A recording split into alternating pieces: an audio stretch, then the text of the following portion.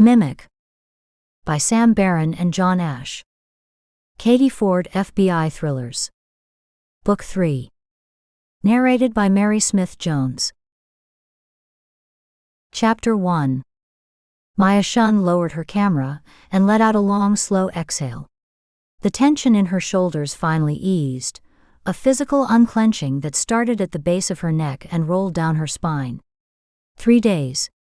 3 days of pre-dawn drives up the winding coast highway with a travel mug of bitter coffee warming her hands. 3 days of patient, silent vigils on this same spongy bed of redwood needles, her neck craned until it ached, searching the high, misty green for a flicker of movement. The marbled murrelet was a ghost, a secretive seabird that nested in these ancient trees, and capturing it had become an obsession. Just an hour ago, the patience had paid off. A shadow had darted between two mossy limbs, a compact, swift shape with a distinctive peaked head.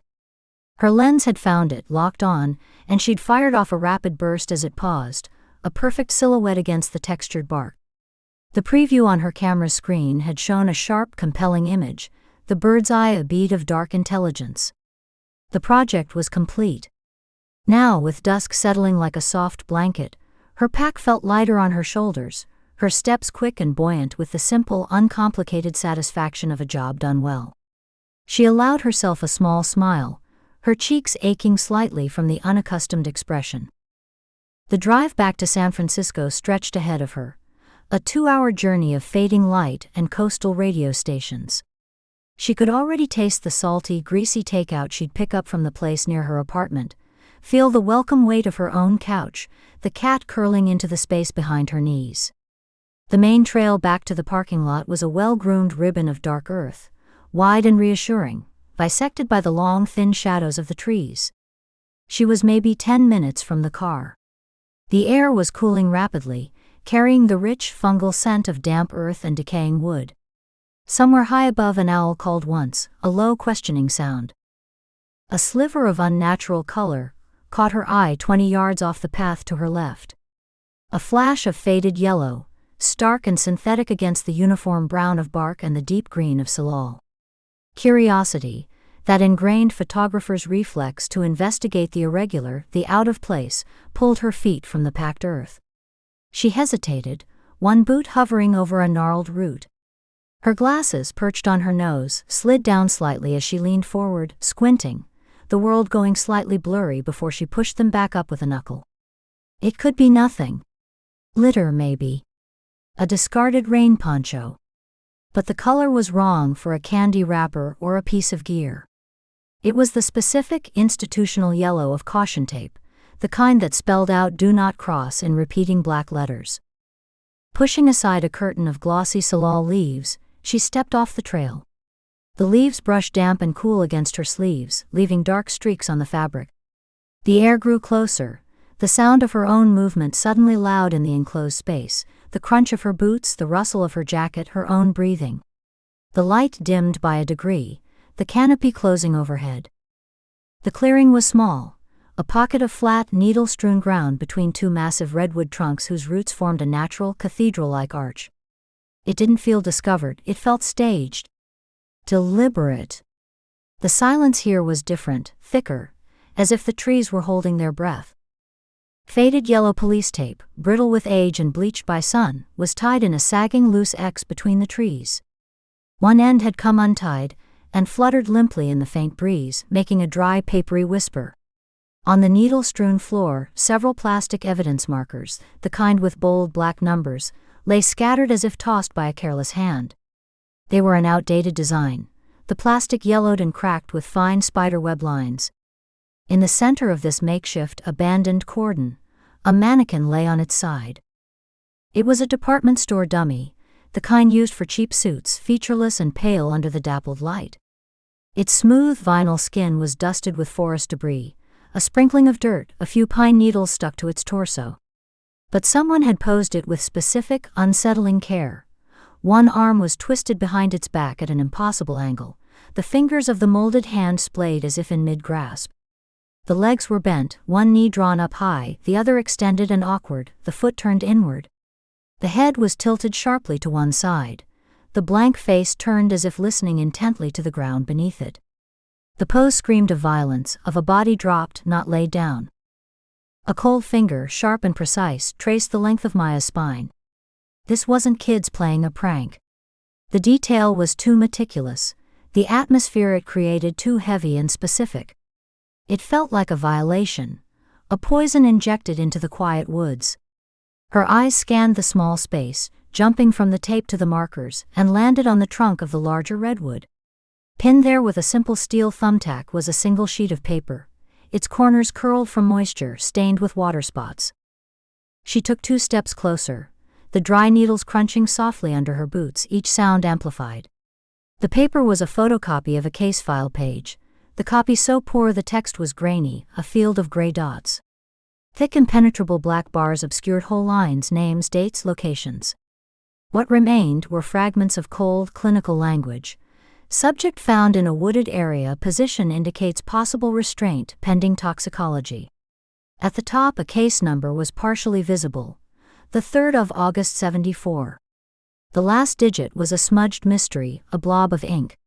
A faded date stamp, barely legible in the corner, read August 1974. The paper felt old. It smelled of mildew and cheap toner. Her photographer's brain engaged, a familiar switch flipping that overrode the prickling dread crawling up her neck like insects. This was a story. A dark, bizarre, and inexplicable one. Who had done this? Why here? Why now? Her hands, acting on trained instinct, raised her camera. The weight of it was a comfort. She framed the pinned page with the mannequin in the blurred foreground, a ghostly witness. She took the shot. The electronic whir of the autofocus locking on was obscenely loud in the hushed clearing. The shutter click sounded like a bone snapping. She took another, leaning in for a close-up of the redacted lines, trying to force the lens to resolve the grainy text. The light was failing fast, the golden honey leaching to a flat, cool gray. The flash would ruin the atmosphere, make it look staged. She had to work with what was left. She took 3 more shots from different angles, her movements quick and efficient, her breathing shallow. Enough. The warm satisfaction of the murrelet shot had completely evaporated, replaced by a cold, pressing need for the car, for the phone in her cup holder, for the sound of a human voice on the other end of a line. She turned abruptly, the camera banging against her chest as she moved. Retracing her steps through the salal, the leaves seemed to grab at her now, their damp touch feeling clingy and invasive, snagging on the loops of her backpack. She emerged onto the main trail, the open space offering no relief, only a longer runway of shadowy path stretching into gathering gloom.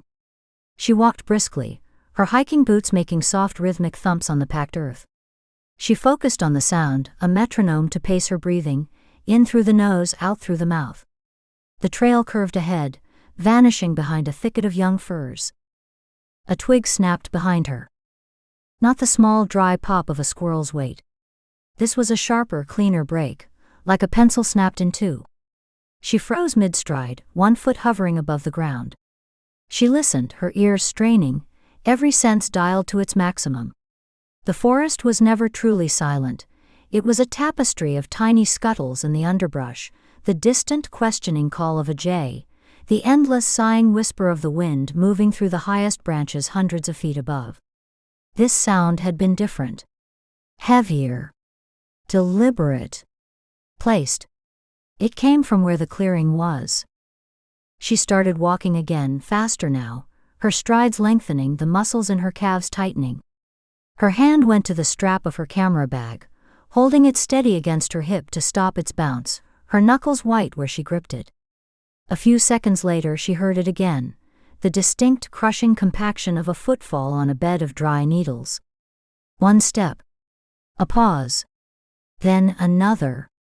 It was keeping pace with her own, a shadow rhythm just a half beat off from hers. Not an animal. The rhythm was all wrong, too even, too purposeful. 2 legs. A person. Don't look back. The advice surfaced from some primal, deep-seated corner of her mind, clear and cold. Just get to the car. She picked up her pace to a near jog, the thumping of her boots now a jarring staccato on the path, her backpack jostling with each step. The footsteps behind her matched the increase in tempo instantly, and she heard the distance close slightly, a louder crunch closer than the last, maybe 30 feet back now. Panic, hot and liquid, flooded her veins. It was a physical wave, starting in her gut and rushing outwards, making her fingers tingle and her mouth go dry as dust. Her heart began to hammer against her ribs, a frantic drumbeat she could feel in her throat and hear in her ears. Her vision seemed to sharpen at the center, but blur at the edges, tunneling on the path ahead. She broke into a full run, abandoning the trail entirely and plunging into the denser, darker forest to her right. The world narrowed to a tunnel of brown and green. She weaved between the colossal redwood trunks, her shoulder scraping against rough bark as she misjudged a turn, the fabric of her jacket catching and tearing with a rasp. A low-hanging branch whipped across her forehead, not hard enough to cut, but enough to sting and disorient her, sending a flash of white light across her vision. Ferns waist-high and thick tangled around her ankles, their fronds grabbing like cold green fingers. She stumbled, her knee hitting the soft earth with a wet thud, and pushed herself up immediately, mud smearing her pants, the damp seeping through to her skin. Her camera bag swung wildly, the heavy lens inside slamming into her hip bone with a painful thud that made her gasp. She could hear him now, a heavier, faster crashing through the same undergrowth, no longer bothering with stealth. The sound was a relentless pursuit, a promise of collision. Twigs snapped like gunshots, leaves tore, breath was drawn in ragged gulps that weren't her own, a deep rhythmic sawing of air. The trees thinned abruptly. She saw the dull gray gleam of asphalt through the last line of ferns, a beacon. With a final, desperate burst that burned in her lungs, she burst out of the tree line and into the gravel parking lot. It was deserted, a lonely oval of graded earth beneath the vast darkening sky, the only sound the distant fading hum of a truck on the highway a mile away. Her dusty blue Subaru sat alone in the middle, looking impossibly small and far away, like a toy car. She sprinted for it, gravel skittering and pinging under her boots, each footfall sending a jolt up her legs. Fumbling in the pocket of her hiking pants, her fingers, numb and clumsy with adrenaline, closed around her key fob. She thumbed the unlock button, her thumb slipping on the smooth plastic once, twice before finding purchase. The car's lights flashed once, a blinding strobe in the twilight, and the chirp of the horn echoed, absurdly cheerful and loud across the empty space. The sound seemed to hang in the air, a beacon announcing her location. She yanked the driver's door open, the metal handle cold and solid in her sweaty palm, her grip almost slipping. She threw herself inside, the familiar scent of old coffee and sun-warmed upholstery hitting her like a memory of safety, undercut now by the sharp, acrid smell of her own fear.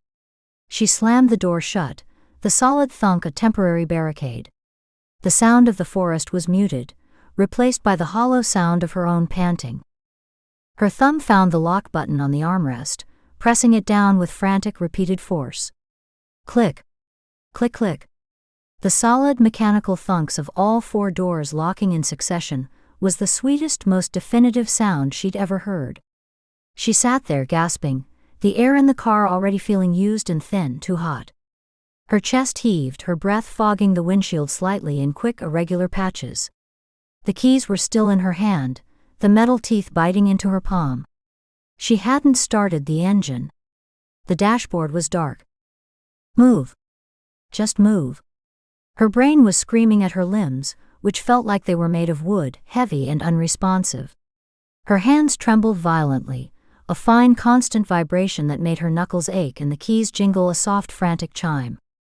She reached for her phone in the cup holder, her fingers brushing against a discarded gum wrapper and a cold, half-empty water bottle, before closing around the smooth plastic case. She pulled it to her lap, her damp palm leaving a smear on the screen. She swiped it with her thumb. The screen lit up, the glow a cold blue rectangle in the darkening car, illuminating her pale, strained face in its reflection. One bar of signal. It flickered, died, then flickered back to life. It held. It was enough. She swiped again to unlock, her thumbprint recognized after a heart-stuttering delay. Her mind was already composing the call, rehearsing the flat, calm tone she would force into her voice. 911. My location is the Redwood Creek parking lot. A man in the woods. He chased me. Her thumb hovered over the emergency call shortcut. Her eyes darted to the rearview mirror, scanning the tree line she'd just erupted from, a jagged black tear in the lesser gray of the sky. Nothing moved. No shape emerged. The ferns were still. A soft metallic click came from the passenger side. The sound was small, precise. A clean, engineered sound. It was the sound of a lock disengaging. Her mind, fogged with adrenaline, tried to reject it. She'd just locked them. She'd heard the thunks, felt the button to press under her thumb. She stared at the lock pin on her own door. It was still down. Before the thought could fully form, the passenger door swung open. It moved smoothly, without resistance, without the groan of hinges she knew it had. The interior dome light didn't come on, it should have. A warm yellow glow to illuminate the empty seat, the crumbs, the folded map. It remained dark. Someone had disabled it, or known how to open the door without triggering it. The open doorway was filled by a broad, dark silhouette, blotting out the last faint smear of twilight from the forest beyond. He was just a shape, a cutout of deeper black against the gloom, but he was large, his head nearly brushing the roof of the car, and he was here, inside the space she had just locked. Maya's breath caught in her throat, a sharp, painful hitch that offered no air, locking her diaphragm. Her phone slipped from her paralyzed fingers, clattering against the floor mat and sliding with a whisper under the passenger seat, its glow extinguished.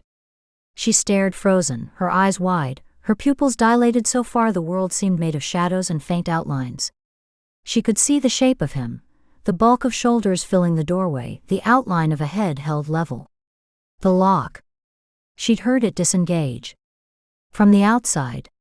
He had a key, or a tool, or something that had simply undone her only defense with a casual, practiced ease. The figure leaned in slowly, deliberately. One hand, large and pale in the darkness, braced on the roof of the car, the fingers splayed. The movement was calm, unhurried, which was more terrifying than any lunge. It spoke of absolute control. The smell of the forest entered with him, damp earth, crushed fern, the sweet rot of bark, and beneath it something else, a faint coppery tang like old pennies or wet stone. He was close enough now that she could hear the quiet rasp of his clothing, a heavy jacket, maybe canvas, could see the faint gleam of his eyes in the near total dark, fixed on her, unblinking. His other hand reached across the center console, not towards her throat, not towards her face, but towards the ignition. His fingers closed around her keys, which were still dangling from her trembling hand where it rested on her knee. His touch was dry and shockingly cold, the skin rough. He didn't wrench them away, he simply took them, his movements economical and sure, prying her numb fingers open with no more effort than one would open a child's hand. He straightened up slightly, pulling the keys with him, and turned them in the ignition. The engine coughed, sputtered, then roared to life, the dashboard blooming with soft green and orange light that illuminated the lower half of his face, a strong stubbled jaw, a thin, unsmiling mouth set in a straight line, the lower lip chapped. The light did not reach his eyes, which remained in shadow. He dropped the keys into the cup holder where her phone had been. They landed with a plastic rattle. His gaze returned to her, holding hers in the dim electronic glow. Maya couldn't move, couldn't scream. The panic had crystallized into a sheer icy block of terror that locked her joints and stilled her lungs. She was a specimen, pinned under a microscope, every twitch, every rapid pulse in her throat observed and catalogued. Her hands were frozen claws in her lap. He leaned in again, his face now only inches from hers. She could feel the warmth of his breath, could see the pores on his skin, a small pale scar nicking the edge of his eyebrow. He hadn't shaved in a few days. His voice, when it came, was low, gravelly, as if from disuse, and utterly devoid of emotion. It was a flat, toneless instrument, a voice meant to be obeyed, not argued with. "Drive," he said. The word hung in the air between them, simple and absolute. It wasn't a request. It was a command that brooked no discussion, no hesitation, a single syllable that carried the weight of a threat. His eyes didn't leave hers, waiting for compliance, watching for the moment her body would obey. The engine idled, a low waiting hum that vibrated through the seat. The open passenger door gaped like a dark mouth. The forest beyond was now a wall of blackness, offering no escape. Every option, every instinct to fight or flee, narrowed to this single impossible point: the steering wheel, the gear shift, the pedals at her feet. Maya's hands, still trembling, lifted from her lap as if pulled by strings. They found the steering wheel, the familiar textured leather cold under her palms, her grip weak. Her right foot, moving as if disconnected from her body, heavy and dead, shifted from the brake to hover over the accelerator. She didn't look at him again. She couldn't. She stared straight ahead through the windshield, at the empty parking lot and the dark line of trees, at the gravel path that led out. With a jerk that was all wrist, she put the car in drive. The gear shift thunked dully. The figure settled fully into the passenger seat, his weight making the car lean slightly, the springs groaning. He pulled the door closed behind him with a soft final thump that sealed them in together, a capsule of light and fear. The dome light remained off. The only illumination was the ghostly dashboard glow, painting their hands and laps in sickly green, and the weak yellow beams of the headlights cutting a short, pathetic path into the nothingness ahead. She eased her foot onto the gas, too lightly at first, the engine revving without moving. She pressed harder. The car rolled forward, gravel crunching and popping under the tires, the sound loud inside the sealed cabin. She guided it towards the exit, a single-lane road of cracked asphalt that led back to the highway, her turns too wide, her corrections over-sharp. He didn't speak again. He didn't tell her which way to go. He just sat there, a silent, massive presence beside her, his body taking up too much space, his arm resting on the center console. He watched the road, and he watched her. His head turned just enough that she could feel the pressure of his gaze on the side of her face like a physical touch. The normal sounds of the car, the hum of the engine, the whisper of the tires on asphalt, the faint buzz of the radio's empty frequency were deafening in the silence between them. The smell of him, that forest and metal smell, filled the small space, overpowering the familiar scent of her own car, making the air taste strange and dangerous. She turned onto the park exit road, the headlights painting the trunks of the redwoods in fleeting skeletal flashes, creating a strobe effect of light and shadow that made her dizzy. In the rearview mirror, the parking lot vanished into the darkness, swallowed whole. The last place she had felt any semblance of control disappeared behind her, a tiny island of safety now inaccessible.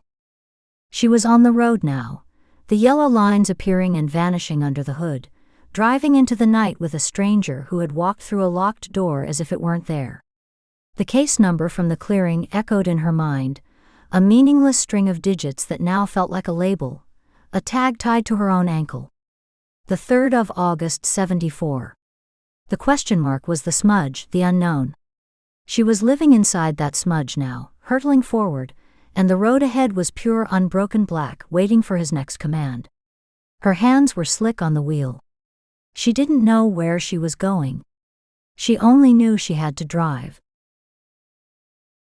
Chapter 2. The low beige buildings of the Federal Correctional Institution were a stark contrast to the green hills that surrounded them, a geometric scar of poured concrete and asphalt. The only hint of its purpose was the double fence topped with gleaming coils of razor wire that caught the flat morning light. Katie Ford parked her sedan in the visitor lot between a minivan with booster seats and a dusty pickup, the engine ticking as it cooled. She sat for a moment, her hands resting on the steering wheel at 10 and 2. She hadn't told Nina. She hadn't told Director Vance. The lies were simple shields, protecting her from the professional reckoning that would follow if this was discovered. She'd rehearsed her cover story on the drive over, the words feeling like dry pebbles in her mouth, a follow-up on an old financial fraud case, a loose end from a closed file. She ran through them once more, watching a corrections officer in a tower slowly scan the perimeter, the black shape of a rifle just visible against the sky. The processing area was a bland, fluorescent-lit room that smelled of industrial cleaner and stale coffee. A corrections officer behind a plexiglass window took her ID, his fingers thick and blunt. Catherine Ford, FBI. He held the credential up to the glass, comparing her face to the photo with a slow, deliberate tilt of his head. He typed, the clack of the keys loud in the quiet room, his eyes flicking between her credentials and the screen. Visiting Marcus Fell, inmate 78,104. He didn't look surprised. This wasn't a supermax. It was a place for tax evaders, insider traders, and disgraced former agents. The routine here was bureaucratic, not confrontational. Weapon? He asked, his voice muffled by the barrier. In the lockbox in my vehicle, Katie said, her tone flat and procedural. She'd already surrendered her service weapon, the weight of its absence a constant, subtle wrongness at her hip. Any recording devices, cell phones, electronic equipment? No. He slid a clipboard through a metal tray. Sign here. Initial here acknowledging the search and surveillance protocols. She signed, the pen dragging. Through the scanner, please. The arch of the metal detector was a cold blue. She emptied her pockets, keys, a single folded $20 bill, her FBI badge in its leather holder, into a small plastic tub. She walked through. It beeped once, a sharp accusing sound. She stopped, her body going still. Belt buckle, the officer said without looking up from his monitor. She unfastened it, the leather sliding through the loops with a whisper, and placed it in the tub. She walked through again. Silence. He nodded toward a door with a buzzing electronic lock. Wait by the red line. An escort will take you through. Another officer, younger and quieter, with a close-shaven head and eyes that avoided direct contact, met her there. He didn't speak, just turned and led her down a short tiled hallway. The air was cooler here, carrying a faint damp concrete smell under the cleaner. Their footsteps echoed, his boots a firm clack, her flat-soled shoes a softer tap. He stopped at a solid steel door marked with a stenciled 3. Attorney room 3, he said, his voice barely above a murmur. He unlocked it with a key from a large ring, the mechanism turning with a heavy oiled thunk. He pushed the door open and stood aside. The room was small, utilitarian. A single rectangular table bolted to the floor, 2 chairs, one on each side. Cinder block walls painted a pale, sickly green that reminded Katie of hospital corridors. A camera lens watched from a high corner where the walls met the ceiling, its red light a steady, unblinking eye. It was a room for legal consultations, not for family visits with partitioned phones. She took the chair facing the door, her back to the wall, a habit so ingrained it was autonomic. The vinyl seat was cool through her trousers. The table surface was scratched and gouged, stained with old coffee rings and the ghostly impressions of frantic handwriting. The officer left, pulling the door shut. The latch didn't catch. It remained closed but not secured, a standard protocol. The sound of his footsteps receded. She waited. The air was still and cool, carrying a low, persistent hum from the fluorescent lights overhead. The silence was a physical presence, thick and waiting.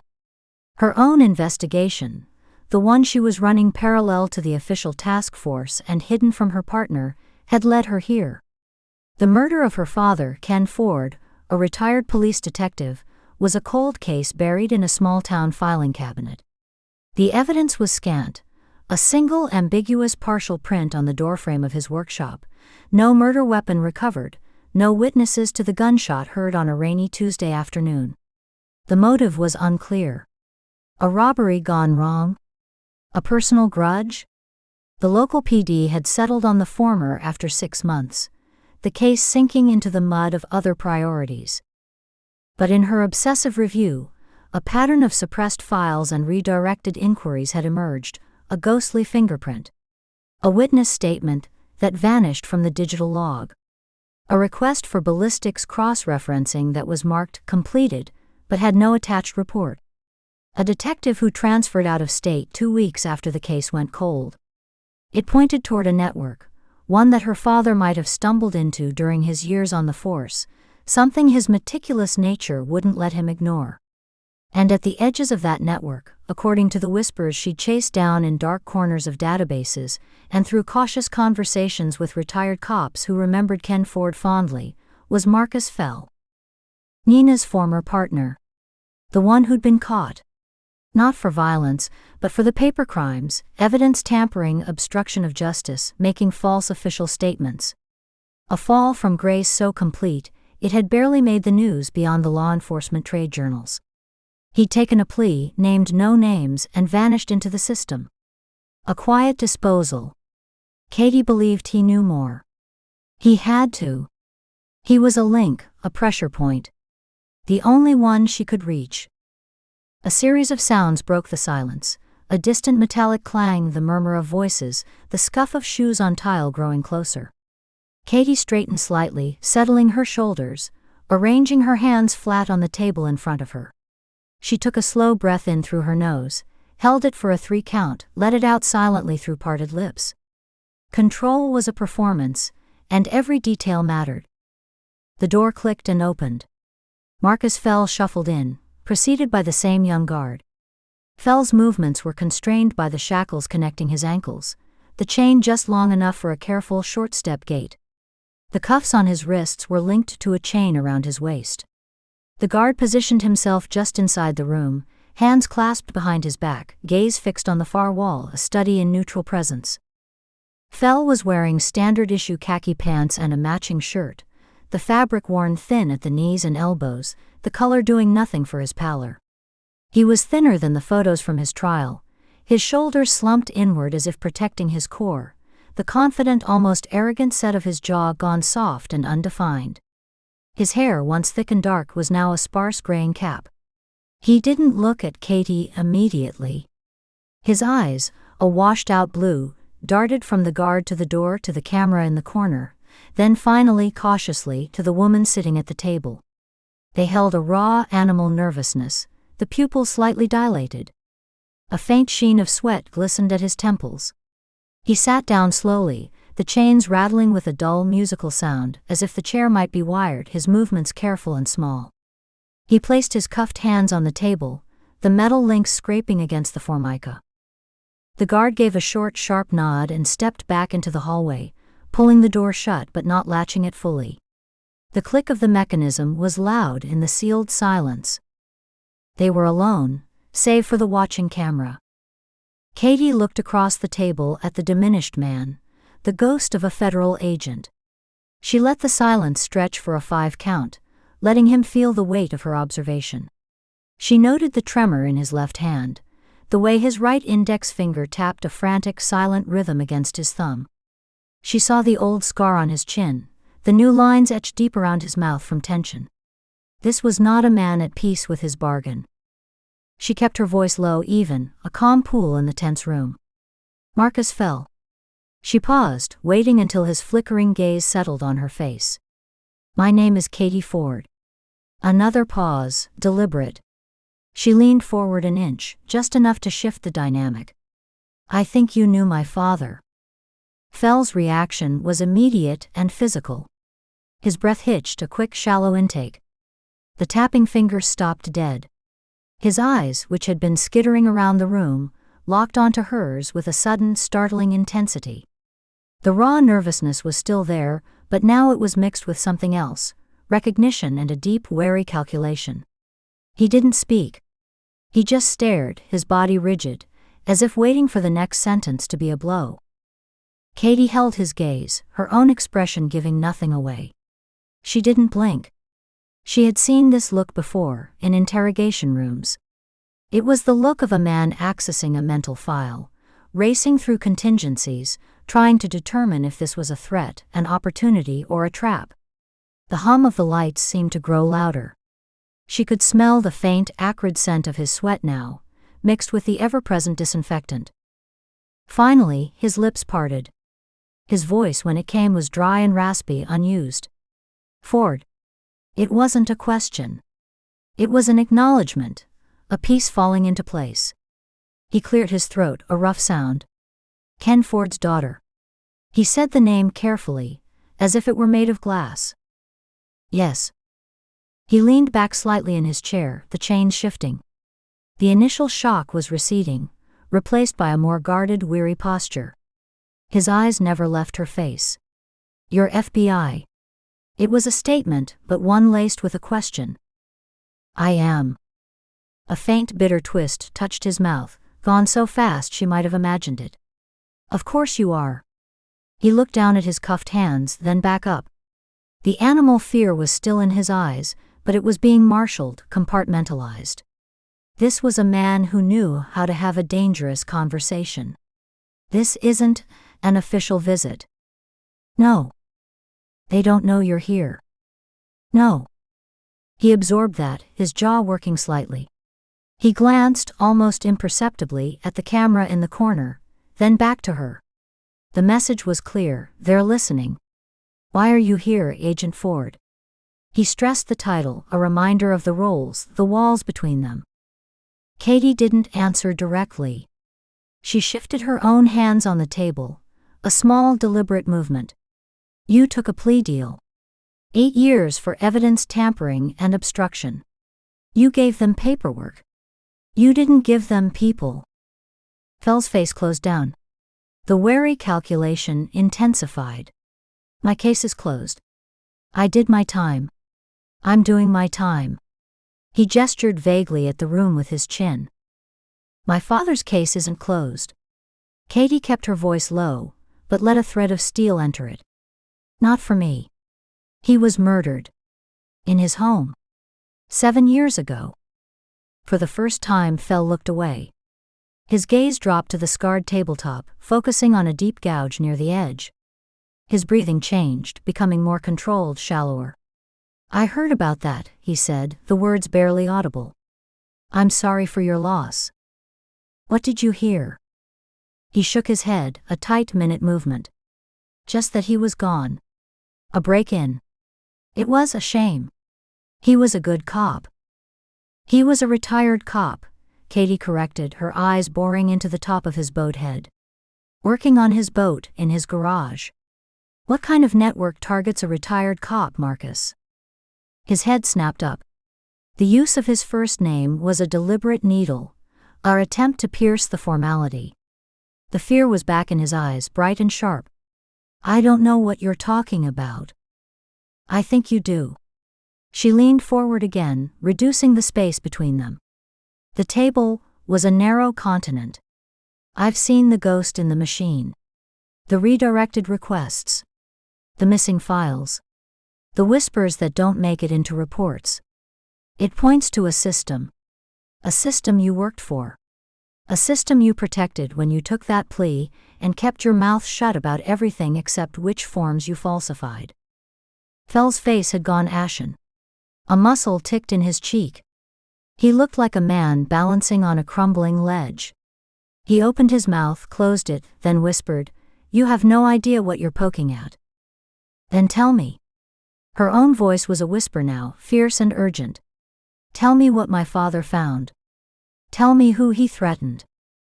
He let out a long, shaky breath. He looked at the camera again, a longer, more meaningful look.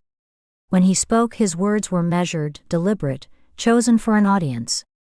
Agent Ford, I was prosecuted for mishandling evidence in a racketeering case. I admitted my guilt. I have no information pertaining to any other investigation, especially not a tragic local crime from years ago. My condolences are personal, not professional. The speech had a rehearsed quality, a wall of official-sounding nothing. Katie didn't move. She heard the subtext screaming underneath the words, I can't talk here. It's not safe. She gave a slow, almost imperceptible nod. She had expected this. The first visit was never about answers. It was about establishing contact, applying pressure, and seeing the cracks form. She had seen them. The sweat, the terror, the careful, camera-aware denial. She reached into the inner pocket of her blazer, moving slowly so the guard outside wouldn't be alerted by sudden motion. She pulled out a plain white business card. On it was only her name and a phone number, a secure encrypted line, a burner. She slid it across the table. It came to rest against the knuckle of his cuffed right hand. Fell stared at it, as if it were a live scorpion. He didn't touch it. The official inquest into your case noted some inconsistencies in the evidence log, Katie said, her voice returning to a normal conversational level, playing along with the charade for the microphone. "I'm reviewing it as part of a procedural audit. You may be contacted for clarification." She held his eyes, willing him to understand. "Take the card. The number is safe." His hand trembled. Slowly, with immense effort, he uncurled his fingers. The chain between his wrists clinked. He placed his palm flat on the card, covering it completely. Then, in one smooth motion, he slid his hand back toward the edge of the table, the card disappearing into the loose cuff of his khaki shirt. It was a practiced move, one that spoke of a man who had learned how to handle contraband. "I've answered all my questions," he said, his voice hollow. "Under oath." "Sometimes new questions come up," Katie said. She pushed her chair back, the legs scraping against the floor. The meeting was over. She had planted the seed. She had seen his fear. She had made contact. She stood up, looking down at him. He seemed smaller now, folded in on himself around the secret he was clutching to his wrist. "Thank you for your time, Mr. Fell." He didn't reply. He just looked at the table, his shoulders hunched, a man waiting for a storm to hit. Katie walked to the door and knocked twice.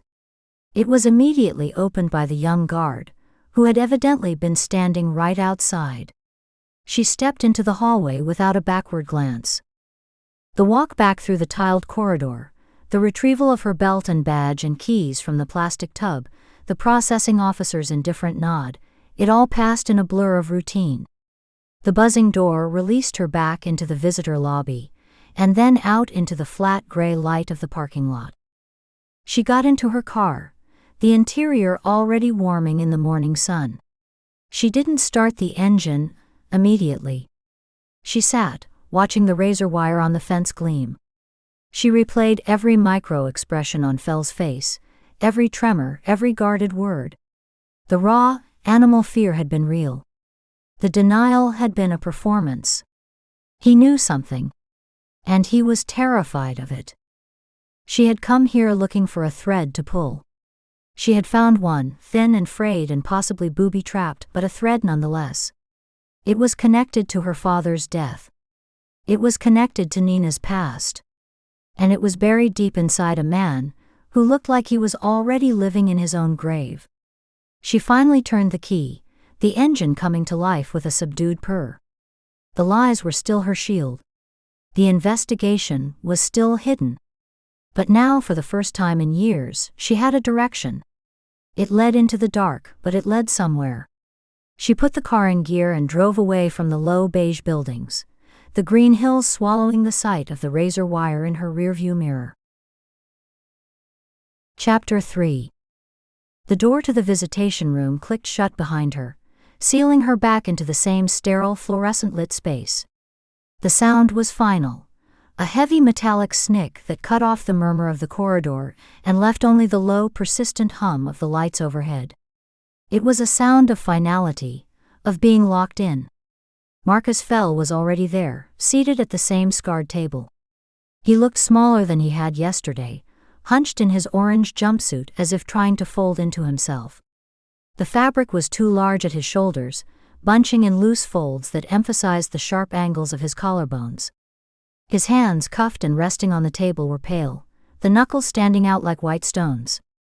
His eyes, bloodshot and shadowed by deep, bruised-looking sockets, darted past her to the reinforced window in the door where the guard's silhouette was a dark, watchful smudge, a shape that didn't move. He didn't blink, just stared at that shape as if it were a predator at the mouth of a cave. Katie took the chair opposite him, the leg scraping with a short, sharp squeal against the linoleum. She placed her hands on the table, feeling the cool, pitted surface beneath her palms. There were stains here, rings from forgotten coffee cups, a long, thin scratch like a tally mark, the ghost of a phone number someone had tried to etch and then scratch out. She could feel a sticky patch near the edge, something sugary that hadn't been fully wiped away. The air felt thin, charged with a kind of held-breath anticipation, like the moment before a storm breaks. It smelled of industrial cleaner, the lemony scent undercut by something else, something human and sour, old fear, or maybe just the lingering odor of countless anxious conversations absorbed into the paint. You came back, he said. His voice was low, stripped of yesterday's performative edge, the sly confidence gone.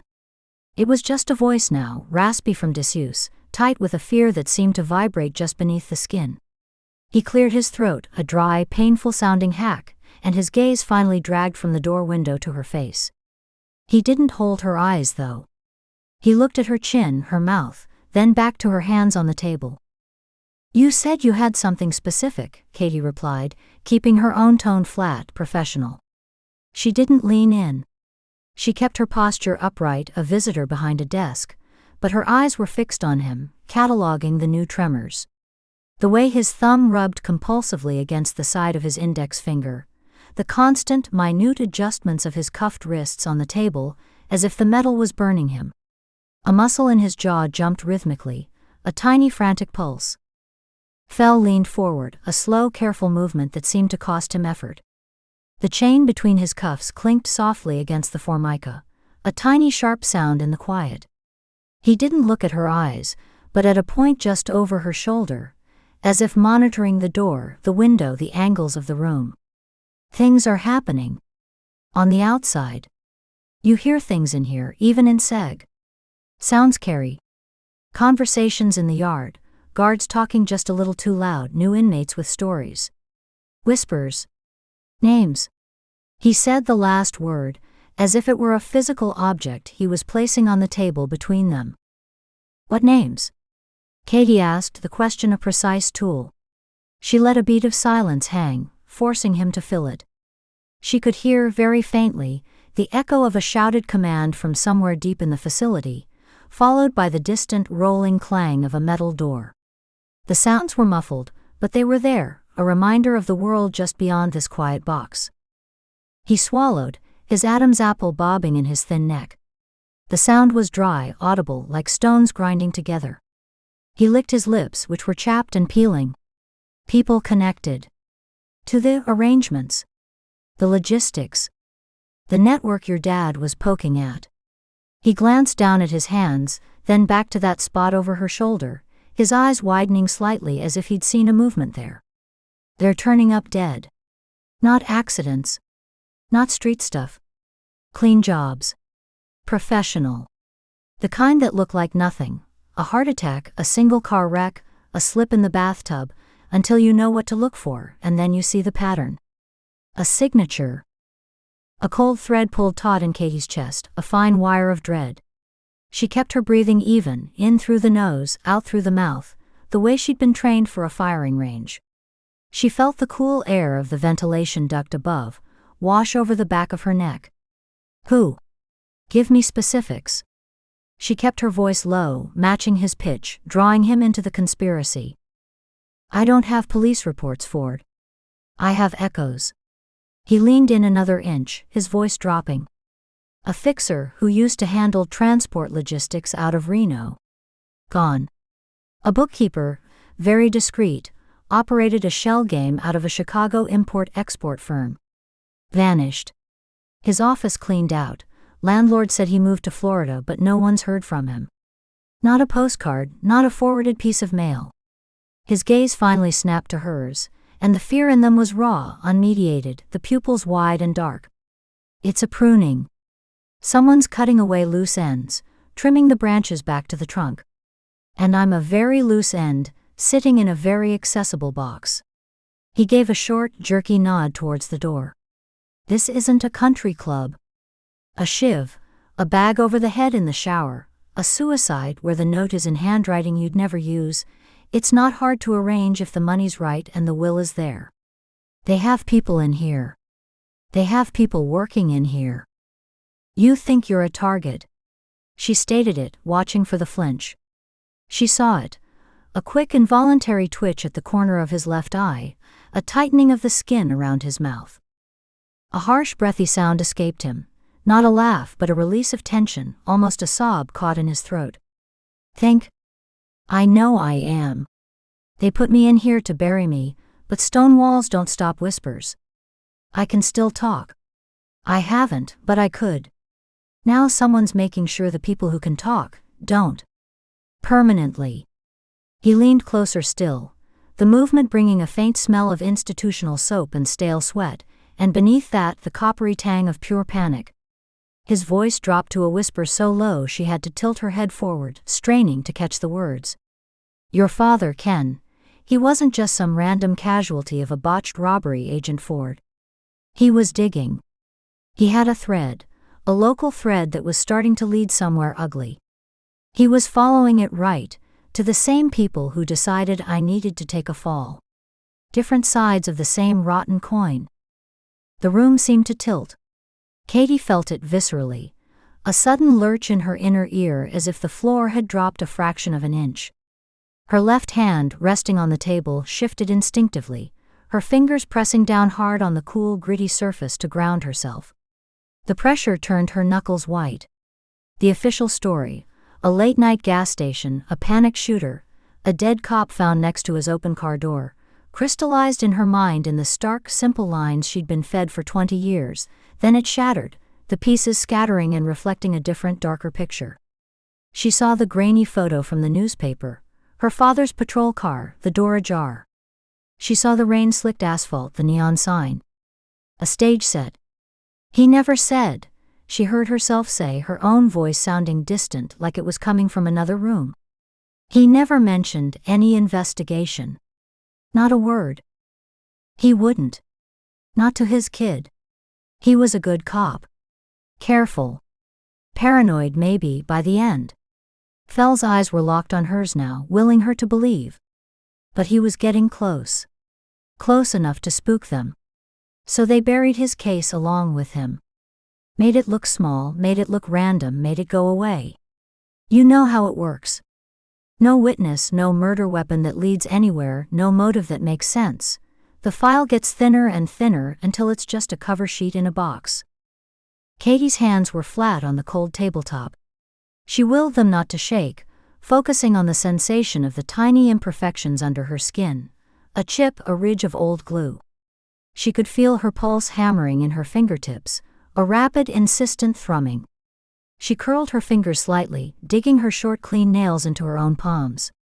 The small, sharp pain was an anchor.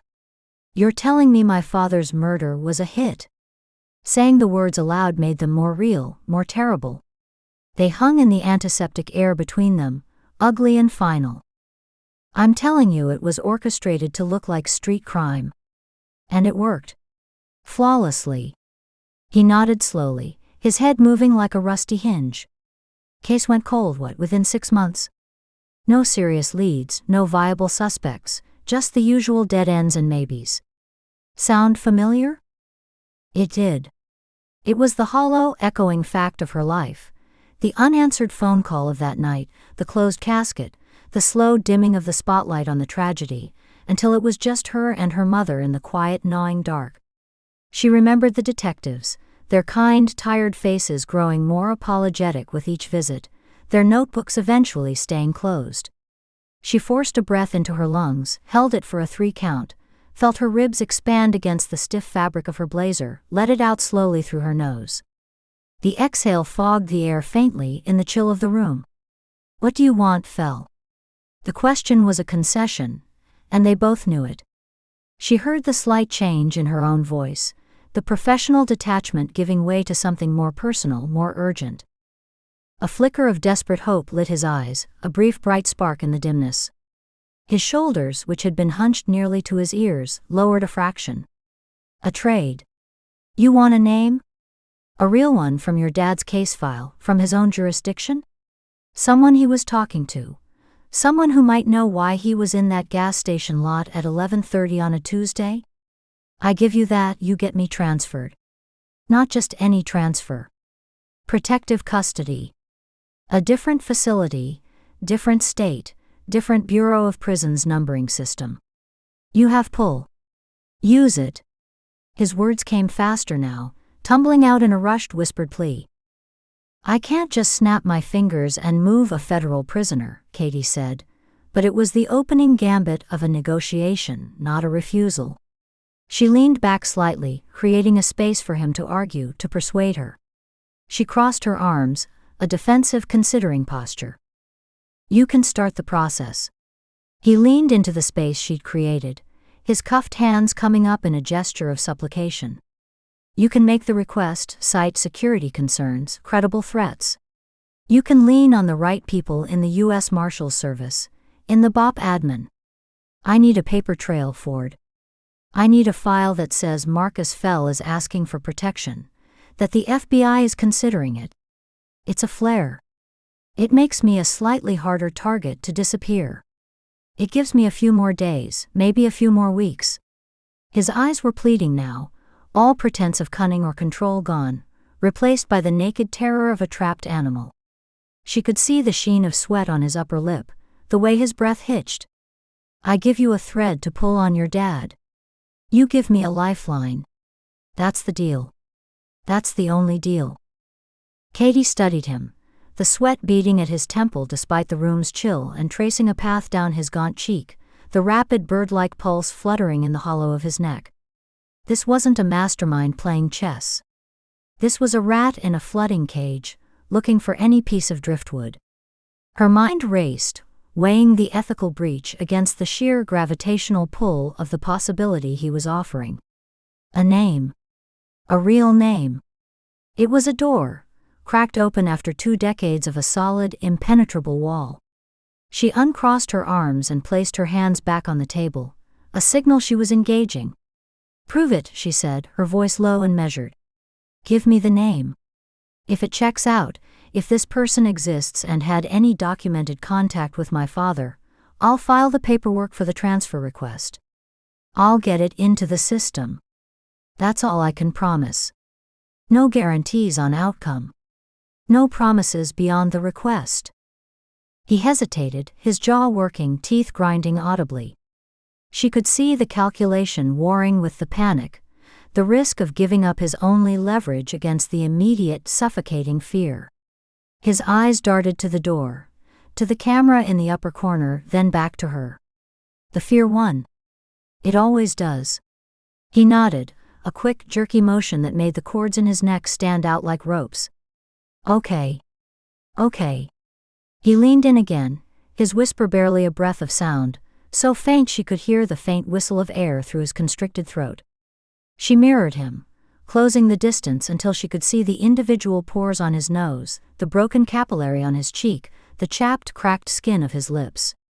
The smell of his fear was overwhelming now. Your dad was working with a retired detective from his old county. A guy who knew the territory, the old players, the places money could hide in plain sight. He was a source, a confidential informant on the pension roll. His name is Arlen Voss. He lives in Cedar Fork. It's a nothing town in the same county your dad worked, maybe an hour's drive from where you grew up.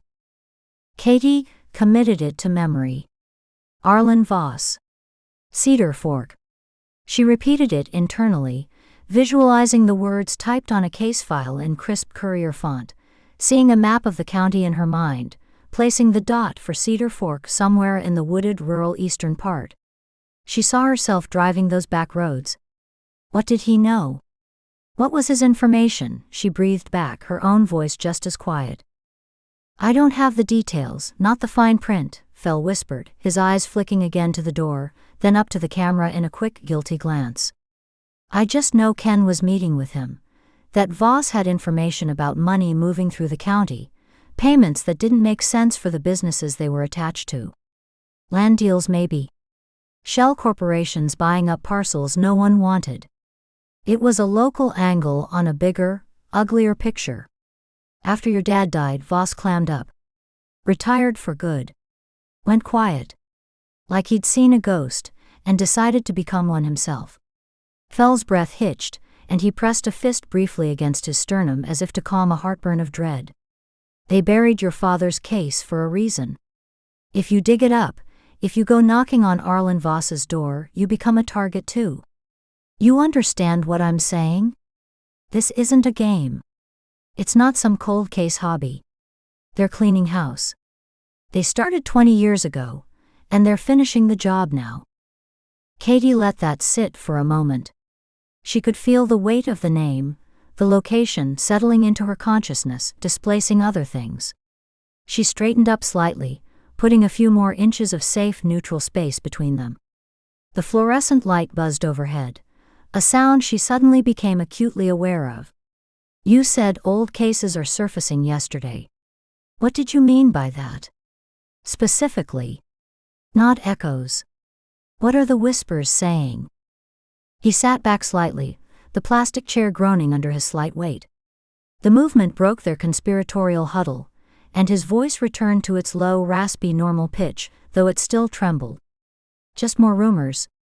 Whispers in the pipe that things from back then, documents, evidence logs, witness statements people thought were lost or buried, are being found. Or are coming to light. I don't know the mechanism. I don't know if it's a leak, a hack, someone with a conscience and a death wish. He rubbed his thumb over his knuckle again, a frantic polishing motion. But it's got people nervous. When old bones surface, it means the ground is shifting. And when the ground shifts, people on unstable footing. He trailed off, letting the implication hang in the air between them, as tangible as the table. He spread his hands as far as the cuffs would allow, a gesture of empty surrender. The chain rattled. That's it. That's all I have. Arlen Voss. Cedar Fork. Now you hold up your end. Start the transfer. Please. The please was cracked, desperate. The clock isn't just ticking, it's in the last 60 seconds. You think I'm paranoid? I haven't slept in 48 hours. Every time that slot in the door opens, I jump. Every footstep outside. Katie stood. The motion felt deliberate, heavy, as if she were pushing up against increased gravity. The weight of the name was solid in her mind, an anchor point dropped into the 20-year fog that had shrouded her father's death. It was something. It was concrete. It was actionable.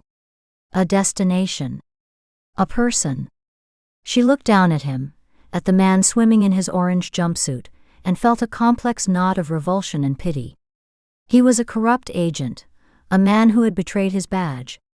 He was also, right now, just a terrified human being. I'll file the request, she said. The words felt like a vow, heavy with consequence. Today. Relief washed over his face. It was a physical transformation. The tight muscles around his eyes and mouth loosened, his shoulders dropped a full inch, and he released a long, shuddering exhale he seemed to have been holding for days. His head bowed forward for a second, his chin nearly touching his chest. But immediately, as if the relief itself was a threat, the anxiety rushed back in, tightening his expression once more. His head snapped up, eyes wide. Don't wait. And don't tell anyone you got it from me. Not your SAC, not your colleagues. Not even your partner. The mention of Nina was a sharp, guilty prick. A needle of betrayal slipped between her ribs. She had just gone behind her back, traded a potential favor with a corrupt ex-agent for personal off-the-books information. It was a breach of trust, a violation of their partnership's core. It was exactly the kind of compartmentalized, lone wolf secret Nina would despise, would see as a fundamental weakness. Katie's throat tightened. She pictured Nina's direct gaze, the way she'd lean against Katie's desk with a coffee and dissect a case, trusting and open. The guilt was there, instant and cold, a stone settling in her gut. She controlled it, walled it off behind the professional facade. Her face remained a neutral mask, but she felt a heat rise in her cheeks. This was for her father. This was different. This was family. The old, tired justification, but the only one she had. She gave a single, curt nod, a promise she knew was already a lie by omission. I'll be in touch, she said, the words automatic, a line from 100 professional conversations, and turned for the door. Her hand rose to knock, a single firm rap that echoed in the small room. Agent Ford. Fell's voice stopped her, quieter than ever, almost lost in the hum of the lights. She paused, her back to him, her knuckles an inch from the cold steel of the door. She didn't turn. Be smarter than he was. He thought he was just doing his job. He didn't think it was a war. It is. She didn't look back. She knocked again, twice this time, more insistently. The sound was sharp, demanding. A shadow blotted the window, darkening the rectangle of reinforced glass, A key rattled in the lock with a sound like falling teeth, and the door swung open with a sigh of pressurized air. The guard, a large man with a bored, impassive expression and thick forearms, stepped aside, filling the doorway. Katie walked out without a backward glance, feeling the weight of Fell's desperate eyes on her back like a physical pressure, until the door clicked shut again with that same final, metallic snick, sealing him back into his silence and his fear.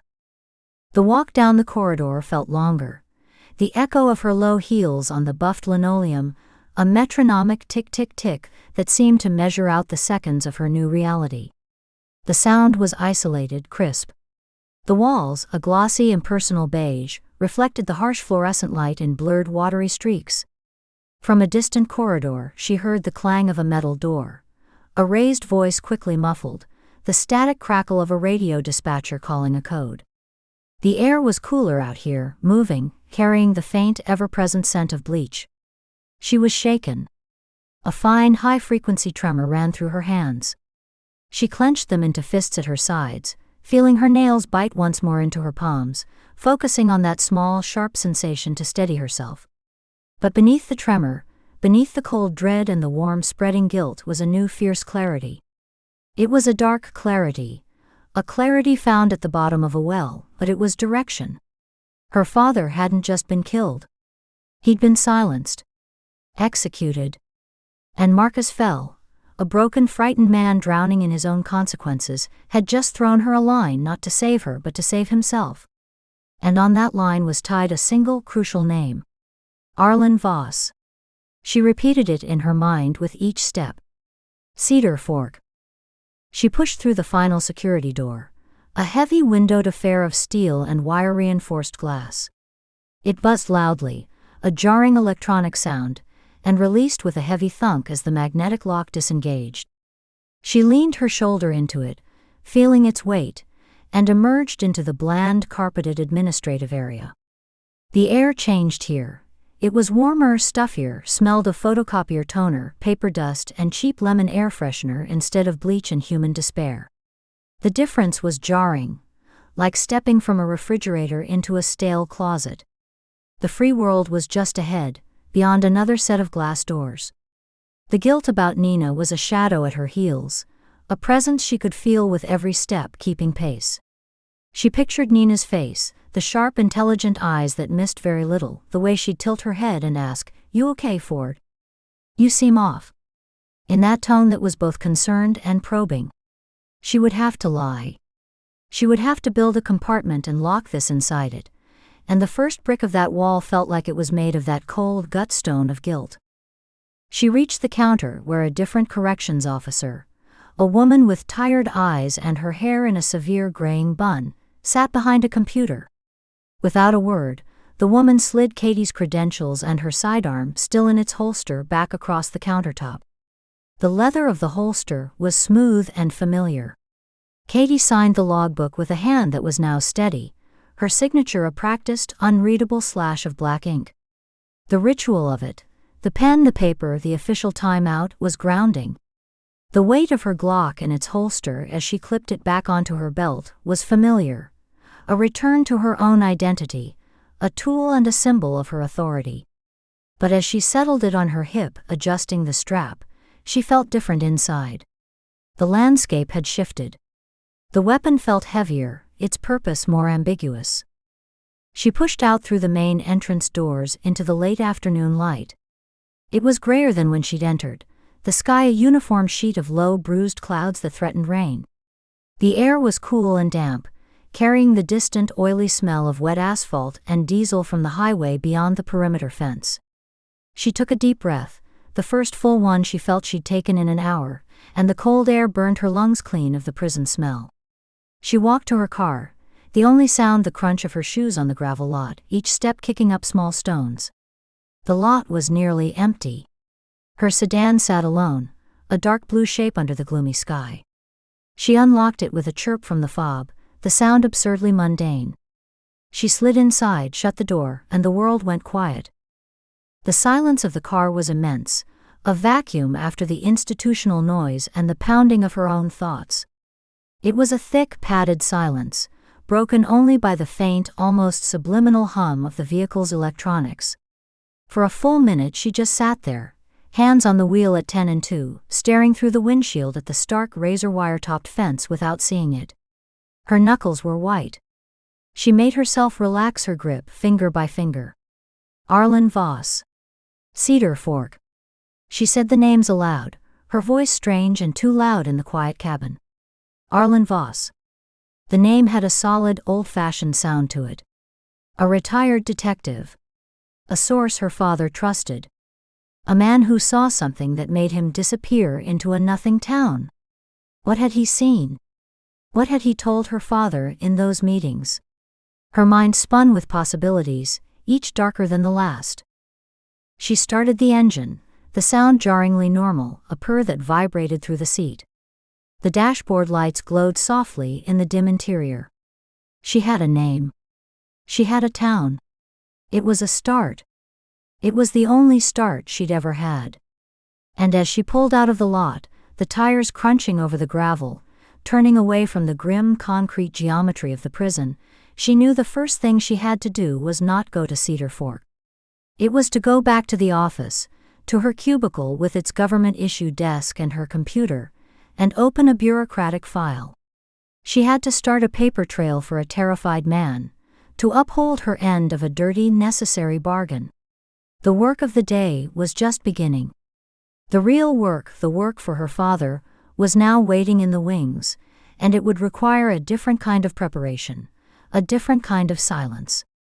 It would require lies of omission to her partner, to her superiors. It would require digging into a case file that was supposed to stay closed. Chapter 4.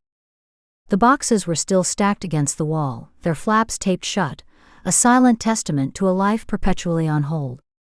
Katie sat at her kitchen table, the laptop's glow the only light in the sparse DC apartment, carving her face out of the surrounding dimness. The pothos on the windowsill was a splash of green in the monochrome room, the only thing that felt settled, its vines trailing over the edge toward the scuffed floorboards. Her go-bag, zipped and ready, leaned against the doorframe like a silent sentinel, its dark nylon a familiar silhouette against the off-white paint. Outside, a steady November rain streaked the window, distorting the amber streetlights into long weeping smears. Marcus Fell's voice was a loop in her head, a scratchy, fearful recording. Professional hit. Disguised as a robbery. The words had the cold, hard shape of truth, a shape that fit perfectly into the jagged hole her father's death had left. She could still smell the sterile, antiseptic odor of the visitation room, feel the chill of the bolted table under her palms, the ghost ache of it now under her own fingertips, as she rested them on her kitchen table. On her screen, the search results for Arlen Voss scrolled by in a monotonous parade of digital dead ends. She'd started with the basics, her fingers flying over the keys with a rhythm born of countless late nights. Retired. Sonoma County Sheriff's Office, Cold Case Unit. A few grainy news photos from the late 90s. A man with a thick mustache and tired eyes that looked straight through the camera. She'd run him through every database she could access without tripping internal flags. NCIC, driver's licenses, property records. Each query was a calculated risk, her credentials leaving a faint digital footprint she'd have to obscure later. He'd left California over a decade ago. Current whereabouts, unknown. The last address was a P.O. box in Santa Rosa that had closed in 2012. She'd cross-referenced with utility records, voter registration, nothing. The man had evaporated. She'd need to dig deeper, use resources she wasn't supposed to have, call in favors that would leave a trace. It was a problem for the next hour. She pinched the bridge of her nose, her eyes dry and gritty from the screen's blue light, and let her gaze drift to the boxes. One was marked Dad Office in her own sharp handwriting. She hadn't opened it. She didn't need to. She knew the weight of the files inside, the smell of old paper and ink that would whisper of unfinished work. A knock at the door, 2 sharp authoritative raps, jerked her from the data stream. Not the super, who shuffled and knocked with an open palm. Too deliberate. Her body reacted before her mind, a coil of tension snapping tight from her shoulders down to her calves. She stood, the chair legs scraping harshly on the bare floorboards, the sound like a gasp in the quiet room. Her hand drifted toward the empty holster on the back of the kitchen chair, her fingers brushing the cool leather, a habit so ingrained it was muscle memory.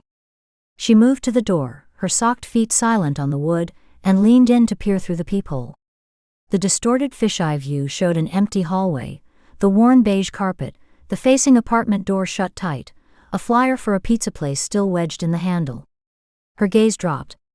On the mat lay a standard manila mailer envelope, legal-sized, pristine and untouched by the damp hallway air.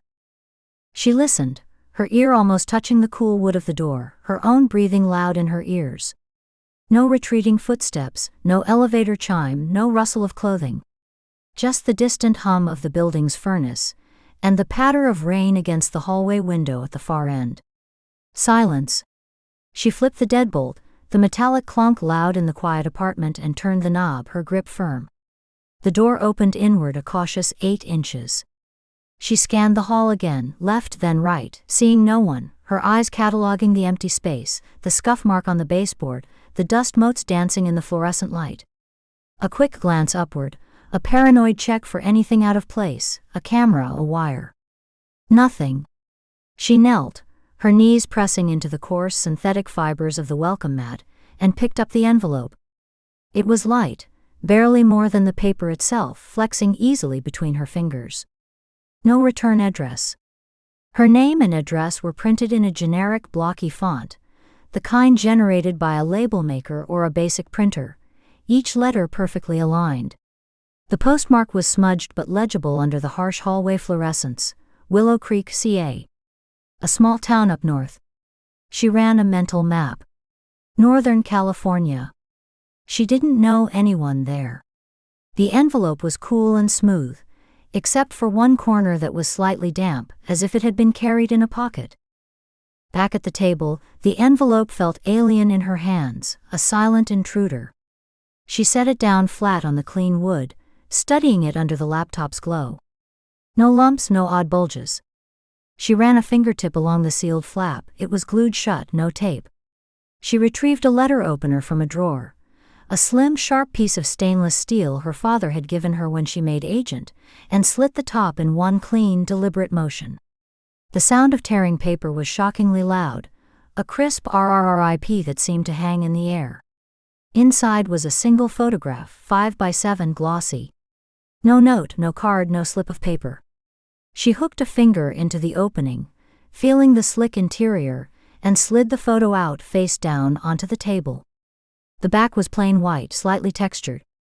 She took a breath, a deep pull of air that did nothing to steady the sudden, skittering pulse in her throat, then flipped it over. The air left her lungs in a sudden, silent rush, as if she'd been struck in the diaphragm. Her body folded, collapsing back into the kitchen chair, the wood catching her weight with a creak. Her hand came up, covering her mouth, fingers pressing hard against her lips as if to hold in a cry. Her other hand flattened on the table, palm down, fingers splayed, bracing herself. She stared, her eyes refusing to blink, drinking in the image.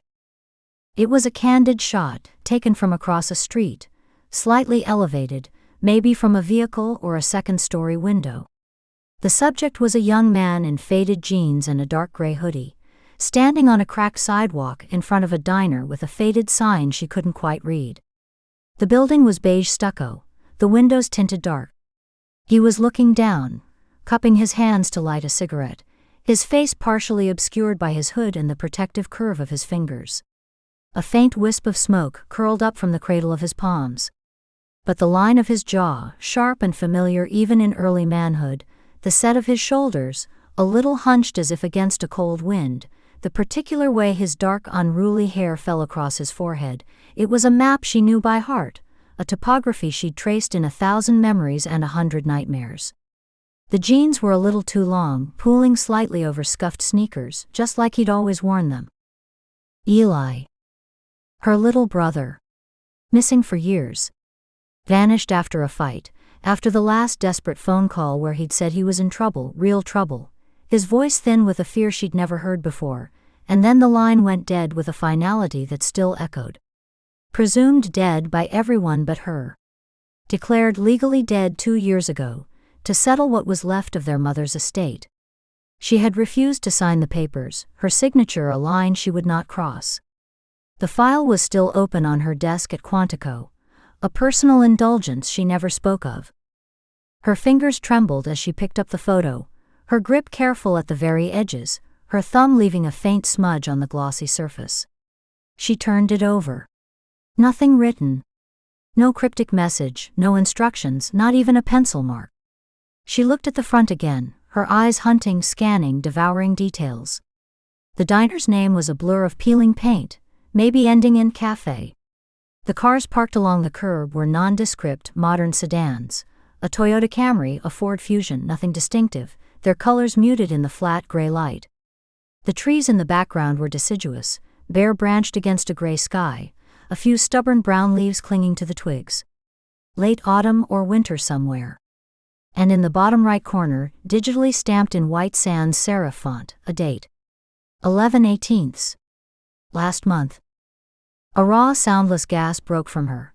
A convulsion of her chest that didn't make a noise, just a hitching shudder that racked her frame. Her vision blurred instantly, hot tears welling and spilling over, tracking fast down her cheeks. She hadn't seen him, hadn't had a single credible sighting in over 4 years. The hope she'd forcibly buried, the one that felt like a sickness, a weakness she could not afford, erupted hot and dizzying and terrifying. It was a physical sensation, a flush of heat up her neck followed by a cold, nauseating plunge in her stomach. Her breath came in short, ragged pulls. He was alive. This was proof.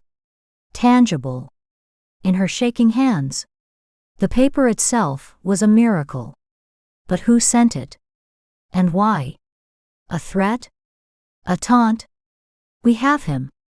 Or a message? He's here. Come and see. Her mind raced, a frantic engine trying to gain traction on ice, thoughts spinning and sliding. She tried to connect the postmark to the image. Willow Creek. She knew that name. It nagged at her, a tickle at the back of her memory. She swiveled to her laptop, her movements jerky, the chair leg scraping again, and typed with unsteady fingers, hitting the wrong keys, backspacing, trying again. A search. Willow Creek, California. The results populated. It was in the same county, Sonoma, as Arlen Voss's old jurisdiction. A small, unincorporated town in the coastal mountains, population under 1,000. That couldn't be a coincidence. Nothing was. Not in her life. The photograph, Voss, her father's case, Marcus Fell's whispers. They were suddenly not separate strands but parts of a single snarled thread, and she could feel it pulling tight around her, a constricting loop. She held the photo up to the light from the laptop screen, tilting it, looking for watermarks, patterns in the grain, any sign of digital manipulation or a printing artifact. The paper was standard glossy photo stock, slightly cool to the touch, the edges perfectly cut. It smelled faintly of chemicals and ink, a generic photolab smell. She laid it flat again on the table, and used her thumb and forefinger to measure the distance between Eli and the diner window, a useless, frantic gesture to somehow quantify the unreachable space between them. Her breathing was shallow, fast, her ribs feeling tight. The questions were a swarm, buzzing, biting. Where was this diner? Who took it? Was he alone? Was he hurt, thinner than he should be? Was he waiting for her? Was he running from the person who mailed this? Why send it to me now?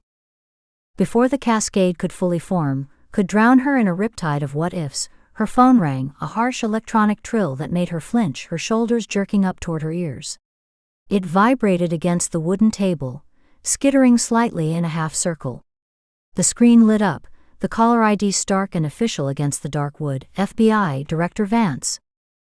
The professional reflex was instantaneous, a circuit closing with an almost audible click in her mind.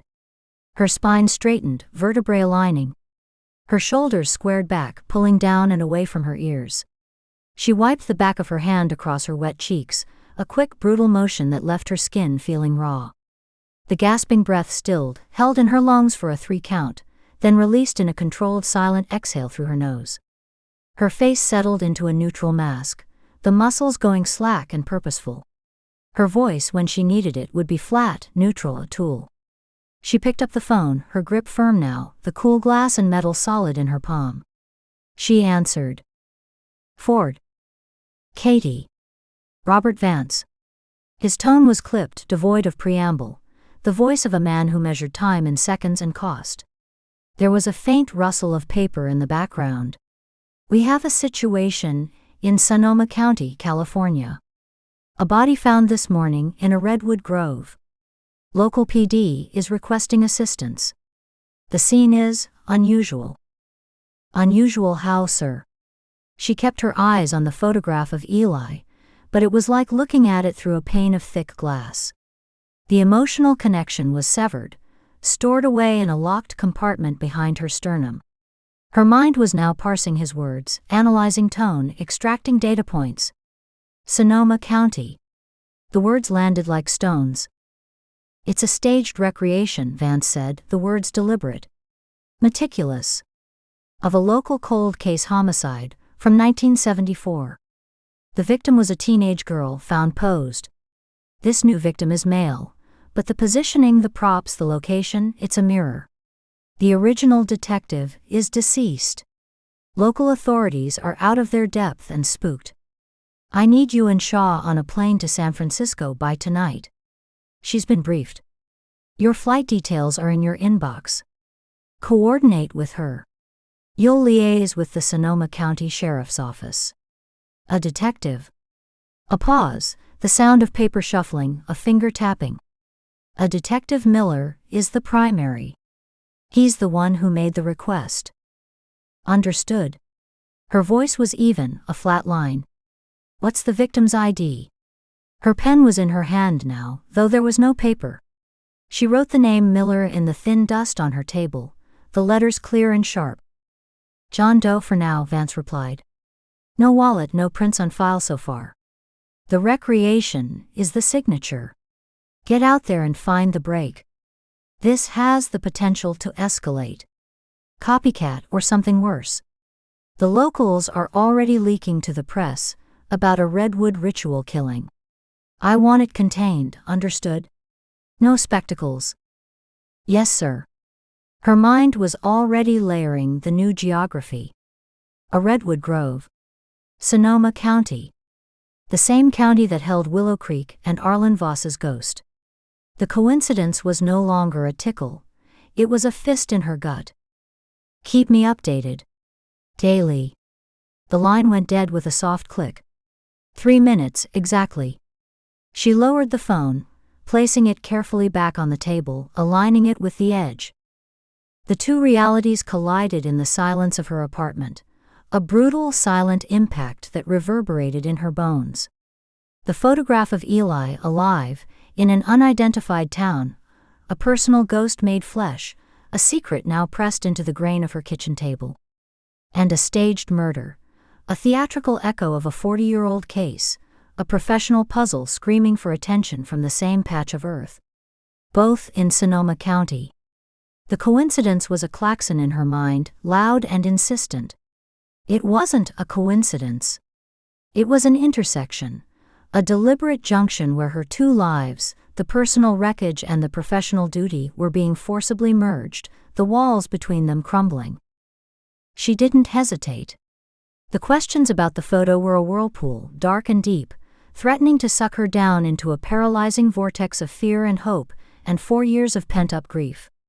The case was a rope, a clear taut line of procedure and action: secure the scene, establish timeline, interview witnesses, analyze evidence. She could only grab one. For now, the rope was the only thing that would keep her moving, keep her functioning, keep the whirlpool at bay. The whirlpool would have to wait. It would churn, but it would wait. She picked up the photograph again, her movements deliberate now, measured. She studied Eli's face, the sliver of profile she could see, the curve of his ear, the way his hoodie strings hung limp. She committed every pixel to a deeper, more protected memory, a vault she could access later. Then she slipped the photograph into the inner pocket of her jacket, which hung over the back of the chair. It settled against the lining, a secret pressed flat and close to her heart, a hidden weight that shifted as she moved. She patted the pocket once, a quick, firm touch. Action was the antidote to the storm inside. She stood, the chair scraping again, a familiar sound of departure. She snapped her laptop closed, the screen winking out and plunging that side of the room into deeper shadow, and slid it into its padded sleeve, zipping it shut with a decisive pull. She walked to the go bag, her steps measured, heel to toe on the floorboards. She unzipped the main compartment and did a mental inventory, her hands checking by touch in the dim light.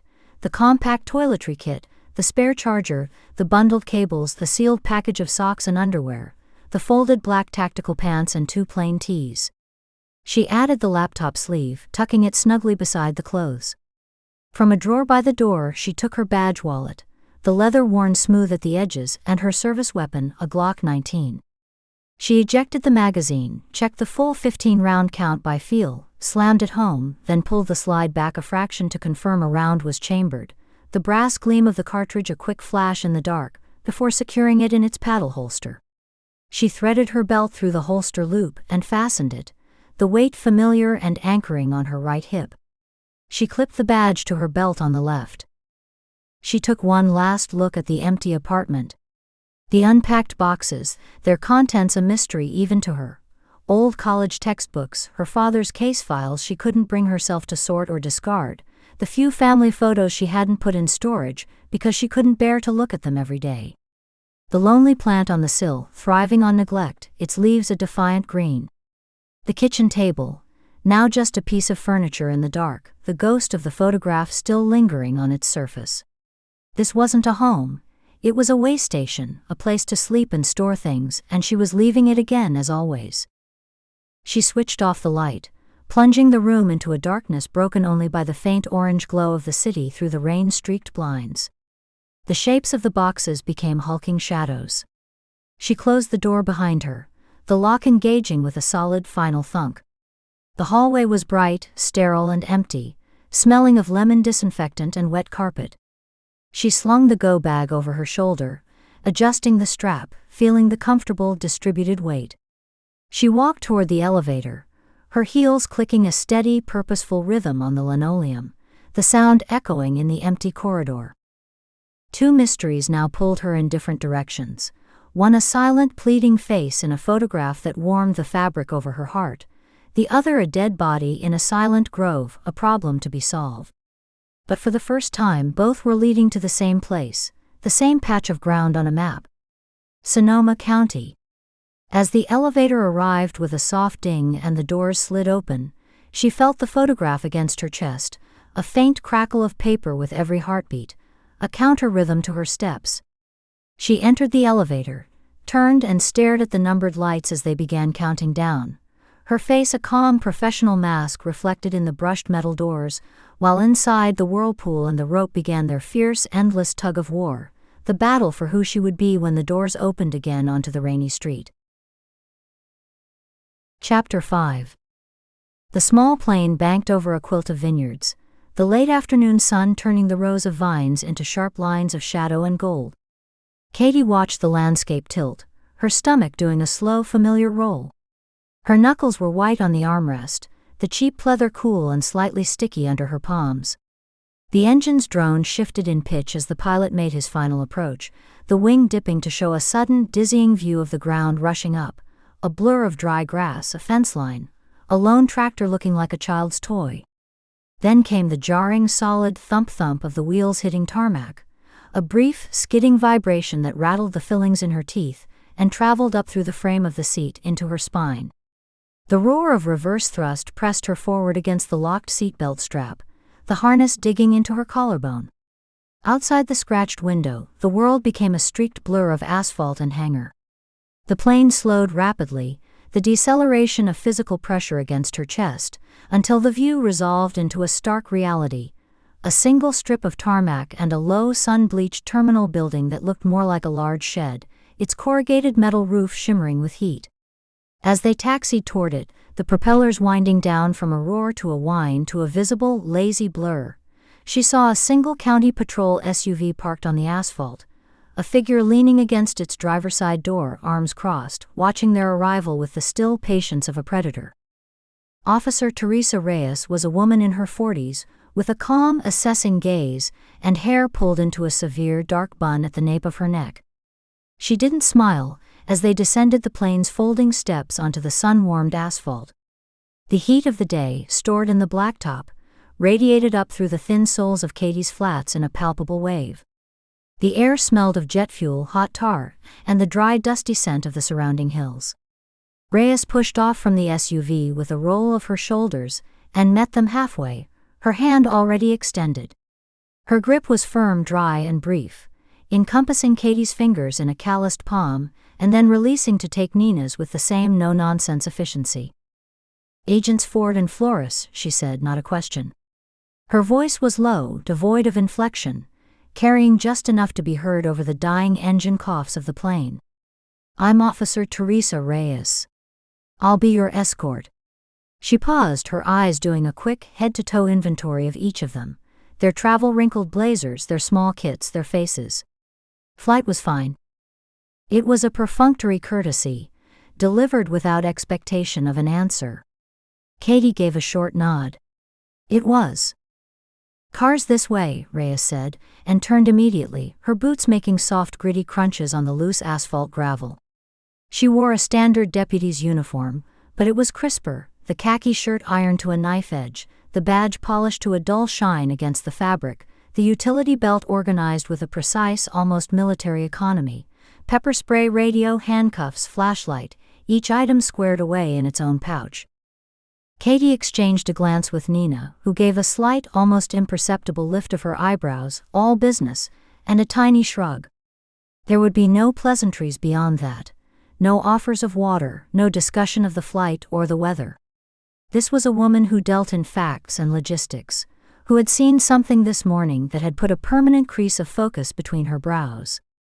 Reyes popped the rear hatch of the SUV, a white Ford Explorer with the Sonoma County Sheriff's seal on the door, the gold and green muted by a fine layer of road dust. She waited, arms at her sides, as they retrieved their small evidence kits and go bags from the plane's cargo hold, the pilot handing them down with a silent nod.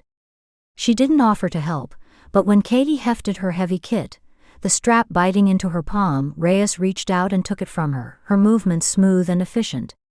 She placed it neatly in the back alongside a heavy-duty first aid kit, a locked rifle case, and a folded yellow rain slicker, then slid the door shut with a solid metallic thunk that echoed in the quiet airfield.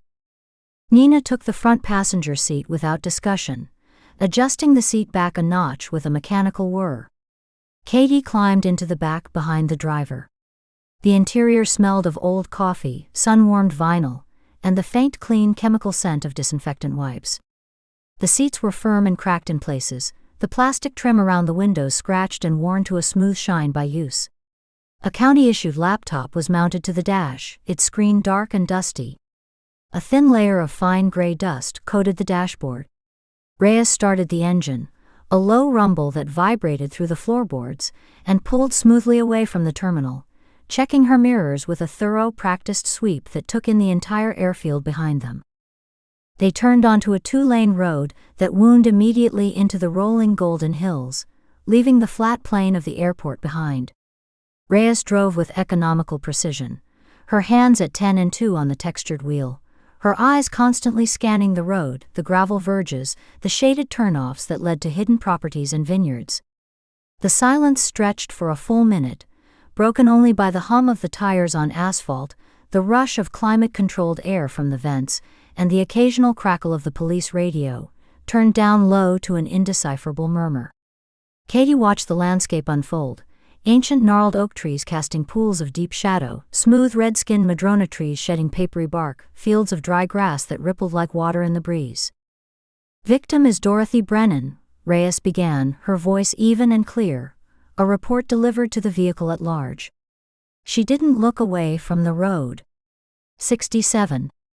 Retired county clerk. Worked in the records office for 31 years. Lived alone in a cottage off Bennett Valley Road. Body was discovered at 0900 this morning by a park ranger on routine patrol. Location is off the Vista Trail in Jack London State Park, approximately half a mile from the nearest trailhead. Ranger called it in as an apparent unattended death. First deputy on scene recognized it was a homicide within 30 seconds of viewing the body. Cause of death? Nina asked, turning her head slightly to look at Reyes. Her profile was sharp against the passing scenery, the afternoon light catching the fine lines at the corner of her eye. Pending full autopsy, Reyes said, her eyes flicking to the rearview mirror, catching Katie's gaze for a fraction of a second, a direct, measuring look, before returning to the road. Visible trauma is a single deep puncture wound to the lower back, left side. Likely a hunting knife or similar fixed blade. Narrow, deep entry. No defensive wounds on the hands or arms. No signs of sexual assault. Her purse was found beside her, wallet intact, credit cards and $42 in cash present. Car keys. A library book. Katie watched a winery flash by on the left, its sign ornate with wrought iron grapes, a stark pastoral contrast to the clinical details being recited.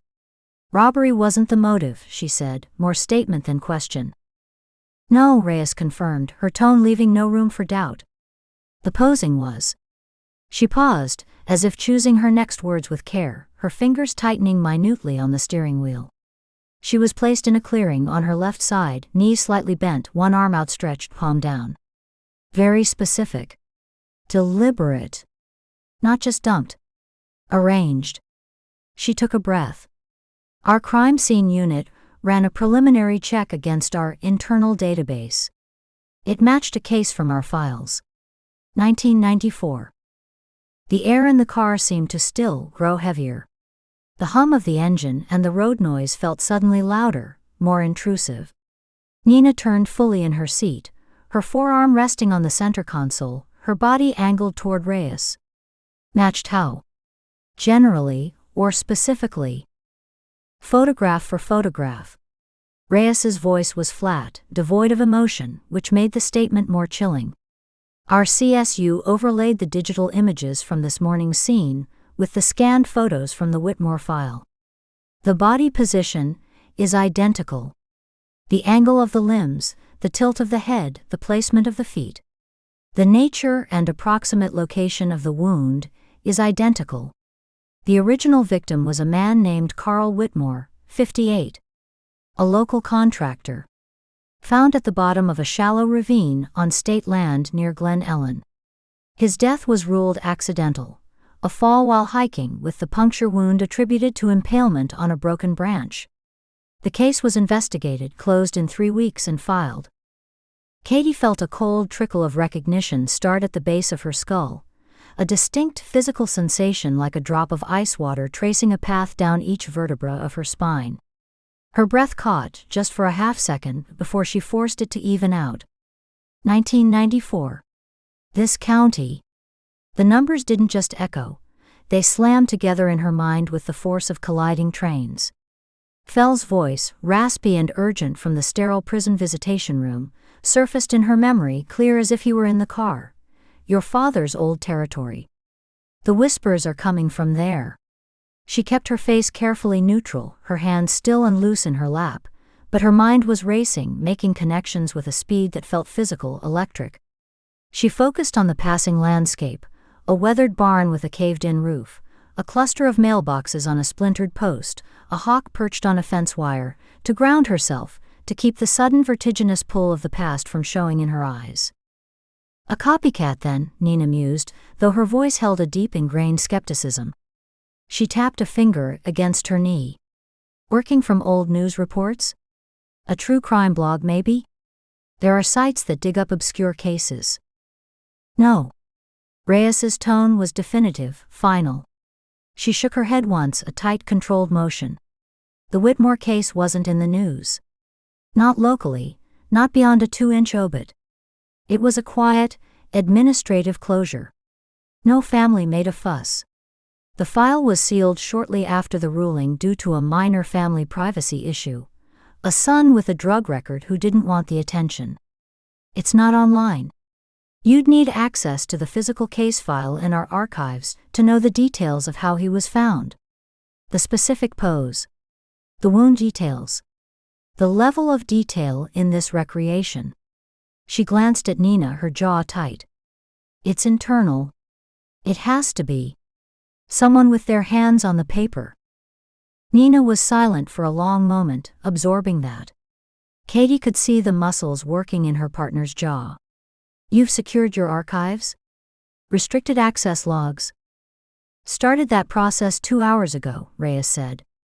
But if it's been copied, it was copied a while ago. This wasn't a rush job. The page he left. She trailed off as the SUV slowed. They turned onto a narrower road, the smooth pavement giving way to gravel that pinged and rattled against the undercarriage in a sudden noisy barrage. Dust plumed in a thick ochre cloud behind them, visible in the side mirrors like a chasing phantom, swallowing the view of the main road. They passed a parked ranger's truck, its forest green and gold dulled by a uniform coat of dust, then a second county cruiser, its light bar dark and silent. Ahead, yellow police tape was strung between two sturdy pine trees, cordoning off a trailhead parking area already crowded with official vehicles, more sheriff's SUVs, a white van from the coroner's office with its rear doors open, a crime scene unit's box truck. The scene had the settled, grim look of an investigation, moving from the urgent chaos of discovery into the slow, methodical grind of processing. People moved between vehicles with purpose but without haste. Reyes pulled in beside the coroner's van, the gravel crunching loudly under the tires, and killed the engine. The sudden silence was profound, a vacuum that rushed in to fill the space. The quiet of the woods pressed in from all sides, a living thing broken only by the low murmuring exchange of two deputies near the tape, and the distant, lonesome cry of a hawk circling high above the ridge. Katie opened her door, and the air that washed in was noticeably cooler, carrying the rich, damp fungal scent of humus and the sharp medicinal smell of bay laurel leaves crushed underfoot. She could smell pine sap too, and the dry, peppery dust their arrival had stirred up. "Scene's about a half-mile in," Reyes said, climbing out and shutting her door with a soft, solid click. "The path is clear. I'll take you." She retrieved her own kit from the back, a heavy-duty olive-drab backpack with multiple compartments, and slung it over one shoulder, adjusting the strap across her chest. The hike was along a well-maintained dirt path, wide enough for two to walk abreast, packed hard by countless hiking boots and mountain bike tires. Dappled sunlight filtered through the high canopy of bay laurel and live oak, painting shifting, dancing coins of light on the ground. The air was noticeably cooler under the trees, carrying the deep scent of damp earth, dry pine needles, and that pervasive camphorous bay laurel. They fell into a silent single file, Reyes in the lead, her stride brisk and sure, her boots leaving clear impressions in the softer patches of dirt. Then Nina, her eyes constantly moving, scanning the trail edges, the overhead branches. Then Katie bringing up the rear, her own senses stretching out, trying to absorb the feel of the place. They passed other professionals moving with a grim, focused purpose. A deputy carrying a heavy case of equipment back toward the trailhead, his face sheened with sweat. Two CSU techs in white coveralls talking in low tones as they took a break on a fallen log, their gloves off, holding bottles of water. One of them nodded at Reyes. The atmosphere was one of concentrated efficiency, a machine at work, but the forest itself felt watchful, indifferent. The path began a gentle, uphill slope. Katie's calves started to burn slightly, a reminder of the hours spent sitting on planes and in cars.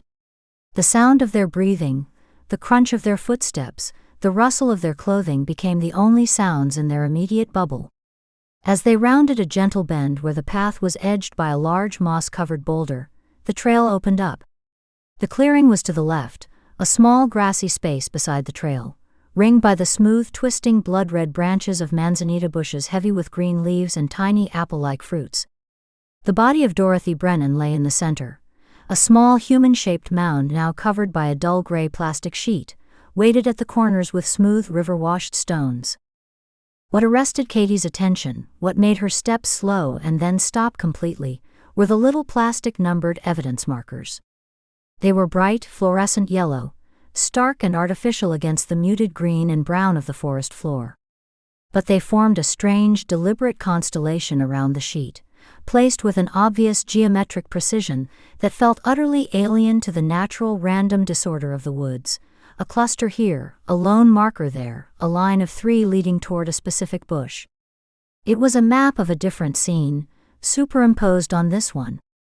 Reyes stopped at the edge of the clearing where the trail met the grass, her arms crossed over her chest. She pointed with her chin, not needing to gesture. Those markers.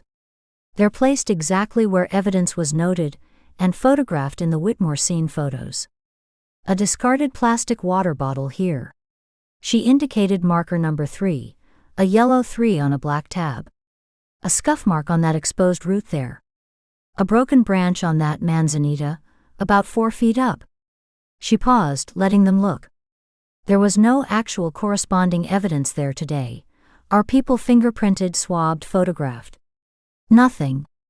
The markers themselves are ours from a kit. But they were placed by him. For the comparison. So we'd see the match immediately. So we'd pull the old file. Nina moved forward slowly, her eyes sweeping the scene with a predatory, cataloging intensity. She didn't step past the initial perimeter tape strung around the clearing's edge on thin metal stakes, but her gaze missed nothing. The specific pattern of the trampled grass where many feet had worked, the exact placement of each yellow flag, the way the late afternoon light fell in a long golden shaft across the covered form, leaving the head in shadow. He's not just copying a murder, she said, her voice low but carrying clearly in the hushed quiet. She shook her head slowly. He's recreating a closed crime scene down to the irrelevant details. He's staging a reference. It's a display. A demonstration of knowledge. Katie's gaze was pulled past the victim, past the eerie silent markers, to a spot just beyond where the gray sheet covered what would be the victim's outstretched hand. There, placed neatly on a flat moss-fringed stone as if on a display pedestal, was a single sheet of paper. It was protected by a small, clear plastic evidence tent, pinned to the ground at its corners. She felt a pull, a magnetic, visceral need to see it up close. Without a word, she stepped off the hard-packed trail, her boots sinking slightly and crunching softly on the dry leaf litter, twigs and acorn caps. She moved carefully along the perimeter, giving the sheet-covered form a wide berth, her eyes fixed on the paper. The other professionals in the clearing, a photographer adjusting a camera on a tripod, a tech kneeling with a measuring tape, glanced at her but didn't stop their work. Her FBI credentials visible on her belt granted her passage through their space. She stopped about 3 feet from the stone, the scent of damp moss and cold stone now strong in her nose. She crouched down slowly, the knees of her trousers stretching tight, bringing her eyes level with the paper under its plastic dome. Her breath caught, held for a second in her throat before she let it out in a controlled silent stream. It was a photocopy, but not a fresh one. The paper itself had a vintage off-white color, yellowed at the edges as if it had sat in a file for decades, exposed to slow sunlight and air. It was a header page from a case file. Even through the slightly warped plastic she could make out the faded typed letterhead. Sonoma County Sheriff's Office, Investigations Division. Below that was a case number scrawled in pen now faded to blue, a date stamp that clearly included 1994 and the name Whitmore Carl. But across the body of the page, several lines of typed text had been thoroughly, aggressively blacked out with a heavy felt tip marker, leaving opaque rectangular bars of ink that swallowed whatever information had been there. Names, notes, locations. The black was so total, it seemed to suck the light from the page around it. That was here when the ranger arrived, Reyes said, coming to stand quietly beside her. Katie hadn't heard her approach over the soft forest sounds. Placed just so. It's real. The paper stock, the aging, the county watermark you can see if you lift it to the light. It's a page from the original 1994 investigatory file. Or a perfect, meticulous forgery of one. Our lab will determine which, but my money's on the real thing. The redactions are new. The marker ink is fresh. It hasn't soaked in and faded like the rest. Nina had joined them, her focus now entirely on the redacted page. She stared at it, her head tilted slightly as if trying to see through the black bars. For a second, her professional calm, The unflappable demeanor Katie had relied on for years, fissured, revealing a flash of pure, unvarnished alarm. It showed in the slight, sudden widening of her dark eyes, in the way her breath hitched audibly and then stopped entirely, in the sudden tight press of her lips into a thin, bloodless line. Her hands, which had been resting on her hips, curled slowly into loose fists. "This isn't a fan," she said, her voice barely above a whisper, yet it seemed to cut through the ambient noise of the forest, the distant chatter of a squirrel, the buzz of a fly. "This isn't someone inspired by a cold case podcast or a newspaper microfiche. This is someone with access. Physical, hands-on access. Sealed archives. Evidence lockers. Property rooms. This is a breach. A directed, intentional breach of protocol and security." She turned her head to look at Reyes, her expression grave. "You have a leak. Or you had one. Someone inside your house, or who used to be inside your house, is playing a very pointed game." Katie heard the words, understood their logical, investigative weight, but her mind was already racing down a different, darker, more personal path. A path lit by the cold, blue light of a prison visiting room and the long shadow of a father she barely remembered. The cold case was from here, from this quiet county of vineyards and parks and wealthy hidden enclaves. Her father had worked these same roads, responded to calls in these woods, drunk bad coffee in the same station house that likely still held the Whitmore file in its basement archives. He had been killed here. His blood had soaked into the ground not 20 miles from where she now crouched, the smell of this same bay laurel and dust in the air. And now, decades later, someone was using a forgotten, administratively closed death from that same time and place like a blunt instrument, like a key turned in a rusted lock. To send a message. But to whom? To the sheriff's office, to expose their past failure? To the FBI, to show he could outmaneuver them? Or to her, specifically, because she was James Ford's daughter, and she had just started asking questions in the very prison where Marcus fell? Who knew about whispers from this territory was held? The timing was too perfect, the geography too precise. It was a signpost, and it had her name on it. She looked from the redacted page, the black bars like blind eyes staring back, hiding secrets someone still wanted kept, to the human shape under the gray sheet, then out to the peaceful sun-dappled woods where birds were beginning their evening calls, a cheerful normal sound that clashed violently with the scene. The coincidence was not a coincidence. It was a trapdoor swinging open beneath her feet, and she was already in the air waiting for the drop. She said nothing. She shielded the connection, the personal earthquake it triggered, holding it close and secret like a shard of ice against her skin, letting the cold of it steady her. Her face remained a calm mask, her breathing even. She stood up from her crouch, her knees protesting, and took a deliberate step back from the stone, creating physical distance from the evidence that felt so personally targeted. Chapter 6. The Sonoma County Sheriff's Department records room was a windowless basement space that smelled of damp concrete and aging paper. The air itself felt cool and still, carrying the faint, sweet, musty scent of pulp and old glue, undercut by a sharper chemical tang of mildew from a corner where the concrete had darkened with moisture. Overhead, 2 long fluorescent tubes buzzed and hummed, their harsh light flattening the color out of everything and casting sharp black shadows behind the rows of gray steel filing cabinets. A bulky microfiche reader sat on a metal desk like a relic, its screen dark and dust-filmed. Against the far wall, stacks of bankers' boxes formed a cardboard cityscape, each labeled in black marker with years and case types: burglary 8991, traffic 98, assault 9597. The floor was bare, sealed concrete, and their footsteps echoed with a hollow, institutional sound that seemed to get swallowed by the sheer volume of paper. Officer Reyes led them to a cleared table, a scarred laminate-topped rectangle that felt cold and slightly sticky to the touch. A single, thick case file lay waiting in the center, a manila folder gone stiff and slightly discolored with age, its corners softened from handling. Reyes didn't sit. She flipped open the cardboard cover with a practiced flick of her wrist. The sound was a dry crackle in the quiet room, a sound that seemed to release a puff of dust motes into the beam of light above the table. "This is it," Reyes said, her voice matter-of-fact, devoid of ceremony. She placed her palm flat on the open cover to keep it from springing shut. The original 1994 case. Dorothy Brennan. I pulled it as soon as we saw the scene, before the state guys even finished their walk. She stepped back, ceding the space to the agents, her hands coming to rest on her duty belt, her thumbs hooking into the leather. Her posture was that of a guide, who had delivered them to the edge of something, but would not lead the way in. Katie and Nina moved in unison, a practiced dance of proximity, leaning over the table from opposite sides. The top sheet was a standard incident report, the typed letters slightly faded, the blue ink of the carbon copy smudged in places. Case number 9408357.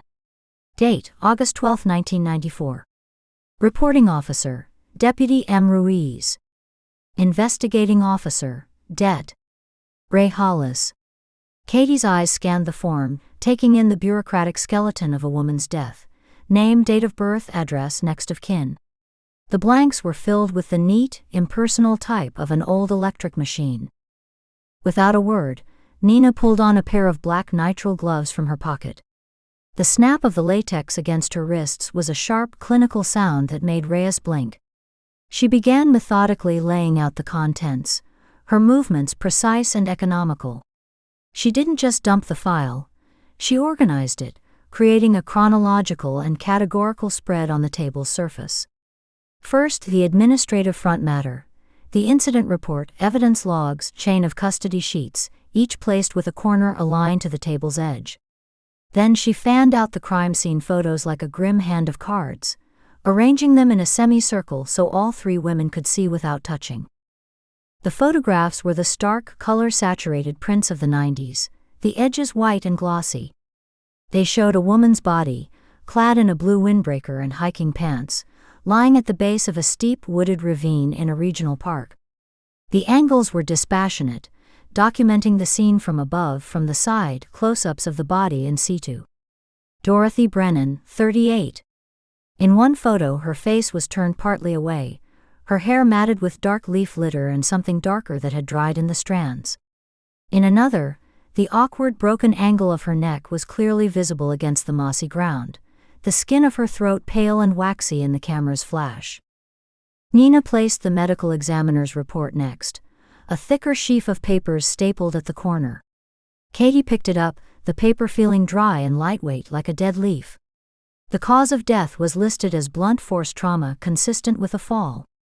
A list of injuries followed in bullet point detail: cranial fracture, C2 vertebra dislocation, multiple rib fractures with associated hemothorax. Time of death was estimated between 6 and 8 p.m. She had been reported missing by her husband when she didn't return from a solo afternoon hike. The final sentence was a model of bureaucratic closure. Ruled accidental, Nina said, her voice flat, giving the words no inflection. Her gloved finger traced the final disposition sheet, stopping at the type date and the scrawled signature, a looping hurried mark. Case closed in 3 weeks. September 2nd. She looked up, first at Reyes, then at Katie, her eyebrows lifted just a fraction, a silent question hanging in the air between them. Fast work for a death investigation, Katie murmured, her eyes leaving the report to scan the other documents Nina had laid out. Too fast for a healthy adult found dead in a remote location, with no witnesses. Protocol alone would have demanded more: a deeper dive into the victim's background, a more thorough canvass, a review of similar incidents. Her own training whispered that 3 weeks was the timeline for a case where the answer was obvious from the first hour, where no one was asking hard questions. Too fast, Reyes agreed from her post near the end of the table. She uncrossed her arms and leaned forward, bracing her knuckles on the laminate. The fabric of her uniform shirt pulled taut across her shoulders. Look at the investigator's notes. It's all very tidy. Like he knew what the conclusion was before he finished writing the first supplement. Nina found the typed supplement reports from Detective Hollis, several pages clipped together with a rusting metal binder clip. She slid them to the center of the table, the paper whispering against the laminate. Katie leaned closer, reading over her shoulder, catching the faint scent of Nina's shampoo, something clean and herbal mingling with the room's dust. The narrative was straightforward, the language bureaucratic and dry, a recitation of facts that led inexorably to a single point. Brennan had likely lost her footing on the unstable trail edge. Weather that evening had been foggy, conditions slippery. No signs of a struggle were found at the top of the ravine.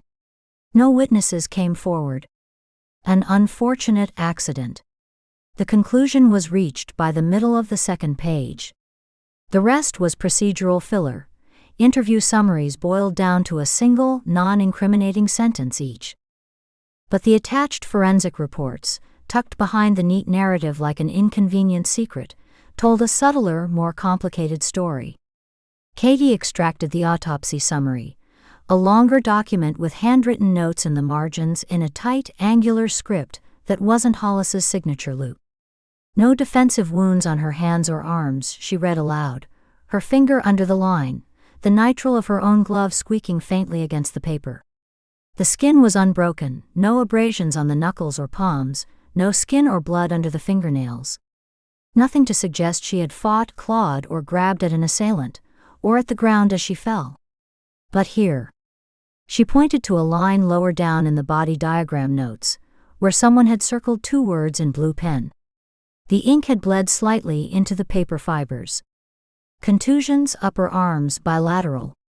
Pattern suggests forceful gripping prior to death.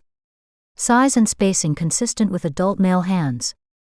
Nina looked up from the crime scene photos, her dark eyes sharp, moving from the report to Katie's face. She was grabbed. Held. Someone was facing her before she went over. She said it not as a question, but as a forensic fact pulled from the data, her tone leaving no room for alternative interpretation. She tapped one of the photos, a wider shot of the body in the ravine. Look at the scatter of the leaf litter around her. No major disturbance uphill.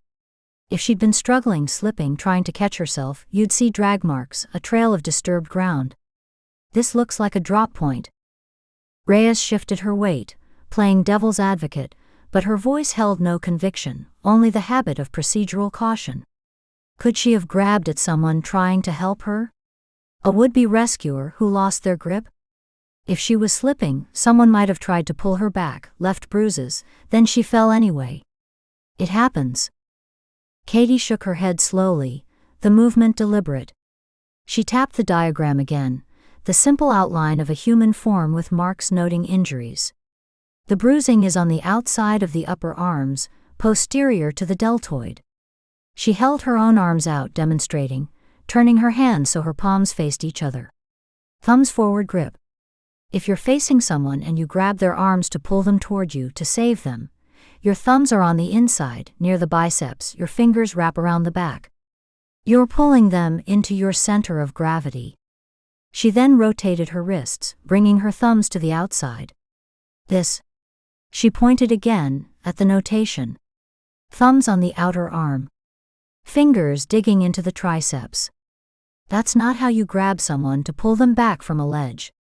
That's how you push someone away from you. She let her hands drop to her sides, the slap of her palms against her thighs a soft sound in the quiet. She met Nina's gaze squarely. Or how you steady someone, get a firm controlling hold before you shove them. It's a bracing grip. A setup. The room was quiet save for the persistent low hum of the fluorescent lights, which seemed to grow louder in the absence of speech.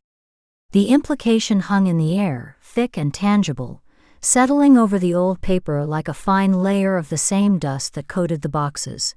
The original investigation had either overlooked a key indicator of homicide or had deliberately minimized it, folding it into the narrative of an accident. The 3 women stood in a silent triangle around the file, the old paper and faded photos between them seeming to radiate a cold truth that the basement air had preserved for 30 years.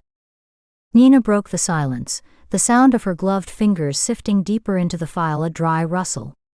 She pulled out a clipped stack of interview summaries, the husband, a few park regulars, Brennan's co-workers. Each was a single page, the narratives brief, the conclusions all inconclusive, the questions seemingly designed to elicit bland answers. Husband states marriage was fine, no recent arguments. Witness saw a woman matching description on trail earlier, alone, appeared normal. Coworker states subject was in good spirits, excited about upcoming vacation. She flipped through them quickly, the pages making a soft whiff-whiff sound, then turned back to the front of the file, to the first page where the investigating officer's name was typed in the same faded ink as the victim's birth date. Detective Ray Hollis, she said, the name clear and deliberate in the quiet room. She looked at the signature at the bottom of the final report, a messy loop of ink that trailed off the edge of the line. He signed off on the accidental ruling. He took these witness statements, or delegated them, but he approved them. He's the one who wrote the narrative that buried the inconsistency, with the bruises. She let the file cover fall closed with a soft, definitive thump, the name now the focal point, the axis around which the entire questionable case spun. At the name, Katie felt a jolt. It was a cold, sharp wire tripping somewhere deep in her chest, a sudden lurch that tightened her breath and made the muscles of her abdomen clench. Her eyes, which had been scanning a paragraph about lividity and its fixed pattern, froze on the page. The words dissolved into meaningless shapes. Ray Hollis. The name Marcus Fell had rasped at her through the scratched plexiglass of the prison visitation room, his breath fogging the barrier. He was a detective, up in Sonoma. Clean record, quiet retirement. He might have known something. He might have been on the periphery. The words echoed in her head, overlaying the sight of the typed name on the aged report, the two instances of the name merging into one undeniable point of contact. She kept her face neutral, a mask of professional focus carved from sheer will. She did not look up. She made her eyes continue moving across the page, a slow mechanical sweep, but they saw nothing, the words blurring into gray lines. Her mind was racing, connecting points with dizzying speed, a cascade of logic that felt both terrifying and inevitable. This wasn't a vague lead or a possible connection whispered by a desperate convict. This was a direct hit. The detective from her father's hidden network, the man Fell implied had information, had been a cog in the logistics machine, was the same man who had hastily, perhaps negligently, closed a case that was now being meticulously, horrifically replicated.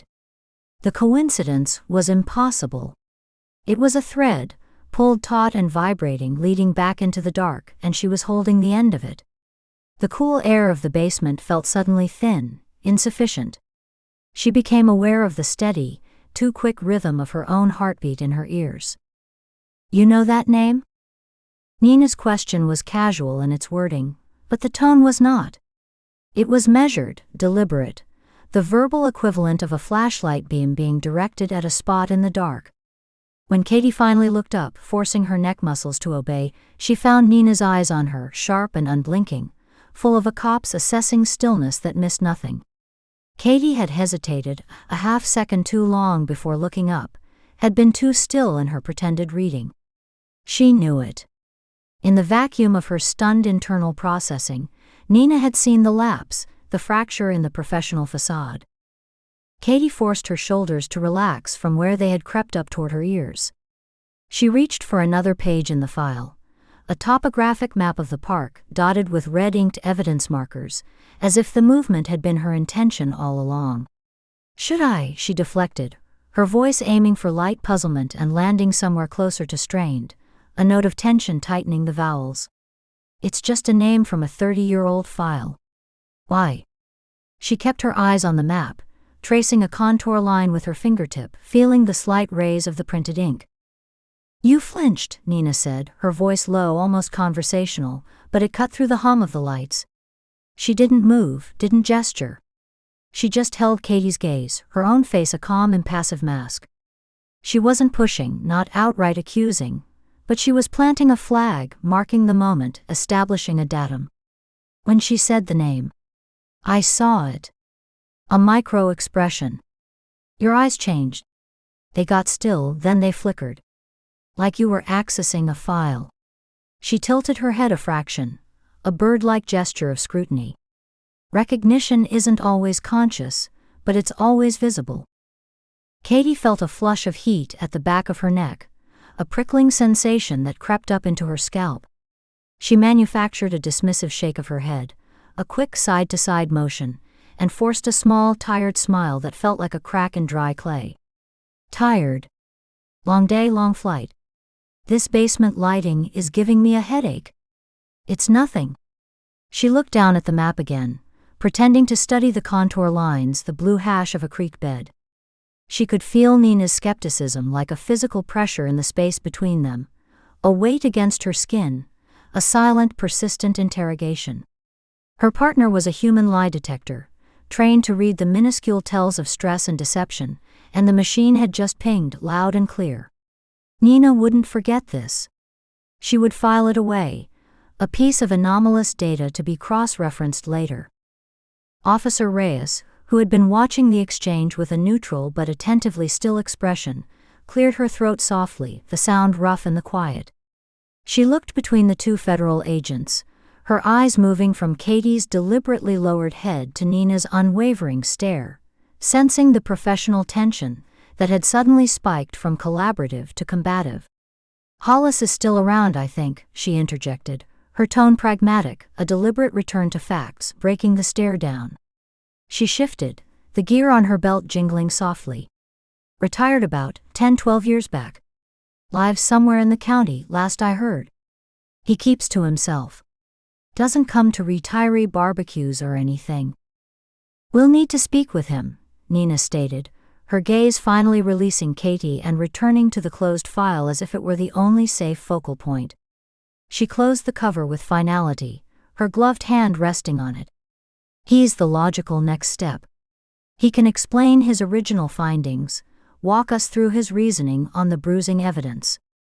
And he might have insight now, with fresh eyes on what looks like a copycat. He might remember details that didn't seem relevant then, a person on the periphery, a vehicle in the lot, something that seemed innocuous in '94. "Agreed," Katie said, her voice even, controlled, a perfect mimicry of professional concurrence.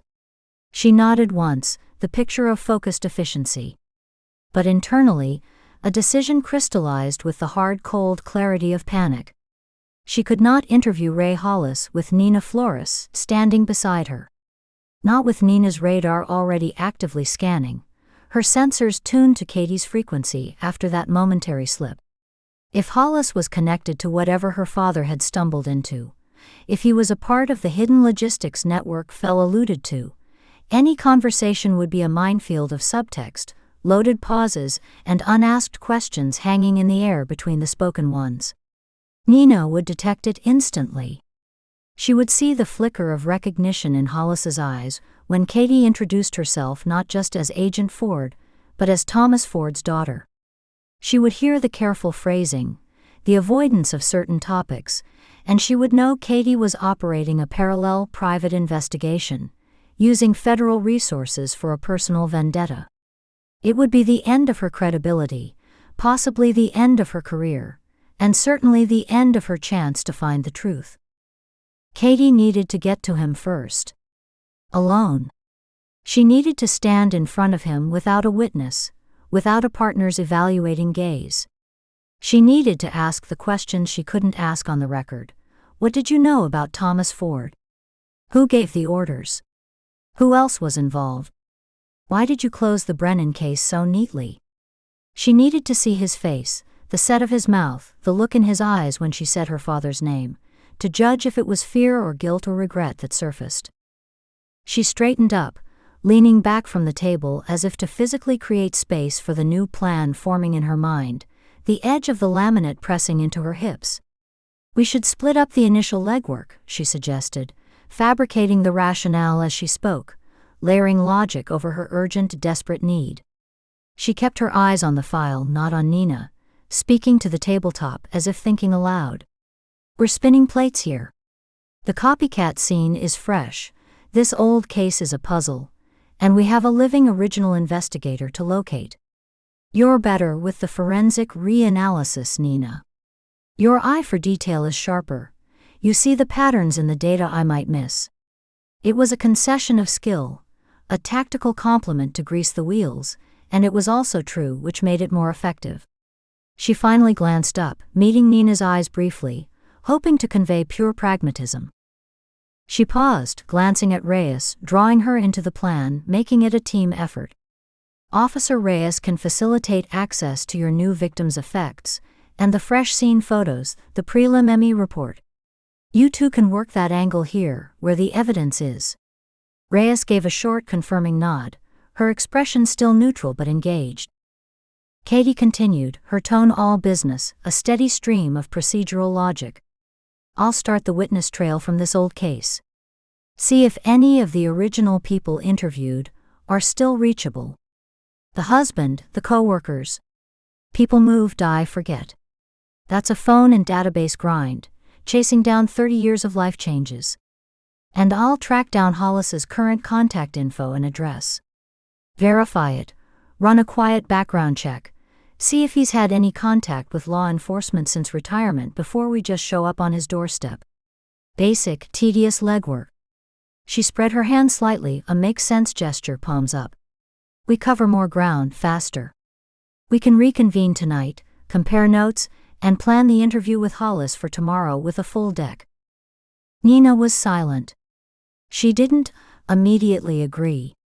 She studied Katie's face, her eyes tracing the line of Katie's jaw, the set of her mouth, the slight tension at the corners of her eyes that the tired smile hadn't erased. The fluorescent light gleamed on Nina's dark pulled-back hair, highlighting a few fine escaped strands near her temple. The moment stretched, filled only by the relentless hum of the lights and the distant muffled sound of a door closing somewhere upstairs, a thud that echoed faintly down the stairwell. Katie held her breath, her intercostal muscles taut beneath her calm exterior, her fingers curled loosely at her sides to hide any tremor. Finally, Nina gave a slow single nod. It was not a nod of warmth or agreement, but of tactical acceptance. Efficient, she echoed, her voice giving nothing away, a flat mirror of Katie's own professional tone. Do it. She began gathering the forensic documents she had selected, the autopsy report, the photo logs, the body diagrams, the evidence inventory, stacking them neatly, edges aligned. But as she slid the papers into a fresh folder from her bag, her glance at Katie was not one of partnership or trust. It was cool, appraising, a clear message held in her dark, perceptive eyes. This isn't over. I am watching. I have a question, and you have just become part of the answer I'm looking for. Reyes moved to a nearby cabinet, the metal drawer sliding out with a rasping shriek that made Katie's teeth ache. She pulled out a banker's box labeled Evidence Copies and set it on a neighboring table.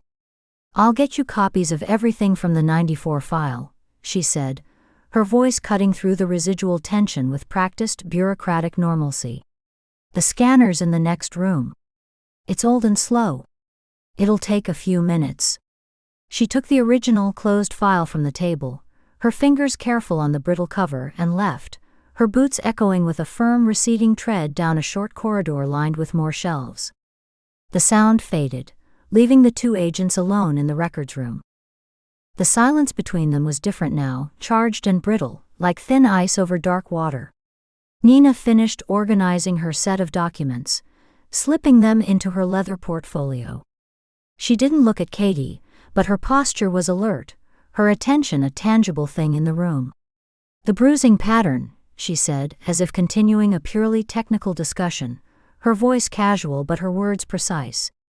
You're sure about the thumbs forward interpretation? It's the cornerstone. If we're wrong, if it could be a rescue grip, this whole theory collapses, and we're just harassing a retired detective over a tragic accident. I'm sure, Katie said, her voice firm, grateful for the clinical solid ground of the topic. She folded her arms, her hands gripping her own elbows. It's a control grip. You see it in custody struggles, in certain kinds of assaults where the assailant wants to immobilize before striking or pushing. It's about dominance and positioning, not rescue. The biomechanics are clear. A rescuer pulls in. This grip is for pushing or holding at arm's length. She met Nina's eyes, willing her to see only professional certainty there. Nina nodded, a short, sharp dip of her chin, accepting the expertise for now. Then Hollis either missed it, which is incompetent bordering on negligent, or he ignored it, which is corrupt. Either way, he has questions to answer. She zipped her portfolio closed with a decisive, rasping sound. Get me a confirmed location on him, by end of day. I want a current address, phone, vehicle registration. I want to be in his living room by tomorrow morning, first thing. No warning. Understood, Katie said, the word crisp, a soldier acknowledging an order. For another minute, they stood in the humming silence, a chasm of unspoken suspicion between them. Katie listened to the scan of the old machine in the next room, a rhythmic whir-chunk, and the occasional murmur of Reyes's voice as she spoke to someone on her phone. The dust motes danced in the sterile light above the now empty table. Reyes returned, her arms cradling two thick stacks of warm, freshly copied papers, the edges slightly curled from the scanner's heat. She handed one to each agent. Full set, she said to Katie. And the forensic packet, she said to Nina, nodding at the specific order of the pages.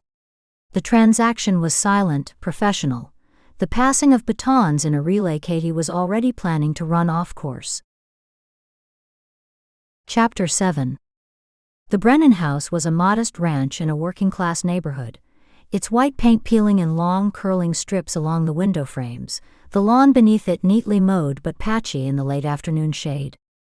A faded plastic tricycle, one wheel slowly spinning in the faint breeze, lay on its side in the yard near a hydrangea bush whose blue blooms had browned at the edges. Katie Ford followed Nina Shaw up the concrete walk, the weight of the previous day's discovery, the connection to Detective Arlen Voss, a silent passenger between them, thickening the air with unspoken questions. The flight back, the sterile hotel room with its hum of climate control and the smell of industrial cleaner, the quiet review of the file under the glow of a single lamp that cast long shadows across the pages, all of it had led here, to this ordinary doorstep. Katie adjusted the strap of her shoulder bag, feeling the solid weight of her notebook inside, the leather smooth against her fingertips. She watched Nina's back, the set of her shoulders beneath her jacket, a professional calm that seemed to draw the tension from the surroundings and hold it tight, a coiled spring contained within a perfect still form. The doorbell was an old-fashioned chime, two dissonant notes that echoed inside, tinny and forlorn. Katie heard the soft scuff of footsteps on carpet, a slow, hesitant approach, then the metallic scrape and click of a deadbolt being turned. The door opened not with a jerk, bit slowly inward, as if the person behind it was gathering strength for the effort, the hinges giving a soft sigh. Dorothy Brennan's son Michael answered the door. He was a man in his late 40s with the thickened, solid build of a tradesman, his shoulders straining the seams of a clean but worn plaid shirt tucked into jeans. His face was pale, the skin around his eyes puffy and red-rimmed from a grief that hadn't yet settled into acceptance. It was still raw, a fresh wound he carried awkwardly in his posture and the slight hunch of his spine. His brown eyes, the same shade as his mother's in the photos Katie had studied, held a hollowed-out look, fixed on them without really seeing, as if he were looking through them at some point in the middle distance.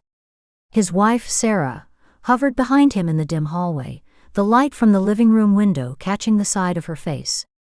She was wiping her hands on a faded blue and white check dish towel, the motion repetitive, pressing each finger against the cloth. She'd been pulled from a chore she didn't know how to stop doing. The motion was automatic, a nervous habit. Her blonde hair was pulled back in a loose ponytail, strands escaping around a face that was carefully composed but fragile, like fine china held together by willpower alone. Michael Brennan? Nina said, her voice low and even, a tone designed to neither startle nor overwhelm. She held up her credentials, the black wallet open, the badge catching the dull light from outside. I'm Special Agent Nina Shaw. This is Special Agent Katie Ford. We're with the FBI. We spoke on the phone. He nodded, a single slow dip of his chin. His throat worked as he swallowed, the Adam's apple bobbing. Yeah. The word was a dry croak. He cleared his throat, a harsh grating sound. Come in. He stepped back, making room, his movements stiff, as if his joints ached from carrying a weight. Sarah offered a thin, fleeting smile that didn't reach her eyes. It was a mere twitch of the lips that vanished instantly, and retreated into the house, the towel still clutched in her hands, twisting slightly. The living room was a shrine to ordinary life, preserved in the amber of loss. A worn floral sofa, its pattern faded to soft blues and roses, faced a large television perched on a particle board entertainment center. The shelves of the unit were crammed with family photos in mismatched frames. A younger Michael in a high school football uniform, helmet tucked under his arm. A wedding photo, the colors slightly too bright, Sarah's veil caught in a breeze. Several pictures of a smiling gray-haired woman, Dorothy, holding bouquets of roses, standing beside a younger version of the man now sinking into a recliner, her arm linked through his. The air held the faint, clean smell of lemon polish overlaid on the deeper, permanent scent of yesterday's coffee, of a house where meals were still cooked out of routine rather than hunger. A digital clock on the cable box glowed green numbers in the dim light, and from the kitchen came the steady, low hum of a refrigerator, a constant bass note to the silence. A faint trace of rose-scented potpourri lingered in a bowl on the coffee table, next to a remote control and a folded section of newspaper. Michael sat heavily in a brown recliner, its leather cracked like a dry riverbed along the arms. He didn't lean back, he sat on the edge, his forearms resting on his knees, his large hands dangling between them, the fingers slightly curled. Sarah perched on the sofa arm beside him, close but not touching, her body angled toward him. After a moment, as if seeking or offering anchor, she reached out and placed her hand on his shoulder. Her fingers pressed into the fabric of his shirt, a point of contact, the knuckles pale. "We told the local officers everything," Michael began, his voice rough, unused. He cleared it again, but the roughness remained. "Twice. The sheriff's people, then the town police when they found her." He looked from Nina to Katie, his gaze pleading for something they couldn't give, an answer, a reason, a different reality. She was quiet. A homebody. She gardened. Watched her shows. Paid her bills on time. He shook his head slowly, a gesture of profound confusion. Who would do this? Why? The last word cracked, splitting open, and he looked down at the beige carpet, his jaw clenching so tightly the muscle bulged at the hinge. "We're trying to understand that, Mr. Brennan," Nina said. She had taken the other end of the sofa, sitting upright but not rigid, her hands resting loosely in her lap. Her tone was measured, a calm pool in the room's emotional turbulence. "We're reviewing all aspects of her life, including her work history. We understand she was a county clerk for a long time." 30 years, Sarah supplied softly. She had a gentle melodic voice, now strained thin with tension. "Retired 5 years ago this spring. She had a party at the VFW. All her friends from the office came." She paused, her eyes drifting to a photo of Dorothy in a festive paper hat. She loved the order of it. The files, the systems. Everything in its place. She gave a small, helpless shrug, the dish towel now a bundle in her lap. It suited her. She liked knowing where things were. Katie, who had taken a straight-backed chair from against the wall, leaned forward, resting her elbows on her knees to mirror Michael's posture slightly, to enter his space without invading it. The wood of the chair was hard against her back. Did she ever mention anything unusual from her time there? Any specific cases or files that bothered her? Maybe something that stuck with her after she retired.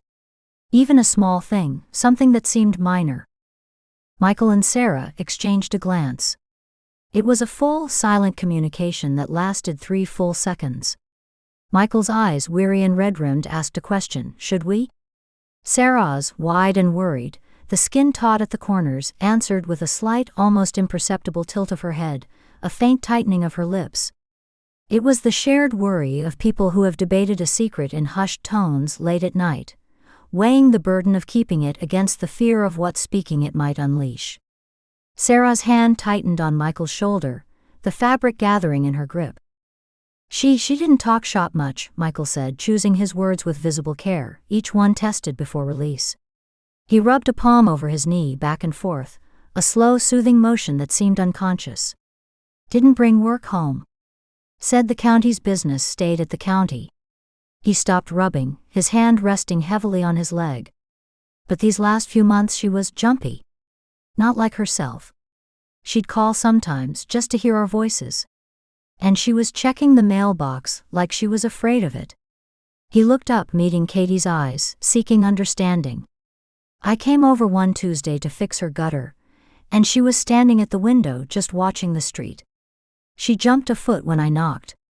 Nearly dropped her teacup. Nina's posture shifted. It wasn't a large movement, but in her previous stillness it was pronounced. She stopped the slight, calming motion of her thumb over her own knuckle. Her shoulders settled, dropping a fraction, and her focus, which had been diffuse and empathetic, sharpened into a laser point on Michael's face. Her eyes didn't blink. Afraid of what, specifically? Did she say? Did she mention seeing someone, or getting something? Sarah spoke this time, her voice dropping even lower, conspiratorial, as if someone might be listening outside the flowered curtains. She leaned in slightly. She got some mail. Not proper mail. Photocopies. Pages from old files, she said. Left in the box with no envelope, no stamp, just shoved in there. Like someone had walked up and put them right in. Katie felt the pieces click into place with an almost physical sensation. A cold, solid settling in her gut, like a stone dropping into still water. She kept her voice level, neutral. What kind of pages? Did she describe them? Were they handwritten, typed forms? She wouldn't show us, Michael said, and now frustration bled into the grief, heating his words, giving them an edge. He looked up, his eyes glistening with unshed tears of anger as much as sorrow. We asked. I said, Mom, let me see, maybe I can help. Maybe it's nothing. She said it was nonsense, bureaucratic nonsense, that it would just worry us. But it scared her. You could see it. He tapped his temple with a blunt finger. In her eyes. She was a practical woman. Balanced her checkbook to the penny. Ghost stories didn't scare her. This did. He took a shaky breath, the air rattling in his chest. After the second one, she took them to the police. The town police. And? Nina prompted gently, when he seemed to get lost in the memory, his gaze turning inward. Michael's jaw tightened again. The muscle bunched at the hinge, and a small vein stood out on his temple, pulsing faintly. He looked away toward the photos of his mother on the shelf, his throat working as he fought for control. They said it was a prank. Kids, or some disgruntled person from her past at the county. A former co-worker with a grudge. He mimicked a dismissive tone, his voice flattening. They told her to ignore it, that engaging was what the person wanted. They took a report. I saw the carbon copy she kept in her desk drawer, but you could tell they weren't going to do anything. It was just paper to them. He looked down at his own work-roughened hands, the nails short and clean, the knuckles scarred from old nicks and abrasions. She stopped talking about it after that. Told us it was handled, not to fuss. But she didn't stop looking over her shoulder. The last time we had dinner here, maybe 3 weeks ago, she kept getting up to check the lock on the back door. 3 times during one meal. How many times did she receive these pages? Katie asked. She had her notebook out now, pen poised, but her attention was wholly on Sarah's face, watching the micro-expressions flicker. 3, Sarah said, the number precise and chilling in its regularity. She held up 3 fingers, then let her hand fall back to the towel. Once a month for the last 3 months. Always on a Tuesday. Regular as a bill, but wrong. She knew which Tuesday to expect it, after the first one. She'd be quiet all that day. A warning. A pattern. A timeline. Katie's mind raced, connecting the dots. The staged, almost theatrical crime scene in the Redwoods, the buried 1994 file exhumed by Reyes, the overlooked evidence that was never really overlooked, just waiting for someone to understand its language. Dorothy Brennan hadn't just been a random retiree chosen for a quiet neighborhood. She had been a key holder. A witness who hadn't yet testified, a living archive. She had access, Katie said, thinking aloud but directing it to Nina, making the logic chain audible, step by deliberate step. She turned slightly in her chair to face her partner more fully, the wood creaking under her. She worked in records administration for 30 years. She wouldn't just file things, she would know the systems inside out, know how to retrieve archived case files, know what should be where, what was sealed, what was public. She looked back at Michael and Sarah, including them in the grim deduction. Someone didn't just want a name or a date from an old case. They wanted corroboration. Authentication. She paused, letting the words hang. They wanted someone who could look at a recreated scene or a specific detail from a file and say, yes, that's exactly how the original file read.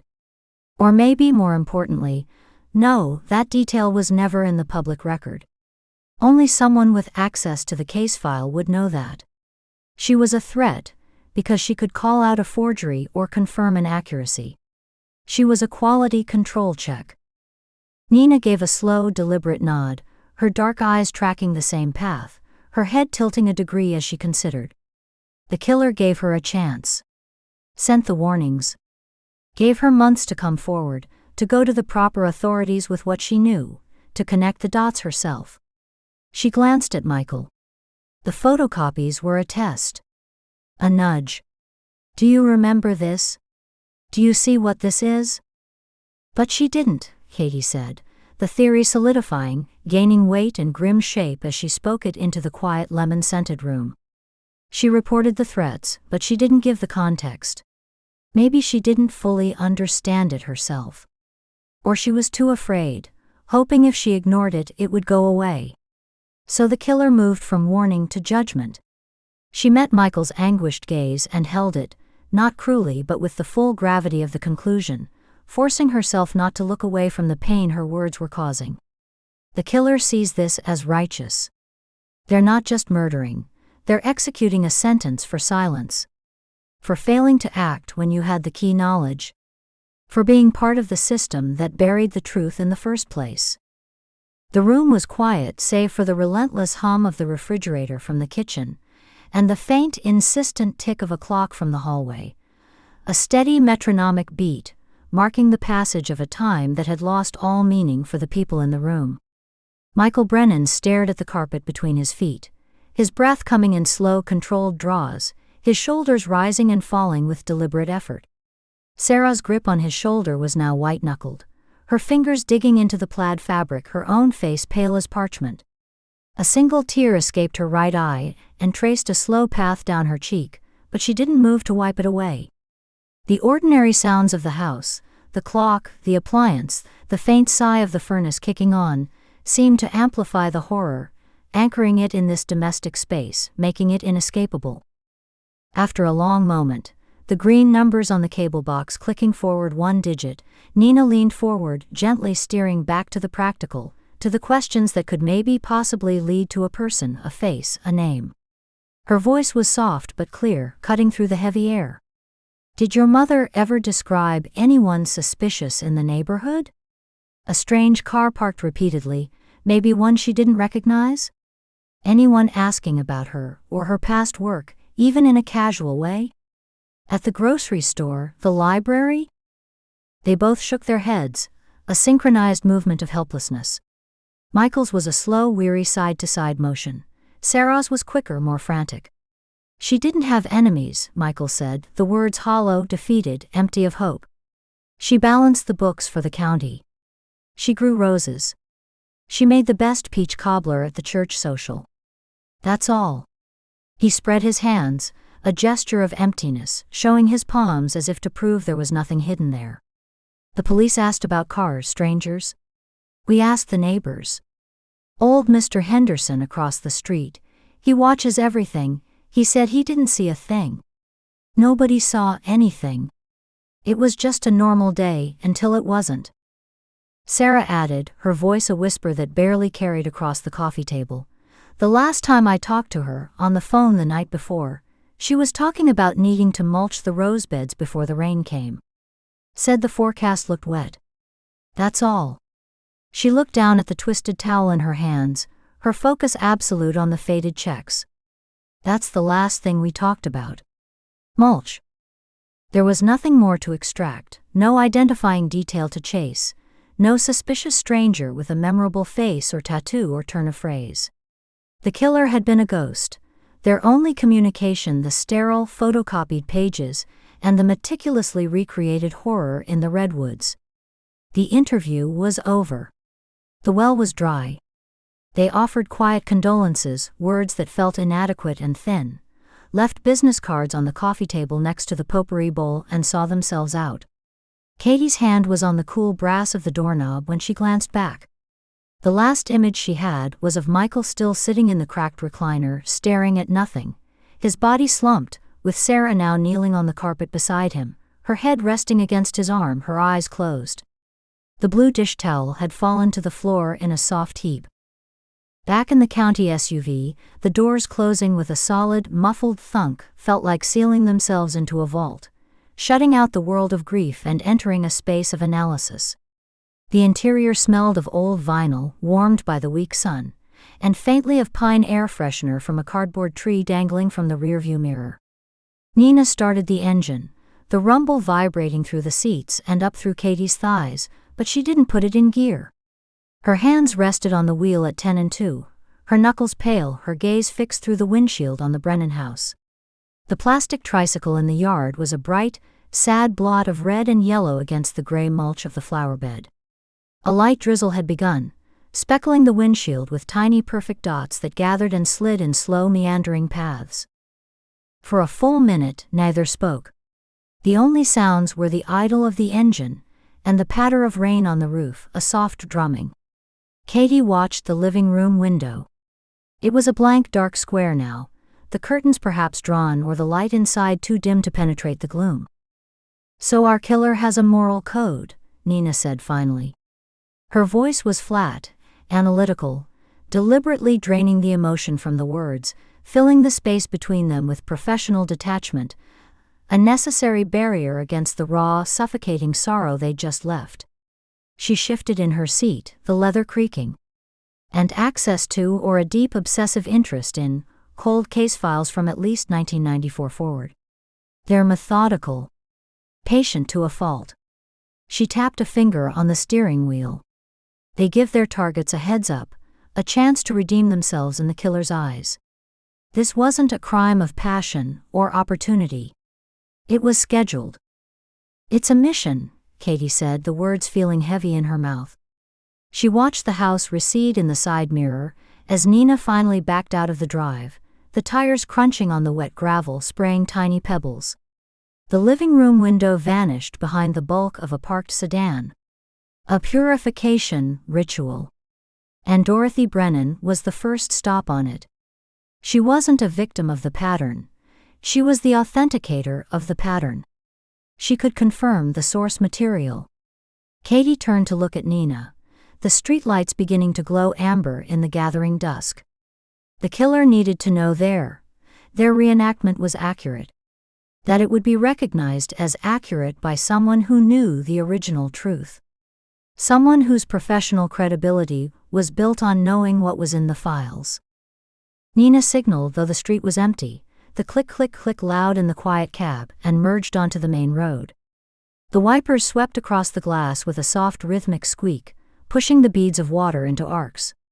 "Recognized by who?" she asked, glancing at Katie, her profile sharp in the dashboard lights. "That's the central question, Katie. If the killer is sending these messages, staging these scenes with this level of care and premeditation, they're performing for an audience. They want it seen. They want it understood. They want the pattern acknowledged. So who's watching?" Katie didn't answer immediately. She looked out at the passing houses, each with its own story of ordinary life, its own hidden pains and quiet joys, each window a potential eye. She was thinking of another cold file from a different county, locked in a cabinet in a damp basement that smelled of mildew and old paper. A robbery that wasn't a robbery. A detective named Arlen Voss, whose precise looping signature was on Dorothy Brennan's original 1994 case file, the file someone had photocopied pages from. And she thought of a different kind of warning, sent not via photocopy, but in the form of an anonymous, pristine photograph left on a doormat in Washington, D.C. A picture of a missing brother, a ghost from her own past, a message meant for her eyes only. The audience, she feared with a cold certainty, that started as a knot in her chest and spread outwards like frost on glass, was much smaller than Nina imagined. It might not be the public, or the media, or even the wider law enforcement community. It might in fact be an audience of one. Someone who needed to see the pattern recognized and validated. Or someone the killer was desperate to send a message to educate, to punish, or to recruit. The pieces were there, scattered like the pages in Dorothy Brennan's mailbox, but the picture they formed was still shrouded, the edges blurred and threatening, the center a dark hole where a motive pulsed with a cold, patient intelligence. Chapter 8. The fog was a cold, wet shroud over the old marina, a tangible presence that soaked into Katie's wool coat and beaded in tiny perfect droplets on Nina's dark hair. It smelled of diesel and rotting pilings, of brine and the faint sour tang of fish guts from a long-gone cleaning station. The world was reduced to a radius of 20 feet, the shapes of moored boats materializing as hulking, indistinct ghosts before fading again into the white. Katie stood on the warped boards of a private dock, her boots finding uncertain purchase on the slick, weathered wood. Each plank was a different shade of gray, cupped and bowed from decades of saltwater and sun, their surfaces slick with a film of condensed fog. The early morning silence was profound, broken only by the hollow rhythmic knock of a buoy somewhere out in the gray, and the low professional murmur of the forensics team who moved like shadows in their white Tvec suits, their footsteps a soft shuffling percussion on the damp wood. The body was at the end of the dock, staged with a chilling, familiar precision that hit Katie in a wave of cold recognition before her conscious mind had fully processed the details. It was the sudden, specific alignment of elements, the rope, the beam, the bucket, that triggered a visceral jolt, a tightening of the skin across her shoulders. Henry Rourke, 71, retired sheriff's deputy. He was suspended from a cross-beam of the dock's canopy by a coarse length of nylon rope, the kind sold in every hardware store for tying down tarps. His feet, clad in scuffed brown leather shoes, the laces neatly tied, dangled a few inches above the planks, swaying almost imperceptibly with a subtle shift in the dock's footing. A standard metal bucket, galvanized steel gone dull with rust at the rim, lay overturned nearby, a mute prop in this grotesque tableau. Water had pooled in its concave bottom, a small dark mirror reflecting the grim scene above it. "Jesus," Nina breathed beside her. She didn't startle or gasp. The word was exhaled, a release of pressurized air. She stepped carefully, precisely, around a puddle of congealed blood that had dripped from a head wound to pool in the cupped grain of a dockboard. The blood was black in the flat light, its surface a dull gelatinous skin. Nina's eyes were narrowed, scanning from the victim's head down to his shoes and back up, her lips pressed into a thin line. This is a recreation. Point for point. Katie already knew.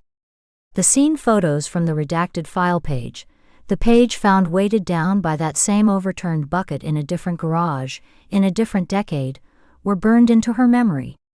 Victor Salinas, 1997. Found hanged in his garage, ruled a suicide in 6 days. The official report had been a masterpiece of omission, a bureaucratic sleight of hand. Seeing it rendered here in 3 dimensions, in the damp flesh of morning, was different. It was an assertion. A taunt made physical. The fog seemed to cling to the body, giving it a soft, blurred outline that made the scene feel both stark and unreal. Rourke was the responding deputy, Katie said, her voice flat, a deliberate counterweight to the churn inside her. She kept her eyes on the scene, cataloging. The way the rope bit into the wood of the crossbeam. The pattern of rust on the bucket. He filed the initial report on Salinas. His signature was on the first page. "I saw it." "And now he's the second chapter," Nina said, her own voice low and focused. She pointed, her gloved hand steady, index finger extended. "Look. Ligature marks."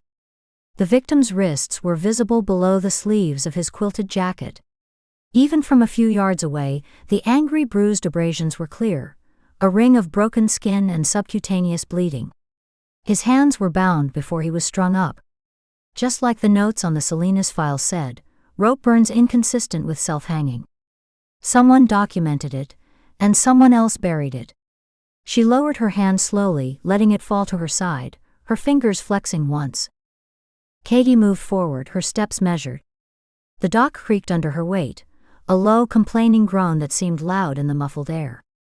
She stopped a respectful distance from the forensic perimeter, then slowly crouched down, ignoring the immediate protest in her knees, the pull of her coat across her back.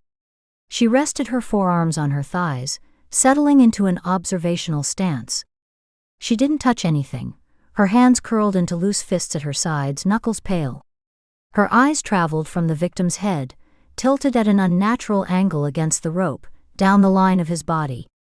The blunt force trauma to the back of his skull was a matted dark mess in his thin gray hair, a stark contrast to the pale waxy skin of his neck and face. Her gaze dropped to the overturned bucket, then to the dock boards around it. She looked for scuff marks, for any disturbance in the layer of fine silt and dew, for anything that spoke of a sequence. She saw nothing but the uniform damp grain of the wood, and the dark pool of blood. The staging was exact, a morbid homage, but the violence felt personal, intimate. The head wound wasn't part of the original Salinas scene photos. It spoke of a struggle, a moment of surprise or resistance, of control being physically taken. This wasn't just a display for their benefit, it was an execution. The killer had needed to subdue Rourke first. The thought brought a specific, unwelcome image. The old deputy turning, maybe recognizing his assailant, raising a hand in defense a second too late, the impact, the collapse. Her stomach muscles clenched tight, a hard knot forming just below her ribs. She took a shallow breath, the cold air feeling sharp in her lungs. "He's not picking names at random," Katie said, rising. The muscles in her thighs tightened as she stood, a dull ache settling in. Her breath plumed in the damp air, a brief white cloud that dissipated instantly. Dorothy Brennan worked the 1994 Jane Doe case. Henry Rourke worked the 1997 Salinas suicide. He's targeting people who were involved. People who touched these specific cases, who had a hand in burying them. She spoke slowly, working it out aloud, each connection clicking into place with a cold, logical certainty. Nina's gaze was sharp, scanning the fog-shrouded boats, the blank windows of a nearby harbormaster's shack. He's correcting the record, making a public spectacle of old, quiet failures. She turned her head slowly back to Katie, her dark eyes holding a hard, calculating light. The implication hung between them, as palpable as the fog. But to do that, Nina let the sentence trail off, forcing Katie to meet it, to voice the next inevitable step. Katie felt the cold knot in her stomach twist. She crossed her arms, her fingers digging into the thick wool of her sleeves. To do that, she continued, the words feeling heavy, like stones she had to lift from her chest, he needs the record himself. Who has access to all of these sealed files? Not just one, but at least two from different years, different jurisdictions. The redactions, the specific details of the inconsistencies, this isn't guesswork. This is inside knowledge. Privileged access. She looked past Nina, at the forensic tech dusting the dock railing for prints. It's someone with a badge. Or who used to have one. A cold knot tightened in Katie's stomach, a visceral clench deep in her core that made her take a shallow, careful breath. She felt a sudden, icy trickle of sweat trace a path down her spine beneath her layers. 1997. The year was a flare in her mind, bright and burning, obliterating the gray morning. It was too close, a neighboring star in the dark constellation of her own past. It wasn't just a date on a file, it was the year before the sky fell. She could see the numbers on the page of her father's death certificate as clearly as if she held it, 1998. Her father was murdered in 1998. The timelines weren't just adjacent, they were converging, the gap between a systemic cover-up and a personal assassination narrowing to a single, terrible year. The space between Victor Salinas's staged suicide and John Ford's death in a D.C. alley was now just 12 months. A bridge of time. Was her father's death another buried case in this killer's archive? Not a random act of street violence, but a deliberate, hidden entry on the same list that held Dorothy Brennan and Henry Rourke? The thought was a vertigo. The dock seemed to tilt under her feet, the horizon of the marina shifting, the gray water and white fog blending into a nauseating swirl. She felt her balance waver just for a fraction of a second, and her hand twitched at her side, the instinct to reach for the rough, wet wood of a piling to steady herself so strong her fingers tingled. She locked her knees, forced her breathing to even out, a slow in and out through her nose. She couldn't look away from Rourke's still, waxen face, the closed eyes, the slightly parted lips. "Did you know my father?" The question screamed silently in her head. "Did you hear the whispers about what happened to him too?" "He's working from a list," Katie said, forcing the words out, forcing her focus back to the body swinging gently, back to the mechanics of the now. It was an anchor. Her voice sounded strange to her own ears, strained but controlled. "A very specific list. He knows who signed the reports, who closed the files, who looked the other way." She turned to Nina, needing to see the logic reflected, needing to ground the dizzying hypothesis in someone else's eyes. This isn't about the original victims themselves, Salinas or the Jane Doe. It's about their official actions. Their signatures. Their stamps. He's holding the system accountable, one retired cop at a time. Nina held her gaze for a long moment, then gave a single slow nod. "An audit," she said quietly. "A lethal audit." A detective from the local sheriff's office detached himself from a huddle of uniforms and approached. He was a man in his 50s with a tired, lived-in face, and a mustache that seemed to droop with the damp. His own coat was beaded with moisture, the shoulders dark with it. He stopped a few feet away, his hands shoved deep in his pockets, his expression grim. He had the weary posture of a man who has just seen something he'll be trying to forget for years. "Agent Ford," he said with a nod to Nina. His voice was gravelly, worn thin. "We finished a preliminary walkthrough of his house. Took us about an hour. Found his wallet on the kitchen counter next to his reading glasses. Keys by the door on a little hook. Bed was slept in, covers thrown back. No sign of a struggle, no forced entry. Mail from yesterday was on the table inside, unopened." He paused, his jaw working as if he were chewing on the words before spitting them out. TV remote was on the arm of his recliner. Coffee cup in the sink. Looks like he got up, got dressed, and came down here willingly. Maybe to meet someone. Knew them or thought he did. "Or was ordered to," Nina murmured, her eyes still fixed on the scene, on the precise angle of the bucket. She didn't look at the detective as she spoke. A call from a trusted number, a voice of authority. "Meet me at the old charter slip. It's important." She held out a gloved hand, and a forensic tech, anticipating her, passed her an evidence bag. Inside was the now familiar photocopied case file page, slightly damp at the edges from the marina air, the corners softened. It was another slice of history, another official document turned into a murderous prop, left here to be found. Through the plastic, they could see the neighbor's statement about an unfamiliar car parked near Victor Salinas's house the night he died. The paragraph was circled in aggressive red ink, the pen strokes so deep they'd nearly torn the paper. Katie took the bag from Nina, the plastic cool and slick under her bare fingers. She held it up, tilting it to catch the flat light. The circled statement screamed from the page. Someone had known, back in 1997, and had written it down. And someone else, maybe Henry Rourke himself, under orders or out of laziness or corruption, had ensured it went nowhere, had filed it away in a folder destined for a basement. Now that failure was literally hanging over their heads, the consequence made flesh and rope. She lowered the bag, her grip tightening on it. 6 days, Katie said, the number dropping into the quiet like a stone. She looked from the photocopied page to Rourke's face, the features slack in death, every line of age and experience rendered meaningless.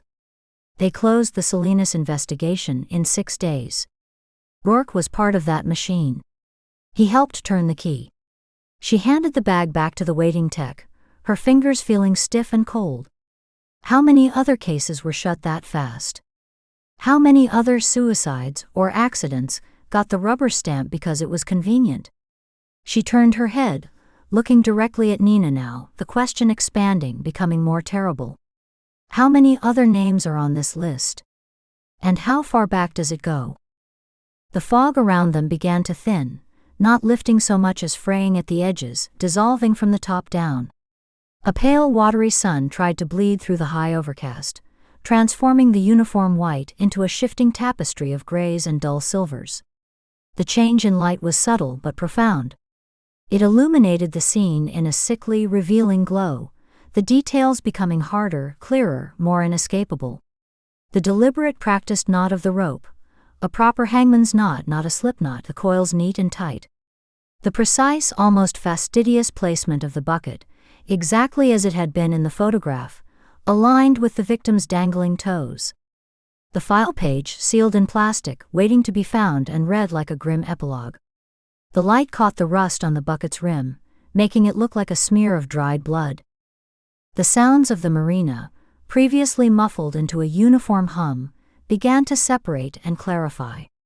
The slap of small waves against barnacled pilings became a distinct wet percussion. The distant cry of a gull, sharp and lonely, pierced the air. The creak of boat lines, the gentle clinking of a halyard against an aluminum mast. The low, technical conversation of the crime scene unit, as they photographed the ligature marks on Rourke's wrists from every angle, the mechanical click and whir of their cameras. The world was waking up, but the scene at the end of the dock remained a pocket of awful, frozen time, a diorama of consequence.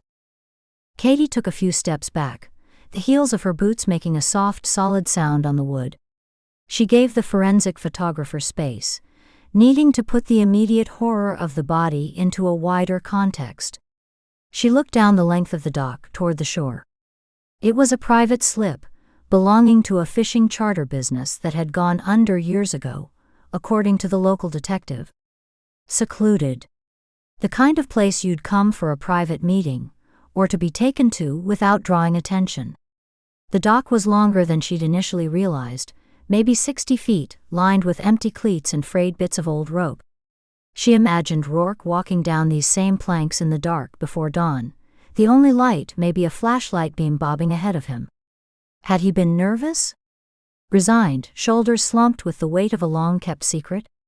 Had he carried the bucket, or had his killer brought it, the prop for the scene already chosen, clanking softly against a leg? Nina came to stand beside her, following her gaze down the dock to where it met the gravel parking lot. A lone county cruiser sat there, its light bar dark. "He's methodical," Nina said quietly, her voice barely above a murmur. "He gets them alone, somewhere with meaning.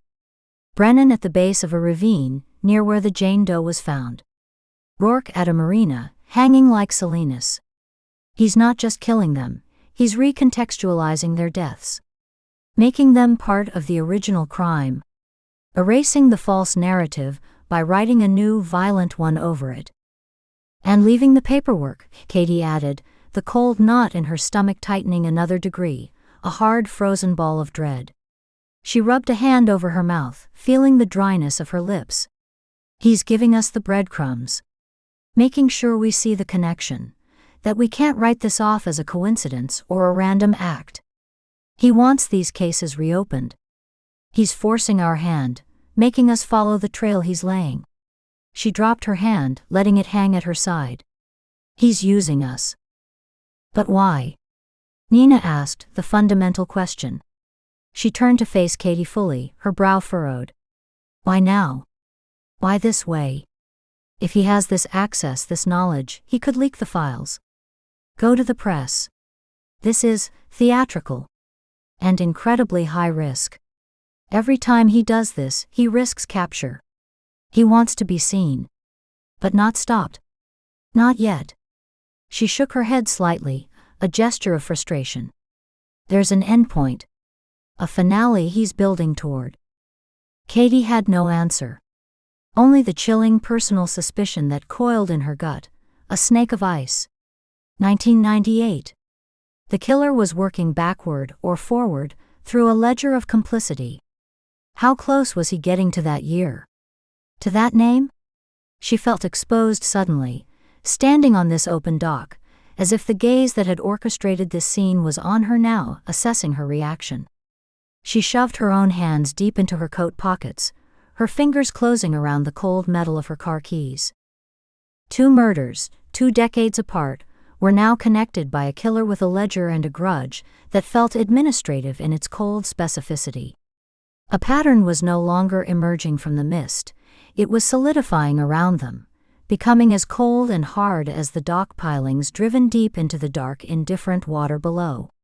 Katie felt it then, a physical sensation, as if the past itself were a current in that deep water, reaching up with icy fingers, closing around the present, around this dock, around her ankles and pulling. She looked down at the narrow gap between the planks, at the dark sloshing water visible below. It smelled of decay and cold salt.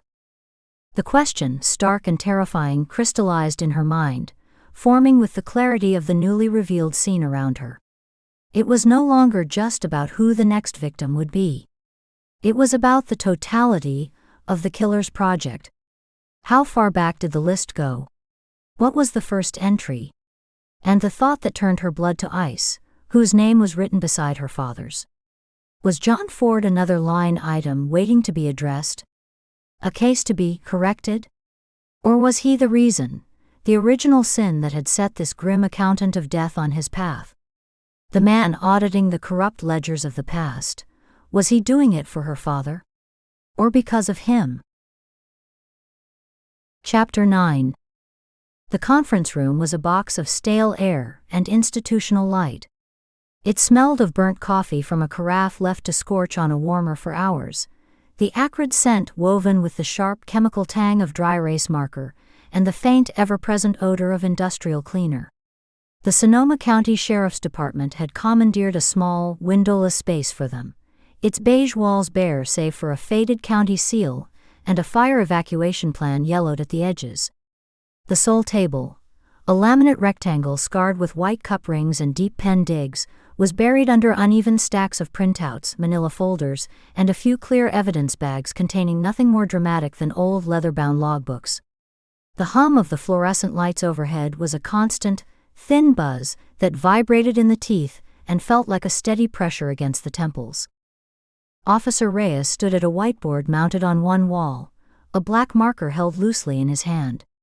His posture was that of a briefing officer, feet planted shoulder-width apart, shoulders square, his uniform shirt crisp and tucked.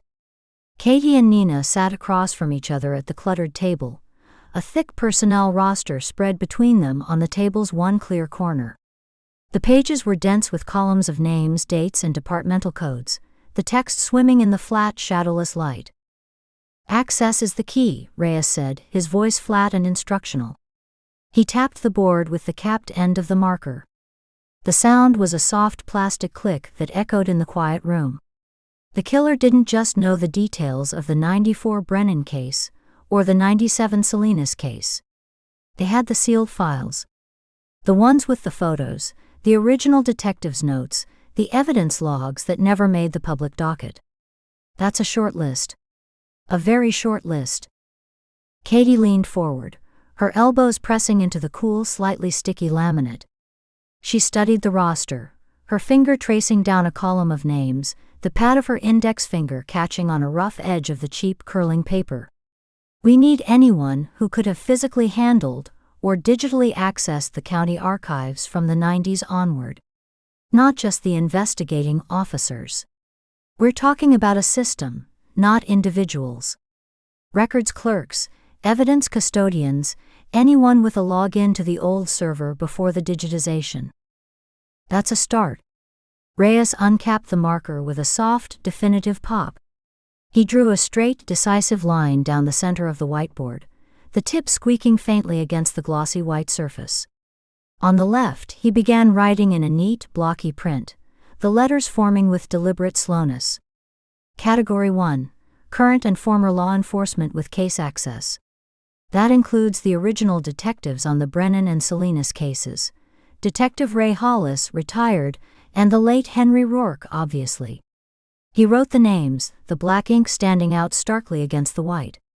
But also anyone in records management, evidence lockup, the DA's office from that era. Prosecutors, paralegals, clerks who routed the paperwork. The chain of custody is a chain of people. Nina flipped through a separate file, her gloved fingers making a soft shuff-shuff sound against the paper. She didn't look up as she spoke, her attention on a page of departmental memos. What about support staff? Clerks, administrative assistants. They often have broader system access than people think. They're ghosts in the machine.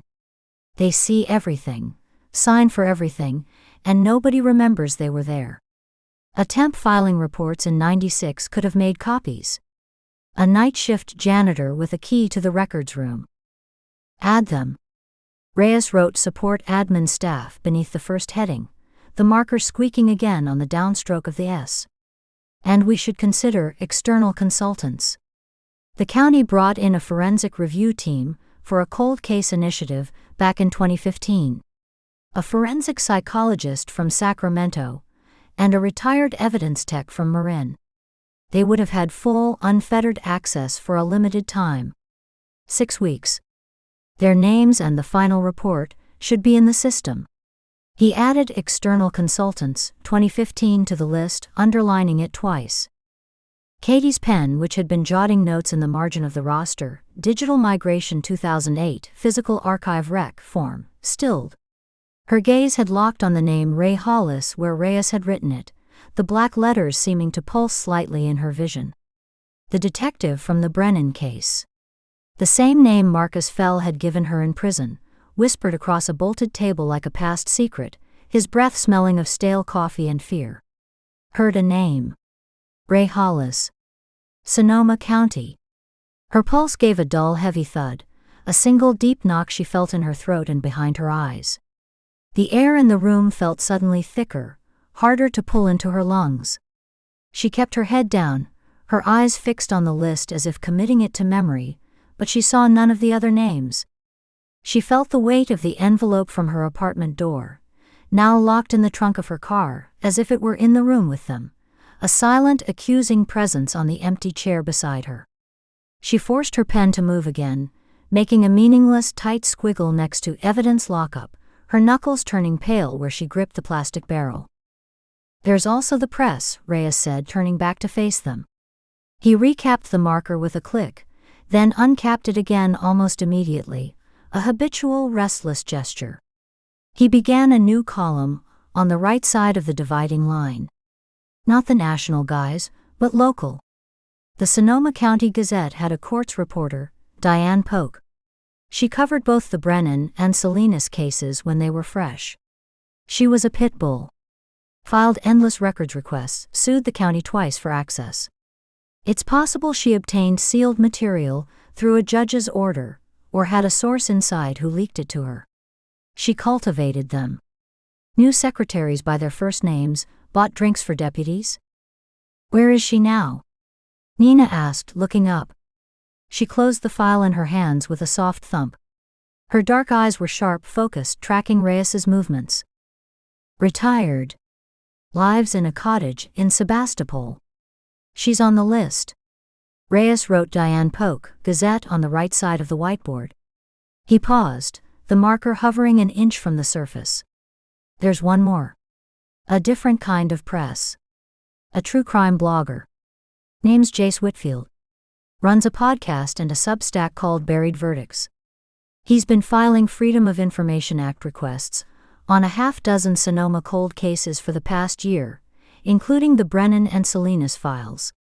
He's a nuisance, calls here weekly, but a thorough one. He might have dug up something through sheer persistence, or someone might have fed him something to stir the pot. To see what floats to the top. Katie looked at the two distinct paths forming on the board. The left side was the official world, badges, procedures, chain of custody. It led directly to a retired detective who might hold the key to a decade of silence about her father, a man who had worked the original case that now seemed to be the first domino. The right side was the shadow world, leaks, podcasts, unsanctioned digging. It led to a podcaster swimming in the same dark water as their killer, a person who traded in secrets for clicks. The division felt absolute, a fork in the road, and the choice it presented was immediate and personal. "We should split up," Katie said.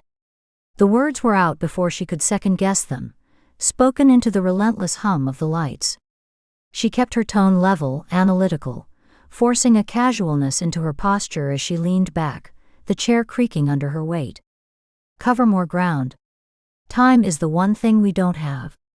One of us interviews the blogger, Whitfield. The other takes the retired detective, Hollis. We can debrief simultaneously, instead of sequentially. Get a faster read on which thread is live." Nina was silent for a long moment, considering. She leaned back in her own chair, which emitted a faint plastic groan of protest. Her gaze went from the whiteboard to Katie's face, studying her partner with an unnerving stillness. Katie could feel the scrutiny like a physical touch, a slight pressure on her skin. She made herself meet Nina's eyes, kept her own breathing slow and even, her hands resting loosely on the table. "It's efficient," Nina conceded finally, though her tone held a note of reservation. "Two threads pulled at the same time. But it also splits our resources. If one of these leads goes hot, we're alone." She paused, her eyes narrowing slightly. "You're sure about dividing the workload? We usually play better as a unit, especially with unknowns." "The clock is moving faster than we are," Katie replied, her voice firm. She gestured toward the board. Rourke was a message. "The next victim might not wait for us to finish a two-person interview. Parallel processing is a risk, but a calculated one." She was quoting procedure, wrapping her personal urgency in the language of operational efficiency.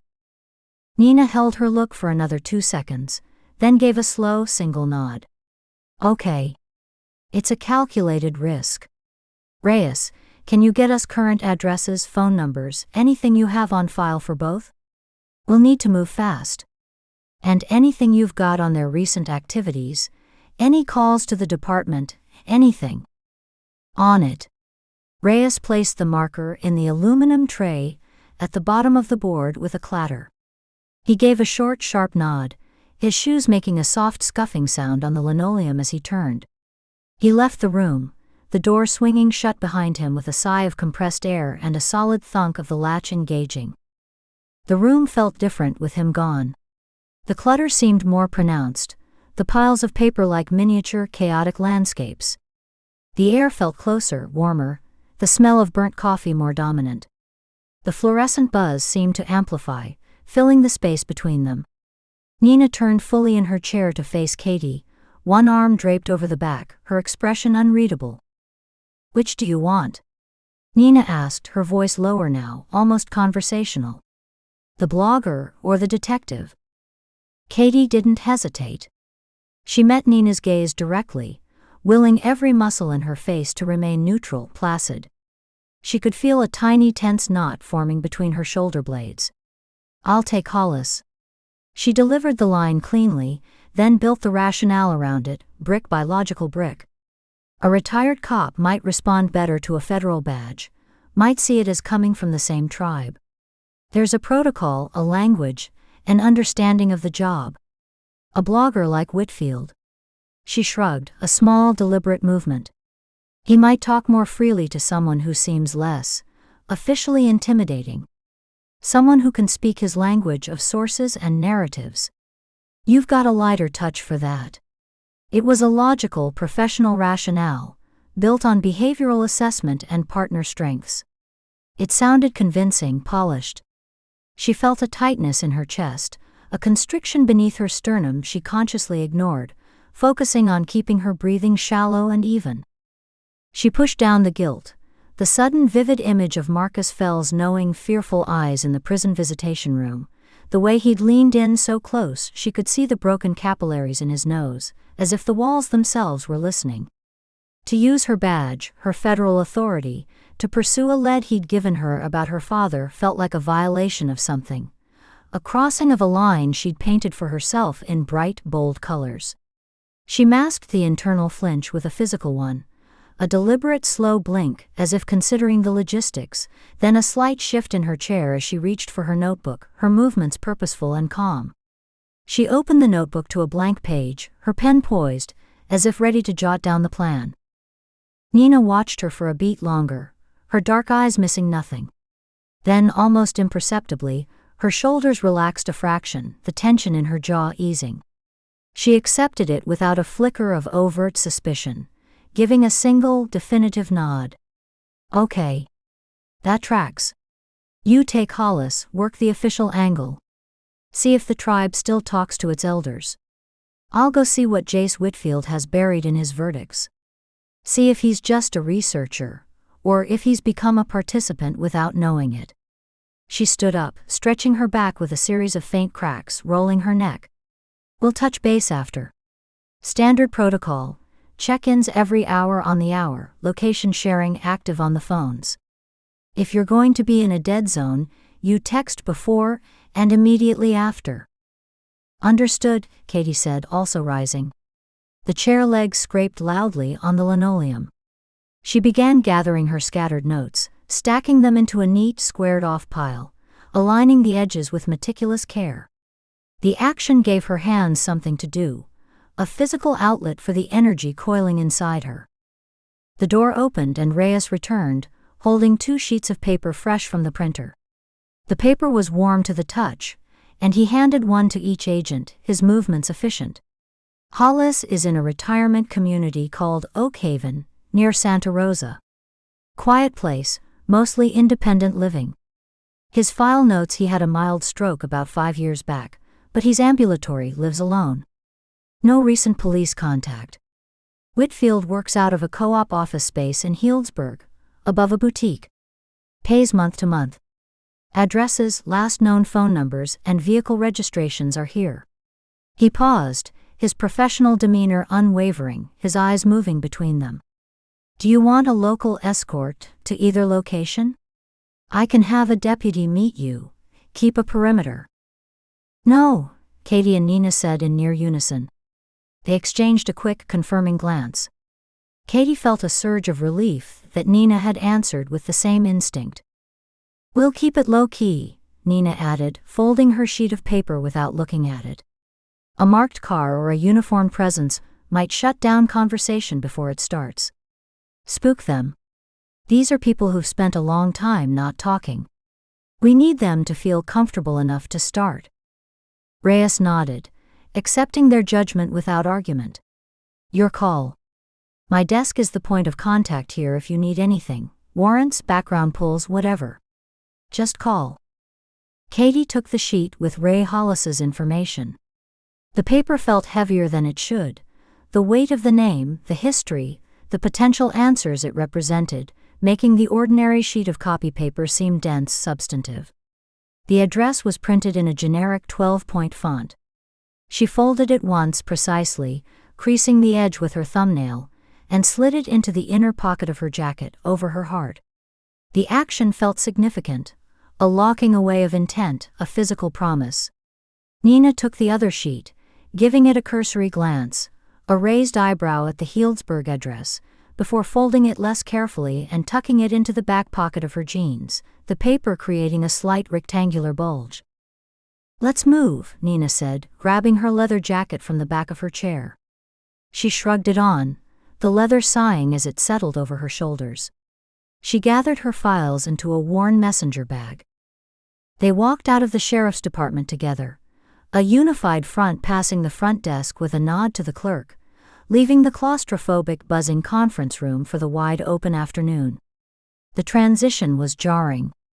The sun was glaring, a white-hot disk in a pale blue sky, bouncing off the windshields and light bars of the parked cruisers in the lot, creating sharp, blinding spears of light. The air outside was a mix of hot asphalt, distant exhaust from the highway, and the dry, dusty scent of the California hills baking in the late-day heat. After the sterile, recirculated indoor air, it felt vibrant, abrasive, and real. The sound of a dispatcher's voice, tinny and coded with numbers and street names, crackled from an open patrol car window nearby, a stark reminder of the ongoing world of routine emergencies. At their rental car, a nondescript gray sedan dusty from the county lot. They paused. The moment of parting was upon them, the plan shifting from theory on a whiteboard to concrete action on sun-softened asphalt. The heat rose in visible waves from the hood of the car. Nina pulled the keys from her pocket, the metal warm, and hit the fob. The car chirped, its lights flashing once, the locks thunking open. Nina pulled the driver's door open, a wave of trapped oven-like heat rolling out. She didn't get in immediately, instead turning and leaning against the hot frame, one hand on the handle. "I'll head north," she said, squinting slightly against the sun. "See what a podcaster's paranoia looks like up close. See if his buried verdicts include any new graves." "I'll go east," Katie replied, her own keys a solid, jagged presence in her palm. She took a half-step toward her own vehicle, then stopped. See how a retired detective enjoys his quiet retirement. See if the peace and quiet has made him talkative. A brief wordless look passed between them, held for 3 full seconds. It wasn't suspicion in Nina's eyes, but a kind of calibrated assessment, a partner ensuring the other was grounded, ready, her mental armor in place.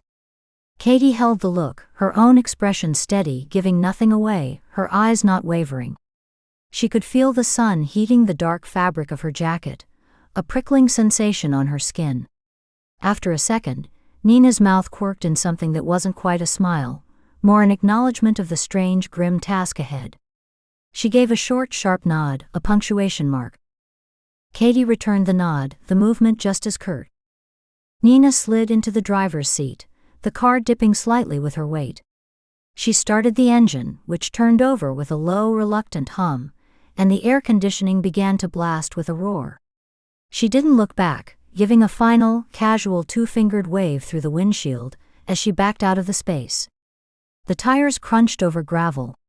She turned left out of the lot, accelerating onto the county road, heading north toward Healdsburg and the mysteries a stranger might willingly share into a microphone for the right audience.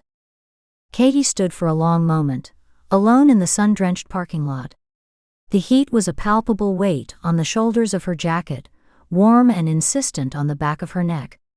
The sounds of the county seat, a distant rising-falling siren, the deep rumble of a gravel truck shifting gears on the highway, the easy chatter of 2 deputies walking toward the building, their duty belts jangling, seemed to recede into a dull, muffled background hum, as if she were hearing them from underwater.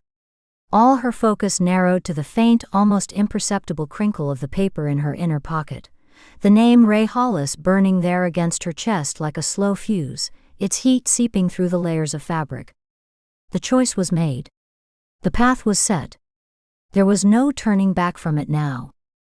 She turned on her heel, the gravel of the lot crunching loudly under the soles of her shoes, and walked with deliberate, measured steps toward her own car parked 3 rows over, its silver paint reflecting the harsh light. Her path was diverging, not just from Nina's in the physical space of the parking lot, but from the strict, by-the-book, partnered investigation they had been conducting. She was heading alone toward the secrets a retired detective had spent 15 years trying to forget, secrets that were tangled with the ghost of her father, who walked silently beside her with every step, a presence she could feel in the tightening of her throat. She reached her car, the metal of the door handle almost too hot to touch. She opened it, and a wall of stifling dry heat enveloped her, carrying the faint synthetic smell of rented upholstery and old air freshener. She slid inside, the vinyl seat scorching through her pants, and pulled the door shut. The outside world was muted instantly, replaced by a thick, expectant silence broken only by the faint tick of the engine cooling. The sunlight, now filtered through the windshield, lay in bright hot bars across her lap in the passenger seat. Before starting the engine, she took out the folded sheet of paper. She smoothed it carefully on the empty passenger seat, her fingers pressing out the crease. She stared at the address. Oak Haven Retirement Community. Then at the phone number. Then at the notation, stroke 2019. Ambulatory. No known visitors. She took a deep breath, the air in the car still hot and stale. She pulled out her phone, her fingers moving with practiced efficiency, and entered the address into the GPS. The app processed it for a second before the electronic voice, Calm and dispassionate, began its instructions. Start point confirmed. Proceed to the highlighted route. She started the car, the engine turning over with a smoother purr than Nina's. The air conditioning whirred to life, blowing hot air that gradually began to cool. She followed the GPS's first instruction, pulling out of the space, the tires crackling over the loose gravel. She turned right, away from the station, away from the direction Nina had gone, driving east toward the past, the rental car carrying her steadily toward the man who might finally tell her what happened to her father. The county buildings shrank in her rearview mirror, replaced by the open, sun-bleached landscape, the road stretching out ahead, a straight line into the heart of old secrets. Chapter 10. The bungalow sat at the end of a cracked asphalt lane, its yard a tangle of brown grass and thorny blackberry vines that snagged at the hot, still air. The screen door hung from one hinge, its aluminum frame warped, tapping an irregular metallic rhythm against the jamb in the dry, hot wind. Katie parked her unmarked sedan on the street a house down, the engine ticking loudly as it cooled, a sound like a slowing clock. She sat for a full minute, her hands resting on the wheel at 10 and 2, watching the house. No curtains twitched in the neighboring windows. No sprinklers hissed. The only movement was the door tapping, and the slow, dead sway of morning glory vines on a rusted trellis. She wasn't here as Agent Ford. The credentials in her pocket were secondary, a formality. The name she would use was the one on her birth certificate. She took a breath that hitched at the top of her lungs, held it for a 3 count, then opened the car door. The heat of the day, trapped in the asphalt, rose up to meet her in a visible shimmer. The air smelled of hot tar, dry pine needles, and the faint sweet rot of blackberries past their season. Her shoes crunched on the gravel shoulder as she walked up the lane, the sound unnaturally loud in the suburban silence. The path to the front door was a narrow strip of concrete almost reclaimed by the grass, cracked and heaved by the roots of a massive, thirsty-looking cedar. With each step the tapping of the loose door grew louder, a broken metronome counting down to a conversation she'd rehearsed in her head for years. She paused at the bottom of the 2 concrete steps, her hand halfway to pushing the broken screen aside. The mesh was rusty, leaving a faint orange-brown dust on her fingertips. This was it. The last known link. She could still turn, walk back to the car, drive away, and let the official investigation follow its colder, slower path. But the daughter had run out of patience. She pushed the door aside, the metal mesh groaning in protest, and knocked 3 times on the inner wood door, painted a faded, peeling green. The sound was hollow, echoing in the space beyond as if the house were mostly empty. Inside, a chair scraped against a floor, a long, slow drag of wood on wood. A pause filled with the hum of a refrigerator from somewhere deep in the house. Then the voice, graveled and tired, worn thin by cigarettes and regret. "It's open." She turned the knob, the brass warm from the sun beating on the door, and stepped into a dim living room choked with cardboard file boxes. The light from the doorway cut a bright rectangle across a worn floral carpet, illuminating swirling galaxies of dust motes. The boxes were everywhere. Standard banker's boxes, their corners softened with age, stacked against every wall in precarious columns that leaned inward like a paper canyon. Some were sealed with brittle yellow tape, others gaped open, spilling out manila folders and curled, faded reports. The air was thick, tasting of dust, the acidic tang of old newsprint, and the stale, burnt scent of coffee kept too long on a warmer. In a worn brown recliner, its vinyl cracked like a dry riverbed, sat Ray Hollis, surrounded by a moat of open files arranged on the floor around him like defensive works. He was in his 70s, thin to the point of gauntness, dressed in a faded plaid shirt and brown trousers.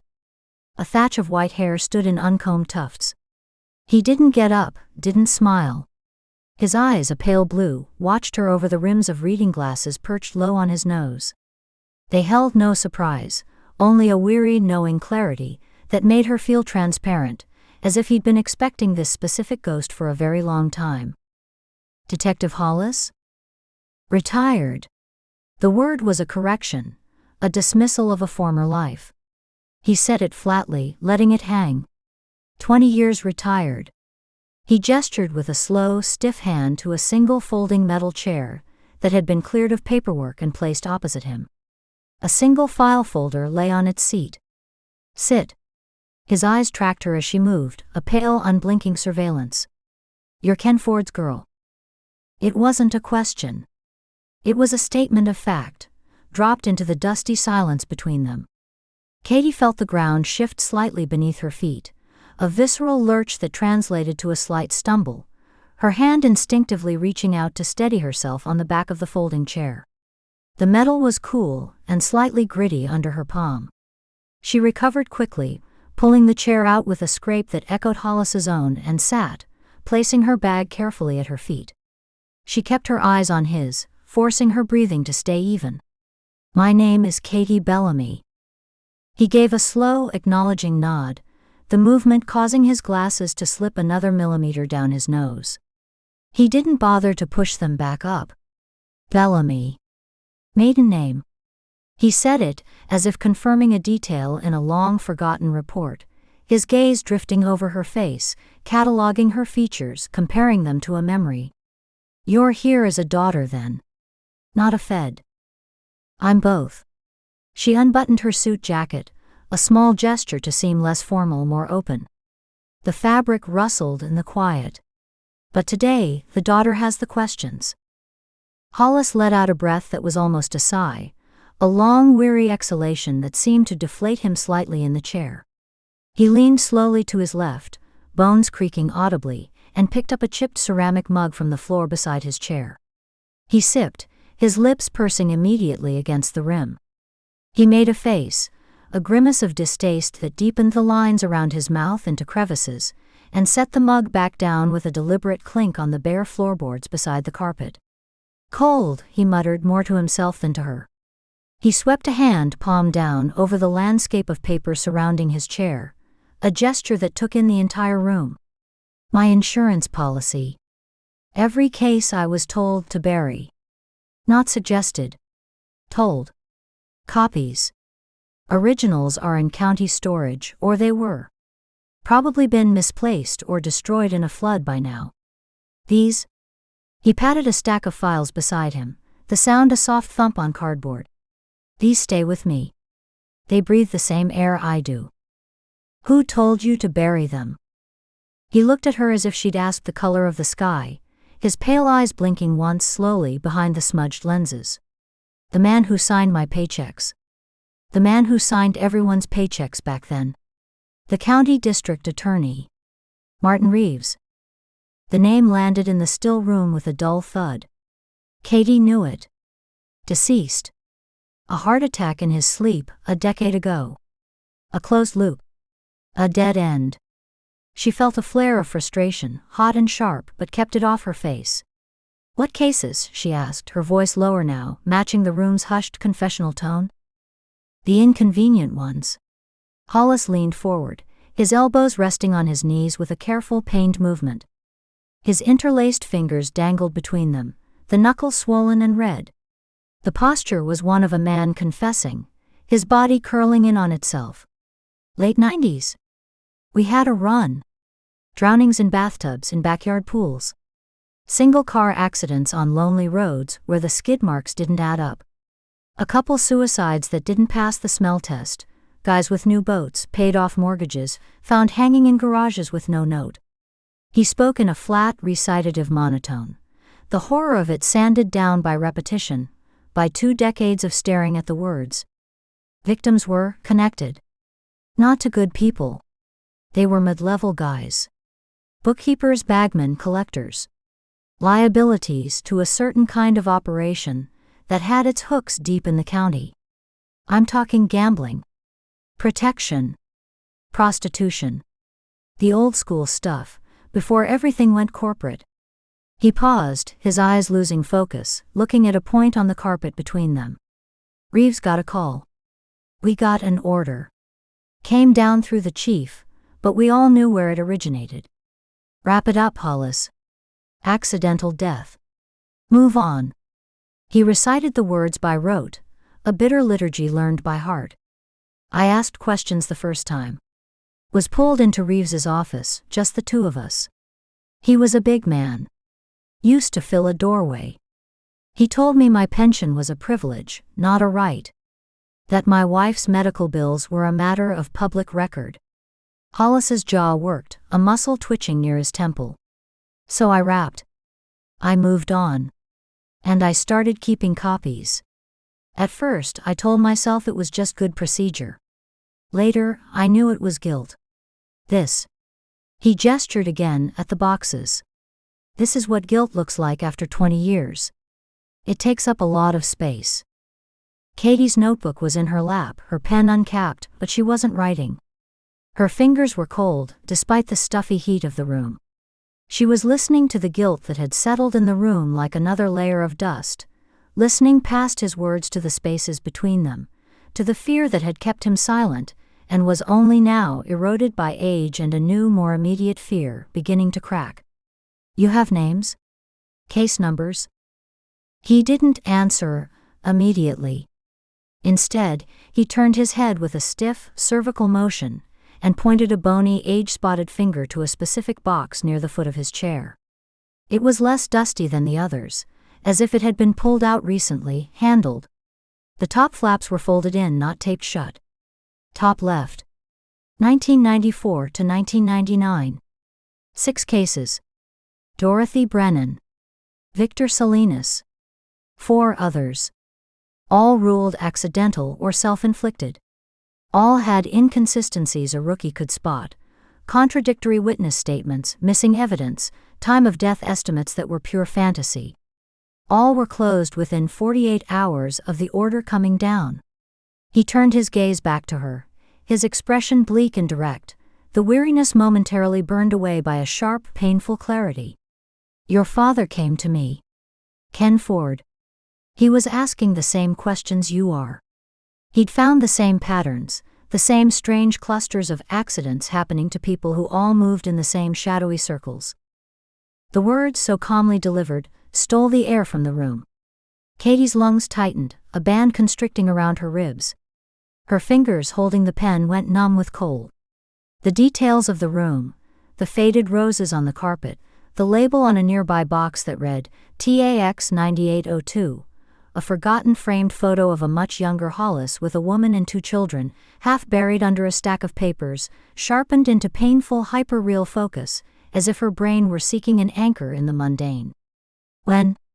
The word came out strained, barely more than a whisper, the air scraping past her vocal cords. 3 weeks before he died. Hollis held her stare, his expression shifting into one of profound, unassuaged regret. The lines around his eyes seemed to deepen, carving his face into a mask of sorrow. He was a good reporter. Thorough. Polite. Didn't come in swinging accusations. He'd followed the threads from some financial discrepancies he was looking into for a story on county contracts, right into these old buried case files. He'd cross-referenced names, found the connections we'd been ordered to ignore. He knew they were linked. He knew it was systemic corruption. He came here to this house. Sat where you're sitting. Hollis looked down at his own hands, turning them over as if examining the stains of the past, the liver spots like ink blots on his skin. I gave him what I could. Names. Dates. The Reeves connection. I showed him the files. I told him it was dangerous, that he was poking a hornet's nest with a short stick. He said he knew. He said the story was too important. Hollis's shoulders slumped a fraction, the plaid fabric of his shirt sagging. 3 weeks after our last conversation, he was dead. You know that. You're here because of it. You've always known. The confirmation was not a shockwave, but a deep seismic settling. It was a truth she had carried in her bones for years, a ghost of a suspicion that had haunted every family photo, every memory of her father's laugh, finally finding its bedrock, its horrible, validating proof.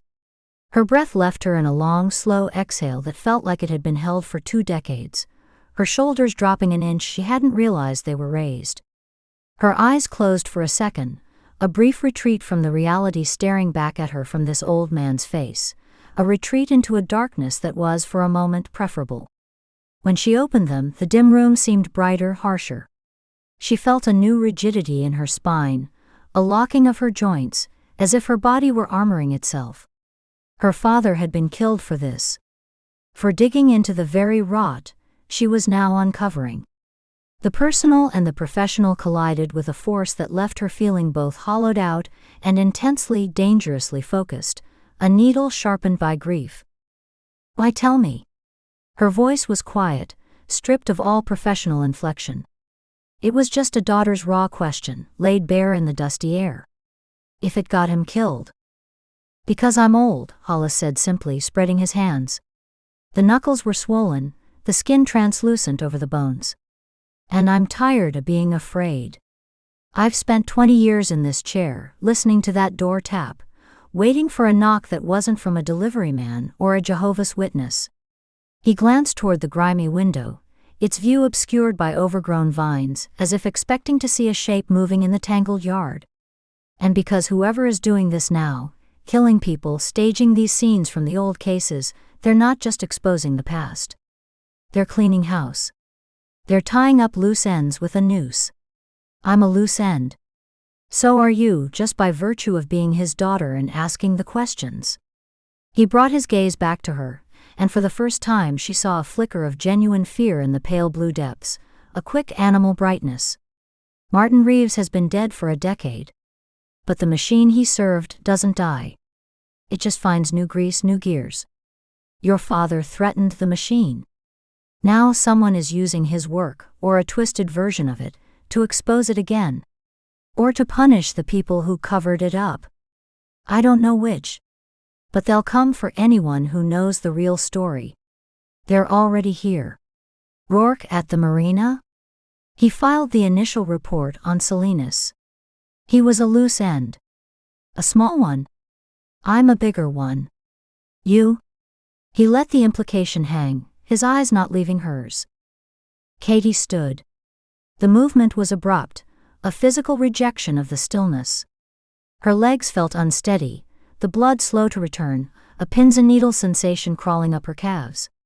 The clutter of the room seemed to press in on her, the towers of boxes feeling less like archives and more like the walls of a tomb, the paper a silent, accusing audience. She needed air that wasn't thick with dust and regret. She needed to move. "I need those files." "Take the box," Hollis said, nodding toward the one he'd indicated. His voice was drained, the brief energy of his fear spent. "It's why you came. It's what he would have wanted you to have."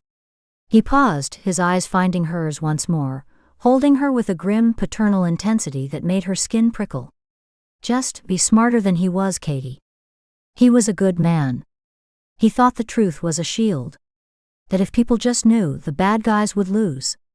Hollis shook his head slowly, a dry rustling sound coming from his shirt collar. "It's not a shield. It's just a target. It paints a bright circle on your chest for the people who live in the dark."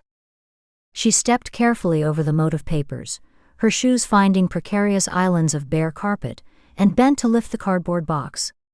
It was heavier than it looked, the weight surprising her, a dense solid mass of history.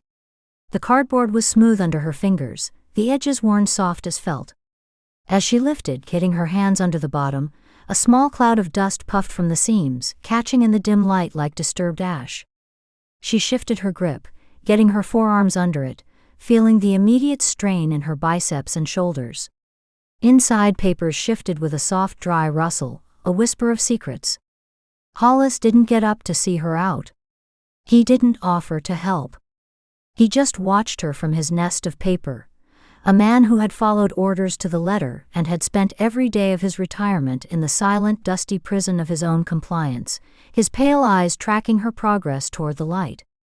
At the doorway, the bright rectangle of sunlight felt like an exit from a cave, the heat a physical wall after the room's stagnant cool.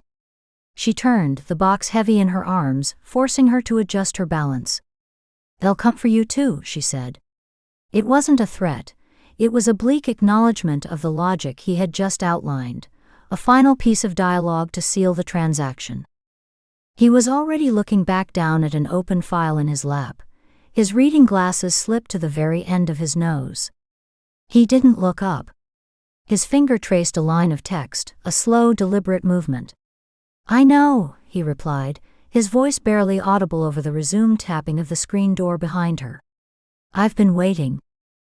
The sunlight outside was harsh and alien, a shocking contrast to the dim sepia world inside.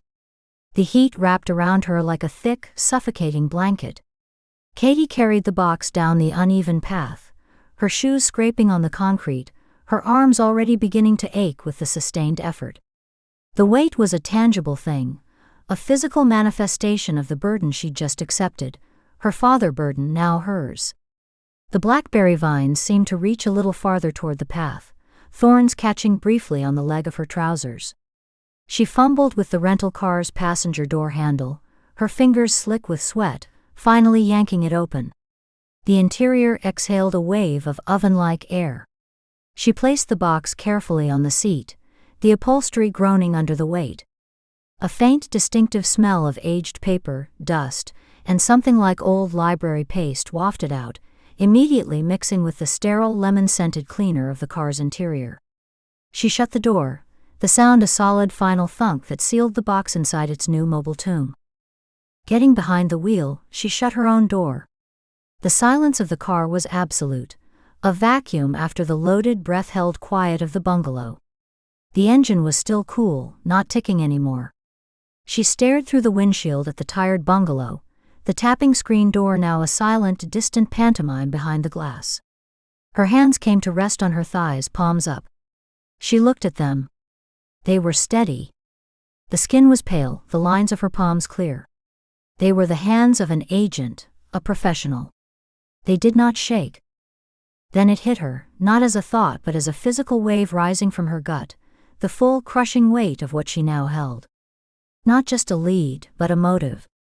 Not just a pattern of corruption, but her father's last investigation, the one that had gotten him killed. The proof, circumstantial but real, that he had been murdered to protect a secret that had already rotted away most of the men who kept it. The box on the passenger seat was no longer just a box. It was his final byline, his unfinished sentence. It was the answer to the question that had defined her life since she was 19. A question that had shaped every career choice, every relationship, every sleepless night. It was all in there, inches away. A tremor started deep in her core, a violent involuntary shudder that felt like her body was rejecting a poison, a toxin of confirmed truth. It traveled up her diaphragm, tightening her chest until it was hard to draw breath, then raced down her arms in a wave of prickling heat.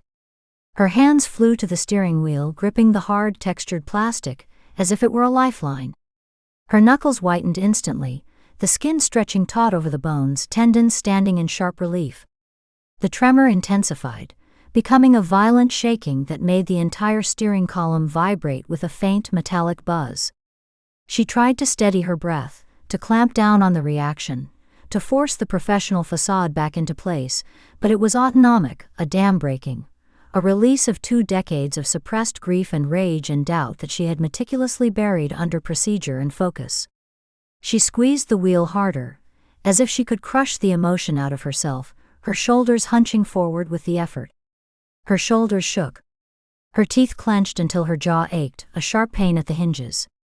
She stared straight ahead, unseeing, her vision blurring at the edges as the tremors racked her, refusing to subside, a silent, violent storm contained within the rental car's silent, sunlit cabin. A low guttural sound, almost a growl, escaped her clenched teeth. Minutes passed, measured by the slow creep of the sun's glare across the dashboard. The shaking gradually lessened, the great wave receding, fading from her shoulders then her arms, until only her hands still quivered lightly on the wheel, a fine constant vibration. She loosened her grip, one stiff finger at a time, feeling the ache in the joints, the protest of overworked muscles. She flexed her hands open and closed, wiped her damp palms on the fabric of her trousers.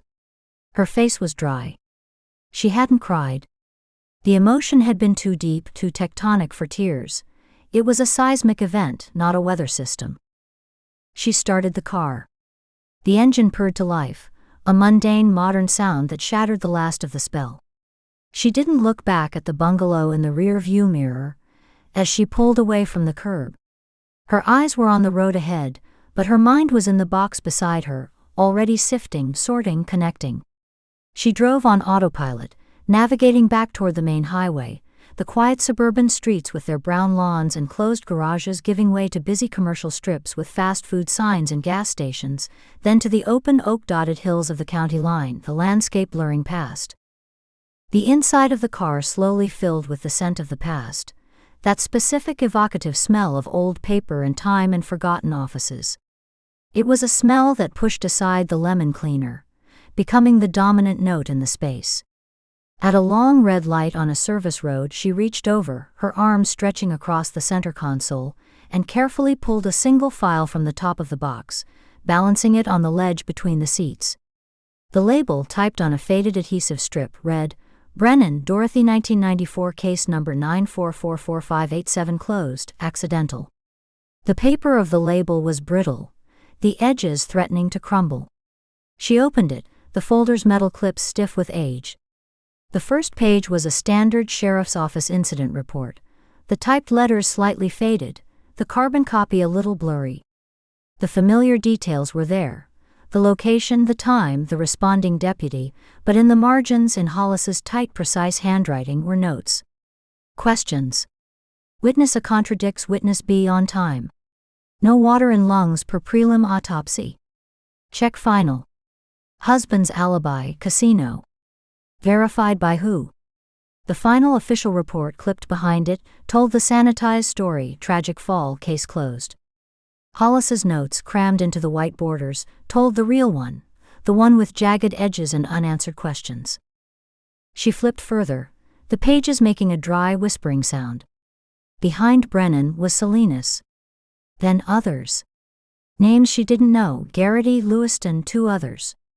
Each file a story deliberately untold, a death given a convenient, false name. And tucked near the back of the Salinas file, not paper-clipped but folded, a photocopy of a handwritten list on a sheet of lined notebook paper. The photocopy was poor quality, gray and speckled, but the handwriting was clear, her father's.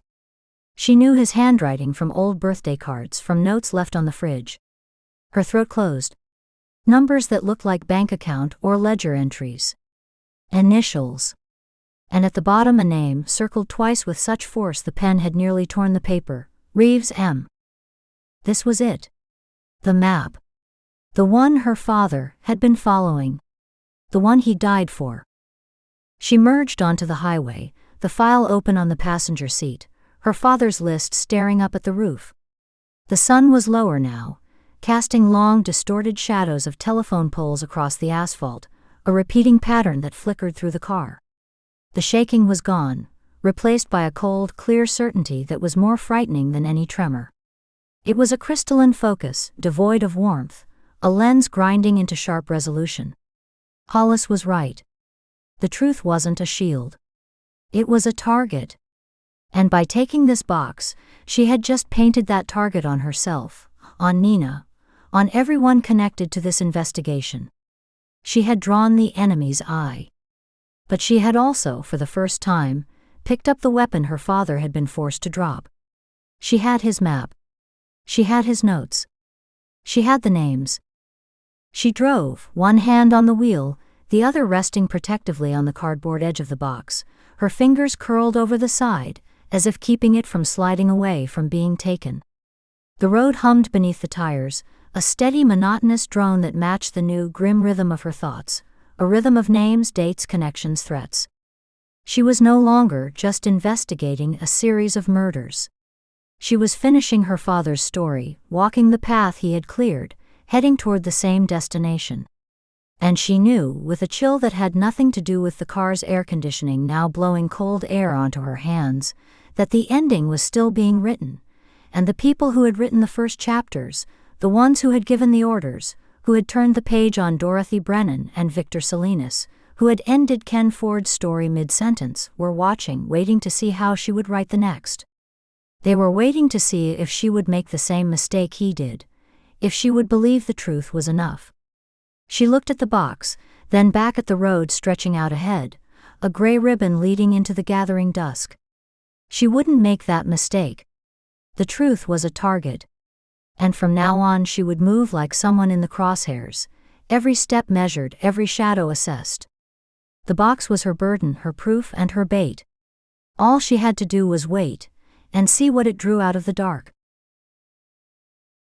Chapter 11. The air in the apartment was a physical presence, thick with the smell of stale coffee grounds, burnt toast, and the hot plastic scent of an overworked laser printer running non-stop in the corner. Underneath it all was the sweet, cloying odor of energy drinks, and the faint, greasy hint of old pizza boxes stacked by the kitchenette sink. Nina Shaw stood just inside the doorway, her back straight, refusing to let the threshold cross her. She took a single, deliberate breath through her nose, and immediately regretted it. The air tasted used, recycled through lungs and machines. She began her catalog. Her eyes moved left to right, wall to wall, a methodical scan honed by 1,000 crime scenes, her gaze as tangible as a touch. It was chaos, but a curated one. Every wall was a mosaic of printouts, photographs, and suspect boards, connected by a spiderweb of red string pinned with cheap plastic thumbtacks. Newspaper clippings yellowed at the edges, overlapped with glossy screenshots from true crime documentaries. It was the obsessive nest of a mind that lived online, a shrine to other people's tragedies built for an audience. A floor lamp with a broken shade cast a sickly, uneven glow, leaving pockets of deep shadow where boxes of papers were stacked. The hum of multiple computer fans provided a constant, low-grade buzz, the sound of machinery never allowed to sleep. The carpet was a low beige pile, matted in pathways between desk, couch, and kitchen, and stained with dark circular rings where drinks had been set down without coasters. Agent Shaw. Wow. It's an honor. Really. Jace Whitfield emerged from behind a large monitor, his movements jerky with adrenaline. He was in his late 20s, with the pale, almost translucent complexion of someone who kept vampire hours under artificial light. His hair was a mess of careless curls, and he wore a faded t-shirt for a podcast she didn't recognize. He was vibrating with nervous energy, his fingers twitching at his sides before he wiped his palms on his jeans. The handshake he offered was too quick, his grip clammy and insubstantial before he pulled away.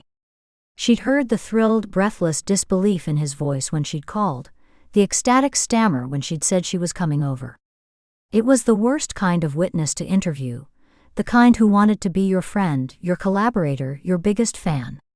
His eyes were wide, the pupils dilated in the dim light, fixed on her badge and her face with a kind of rapturous hunger. "Mr. Whitfield," Nina said, her tone flat, a neutral instrument. She didn't move to sit on the stained corduroy couch he indicated with a sweeping gesture.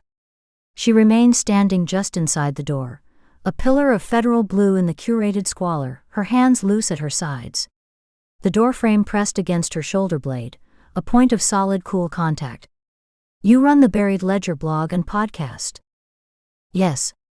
For 3 years now." He launched into the pitch, his eyes bright, his words coming in a rehearsed rush. He gestured around the room, as if presenting a gallery. "Focusing on cold cases in the Greater Bay Area, with a special emphasis on Sonoma, Napa, and Marin counties. I've built a dedicated listener base. They appreciate the deep dives, the attention to procedural details that the mainstream media glosses over." He spoke in practiced sound bites, his gaze flickering past her shoulder to a small, black digital recorder sitting on the cluttered desk beside a half-empty can of soda. The tiny red recording light was a steady, accusing dot in the dim room. He licked his lips, a quick, nervous dart of the tongue. Nina didn't follow his look. She kept her eyes on his face, her expression impassive, reading the micro-expressions that played across his features, the eager smile, the quick glance away, the subtle shift in posture as he prepared for his next line. Then, slowly, deliberately, she turned her head and stared directly at the device. She said nothing. She didn't need to. The silence stretched, filled only by the hum of the computers and the distant muffled sound of a television from another apartment. His smile, which had been eager and fixed, began to waver at the edges. A flush crept up his neck, blotchy and red against his pallor. With a flustered, apologetic noise that was half laugh, half cough, he scrambled over, his elbow knocking a stack of papers to the floor. They fluttered down like dead leaves. Right, sorry, of course, off the record, he mumbled, his voice cracking slightly, and pressed a button. The red light winked out. The gesture felt performative, a pantomime of journalistic integrity he'd seen on TV. He didn't pick up the papers. You've been publishing material related to a series of historical cases, Nina continued, as if the interruption hadn't occurred. Her gaze swept over the wall nearest her, a board dedicated exclusively to Dorothy Brennan. A grainy photocopied photo of the old crime scene, the body at the ravine base, was pinned next to a recent news clipping about county budget cuts for cold case reviews. Handwritten notes in blue ink crowded the margins. Witness reliability and timeline discrepancy, check weather reports. It was the amateur's version of detective work, all surface and speculation.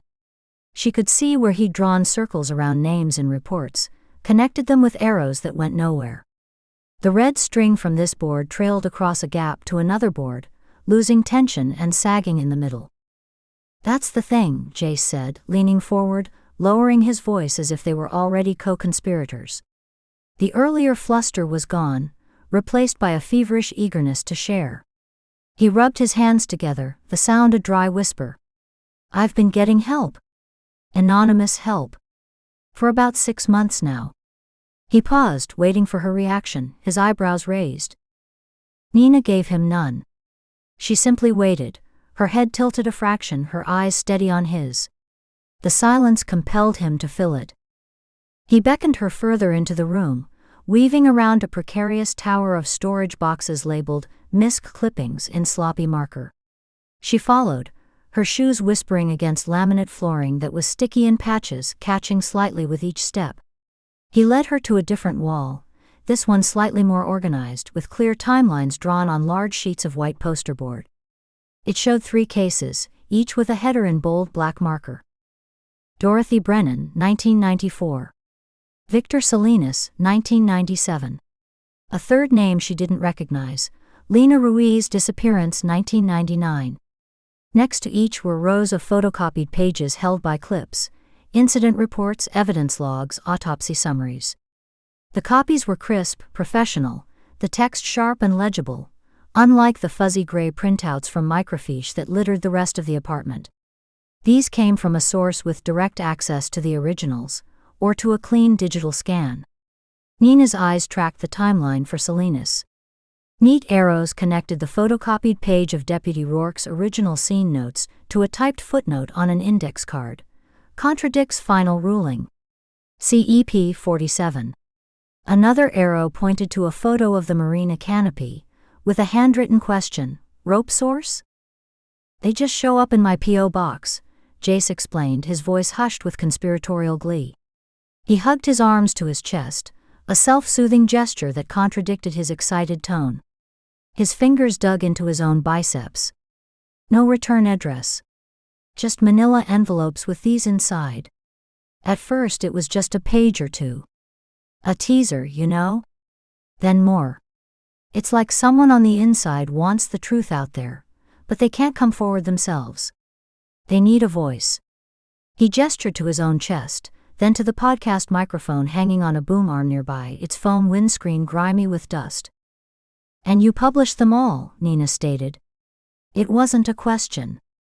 It was a cold fact laid between them, a stone dropped into the murky water of his narrative. Of course. He said it with the force of genuine conviction, unfolding his arms to spread his hands wide. That's the whole point. My audience deserves the unvarnished facts. Transparency is everything. Look at this. He stepped closer to the Salinas board, his finger tapping a specific line on a photocopied report. The paper rustled under his touch. The official report says suicide, case closed. But these handwritten notes from the deputy on scene, Rourke write, they indicate a second set of footprints near the canopy, mention debris consistent with a struggle. It was all buried in the follow-up. I did a 2-part episode on it last month. The hanging at Shelter Cove, suicide or silence. Downloads went through the roof. The comments section, the listener emails, people are waking up. He was breathing faster now, a slight sheen of sweat visible on his upper lip under the lamplight. Nina felt a familiar, cold irritation settle in her chest. It was a precise sensation, like a sliver of ice slipping behind her sternum. She kept her face utterly still, but her eyes narrowed just a fraction as she watched him. The muscles along her jaw tightened minutely. He was so pleased with himself, so utterly enamored with his own role as a crusader. He stood there, surrounded by the photocopied guts of murder cases, and saw a whistleblower narrative, a David and Goliath story for the digital age. He saw a source. She saw a distribution channel. He saw a partnership. She saw a patsy. Her breath left her lungs in a slow, controlled exhale through her nose, a vent for the building pressure of professional contempt. She could feel the grit on the floor under her soles. "Have you ever tried to identify your source?" she asked, her voice still level, giving away nothing of her assessment. She shifted her weight slightly, the leather of her jacket creaking. He drew himself up, adopting a posture of solemn duty, squaring his thin shoulders. "I'm a journalist, Agent Shaw. I protect my sources. It's the cornerstone of the work." He said it with a rehearsed gravity, his chin lifted. It was a line he'd used before, probably in interviews or at the start of his podcast episodes. The performance almost made her sigh, a slight, almost imperceptible tightening at the corners of her mouth, a faint line appearing there. "You're a blogger with a podcast," Nina corrected. Her voice didn't rise, but it hardened, each word clipped and precise, leaving no room for the fantasy he was peddling. She let a beat of silence pass, letting the correction hang in the stale air between them. "And this source isn't protecting you. They're using you." She took a small step closer, not enough to crowd him, but enough to force his eyes to stay on hers. "Think. Use the logic you apply to your deep dives. Why would someone with access to sealed, non-public case files risk sending them to you specifically? A non-affiliated individual with a public platform? Why not go to a major newspaper? A network?" Jace's eager expression faltered. The confident lift of his chin dropped a little. He blinked, his eyes darting to his own timeline as if the answer might be written there. His mouth opened, then closed. He rubbed the back of his neck. To expose a cover-up. To get the story out when the official channels are corrupt or closed. Maybe they tried the big guys and got nowhere. Maybe they trust my audience. My approach. To expose something, Nina conceded with a slight dismissive tilt of her head. But on their timetable. To an audience they can monitor and measure. Without ever having to show their face or risk their neck. She turned fully from the wall to look directly at him, her gaze locking onto his. She took a single step forward, not threatening but closing the space, making the conversation intimate and inescapable. The weak light from the broken lamp caught the side of her face, leaving the other in shadow. "You're a loudspeaker. A cutout. They hand you the script, these nice clean photocopies, and you broadcast it to the world, putting your name and your show's branding on it. You draw all the attention, all the scrutiny while they sit in the shadows and watch the reaction. You're not investigating. You're performing. You're reenacting their crime for a paying audience." The color drained from his face. It was a visible, physical process. The faint pink of excitement under his pale skin vanished, leaving a waxy grayish pallor like old candle wax. His throat worked as he swallowed hard, the sound a dry click audible in the quiet room. He took an unconscious step back, his heel scuffing against a tangled coil of cables on the floor, making him stumble slightly. His eyes, wide now with the first dawning of a fear more personal than the abstract thrill of danger, darted around his own apartment, to the red strings, the photos of dead women, the proud timelines, as if seeing them for the first time through her eyes. His breath hitched. "What? No. That's not what this is." His voice had lost its confident pitch, dropping into a quieter, more defensive register. "I'm investigating. I'm connecting dots. I've had tips from listeners, I've filed records requests. "You're interfering with a federal investigation," Nina said, the words deliberate, heavy, and final. She didn't raise her voice. The quiet certainty was worse than shouting. It carried the weight of statutes and procedures. These documents are material evidence related to active, linked homicides. By publishing them, you have compromised investigative details, potentially alerted suspects, and endangered lives, including potentially your own.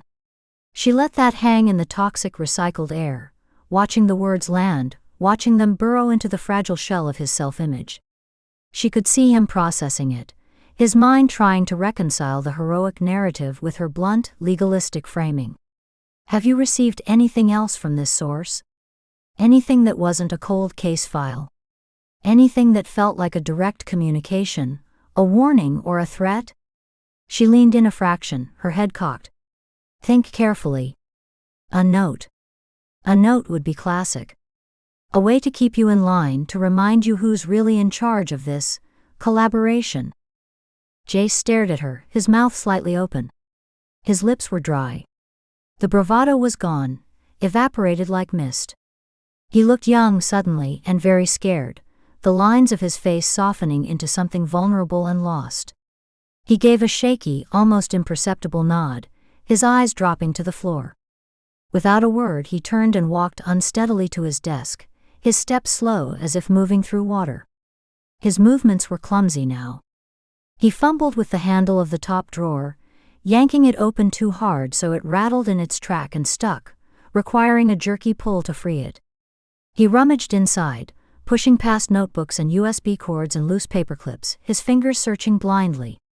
He pulled out a clear plastic evidence bag, the kind sold in hobby stores for coin collectors, with a white panel for writing. A hobbyist's attempt at procedure. Inside was a single sheet of white printer paper, folded into quarters.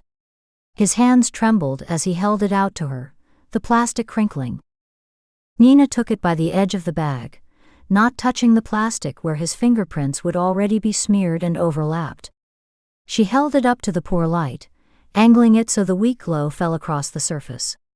The message was typed in a common default font, centered on the page. "Stop digging. Or you become part of the archive." She studied it. The letters were crisp, black, without any toner streaking or imperfections. No visible indentations from a typewriter. A modern laser printer, most likely. The threat was blunt, but its purpose, she knew, was calculated. It wasn't sent to truly scare him off. If the killer wanted Jace Whitfield silent, he would be silent. This was a nudge. A reminder of the stakes. A way to keep Jace scared but still publishing, to make the adrenaline of fear feel like the fuel of truth-seeking. It was management. A handler checking in on his asset, adjusting the pressure valve. "This was in my mailbox. The one downstairs in the lobby. 2 days ago," he whispered. The hushed, dramatic tone was gone. This was pure, undiluted fear, making his voice thin and reedy. "It wasn't in an envelope. Just folded and stuck in there. I found it when I was getting my electric bill." He wrapped his arms around himself again, a defensive hunch. "You should have called the police the moment you received this," Nina said, her voice devoid of sympathy. It was a statement of procedural fact, an indictment of his judgment. She lowered the bag, her eyes still on the typed words, committing the spacing, the font size to memory. She handed the bag back to him. He took it, clutching it to his chest for a moment like a talisman, before seeming to realize how childish it looked and lowering his hands, holding it awkwardly in front of him. "I was going to. I wanted to verify a few things first. Cross-reference it with the other materials, see if the phrasing matched anything. I thought it might be a clue. To who was sending the files?" He was trying to justify it, to dress his fear and his excitement in the language of investigation. "You wanted content," Nina thought, the ice in her chest hardening into a dense cold weight. "You saw a cliffhanger for your next episode. A direct message from the shadowy source. You probably recorded a voice memo about it. She let her gaze travel around the apartment again, a slow, comprehensive sweep. The walls papered with death, the red strings like veins connecting one tragedy to another. This wasn't an investigation, it was a curation. He'd built a museum of unsolved pain, and the killer had been quietly, efficiently donating the most provocative exhibits. Jace was the proud curator, never questioning why the donations kept coming, just thrilled to have new material to display. The hum of the computers seemed louder now, a mechanical tinnitus. "I need everything," Nina said, her decision made, her course of action clear. Her voice cut through the hum. She reached into her inner jacket pocket, the movement efficient and smooth, and pulled out a folded multi-part evidence inventory form on stiff official paper. The sound of the paper unfolding was a sharp, authoritative crackle in the quiet room. "Every physical document you received from this source. Any digital scans you made. The original, envelopes. That note.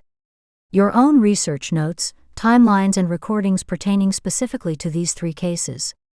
She held the form out, not handing it to him yet, making him look at the dense lines and boxes, the bureaucratic reality of what was happening. "You will hand it all over now, and you will sign a receipt for the chain of custody. You will not publish another word, blog post, or podcast episode mentioning these cases, or this interview, or you will be charged with obstruction of justice. Is that clear?" She finally extended the form towards him, her arm steady. Jace looked like she'd physically slapped him. His head jerked back on his neck. His eyes widened, then darted from the form to her face and back. "You can't just take my work. My research. My First Amendment rights," he began, the protest rising on a wave of indignant panic, his voice gaining volume. He took a step toward her, then thought better of it, stopping short. "This is years of my life. This is my livelihood. Are not a shield for impeding a multiple murder investigation." Nina cut him off, her voice slicing through his, cold and sharp as a blade. Her patience was a thin, exhausted wire, and it had just snapped. She took another step forward, closing the distance completely. She didn't loom, but her presence was absolute, a wall of federal authority made of posture, gaze, and unyielding tone. "You are not a journalist in this context. You are a witness in possession of material evidence. A witness who has been knowingly manipulated by a subject of our investigation." She paused, letting the word sink in, watching him flinch. "Now." She let the word hang, a single syllable of finality.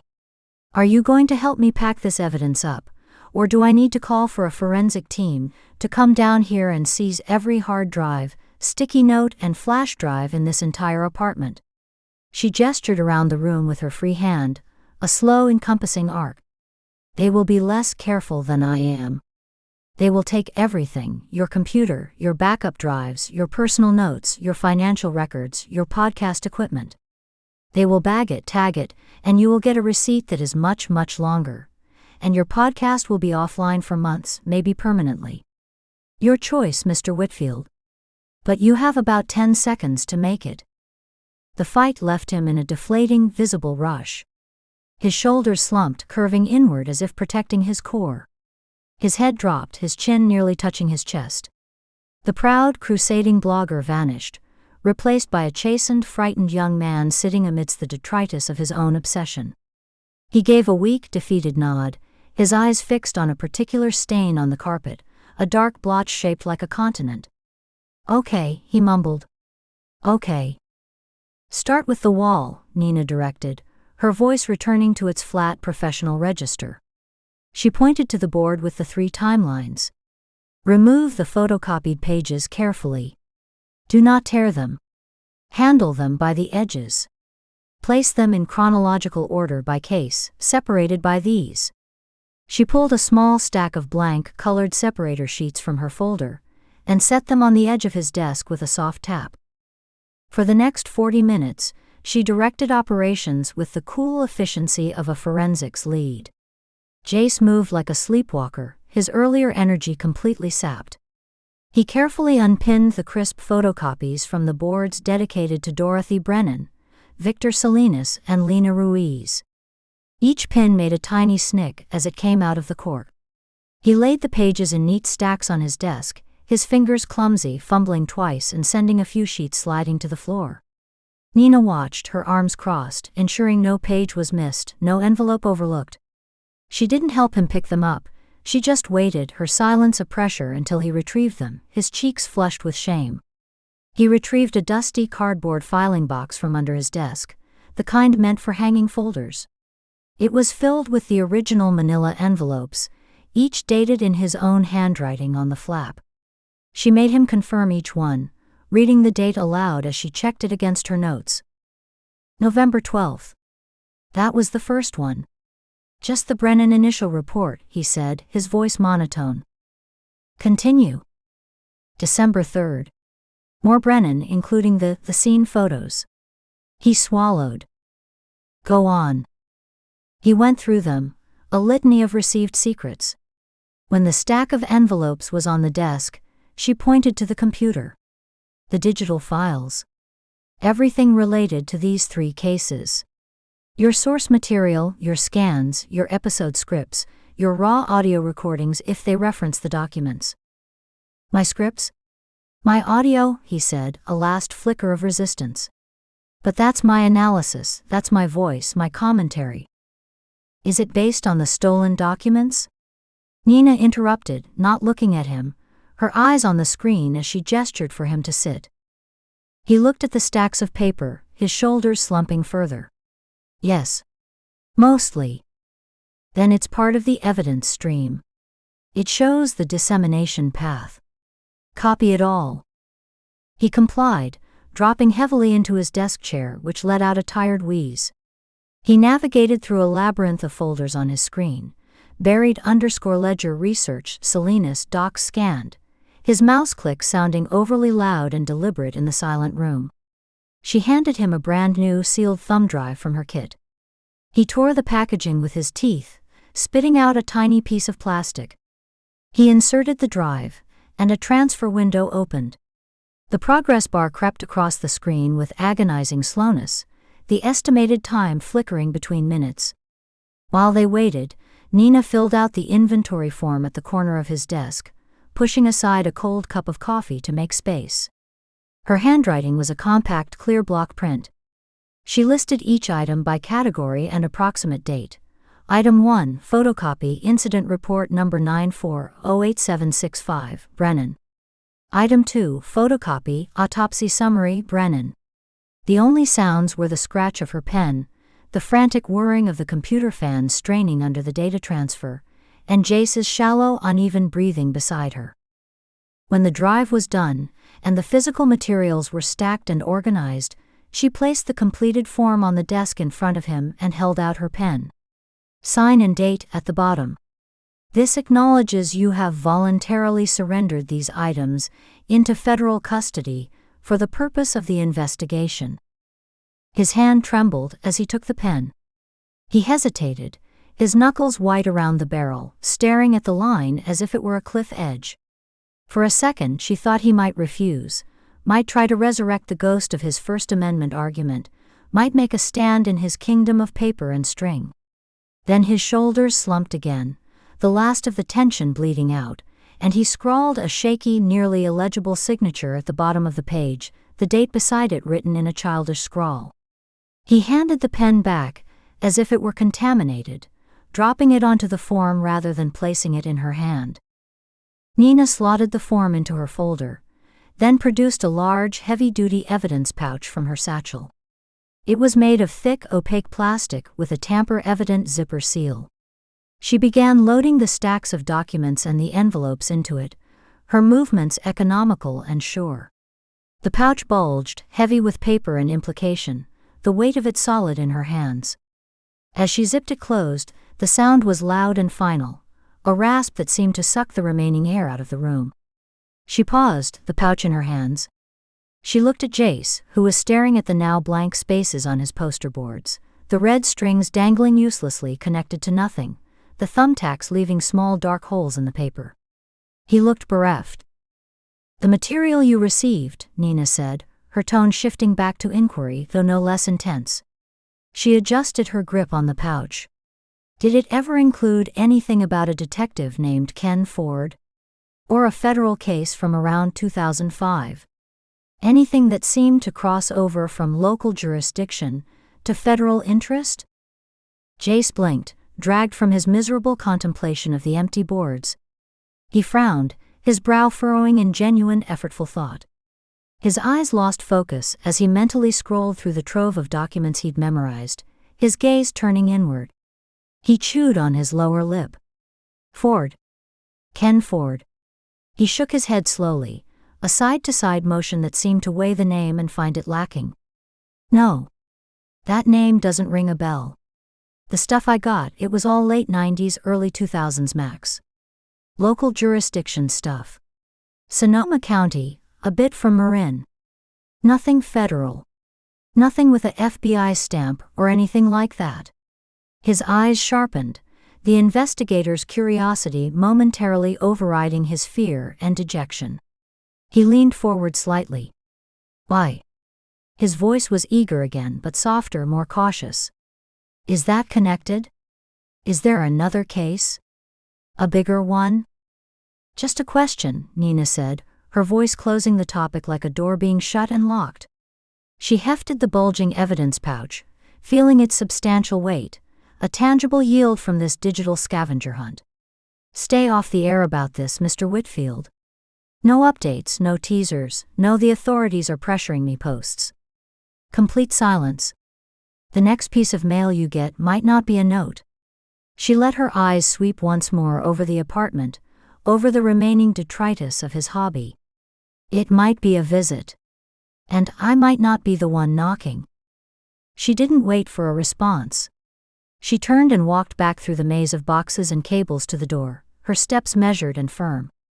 She had to sidestep the fallen papers he'd never picked up.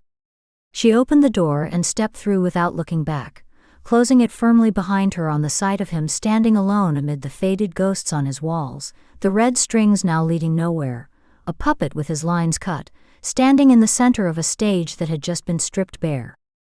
In the sterile beige hallway of the apartment building, she took a deep, deliberate breath. The air here smelled of lemon-scented disinfectant and old carpet, a vast, clean improvement over the cloying digital tomb she'd just left. The silence was different here, hollow and echoing, not filled with mechanical hum. She walked toward the elevator, the evidence pouch heavy in her hand, a tangible result from what had ultimately been a fruitless interview. The weight was comforting in its solidity. She pressed the elevator button with her knuckle, the plastic cool and smooth. The killer was clever. Brutally, clinically clever.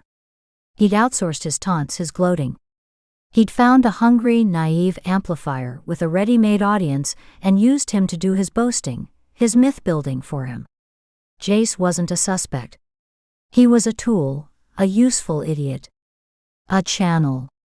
And tools, once they became a liability or ceased to be useful, were always discarded.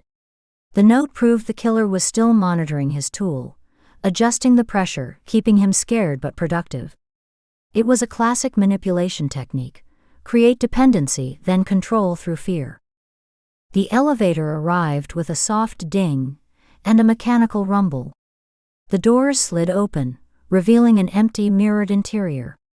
Nina stepped in, watching her own reflection, a woman in a dark jacket, hair pulled back, face composed, holding a bulging plastic bag. She looked exactly like what she was, a federal agent leaving a scene with evidence. The doors closed, and the elevator began its slow, groaning descent. She needed to call Katie. They needed to run the P.O. box, but Nina already knew it would be a dead end, rented with cash or a stolen ID, closed months ago. The killer was too careful, too precise. He'd given them nothing but noise, broadcast through a fool. He'd made them waste time chasing down his loudspeaker while he remained in the wings, undisturbed, probably amused. The thought tightened her grip on the evidence pouch, the plastic crinkling in her fist. The elevator reached the lobby. The doors opened onto a tiled floor, a dusty plastic plant in a corner, a wall of mailboxes. She walked across the lobby, her footsteps echoing. The glass front doors were smeared with handprints. She pushed through them, and the outside air hit her, cool, damp, carrying the distant smell of traffic and wet concrete. The sky was a dull, uniform metallic gray, holding the promise of more rain. Her car was parked at the curb, a nondescript sedan. She unlocked it, opened the passenger door, and placed the evidence pouch carefully on the seat, ensuring it wouldn't slide. Nina's irritation was a sharp, persistent stone in her shoe as she walked around to the driver's side and got in. She sat for a moment, the silence of the car a relief. She started the engine, the sound familiar and solid. The only useful thing in that entire apartment, in that entire performative circus of obsession and entitlement, was the confirmation of a pattern she already knew in her bones. Their killer was a puppeteer. He loved setting the stage, writing the script, and pulling the strings from a distance. He loved crafting narratives. And he loved, most of all, watching other people dance to his tune, believing the music was their own, believing they were the conductors of their own little orchestras, when all they were doing was playing the notes he provided on the instruments he chose. She pulled away from the curb, the tires hissing on the damp asphalt. The apartment building receded in her rearview mirror. Just another box of windows in a line of similar boxes. Somewhere inside, a young man was staring at blank walls, finally beginning to understand that the story he thought he was telling was not his own, and that the price for his starring role might be far higher than he ever imagined. But that was no longer her concern. He was a closed source. The evidence was in the bag beside her. The puppeteer was still out there, and he had just shown them one of his favorite tricks. Now they had to find the hands holding the strings. Chapter 12. The room had no windows. The air tasted of stale paper, the accumulated breath of decades of filed-away lives, and the faint metallic tang of the printer toner he'd used for the last batch of clippings. It was a smell he associated with truth, or at least with its official packaging. The walls were a mosaic of the past, a patchwork of photocopied incident reports, faded newspaper clippings with brittle yellow edges, and autopsy photos that had never seen a courtroom. They were pinned in a precise grid, corners aligned. Red string connected points across 3 decades, names to dates, dates to locations, locations to other names, a spider's web of negligence anchored by black pushpins in the drywall. The only light came from a single architect's lamp on the desk, its adjustable arm bent to cast a bright, focused circle on the work surface, leaving the corners of the room in deep shadow. The hum of the lamp's bulb was the loudest sound, a steady electrical whisper in the absolute quiet. He sat at the plain steel-framed desk, his posture erect, shoulders level. The legal pad before him was stark white in the pool of light. The tablet to his left played a local news broadcast on mute, the glow casting a pale blue sheen on the edge of the desk. The chyron at the bottom scrolled in a relentless loop. FBI joins probe into archivist murder cases. Sonoma County Sheriff cooperating with federal investigation. The archivist. A media coinage, dramatic and hollow. But it was apt. He had been one once. A records technician for the county sheriff's office.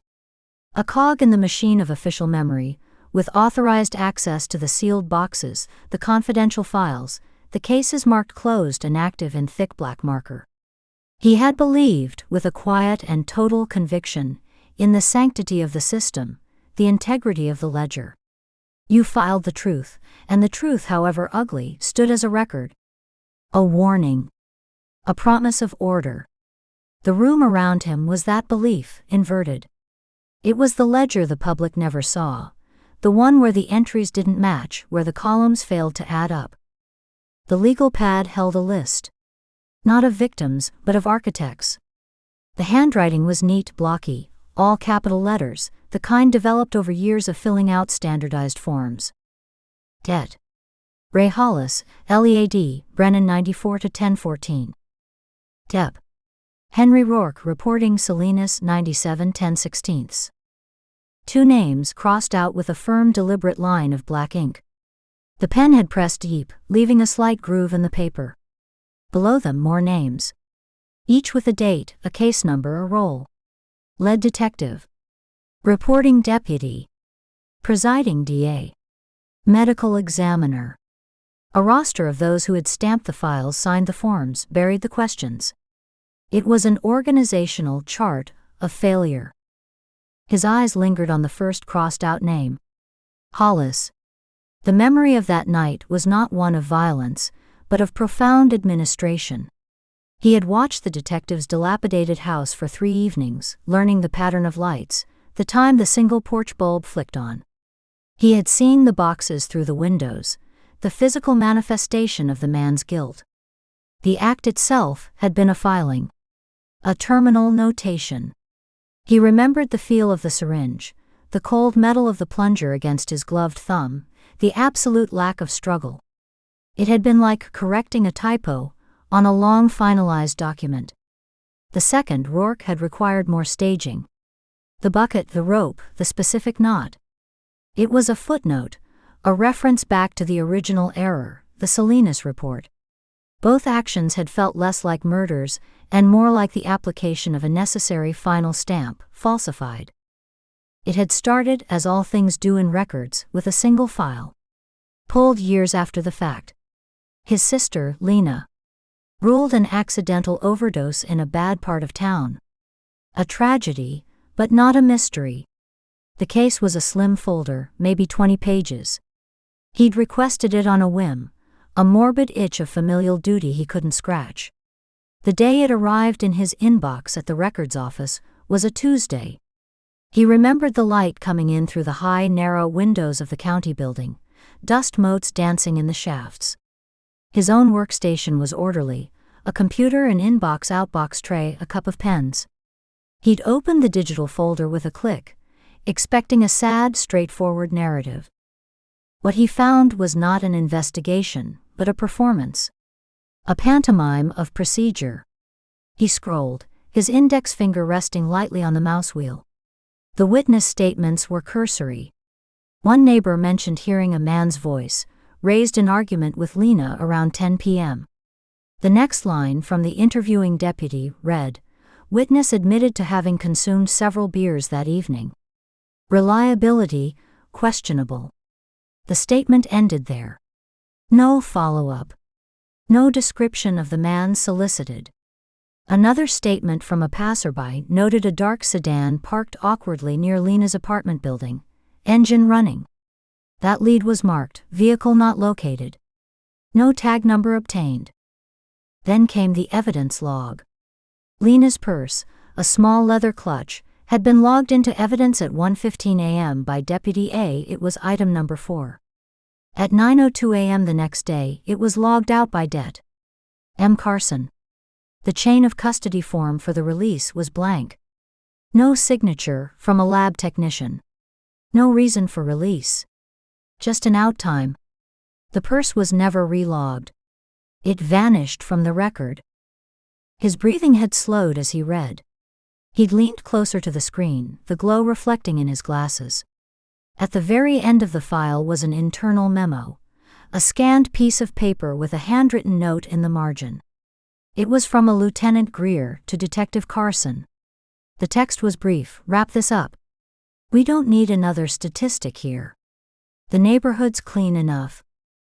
He'd sat back in his chair. The office sounds around him, the chatter of a radio, the clack of a keyboard, the distant slam of a filing cabinet, had receded into a muffled hum. He'd read the note again. Then a third time. He wasn't seeing grief in that moment. He was seeing structure. He was seeing a protocol, not for finding truth but for managing perception. A cold, clean fury had settled in him that day. It wasn't grief. Grief was a storm, chaotic and wet. This was a glacier, slow and immense and grinding, forming in the pit of his stomach. His hands had rested flat on the desk, fingers splayed. He remembered the cool laminate surface under his palms. He didn't tremble. He became very, very still. He began to pull other thin files, cases from the same era, the same precincts. He used his access codes, working after hours when the office was empty, the only light his desk lamp. He cross-referenced names in the digital database, building spreadsheets that no one would ever audit. He saw the patterns emerge like a watermark held to the light. The same detectives, Carson, Hollis, others, closing improbable suicides with identical phrasing in their summaries, no evidence of foul play. The same deputies filing evidence reports where the listed items didn't match the photographs in the supplementary file.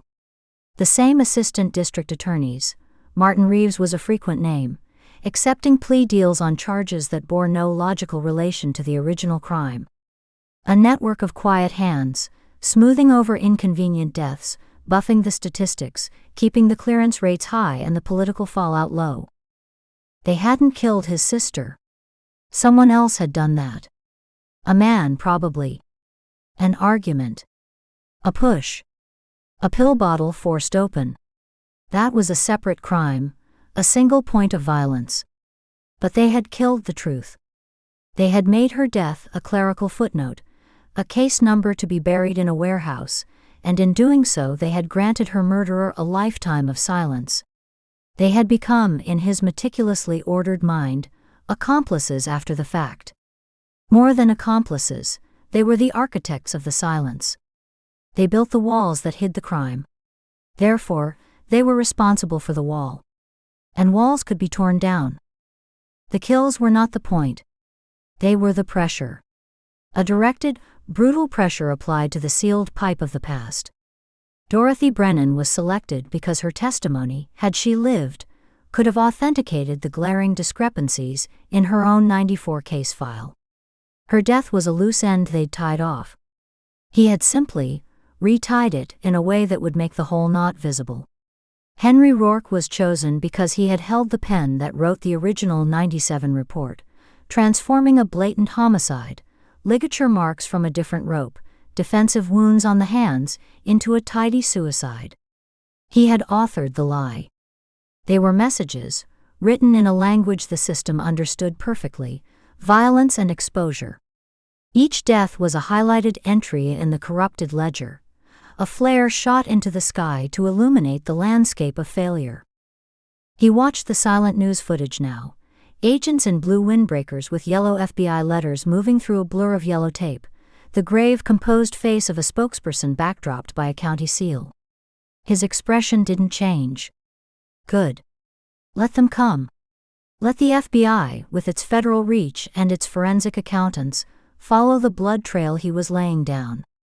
Let them trace it back through the years, through the corrupted cases, to the original sin.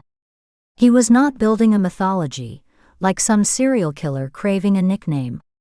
He was forcing an audit. He was the external reviewer, the one who had finally noticed the books were cooked. His methodology was extreme, but necessary.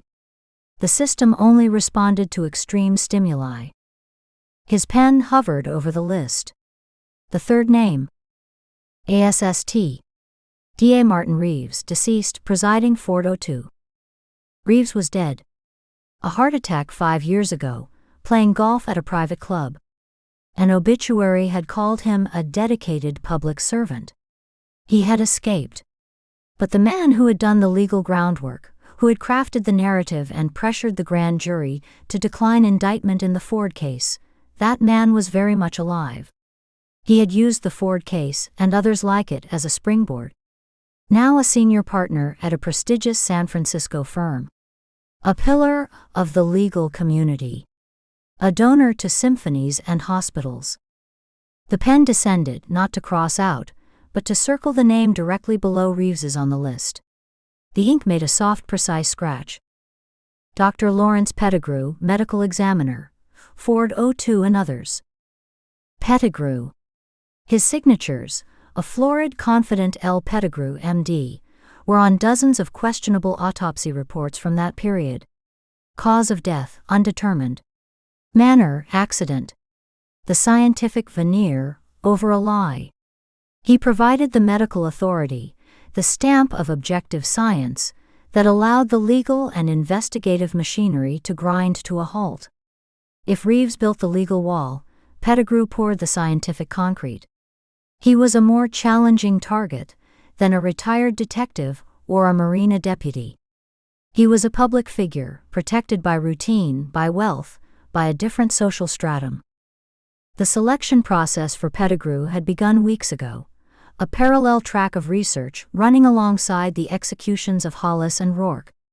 It had required a different kind of stalking, one not of dark houses and lonely docks, but of public schedules and professional routines. He had attended, as a face in the back of the crowd, a lecture Pettigrew gave at a university on forensic pathology's role in justice. He had watched the man's mannerisms, the patrician sweep of his hand across the podium, the condescending smile he offered to student questions, the way he checked his elegant wristwatch when the talk ran long. He had followed Pettigrew's dark blue Lexus from the university parking garage, maintaining a safe 3-car distance, learning the route back to the gated community in Sacramento where he lived. That had been the first reconnaissance. The second had been more granular. He needed a location, a moment where the man would be present, predictable, yet vulnerable to interception. The charity dinner schedule had provided the vector. The Northern California Legal Foundation's annual event was black tie, held at a hotel ballroom.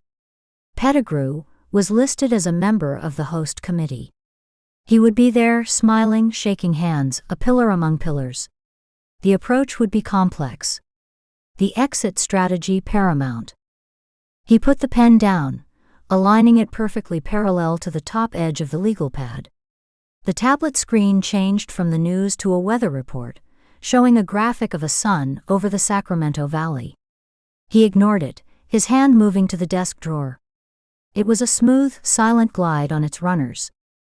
Inside, arranged with the same order as his files, were the tools for the next correction. A fresh disposable cell phone in its blister pack, the plastic bubble stark under the light. A folded street map of the College Greens neighborhood in Sacramento, purchased at a gas station 50 miles away. And a single sheet of paper, printed from a public website, the schedule of public appearances for the Northern California Legal Foundation, with the charity dinner highlighted in yellow. Details included: cocktail 6:30 p.m., dinner and program 7:30 p.m., valet parking available, black tie. He picked up the map first, unfolding it with careful fingers, smoothing it flat on the desk beside the legal pad. The neighborhood was a grid of curving, tree-lined streets. He had already studied it via satellite imagery, but the physical map confirmed the details. Pettigrew's house was marked with a small, precise dot from a red pen. He traced potential routes with his index finger, not touching the paper, hovering a millimeter above the surface. The primary arterial, the secondary roads, the quiet residential cut-throughs. He noted the location of streetlights, the placement of stop signs, the entrances and exits of the neighborhood. He imagined the Lexus moving through this grid, the timing of the traffic signals at that hour. The preparation was calm, methodical. His breathing remained even. This was logistics. This was planning. It was no different, in essence, from preparing a complex records request, ensuring every form was in triplicate, every authorization code correctly entered. Next, he picked up the blister pack containing the phone.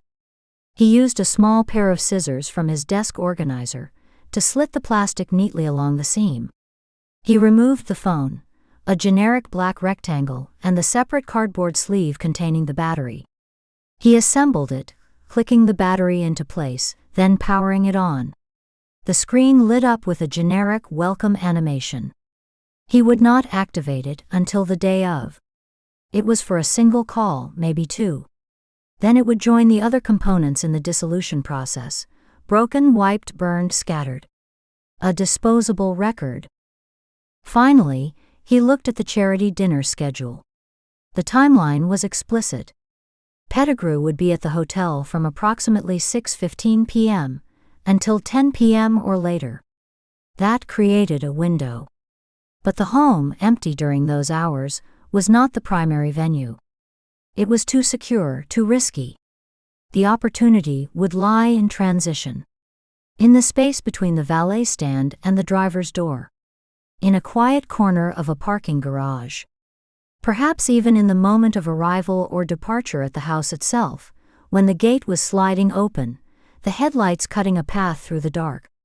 The method would need to be swift, clinical, and leave a signature that connected back to his role. Not the staging of Rourke, but something that spoke to Pettigrew's own profession. An irony, but not a theatrical one. A pointed one. He leaned back, steepling his fingers, his eyes moving between the map, the schedule, and the circled name on the list. The room was utterly silent, save for the hum of the lamp. He felt no excitement, no nervous thrill. He felt a profound sense of necessity. This was the work. One name at a time, he would make them account for every line they had ever filed, every signature they had ever placed on a document that sealed a truth away.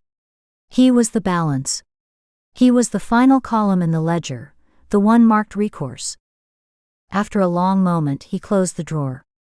The map and schedule he placed into a fresh, plain manila folder, which he labeled with a code only he understood, a date and a case number reference. He filed it in a cabinet beside his desk, among other such folders. The disposable phone he placed in the pocket of the jacket, hanging on the back of his chair. The legal pad remained open on the desk, Pettigrew's name circled a beacon in the lamplight. He switched off the tablet, the room darkening slightly as its glow vanished. He then clicked off the architect's lamp, plunging the room into total blackness. In the dark, the mosaic on the walls was invisible, but he knew its pattern by heart. Every string, every pin, every photograph. It was all there, held perfectly in his mind, a flawless record. He sat in the darkness for several minutes, not moving, listening to the sound of his own steady breath. Then he stood, his chair rolling back silently on its casters. He walked to the door, his steps measured and sure, opened it and stepped out, locking it behind him with a soft, definitive click. The room, and its terrible, meticulous ledger, was left waiting for his return. Chapter 13.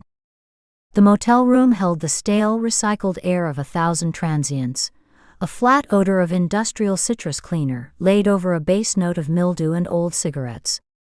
The carpet was a dense, matted brown, and it felt damp through her socks, a persistent clammy chill that seeped up from the concrete slab below. She'd paced earlier, from the bathroom door to the window and back, 12 steps each way, until the pattern felt like a cage. Now Katie lay on her back, the cheap bedspread, a synthetic weave printed with vague geometric shapes in mustard and rust, scratchy against the skin of her forearms. She watched the red numbers of the digital clock on the nightstand bleed from 1:47 to 1:48, the change a silent mechanical judgment on her wakefulness. The only other light was the pale blue glow from her open laptop on the other side of the bed, casting long, distorted shadows across the notes and photocopies spread beside her.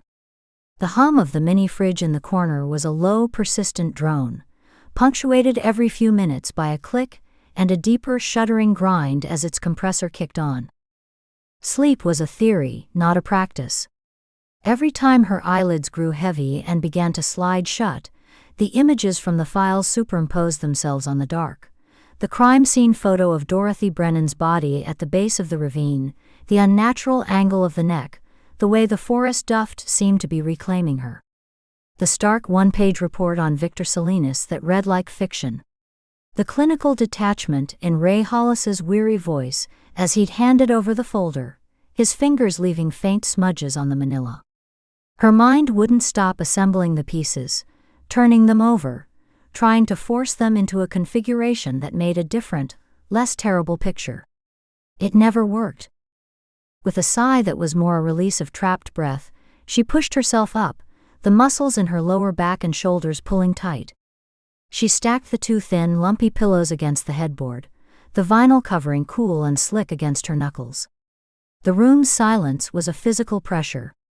She could hear the faint rush of a truck on the highway a mile away, the creak of the bed springs as she shifted, the rustle of paper.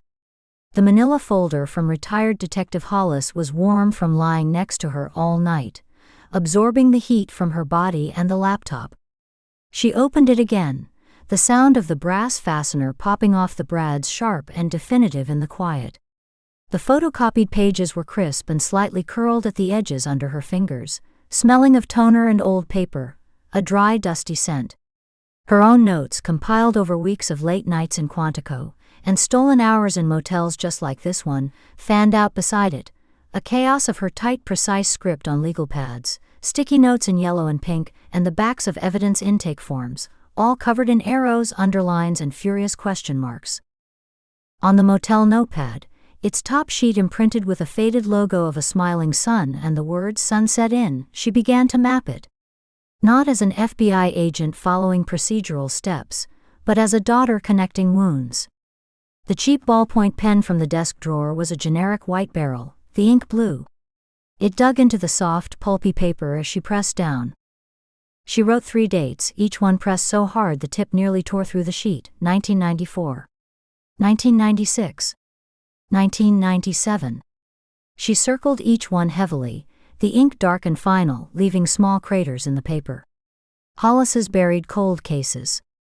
Young women. A drowning in a river. A disappearance on a hiking trail. A hit and run on a county road.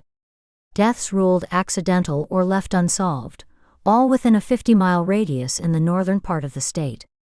A pattern someone had taken professional, deliberate pains to erase from the record, to bury in the wrong filing cabinet, to misfile under closed, insufficient evidence. Beneath them, with a space of 2 lines as if giving the name its due respect, she wrote her father's name, Ken Ford. The letters looked stark and alone on the wide-lined page.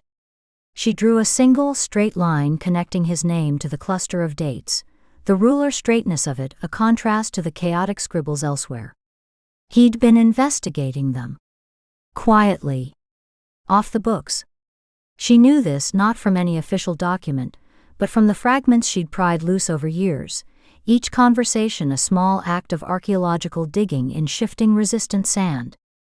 The memory was not a single scene, but a collage of strained voices and averted eyes. She'd been 22, fresh out of college and burning with a need for answers the official report refused to provide. She tracked down his old partner Gary, meeting him at a diner that smelled of burnt coffee and greasy bacon. The vinyl booth had squeaked under her.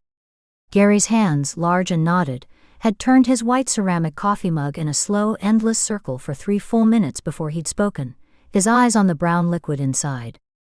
Kenny was asking around about some old files, he'd said finally, his voice gravelly from cigarettes and disuse. Stuff that was supposed to stay filed. He got real focused on it last 6 months or so. Told me it was a hunch. Gary had taken a sip, his eyes finally lifting to meet hers. They were bloodshot and tired, the skin around them sagging. He asked me to pull a few strings, call in a favor with a guy in records up in Santa Rosa. I told him it was a bad idea. Paper trails. He'd shaken his head, a slow, heavy motion. He told me to leave it alone, Katie. His exact words. He said, Gary, this is swampy. You stay on dry land. Gary's gaze had dropped back to his mug. I did. I stayed on dry land. Another fragment. A records clerk from the Sacramento field office, retired and living in a retirement community in Arizona, who'd taken her call as a courtesy to a fellow agent's daughter. The connection had been faint, scratchy.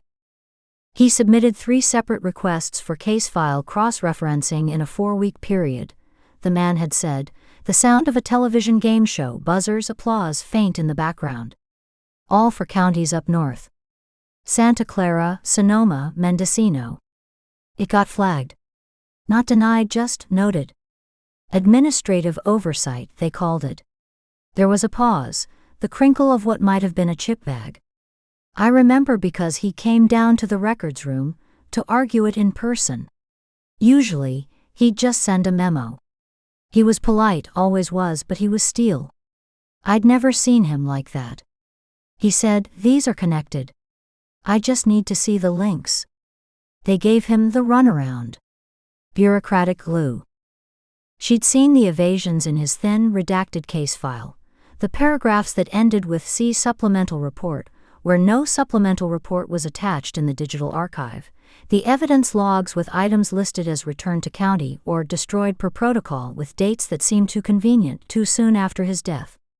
The timeline glared up at her now from the cheap lined paper, The facts lined up like grim soldiers. Her father had been digging into those cold cases, pushing against a quiet institutional resistance that didn't shout, just quietly closed doors and lost paperwork. Then he was dead. All within an 18-month window. Her throat tightened, a sudden visceral constriction that made swallowing difficult. She tried, and the motion felt forced, the muscles working against a knot. She set the blue ballpoint pen down on the nightstand. It rolled a half-inch before stopping against the base of the lamp. She picked up a different one from the motel desk, a red rollerball left by a previous guest. The plastic cap came off with a soft, hollow pop. The red ink was a shock of color against the muted blues and yellows of her notes. She drew a thick, deliberate line connecting the cluster of cold case dates to her father's name, and from his name to the year of his death, 1998, which she now drew a box around, the red ink like a fresh wound on the page. It wasn't just a line. It was a fuse, and she was tracing it back with her own hand toward the explosive charge. The current killer, this archivist, was exposing corruption through theatrical, brutal murder. He was targeting people connected to old, buried sins. The councilman who dismissed complaints, the retired cop who filed a false report. They were cogs in a system. Her father hadn't been copying a killer's methodology. He'd been trying to expose the rot at the heart of that same system, the carelessness or corruption that let predators operate with impunity. Maybe one predator. Maybe several, working in the shadows of bureaucracy. And it got him killed. The botched robbery in the shadowy parking garage, the official story she'd railed against for half her life, the story of a desperate addict and a startled federal agent, now felt like the flimsiest of covers, a blanket thrown over a shape too terrible to look at. A shape that was now emerging from the dark. The room felt suddenly colder, the stale air chilling on the exposed skin of her arms and neck. She set the red pen down carefully, its barrel clicking twice against the particle board nightstand. She swung her legs off the bed, the sheets tangling around her ankles for a moment before she kicked free. Her feet found the damp-feeling carpet, and she pushed herself up, a wave of lightheadedness hitting her from the sudden movement and lack of sleep. She steadied herself with a hand on the edge of the mattress, the coarse bedspread texture rough under her palm. She patted the 5 steps to the single upholstered chair by the window, a squat thing covered in a scratchy burgundy fabric. Her worn leather jacket was slung over the back, one sleeve hanging lower than the other. The material was cool and familiar under her hands, the leather softened and creased in all the right places. From the inner pocket, her fingers brushed past the smooth edge of her wallet, the ridged plastic of a hotel keycard from another city, and found the stiff, familiar rectangle of the photograph. She pulled it out, the motion practiced. Eli's third-grade class picture. The colors were slightly faded with time, the blues less bright, the reds tinged with orange. His smile was gap-toothed and effortless, one front tooth conspicuously absent, a dark space in the grin. His hair was a sun-bleached mess, a cowlick at the crown that their mother could never fully tame, no matter how much water or paste she used. He wore a striped polo shirt that was too big for him, a hand-me-down probably, the collar slightly askew as if he'd been fidgeting right before the flash. She traced the edge of the photo with her thumb, feeling the slight raised ridge of the border, the slight curve where the corner was beginning to soften from years of handling. Then she turned it over. The plain white envelope it had arrived in was still tucked behind it, crisp and anonymous against the older, softer back of the photo. The contrast was always jarring, the cherished relic and the cold modern vessel that had delivered it back to her. She carried both back to the bed, the photograph held carefully by the edges. She set it face up beside the glowing laptop, propping it against the base of the lamp so Eli's face was visible. For a long moment she just looked at her brother's face, the unself-conscious joy in it a stark, almost painful contrast to the grim documents surrounding it. The child in the photo knew nothing of cold cases or cover-ups.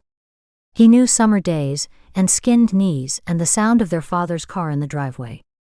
Then she picked up the envelope again, holding it under the pool of light from the laptop screen, tilting it to catch every detail. She studied it not for the first time, but with a new, drilling focus, as if she could see through the paper to the hands that had handled it. The address was typed, not printed by a standard label. The faint imperfections of an old typewriter's strike were visible if you looked closely. The A was slightly fainter than the other letters. The F in Ford had a tiny chip in the upper curve. Her name, her old apartment address in Arlington. The postage stamp was generic, a flag stamp, one of dozens of millions. The postmark. It was faint, smudged by handling and the machinery of the postal service, but she tilted it, and the angled blue light caught the deeper impression in the paper. It was legible. A town name, a state, a date from 2 years ago, Cedar Springs, CA.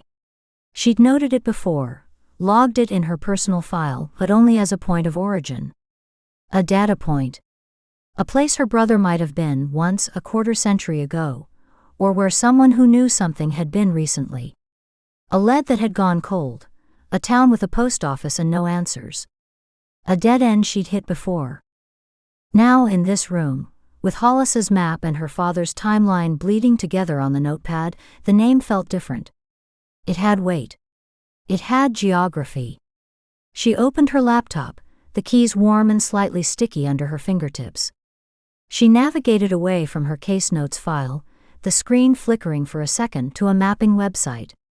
In the search bar she typed, her keystrokes loud deliberate taps in the silence, Cedar Springs, California. She hovered her index finger over the enter key for a second, a strange hesitation in her gut, then pressed down. The screen populated. A small dot, nestled in the green-tinted hills of the coastal range. No major highways ran through it. The roads leading in were thin capillary lines. She zoomed out slowly, using the trackpad with 2 fingers, the view expanding to show more counties, more towns, the scale changing in the bottom corner. Her breath caught, hitching in her already tight throat, stopping halfway. She leaned closer, the blue light washing over her face. Cedar Springs was in Santa Clara County. She pulled Hollis's map of the cold case locations closer. The photocopied county map with his small, neat X's marked in pencil, now gone over in her own pen. The paper felt fragile. Her eyes darted between the glowing screen and the matte paper, aligning landmarks, a river here, a state route there. One of the X's, the 1996 disappearance of a hiker named Rebecca Vale, was placed near a state park just north of Cedar Springs. Another, from 1997, was a hit-and-run victim from a town 20 miles east, connected by a winding state route that snaked through the hills and passed within 10 miles of Cedar Springs. The geography overlapped. Not precisely, not definitively. This wasn't a perfect bullseye with the town at the center. But it was the same county, the same rough forested terrain of forgotten backroads and small towns that kept their secrets close. The same jurisdictional landscape. The same law enforcement offices, the same courthouses, the same network of people who might look the other way or misfile a report. Eli's photograph, the one piece of tangible, haunting contact from the void of his disappearance, had been mailed from within the same geographic orbit as her father's cold cases. The 2 separate tragedies were now sharing the same soil. A cold, precise tremor started in her hands. It began as a faint vibration in her fingertips where they rested on the cool edge of the laptop, a subtle buzzing she felt in the bones. Then it traveled up through her knuckles, making the tendons in her wrists stand out in sharp relief under the skin. She watched it happen, detached, as if observing a physiological response in someone else. She clenched her hands into fists, pressing them hard against the tops of her thighs, feeling the muscle and bone beneath her sweatpants, but the tremor was internal, a seismic shift too deep to suppress. It was in the pit of her stomach, a cold coil tightening. It wasn't proof. It was a thread, fine as a spider's silk, glinting in the dark, connecting 2 abysses she had always needed to believe were separate. One was professional legacy. The other was personal hell. The thread insisted they were the same canyon. Her mind, trained for pattern recognition, now raced ahead, testing the horrific hypothesis against every scrap of data, every memory. What if Eli's disappearance wasn't a separate, random tragedy? A boy snatched from a backyard in one county while his father investigated missing persons in another? What if it was part of the same ugly tapestry? The logic once considered was grotesquely simple. A boy goes missing. A detective, a father, starts asking frantic, desperate questions in his personal life, but also professional, pointed ones in his work about other missing people, about covered-up deaths that suddenly don't look so disconnected. His personal anguish fuels his professional obsession. He digs too deep in every sense. He becomes a threat not just to a secret, but to the people keeping it. He and his family become targets. One is eliminated: a parking garage, a silenced gun, a story about a robbery. The other vanishes, becomes a ghost. A photograph in the mail decades later. She tested the theory against the grim ledger in her mind, against the timeline on the notepad. The cold cases from 94 to 97.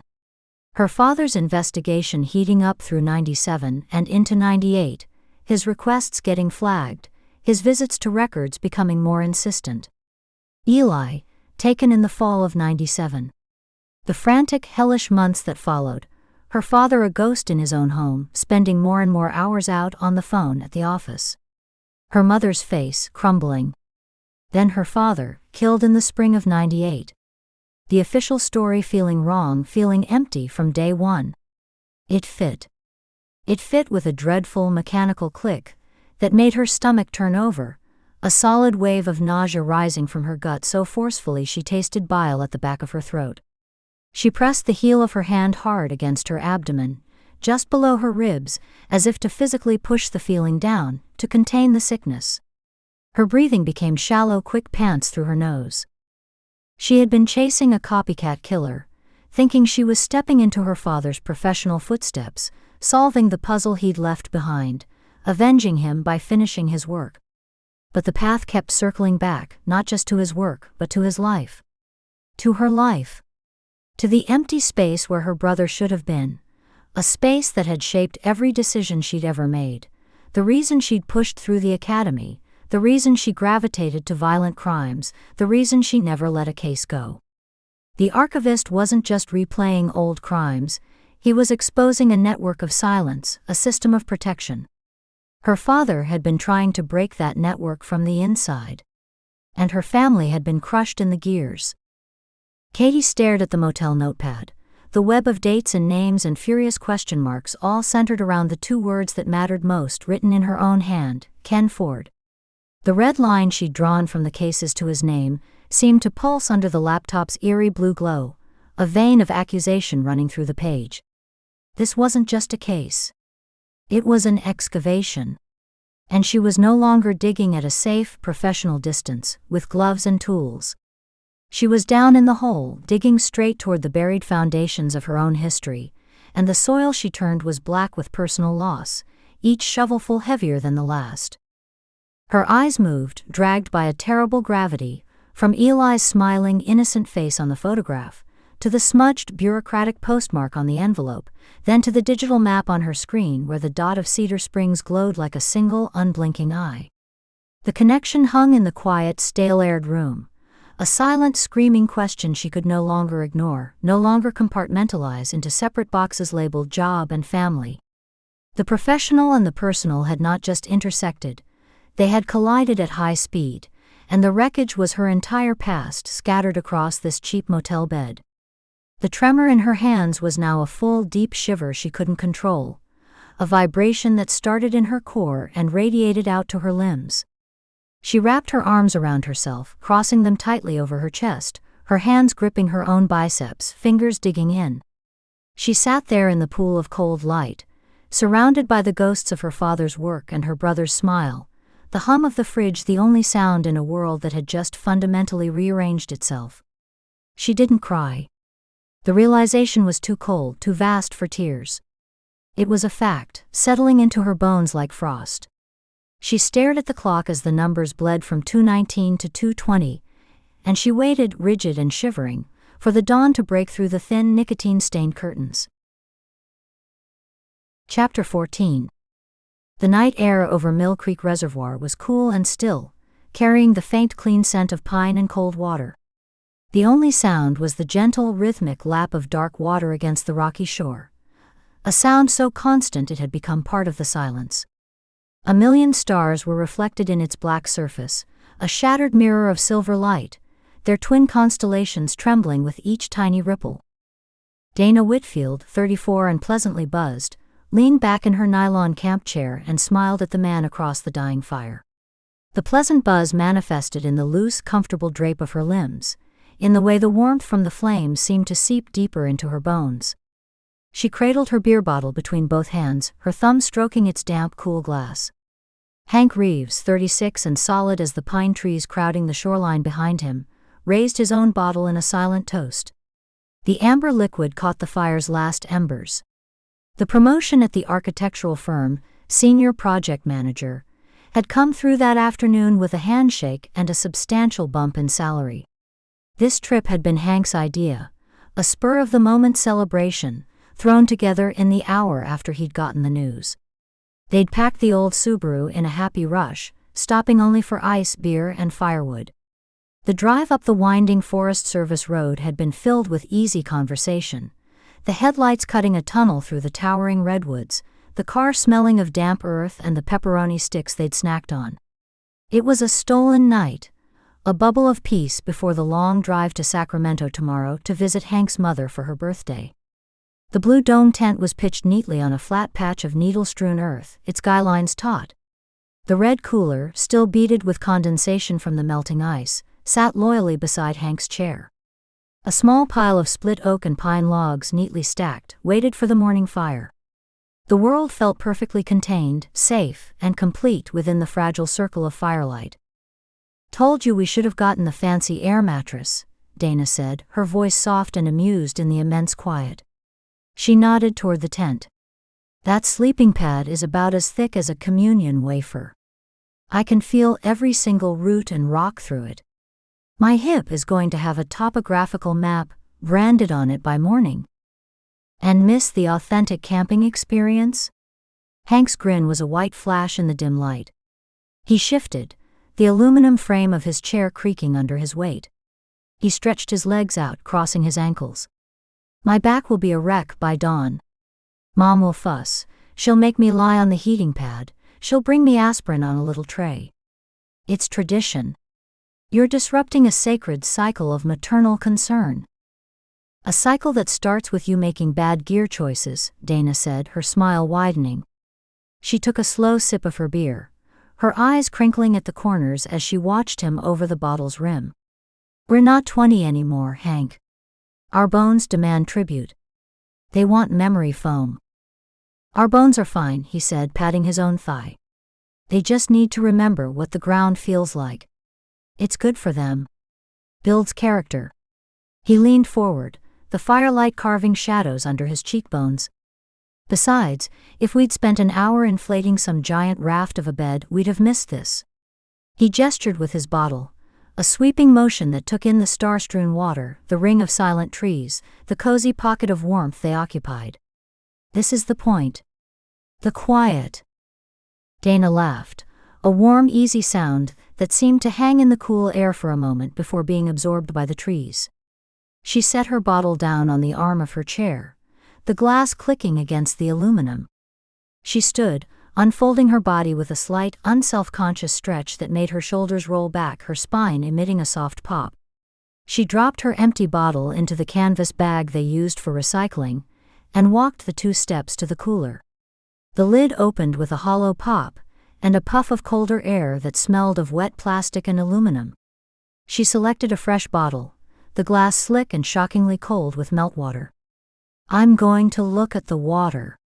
See if the stars are any brighter, over there. Maybe find our missing air mattress floating by." "Don't fall in," Hank said, settling deeper into his chair, letting his head loll back to look at the sky. He took a long, satisfied pull from his beer, his throat working. "I'm too comfortable to rescue you. I'd have to write a report. Subject failed to appreciate stable ground. Request for heroic effort, denied due to excessive coziness. I'd timestamp it and everything." "Noted," she said, smiling over her shoulder as she turned. Her smile was relaxed, her eyes soft with affection and the mild buzz. "I'll send up a flare if I need you. Try not to doze off." "No promises," he murmured, already letting his eyes drift shut for a second, a picture of contentment. She walked the short distance from their campsite to the water's edge, her boots crunching softly on a mix of pine needles and smooth small stones. The ground sloped gently, and she could feel the change in temperature, a deeper chill rising from the vast dark body of water. The reservoir opened before her, a vast black plain under the bowl of the sky, so wide the opposite shore was only a suggestion, a darker line against the dark. She took a sip of beer, savoring the crisp, bitter hop taste, the quiet that was so profound it felt like a presence, a thick blanket over everything. Behind her she could hear Hank humming something tunelessly, a fragment of a song they'd had on the radio during the drive. She heard the specific scrape of his chair's legs on stone as he shifted his weight, followed by the faint rustle of him reaching into the cooler for another beer, the clink of glass, the sigh of the lid being closed. A twig snapped in the tree line to her left. The sound was clean, definitive. Not the soft crush of a deer's hoof on duff, not the rustle of a raccoon in the brush. It was the sharp, percussive crack of dry wood under deliberate, misplaced weight. She turned her head, her body following a half-second later, expecting the reflective glint of animal eyes or the pale, ghostly rump of a deer fading into the brush. The figure that emerged from between two thick trunks was neither. It was just a shape, a slab of darkness darker than the pooled shadows, and it moved with a terrible fluid purpose that bypassed thought and went straight to the base of her spine, locking her joints. It was already in motion, already covering ground, its approach silent save for that one betrayed snap. It didn't run, it flowed, closing the distance with an economy of movement that spoke of absolute intent. Her mouth opened. A warning, Hank's name, a simple shout. It died before it could become sound, frozen in her throat by the sheer speed of it. The beer bottle, its cold forgotten, began to slip from her fingers. The shape was upon her.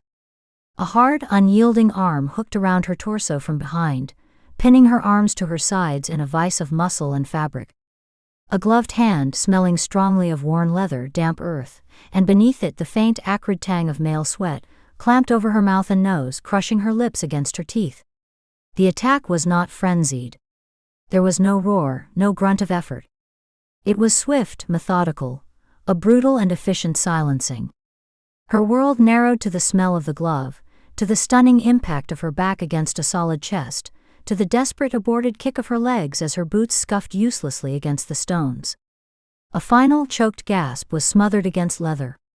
She felt a shift in the killer's stance, a minute adjustment of balance. Then a precise, immense pressure was applied high on the side of her neck, just below her jaw, with expert anatomical knowledge. Her consciousness didn't fade so much as snap off like a light, the starry water, the smell of pine, the sound of Hank's humming, all vanishing into an instant absolute black. Hank's chair scraped again against the stone as he leaned forward to toss a final tiny stick into the fire's embers. It flared for a second, a brief orange flower, then died. A minute had passed. Maybe two. The quiet felt a little longer, a little emptier than it had before. "Dana," he called, his voice casual but edged with a question. He cocked his head, listening. "You okay? See a fish jump or something?" He tried to make it light, but the words hung in the air, unanswered. Silence from the water's edge. The fire popped, sending a small spiral of sparks upward that died before they reached the lower branches of the pines. He set his beer down on the flat rock beside his chair, the glass clicking softly against the stone. The relaxed sprawl left his body. He sat up straight, his shoulders squaring. He stood up, his movements slower now, more deliberate, the pleasant lethargy of the beer sloughing away. The pleasant haze of alcohol evaporated, burned away by a primal spike of alarm that tightened his scalp and made the fine hairs on his forearms and the back of his neck stand erect. The night felt different. The quiet was no longer peaceful. It was a held breath, a vacuum waiting to be filled. The familiar lap of water now sounded like a countdown. "Dana," he called again louder, his voice cutting through the stillness. He took a step toward the water, his boot landing heavily on the gravelly soil.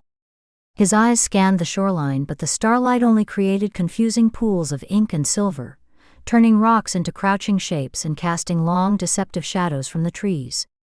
He couldn't see her. "Hey, answer me. This isn't funny." He took 2 more steps, his boots crunching with deliberate force. His heart had begun a hard, rapid drum against his ribs, a frantic rhythm that echoed in his ears. He was a big man, strong from years of weekend projects and a stubborn gym routine 3 times a week, but his strength felt suddenly irrelevant, a theoretical thing in a physics problem he didn't understand. He was about to call out a 3rd time, to stride down to the water and find her staring at some frog or lost in thought, when a subtle shift in the darkness to his left, beside the dark bulge of their tent, registered at the periphery of his vision. Not an animal. The shape detached itself from the deeper gloom, not rushing but simply there, filling the space between him and the tent, between him and the car keys inside on the little mesh pocket. It was a man, Hank's mind supplied uselessly. A man dressed in dark clothing, his face a pale featureless smudge beneath a hood or cap. The figure stood perfectly still, observing him. "What the hell?" Hank breathed, the words more a puff of air than sound. His hands came up not in fists but in a warding-off gesture, palms out. His breath fogged briefly in the air. "Who are you? What did you do?" His eyes darted past the figure, trying to pierce the darkness near the water. "Dana." The shape moved. It was the first step that did it, a calm, measured step forward that broke the stalemate. Hank's panic, hot and bright, finally ignited his strength. He didn't retreat. He lunged forward, a clumsy, powerful tackle born of desperation and terror, aimed at the man's midsection. He connected, his shoulder driving into solid muscle and bone, and for a second he felt a savage hope. They grappled, stumbling sideways toward the tent, Hank's fingers clawing at dark, coarse fabric, finding purchase on a jacket, trying to spin the man to throw him off balance to get past him. He grunted with effort, his breath coming in ragged, steaming gasps. The man in his grasp was like a rock, impossibly balanced, rooted to the earth. The struggle was short, brutal, and utterly one-sided. Hank, fueled by adrenaline and terror, was wild, uncoordinated, all instinct and fury. The killer was prepared, precise, a technician. He absorbed Hank's momentum, shifted his weight subtly, and in the tangled half-embrace as Hank tried to get a better grip, the killer's other hand moved. The blade was short, utilitarian, with a matte finish that didn't catch the starlight. It found its mark not with a theatrical slash, but with a single deep upward thrust, delivered with clinical accuracy just below the ribcage, angled inward and up. Hank's breath exploded out of him in a wet, surprised gasp, a sound of profound, confused shock. All the strength, all the frantic fight, drained from his limbs in an instant, replaced by a shocking, invasive cold that seemed to flood his core. His grip on the man's jacket went slack, his fingers uncurling. His knees buckled, the strength gone from his legs. He saw the starlit sky tilt crazily, the trees wheeling, then the rough ground rushed up to meet him. He folded to the pine needles with a soft, final sigh, a last exhalation that misted briefly in the cold air before disappearing. His eyes remained open, fixed on the blurred silhouette of the blue tent, a last image of a planned future that would never come. Then came the staging. The killer stood still for a full minute, listening. His own breathing was even, deep, the only sign of exertion a slightly faster rise and fall of his chest that quickly settled. The only sounds were the eternal, indifferent lap of water, and the faint, distant questioning cry of an owl. He turned his head slowly, scanning the tree line, the road, the empty reservoir. Satisfied, he then knelt beside Hank's body, his movements economical, unhurried. He peeled back his glove with his teeth, revealing pale, long-fingered hands. He checked for a pulse at the carotid artery, his bare fingers pressing for a slow 10 count against the still warm skin. He gave a single, barely perceptible nod. He pulled the glove back on, the leather snug. He moved to the water's edge where Dana lay crumpled. He worked without haste, with a meticulous, reverent care that was more horrifying than any display of rage. This was a ritual, a sacrament of correction. First he crouched and lifted Dana. She was a dead weight, but he handled her with a strange, almost gentle respect, one arm sliding under her knees, the other supporting her back and shoulders, cradling her head so it didn't loll. He carried her back into the circle of faint, residual warmth from the fire's ashes, his steps measured and sure. He laid her down on her back, carefully, as one might lay a sleeping child in bed, lowering her until her shoulders, then her hips, touched the ground. He stepped back, his head tilting slightly to one side, assessing the angle of her body against the imagined frame of a photograph. He then knelt again and adjusted her position, pulling her left arm out straight from her body, the palm turned up to the stars as if in silent supplication. He straightened her legs, aligning them neatly parallel, and brushed a few stray pine needles from the front of her jacket. Next was Hank. The killer gripped him under the arms from behind, his own knees bending, and dragged him across the few feet of ground. The body was heavy, but the killer's strength was evident in the smooth, controlled motion. The heels of Hank's boots left twin furrows in the duff, and a faint dark smear of moisture darkened the pine needles beneath his torso. He positioned Hank on his side, facing Dana, then knelt to arrange the limbs with the focus of a sculptor. He bent Hank's right arm at the elbow, placing the hand near but not quite touching Dana's throat. The fingers were curled loosely, passively. The killer then pried open the stiffening fingers of Hank's left hand, the tendons already beginning to set, and placed the handle of the killing knife into the palm. He carefully folded the fingers back around it, adjusting the grip until it looked natural, like a man who had fallen clutching the weapon, the blade's tip resting against his own thigh. The positions were exact, a ghastly, silent recreation of a specific moment, frozen in a crime scene photograph from decades past, studied until every angle was committed to memory. The killer stood again, his gaze sweeping over the tableau. He walked a slow, deliberate circle around the two bodies, his eyes missing nothing, from Dana's outstretched hand to the curve of Hank's spine, to the cold gray fire ring with its circle of charred stones and back. He paused, his head cocked. He made one more micro-adjustment, using the toe of his boot to nudge Hank's hip a fraction of an inch to the left, changing the fall of shadow across the body. Now it was perfect. A frozen diorama of domestic tragedy. From an interior pocket of his dark jacket, he removed a single sheet of paper, folded crisply into quarters. He opened it, holding it by the corners between his gloved thumb and forefinger. It was a photocopied page from a police case file, the copy quality poor, the text blurred in places like tired eyes had made the original. Thick impenetrable black bars of redaction obscured most of the typed lines, leaving only islands of text, a date, a location, a fragment of an evidence log number. But the header at the top was clearly visible, the typewriter font stark, Salinas, Victor and Maria. DOA, September 17, 1996. Millerton Lake. Below the blocks of black ink near the bottom, the official ruling was stamped in faded, slightly smeared ink, murder-suicide. The killer studied the page for a long moment, his eyes tracing the visible words, his lips moving silently as if reciting a creed. Then he refolded it neatly along the original creases, making the edges sharp. He walked to a point equidistant between the two bodies and the water's edge, a spot of bare sandy soil between clumps of tough shore grass. He scanned the ground, then selected a smooth, heavy river rock, flat on one side, about the size of his palm. He hefted it, feeling its weight. He placed the folded page on the ground, aligning it squarely with an invisible grid. He then set the rock squarely on top of it, pressing down once to seat it firmly, anchoring it against any stray breeze that might come off the water before the scene was discovered. It was a piece of evidence waiting to be found, a signature left not in ink, but in institutional memory and blood. The scene was complete. A couple, dead at a secluded reservoir. A knife in the man's hand. A cold case file left like a calling card.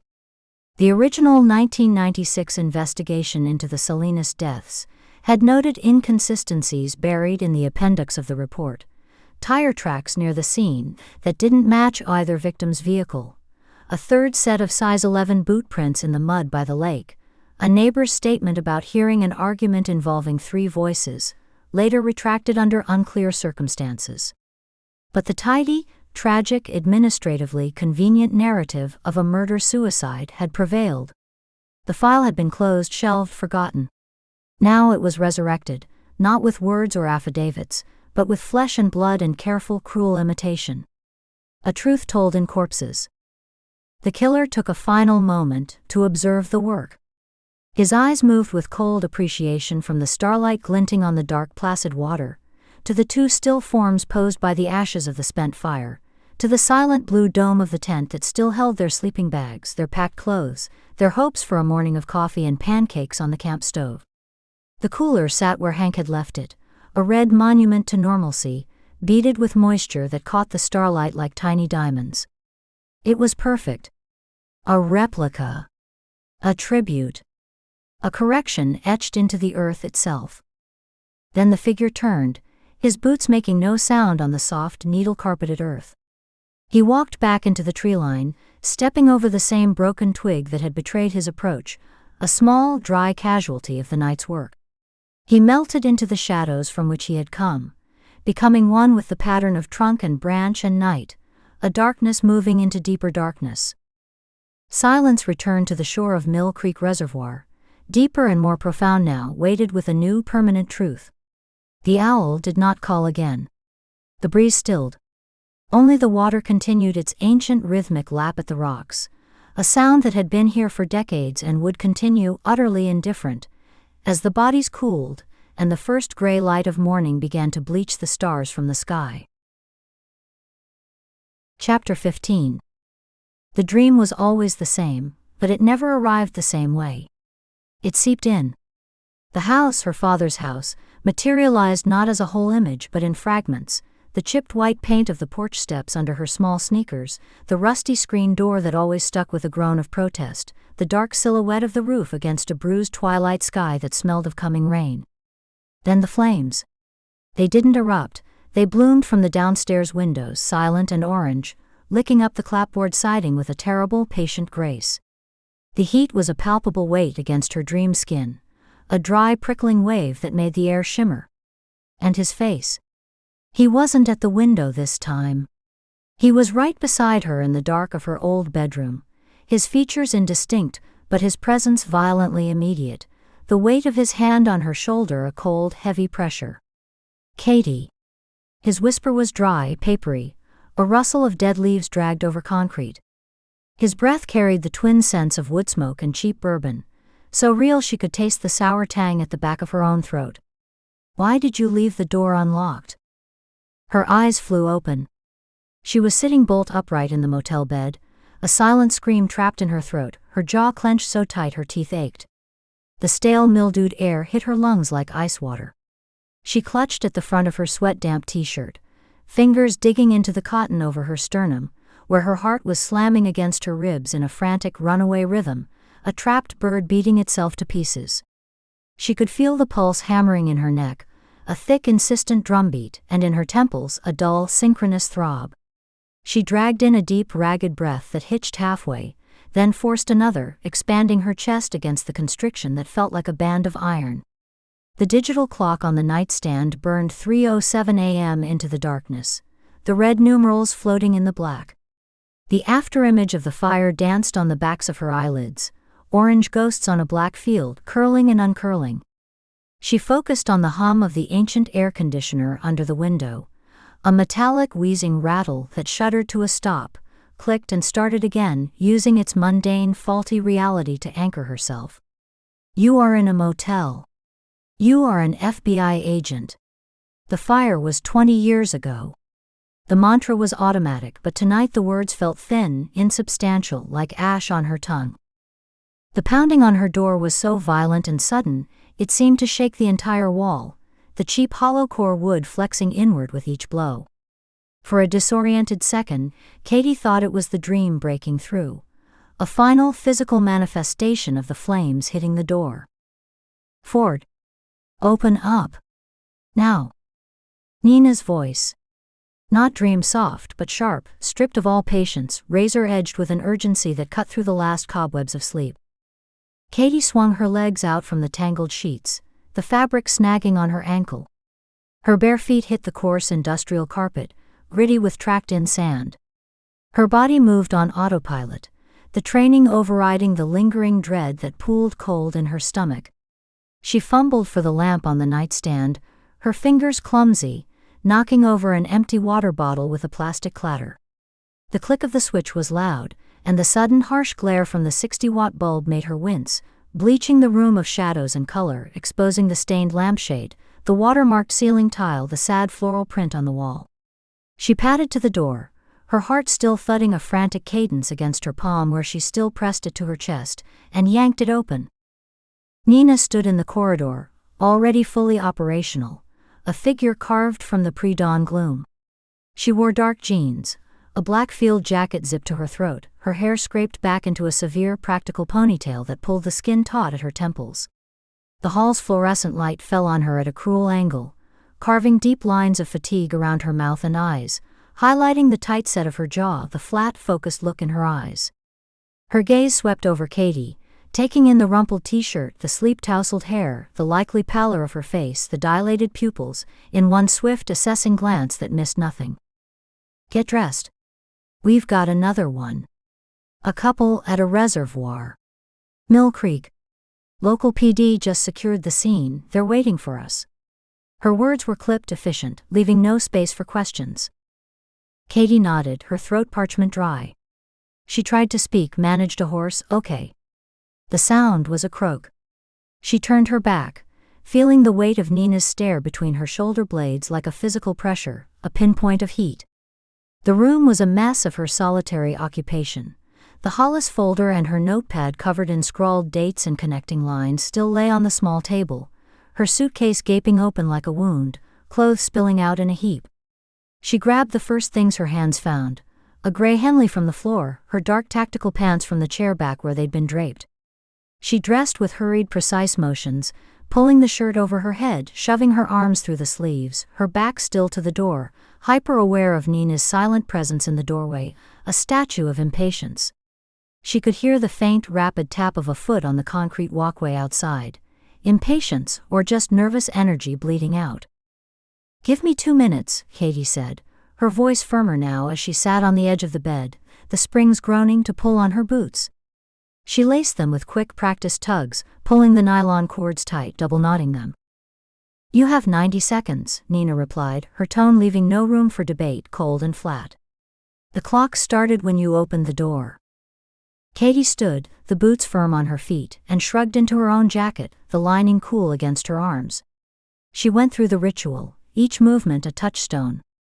The weight of her sidearm as she lifted it from the nightstand, the smooth, cold polymer of the grip familiar and solid in her hand. She ejected the magazine, checked the seated rounds with a thumb, the brass cool to the touch, reseated it with a solid, reassuring thunk, and worked the slide just enough to see the glint of copper in the chamber before holstering it at her hip. She clipped her credentials to her belt, the badge catching the harsh light, a flash of gold and blue. The entire process took less than the allotted time, a silent ballet of readiness. When she turned, Nina was already stepping back into the corridor, gesturing with a sharp jerk of her chin for her to come out.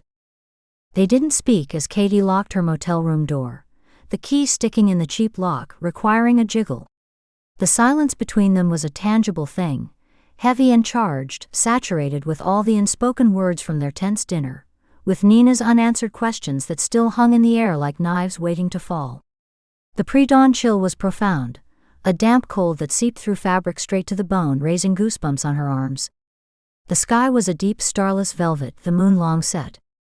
The motel parking lot was an island of sickly yellow light from the vapor lamps, pools of illumination that made the surrounding darkness seem even thicker, utterly empty save for their government sedan, its dark paint gleaming wetly under the light.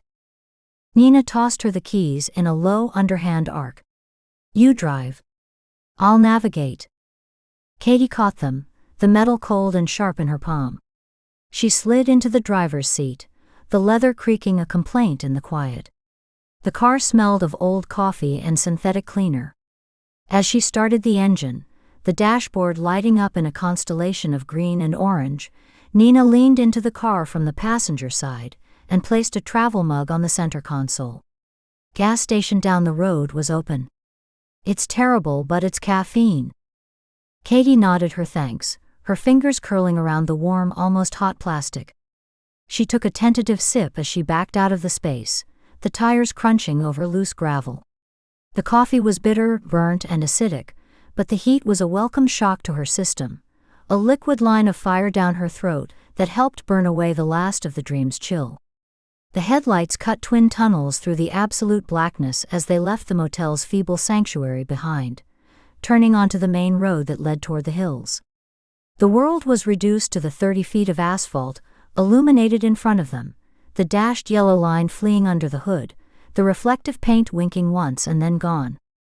The road began to twist almost immediately, climbing in a series of lazy switchbacks away from the last scattered streetlights of the town.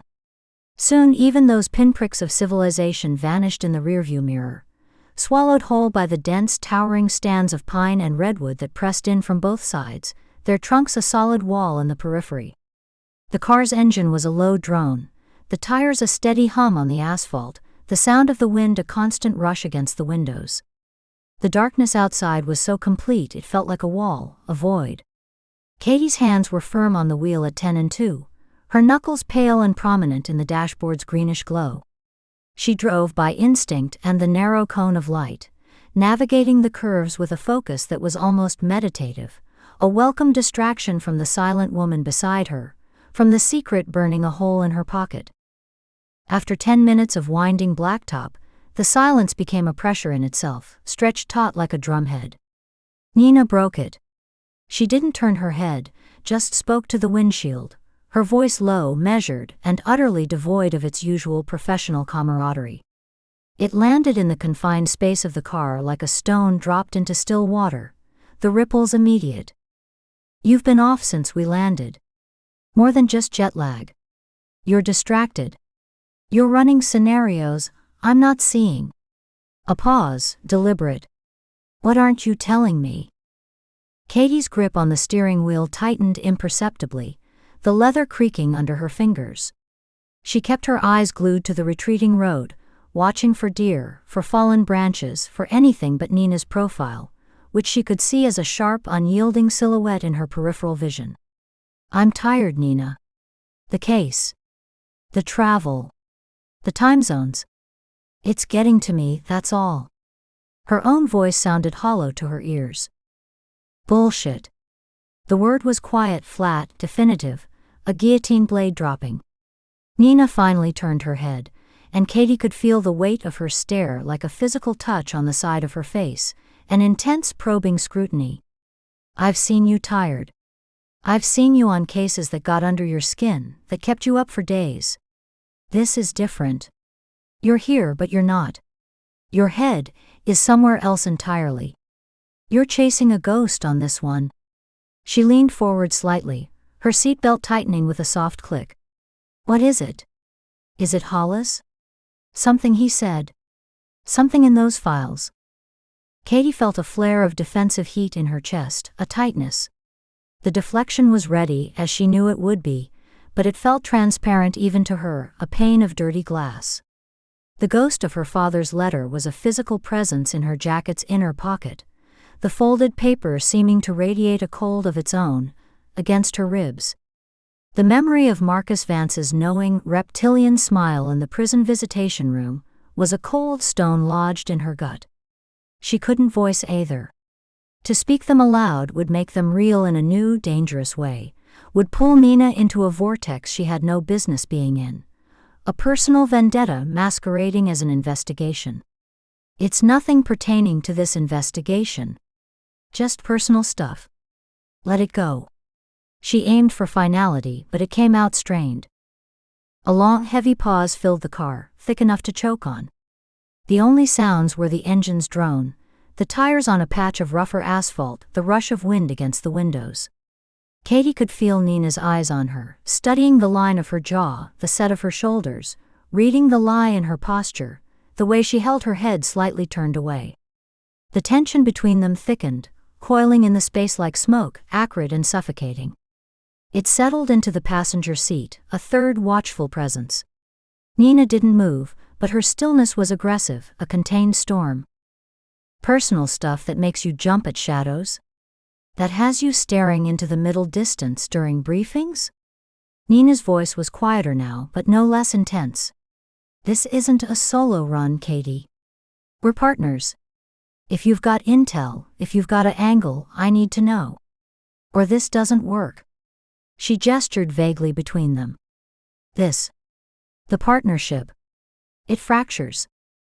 Katie took a curve a little too fast, the tires giving a slight squeal of protest on the asphalt. She corrected, her hands tightening further. I don't have intel. I have a hunch. A bad feeling. It's not something I can brief. Try me. The challenge was direct, open. I can't. The words were final, a wall.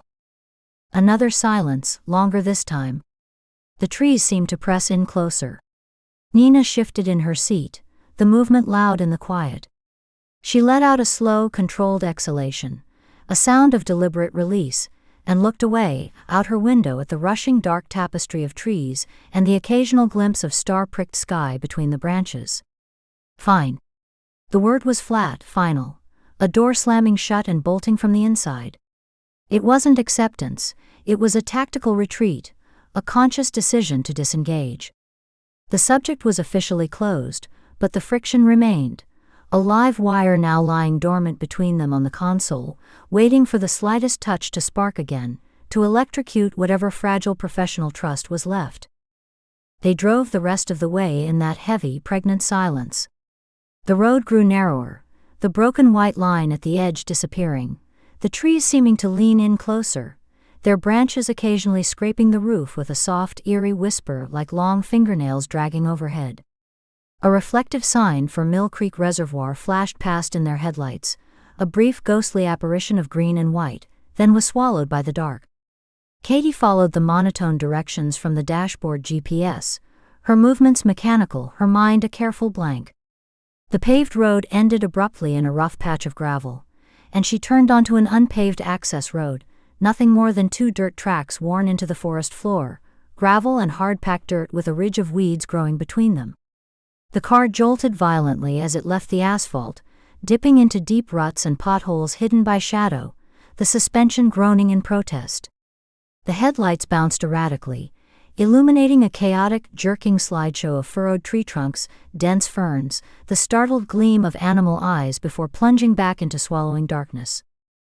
The forest here was different, damp, colder, the air heavier. A faint, ground-hugging mist began to coil around the base of the trees like smoke, lit from beneath by their headlights, giving the woods an unearthly, floating quality. Katie rolled her window down a crack, needing the real air. The air that rushed in was frigid, and carried the rich, decaying smell of wet pine needles, damp earth, and the faint, sweet rot of fallen leaves, completely devoid of any human scent, no exhaust, no food, nothing. The sound of the engine grew louder, echoing slightly in the wooded tunnel, a beast crashing through a silent world. Then, up ahead, a sickly, pulsating glow began to stain the low fog and the undersides of the branches. Not the clean white of their headlights, but the erratic strobing dance of red and blue, bleeding through the trees like a wound. They rounded a final sharp bend where the road skirted a massive boulder, and the world opened up. The reservoir was a vast flat sheet of black glass, perfectly still, perfectly dark, reflecting the emergency lights in long shimmering scars of color that wavered and stretched. It was an immense void framed by the sentinel shapes of towering pines, their tops lost in the night sky. The crime scene was a hive of muted activity on the near shore, a pocket of awful, garish illumination in the primordial dark. Yellow police tape, stark and garish, had been strung between trees, cordoning off a section of wooded area that sloped down to the water's edge, creating a fluttering plastic perimeter. Several county sheriff's SUVs were parked at haphazard angles, their light bars cycling, painting the scene in alternating strokes of alarm and dread, casting long, racing shadows that made the uniformed officers look like marionettes. The officers stood in small, quiet clusters, their postures stiff, hands in pockets or on belts, their breath pluming in the cold air in steady, ghostly streams that caught the flashing lights. A county coroner's van was parked with clinical prominence, its rear doors open, a dark mouth waiting, a gurney visible inside.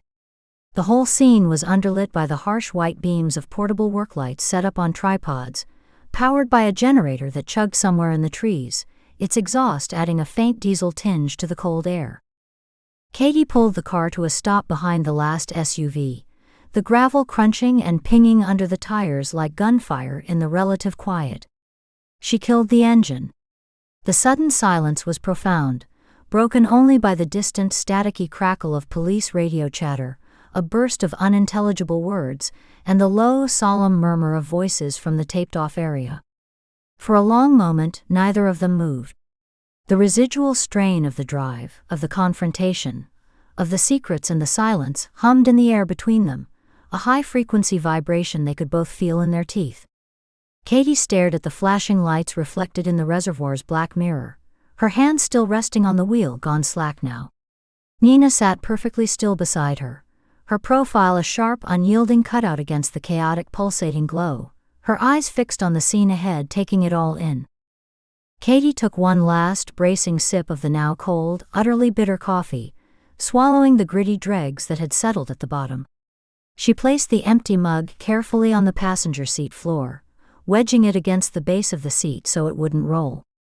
The nightmare, her father's accusing whisper that still seemed to echo in the shell of her ear, the tense, shattered silence in the car, the weight of the folded paper in her pocket. She visualized a metal box in her mind, its lid heavy, its sides thick. She packed it all inside with deliberate, vicious care. The fear, the guilt, the secret, the professional rift, the image of Marcus Vance's smile, the chipped white paint of the porch steps. With a deliberate, internal effort that felt physical, she slammed the lid shut.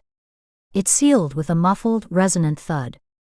She turned a key, the mechanism grinding. The lock engaged with a final, satisfying click. The box was stored away, deep down in the cold, dark vault where it couldn't touch her. Not here. Not now. This was a different box, a different darkness. "Let's go," Nina said, her voice stripped of all personal inflection, pure professional focus, cool and clean as a scalpel. The earlier inquiry, the hurt, the anger, were all shelved, but the space where they had been was now a wall of cool, efficient detachment, smooth and impenetrable. She pushed her door open, the interior dome light flooding the car with a sudden, shocking yellow, illuminating the dust motes in the air, before she stepped out into the chill and shut it with a solid thump, plunging Katie back into near darkness save for the strobing colors from outside. Katie followed suit, the door handle cold under her fingers. The gravel crunched loudly under her boots as she stepped out, the sound absurdly mundane in the midst of the scene, like walking on broken glass. The air was at least 10 degrees colder by the water, a damp cold that seeped through her jacket instantly and found the gaps at her wrists and neck. She took a steadying breath, the scent of pine and decay now undercut by a faint coppery tang she recognized all too well, and the artificial lemon scent of portable generator exhaust, and beneath it the cold, clean smell of deep, still water. She walked toward the strobing lights, her posture straightening, her shoulders going back, her agent's mask settling into place, her face becoming a smooth, neutral plane, her eyes sharpening, focusing on the details, the way the tape was strung, the positioning of the vehicles, the body language of the waiting officers. The unresolved tension with her partner trailed behind her, a silent, unseen shadow she could feel like a weight on her back, but in front of her was the work. The scene. The next piece of the puzzle. And it demanded everything. Chapter 16. The fog clung to the water like a shroud, bleeding the pre-dawn light into a flat, gray wash that erased the horizon. Katie stood just outside the yellow police tape strung between two pines, the plastic vibrating faintly in a cold breeze she couldn't feel. Her boots were already damp from the coarse, wet grass. She watched the forensic techs move like ghosts in their white Tyvek suits around the two shapes on the rocky shore, their flashlights cutting weak cones through the gloom. The scene was a grotesque diorama, preserved in the chill air. A man and a woman, fully dressed in practical outdoor clothing, fleece jackets, hiking pants, lay on their backs side by side on a bed of smooth water-tumbled stones, hands folded over their chests with a formality that was utterly obscene. Their ankles were bound together with the same coarse tan rope, the fibers dark where dew had settled. Not a murder-suicide. A double homicide, staged to look like one. The silence was profound, muffled by the fog. The only sounds were the gentle lap of water against the shore 10 yards away, the crunch of gravel under a tech's boot, and the low murmur of a deputy keeping the log. The air smelled of wet pine, cold stone, and the faint metallic tang of the reservoir. Nina materialized beside her, holding 2 paper cups of bitter gas station coffee. Her breath plumed in short, sharp bursts. Reyes is on his way. Coroner's prelim says time of death between 10 p.m. and midnight. Same ligature marks on the necks. Manual strangulation, then posed. No defensive wounds on either. They were taken by surprise, or they knew their killer. Katie accepted the cup, the thin cardboard offering little insulation. The heat barely penetrated her leather gloves. She took a sip, the coffee tasting of burnt chemicals and stale pot. It's a perfect match. To the file photo? Yeah. Nina's eyes were fixed on the scene, her profile sharp. No. Not just the photo. Katie's own breath clouded the air between them. She stepped closer to the tape, her eyes tracing the lines of the scene like a surveyor. Look at the distance from the water's edge. I'd call it 8 feet, maybe 8.5. The type of rope, 3-strand twisted nylon, not braided. The way the hands are folded, left over right on him, right over left on her. The orientation of the bodies relative to that boulder. She pointed with her chin toward a large moss-dappled stone that rose from the shore like a slumped shoulder. The man's head is 18 inches from its base.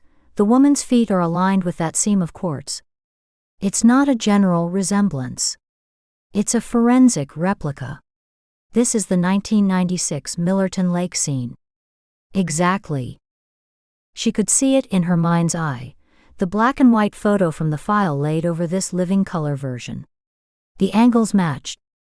The spacing matched. The chilling theatrical piece of the posing matched. The crunch of tires on gravel broke the stillness. A black county SUV pulled to a stop behind the line of official vehicles, its headlights cutting off as the driver's door opened. Sheriff Reyes climbed out, his broad shoulders seeming to carry the weight of the damp morning. He didn't hurry. He stood for a moment by his door, looking past the vehicles toward the taped-off shore, his face grim in the flat light.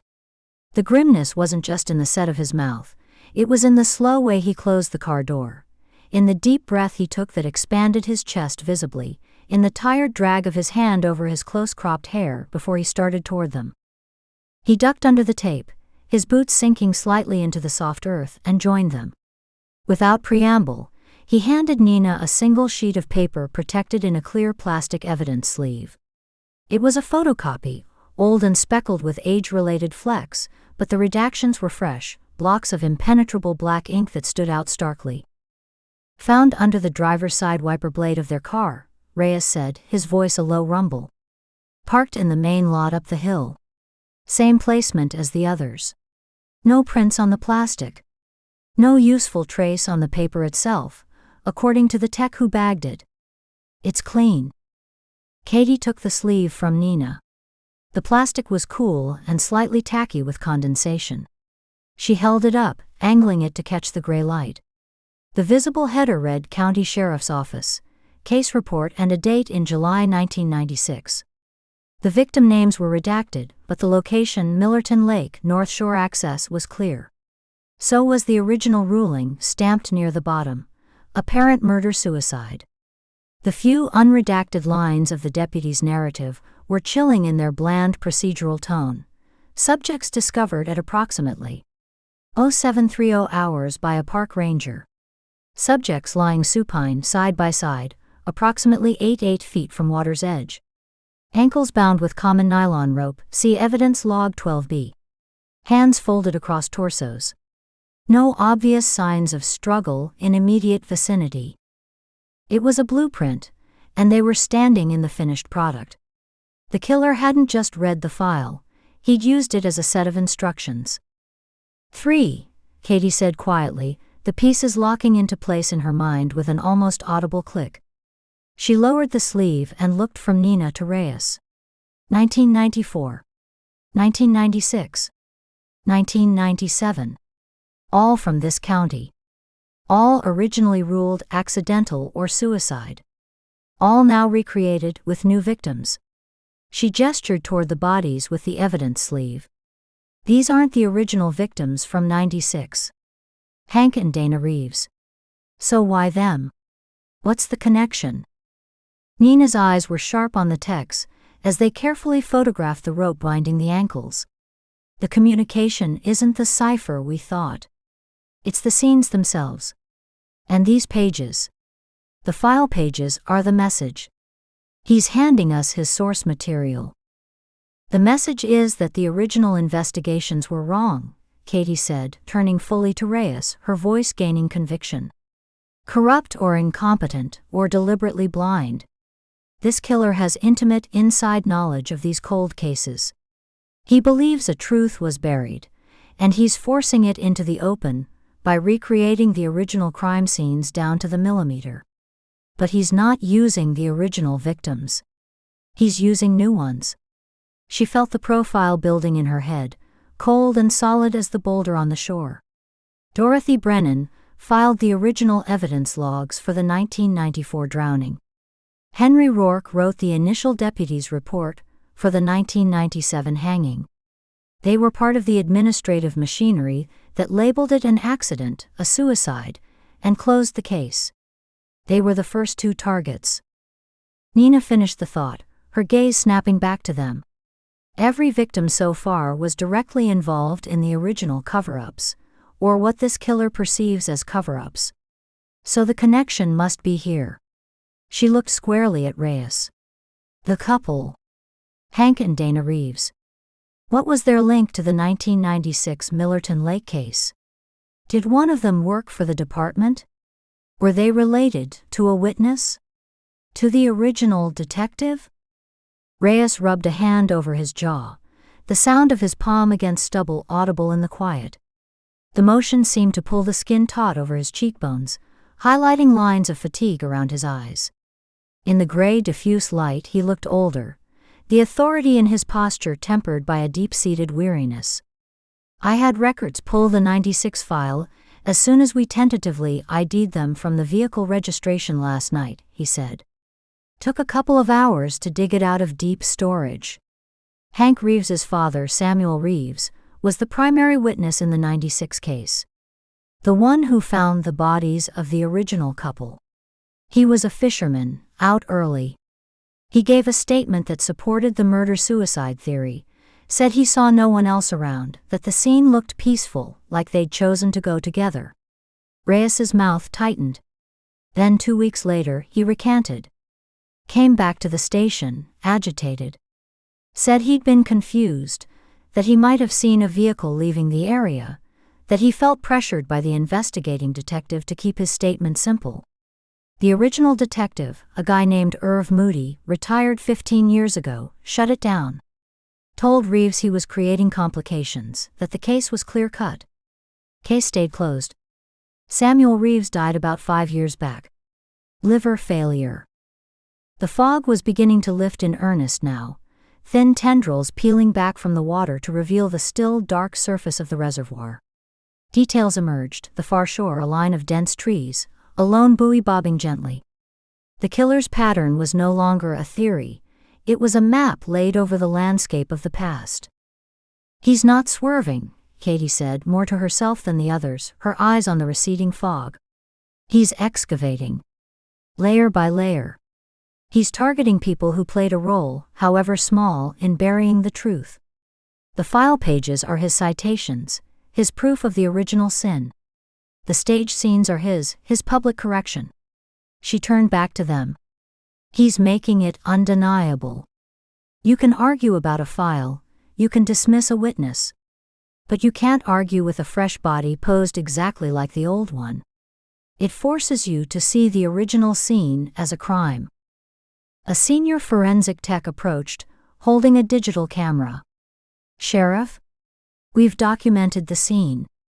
We're ready to process the bodies. You want to take a closer look before we move them? Reyes nodded. 2 minutes. He looked at Katie and Nina. Come on. See what he wants us to see." They followed him under the tape, their footsteps careful on the uneven stones. Up close, the details were even more precise and more horrifying. The victims' faces were calm, their eyes closed. There was no visible trauma beyond the faint, bruise-like ligature marks on their necks, mostly hidden by their collars. Their clothing was neat, not rumpled. Dana Reeves's hair was fanned out slightly on the stones, as if arranged. Hank Reeves's hands, folded left over right, were large and calloused, a tradesman's hands now forever still. A wedding band gleamed dully on his finger. Katie crouched, careful not to touch anything, her eyes scanning. The rope around the ankles was tied with a simple, efficient square knot. The ends were cut cleanly, not torn. She looked at the positioning of the feet. Together, side by side, almost touching. She glanced at the crime scene photo in her memory. Identical. "He took his time," Nina murmured, standing beside her. "No rush. This is workmanship." Katie stood, her knees protesting the cold and the crouch. She looked past the bodies to the water, then back to the boulder, mentally measuring the 8-foot gap. He's strong. Or confident enough to move 2 bodies into exact position, without leaving drag marks in the gravel. She pointed to the ground around them. The stones were disturbed, but in a general, scuffed way, not with the clear trails that dragging a body would create. He probably carried them. One at a time. Reyes had his hands in his pockets, staring down at the couple with an unreadable expression. They were reported missing by Hank's mother, when he didn't show for a visit yesterday in Sacramento. They were supposed to be camping one night. A celebration. He shook his head once, a short, sharp movement. "Let's let the techs do their job. We need to move." The briefing in the Sonoma County Sheriff's Department conference room, 2 hours later, had a different atmosphere. The maps and timelines pinned to the corkboard walls had taken on a new, sinister cohesion. The fluorescent lights overhead hummed, reflecting off the laminated surface of the long table, which was littered with empty coffee cups, legal pads, and laptops. The air smelled of old coffee grounds, dry erase markers, and the faint, damp wool scent from the jackets of the detectives who had just come in from the field. Katie stood at the front of the room, next to the board. She pinned the redacted 1996 page from the reservoir inside a clean evidence sleeve next to the fresh crime scene photos. Then she stepped back, aligning them with the columns she'd already made for 1994 and 1997. 3 cold cases spanning 4 years, all from this jurisdiction. 3 recreations spanning a single brutal week. She turned to face the room. Sheriff Reyes stood near the door, arms crossed. Nina leaned against the wall by the window, watching the group. Seated at the table were 4 of Reyes's senior detectives, 2 men, 2 women, their faces ranging from keen interest to skeptical fatigue. "He's methodical," Katie began, her voice clear in the quiet room. "He's not a spree killer driven by impulse or rage. He's a corrective force in his own mind. He's punishing the guilty and exposing the institutional failure simultaneously. But his core mission is here." She tapped the board next to the 3 redacted pages. "In these files. He believes the truth is in the original paperwork, and that the people who processed that paperwork betrayed that truth." One of the detectives, a lean man with salt and pepper hair named Det. Alvarez, raised a hand. "So the playbook is clear. We pull the original, full case files for 94, 96, and 97. Not just the summaries, the whole jackets, every form, every log, every memo. We identify everyone whose name appears on them. Not just the lead detectives. We're talking responding deputies, evidence clerks, records personnel who filed them, the coroner who signed off, the typist who transcribed the reports." Another detective, a younger woman named Det. Silver, chimed in, tapping her pen on her notepad. "And we cross-reference those names with our victims. Dorothy Brennan, clerical. Henry Rourke, deputy. The Reeves couple, connected through the father who was a witness. The link might not be direct employment. It could be familial, social, anything." Nina pushed off the wall, drawing everyone's attention. And we need to look hard at the witnesses who recanted, or who were discredited at the time. Samuel Reeves recanted his statement. He might have been a target if he were still alive, or his recantation might be a clue pointing to who really wanted the case buried. We need to find anyone else who tried to speak up and was shut down.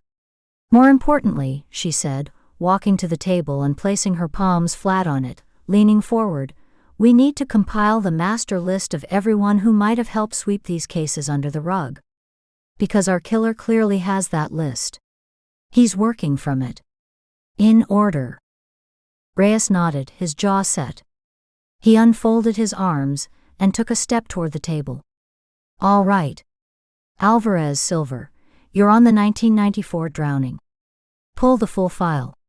I want a spreadsheet of every name, every badge number, every civilian contractor. Cross-reference with current addresses and status, alive, dead, moved away. Peters, you and Dwyer take the 1997 hanging. Same drill. He turned to his administrative sergeant.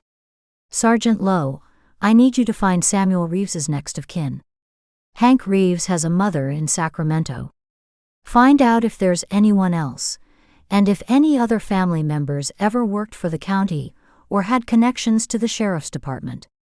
Dig into Hank and Dana's backgrounds too. See if they ever had any tangential contact with these cases. A temp job, a community service program, anything. The room immediately buzzed with a new, focused energy. The pivot from a baffling series of murders to a structured, data-driven manhunt was almost palpable. Chairs scraped back as detectives stood, gathering notepads and jackets. The low murmur of conversation broke out, detectives pairing up and dividing tasks. The sound of a whiteboard marker squeaking as Silver began to write names was sharp in the air. Jaws were set, eyes narrowed in concentration. The confusion of the past days was channeled now into a clear, if grim, objective. Katie watched the activity for a moment, then turned back to the board. She stared at the 3 redacted pages side by side in their plastic sleeves. They were more than evidence, they were a manifesto of grievance. And a timeline. The dates were right there, 1994, 1996, 1997. A thought cold and precise crystallized. She waited for a lull in the activity. Reyes was giving quiet instructions to Sergeant Lowe by the door. Nina was reviewing something on Alvarez's computer screen. He's working in strict chronological order, Katie said, her voice cutting through the administrative buzz. The room quieted, heads turning back to her. She pointed to the board. 1994 first. Dorothy Brennan. Then 1996. Hank and Dana Reeves. The third recreation was 1997. Henry Rourke. She paused, letting them follow the logic. Det Peters, a broad-shouldered man working on the 1997 file, frowned. But Rourke was killed before the Reeves couple. The 1997 scene was the second one we found. The scene was recreated out of order, Nina said, understanding dawning on her face. She walked over to stand beside Katie, facing the room. But the victim was chosen in order. Rourke was connected to the 1997 case. The killer is following his list of people associated with each case. He dealt with the 1994 person first. Then he moved to his 1997 list and took Rourke. Then he created the 1996 scene, with new victims connected to that case. He's ticking names off a list case by case, but he's executing the scenes as exhibits, possibly when opportunity allows. Katie nodded. The scenes are his public statements. The murders of the individuals on his list are the actual punishment. They might not happen at the scene of the recreation. Rourke was killed at the marina, not at the original 1997 location. The Reeveses were killed here, likely elsewhere, and brought to the reservoir. She turned to Nina, the final critical question hanging in the stuffy, coffee-scented air. He's methodical. He's following his list. So if the killer has already targeted someone from the 1994 case, and someone from the 1997 case, and now people connected to the 1996 case. She let her gaze sweep over the detectives, finally landing on Reyes. He's working through the people involved in each cover-up. For the 1994 drowning, we had Dorothy Brennan. For 1997, Henry Rourke. For 1996 it was Samuel Reeves, but he's dead. So the killer went to the next generation, his son. A message about inherited guilt, or just closing the loop. She took a step closer to the board, her finger hovering near the 1997 column. He's addressed 1994 and 1996. He's already taken a target from 1997. But was Henry Rourke the only name on his list for the 1997 case? The silence in the room was absolute. The hum of the lights seemed to grow louder. Det Peters looked down at the open file box in front of him, then back up, his face pale. The 1997 hanging. Victor Salinas. The original report was filed by Deputy Rourke. But the case was investigated by a detective. He flipped through a photocopied document, his finger tracing down a page. The lead detective was Ray Hollis. The name landed in the room like a stone. Katie's blood went cold. Ray Hollis. The retired detective, living in a bungalow full of boxes. The man who had given her the folder, who had expected her. Nina's voice was tight. Hollis is on the list. For the 1997 case. Reyes was already moving, his phone in his hand. I'm putting a unit at Hollis's place now. For protective custody. He started dialing, walking quickly toward the hallway for better reception. But Katie was already seeing it, the map complete. The killer was methodical. He had a list. He was working through it, case by case, name by name. He had taken Dorothy Brennan, 1994. He had taken Henry Rourke, 1997. He had taken Hank Reeves, 1996 by proxy. Ray Hollis was a name on the 1997 docket. And the killer had already begun his work on the 1997 case.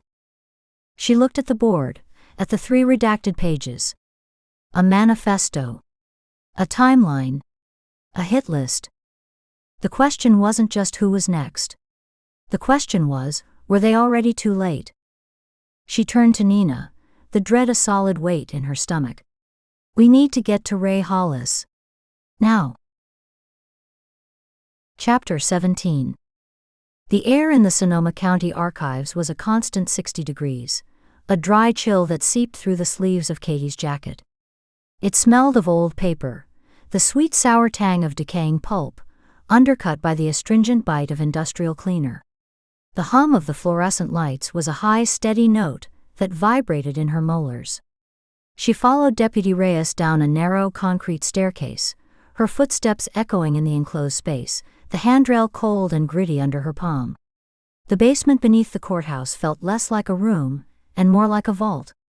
Rows of gunmetal gray filing cabinets stood in silent ranks, their drawers labeled with years and case codes in fading ink.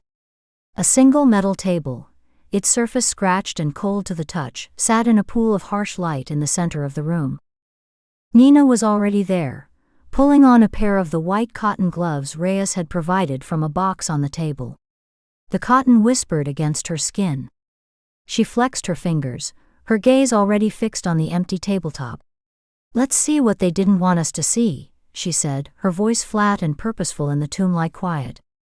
Reyes, looking bulky and uncomfortable in his uniform in this sterile bureaucratic space, placed 3 thick accordion-style case files on the table with a soft thump.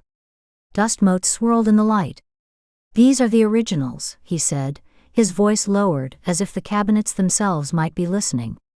The ones from the evidence storage locker you saw? Those were the public copies, the ones cleared for court. These. He tapped a finger on the faded cardboard. These are the investigative masters. The raw reports, the unfiltered notes, the stuff that gets trimmed for the record. They shouldn't have left this building. Ever. Katie opened the first file, the 1994 Millerton Lake murder-suicide. The cardboard was soft at the edges. She carefully laid the photocopied pages the killer had left at the crime scene beside the original, weighting the corners with a spare glove. The blacked-out rectangles on the photocopies were stark, brutal blocks of ink against the faded gray type of the old thermal fax paper and dot matrix printouts. She began to read the underlying text, her eyes needing a moment to adjust to the older font. The silence stretched, broken only by the rustle of paper and the omnipresent fluorescent hum. Katie leaned in closer, her gloved finger tracing a line of text. "Here," she said, the word sharp in the quiet. Her finger stopped, finding the first redaction. In the witness statement summary. Paragraph 3. Witness credibility was challenged by Ada Martin Reeves, citing prior. And then the black bar. She moved her finger to the original document, to the unblemished text beneath.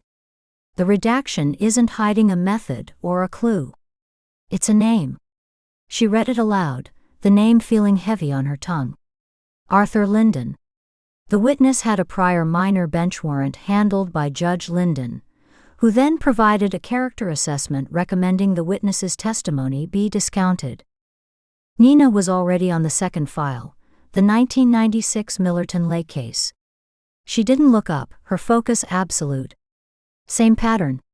Look. She pointed.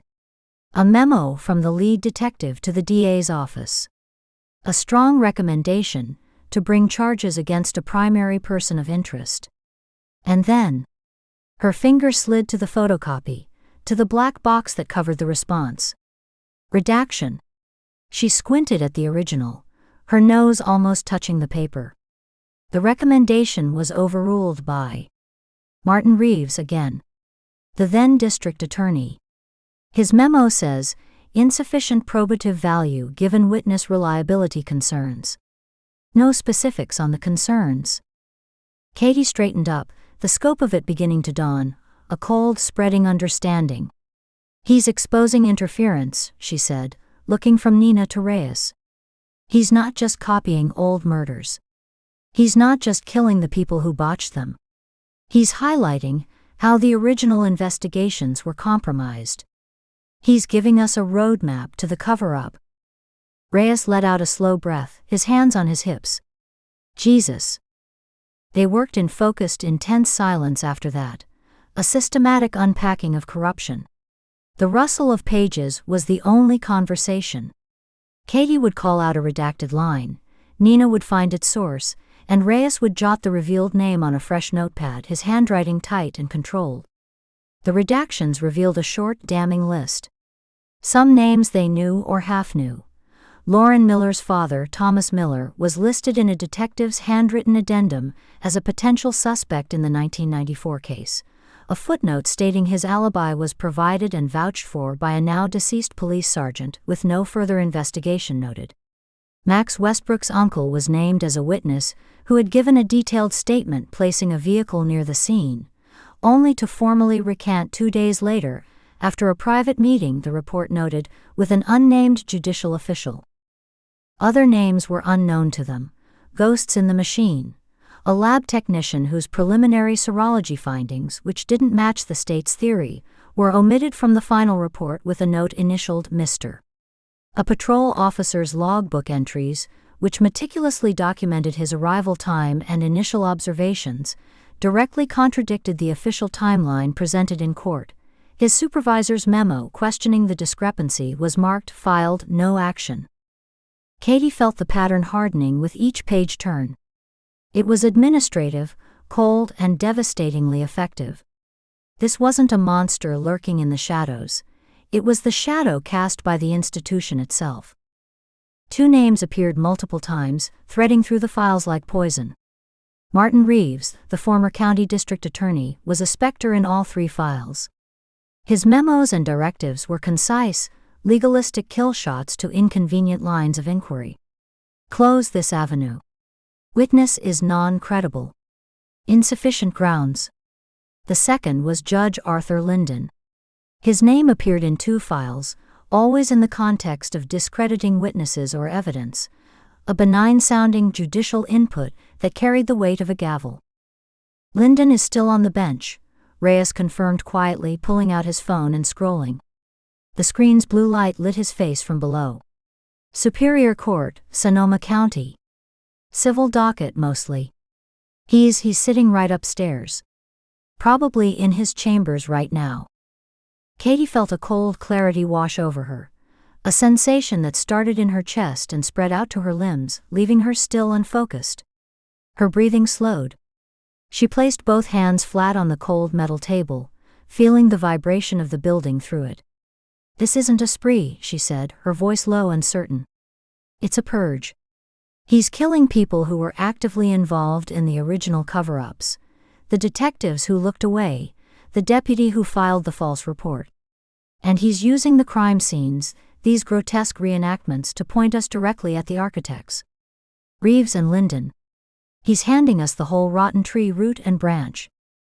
Nina stood back from the table, her arms crossed tightly over her chest.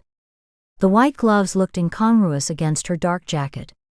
She stared at the spread of documents, her eyes calculating. "He's putting on a show for us.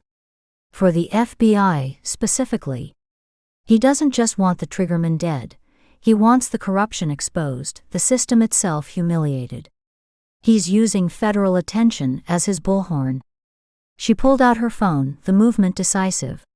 This just went federal in a whole new way. It's not just serial murder.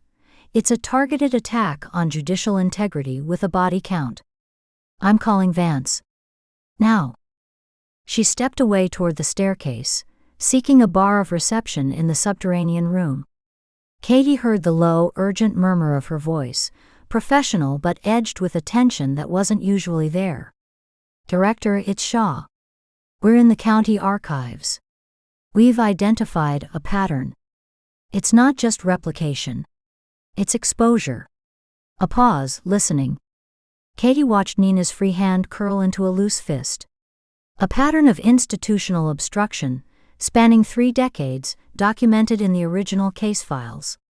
The killer is targeting individuals who participated in it. "Yes, sir." The unredacted files point directly to a sitting judge, Arthur Linden, and a former district attorney, Martin Reeves, as central figures in suppressing evidence and witness testimony across multiple cases. Nina turned slightly, her shoulder tense. "We need a dedicated task force. This is bigger than a serial killer. This is a systematic attack on the judicial integrity of an entire county, and he's using our presence to amplify it." She listened, her expression hardening, a muscle in her jaw twitching. "I understand the jurisdictional sensitivities, sir, believe me. But we have an active killer who is using federal attention as a megaphone. He will interpret caution as complicity." Another, longer pause. Nina's eyes closed briefly. "A review is not the same as an investigation. He's going to keep killing until someone is held publicly accountable. He's told us that. We're reading his manifesto right now." She ended the call with a sharp press of her thumb, her jaw set so tightly the line of it was white. She stood for a moment at the foot of the stairs, her back to them, taking one deep, controlled breath. Then she walked back to the table, her footsteps measured. "Vance is cautious. Extremely." She didn't look at them, instead focusing on rearranging a page. Sending a federal task force after a sitting judge, based on 30-year-old case notes, is a political minefield. The AG's office would have to be involved, the Judicial Oversight Committee notified. He's going to consult extensively. He advised extreme discretion and to secure the evidence. His words. "Which means we wait," Katie said, the frustration simmering up through the cold clarity, hot and sudden. She gestured at the names on Reyes's pad. "We wait while the killer picks his next target from this list. We wait for committees to have meetings while he plans his next correction." The word tasted foul. Nina finally looked at her, her gaze direct. "We work the list," she corrected, her tone leaving no room for argument. "That's what we do. We identify every name, cross-reference them with current addresses, occupations, vulnerability. We can't arrest a judge on this, not yet. But we can maybe prevent a murder. We do the work Vance is afraid to greenlight. Quietly. The tension between them was a live wire. Katie's drive for immediate confrontational action against Nina's disciplined procedural approach. Reyes watched them, the silent local caught in the middle. Okay, Katie said after a beat, forcing the anger down. It was a practical, if unsatisfying, path forward. Okay. We work the list. As Nina and Reyes began compiling in earnest, pulling out laptops and making quiet calls to cross-reference the unknown names, the lab tech, the patrol officer, the others, Katie returned to the third file. The 1997 Salinas drowning ruled a suicide. The file was thinner than the others. She opened it carefully, the paper so dry it felt like it might crumble at the edges. She was looking for Reeves or Lyndon's name again, her eyes scanning the familiar bureaucratic language. She turned the pages slowly, the whisper of paper loud in her ears. Then her gaze snagged. Not on typed text, but on a small handwritten note in the margin of the autopsy report, beside the paragraph describing lung tissue analysis. The breath left her body in a silent, involuntary rush, as if she'd been struck in the solar plexus. The handwriting was a compact, precise cursive, the blue ink faded to a soft gray but unmistakable. She knew the shape of every letter, the slight forward slant, the way the D's had a small, neat loop. She had a box in a climate-controlled storage unit in D.C., filled with birthday cards and letters, all in that same hand. Love, Dad. A lifetime of that script, now here, in the margin of a cold case file from a county she'd never heard of, until a week ago. Ken Ford had annotated this file. Next to the coroner's official finding of death consistent with suicide, he had written a single damning question: water in lungs? Check for diatoms. And below that, another note: scene photos show lividity inconsistent with drowning posture. Suggest review. Her father had flagged this as a possible homicide. Before he died. He had been looking at these same cases, the same tangled web. He had seen what they were just now seeing. The room seemed to tilt, the hum of the lights receding into a dull roar in her ears. Her hands, still encased in the white gloves, were steady where they rested on the table, but her heart hammered against her ribs, a frantic, trapped rhythm. A cold sweat prickled at the base of her spine. She could feel the blood draining from her face, leaving her skin clammy. She didn't look up. She couldn't. If she met Nina's eye, she would shatter. Think. Move. With a deliberate slowness that felt like moving through syrup, she leaned her elbow on the table, bringing her hand to her forehead as if massaging a temple. A gesture of fatigue. Under its cover, her other hand drifted to her pocket and extracted her phone. She laid it on the table beside the file, screen down. She pretended to scan the page again, then shifted her body slightly, a natural adjustment of stance that also served to block the direct line of sight from Nina and Reyes. Her back was mostly to them now. Her thumb found the power button. The screen lit up silently. She opened the camera app, her movements small, her eyes flicking once quickly to the staircase. No one was coming. The murmur of Nina's voice as she spoke to someone on the phone was a distant, meaningless buzz. She positioned the phone's lens just above the margin note. The focus square blinked over her father's handwriting. Her finger hovered over the shutter button. The fear was a sharp, metallic taste in her mouth, not just of getting caught, but of violating this sacred, terrible piece of him, of turning his private doubt into digital evidence. She pressed the button. The phone simulated a shutter sound, a soft click chirp that sounded deafening to her. She froze, waiting for a question that didn't come. The other sounds in the room, Nina's talking, Reyes's typing, had covered it. She took a second photo, a wider shot showing the note in context with the coroner's text. Another silent, simulated click. Then she lowered the phone, her thumb swiping the photos into a locked folder before sliding it back into her pocket. The whole operation had taken less than 15 seconds. She let out a breath she hadn't realized she was holding, a slow, controlled exhalation. She placed her gloved finger on the very spot where her father's pen had rested years before, feeling nothing but dry paper through the cotton. "Find anything?" Nina asked from behind her, not looking up from her laptop screen, her voice distracted. Katie turned, her face a careful mask of professional disappointment. She closed the file with a soft final sound. "Just more of the same," she said, her voice remarkably even, betraying none of the earthquake inside her. She tapped the file cover. "Reeves and Linden.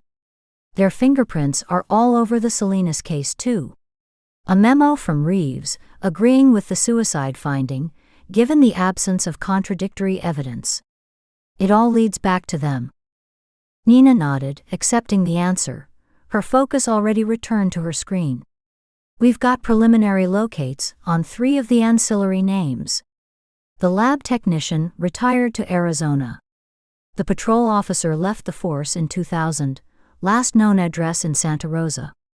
We need to verify, see if they're still there."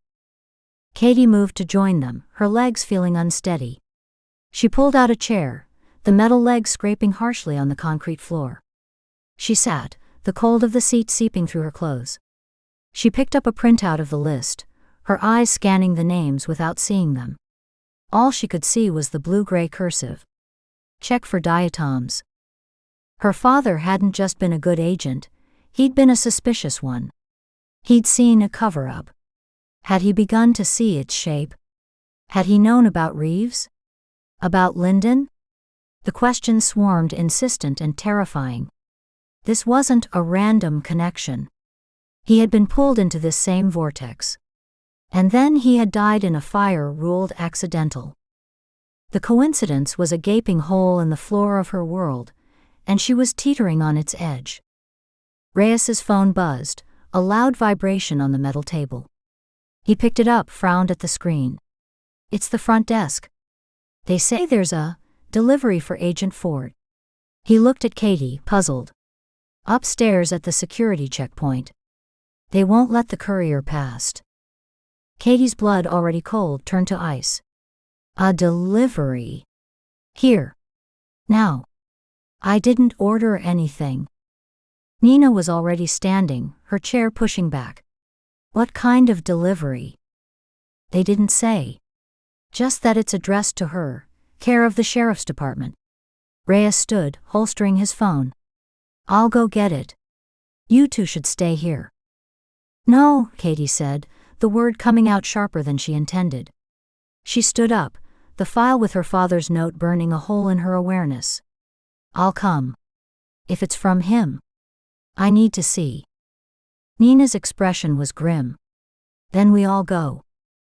They left the files on the table, the ghosts of 3 decades laid bare. The climb back up the narrow staircase felt longer than the descent. The normal courthouse sounds, muffled voices, the distant bang of a door, the squeak of shoes on polished floor, felt jarring, alien after the sealed silence of the archive. At the main floor security checkpoint, a uniformed court officer stood holding a standard legal-sized cardboard document box, the kind used for files. It was sealed with clear packing tape. A white delivery label was affixed to the top. The officer handed it to Reyes, who examined the label. "Addressed to Catherine Ford, FBI," Reyes read aloud. "No return address. Courier service is listed as local express." He looked at the court officer. "Who dropped it?" "Guy in a bike courier uniform," the officer shrugged. "Helmet, sunglasses. Paid cash up front. Said it was time-sensitive legal documents. Didn't wait for a signature." Nina had already pulled a fresh pair of gloves from her pocket and was putting them on. "We need to open this in a controlled environment. Now." Reyes led them to a small, empty jury deliberation room nearby, windowless, with a simple wooden table and chairs. He placed the box on the table. Nina produced a pocket knife and carefully slit the tape along the seams. The sound of the blade tearing through the tape was loud in the quiet room. Katie watched, her arms crossed tightly over her chest, her heart back to its frantic pounding. Nina lifted the lid. Inside there were no files. Instead, nestled in crumpled brown packing paper, was a single old-fashioned microcassette tape, the kind used in dictation recorders and older answering machines. Next to it was a cheap, disposable plastic player, the sort sold at electronics stores for playback. There was no note. The three of them stared at the contents. The message was clear: play me. This room clean? Nina asked Reyes, her voice low. As far as I know. No active recording equipment in jury rooms. But we should sweep it. Later, Katie said, her voice hollow. She reached into the box and picked up the plastic player. It was light, flimsy. He went to a lot of trouble to get this to me here now. He's not waiting for a sweep. Nina met her eyes, a silent argument passing between them. The risk of a recording versus the imperative of the message. Finally, Nina gave a tight, reluctant nod. Do it. Katie's fingers were cold as she fumbled with the player. She found the compartment, slid the microcassette in. It clicked into place. She set the player on the table, her hand trembling slightly now. She took a deep breath, held it, and pressed play. The speaker was tinny, but the voice that emerged was chillingly clear. It was a man's voice, calm, measured, and utterly devoid of emotion. It was the voice from the journal, given breath. Agent Ford. You are in the archives now. You have seen the original files. You understand the nature of the corruption. The disease is not the violent act, but the lie that is built to protect the powerful from its consequences. The lie becomes precedent. The precedent becomes policy. A pause, the faint hiss of tape. You have also by now seen your father's handwriting. I knew you would find it. I left it for you. Special Agent Kenneth Ford was a meticulous man. He requested these files through interagency liaison channels 17 months before his death. His interest was noted. And then it was discouraged. He was told the cases were closed, local matters not worth federal time. He persisted. He filed a second request. Then he died. Katie's knees felt weak. She gripped the edge of the table, the wood biting into her palms. Nina's hand came to rest on her shoulder, a firm grounding pressure. The voice continued, relentless. His death was investigated by the same county apparatus that had filed the reports you just read. It was ruled an accident. A faulty space heater. Case closed. You have the report. Look at it again. Look for the redactions that aren't there yet. Look for the name Martin Reeves, who was consulted on the electrical inspector's findings. Look for the name Arthur Linden, who dismissed a civil inquiry from your mother for lack of standing. A hot, blinding fury rose in Katie's throat, choking her. She saw Nina's face go pale, her eyes wide with a horrified understanding. The purge is necessary, the voice said, its tone almost professorial. But it is not sufficient. The individuals are symptoms. You have the names of the architects. You have the evidence. The system will not act against itself. It requires an external force. That is you. You are not just an investigator. You are a witness. And you are a product of the original crime. Your father was not the first victim of their cover-up, but he is the one that matters to you. Do not let his request for diatoms go unanswered. The truth is the only thing that will not drown. There was a soft click, and the tape hissed to its end. The silence in the room was absolute, heavier than any silence in the archive below. Katie stared at the little plastic player, the voice still echoing in the vault of her skull. You are a product of the original crime. Nina was the first to move.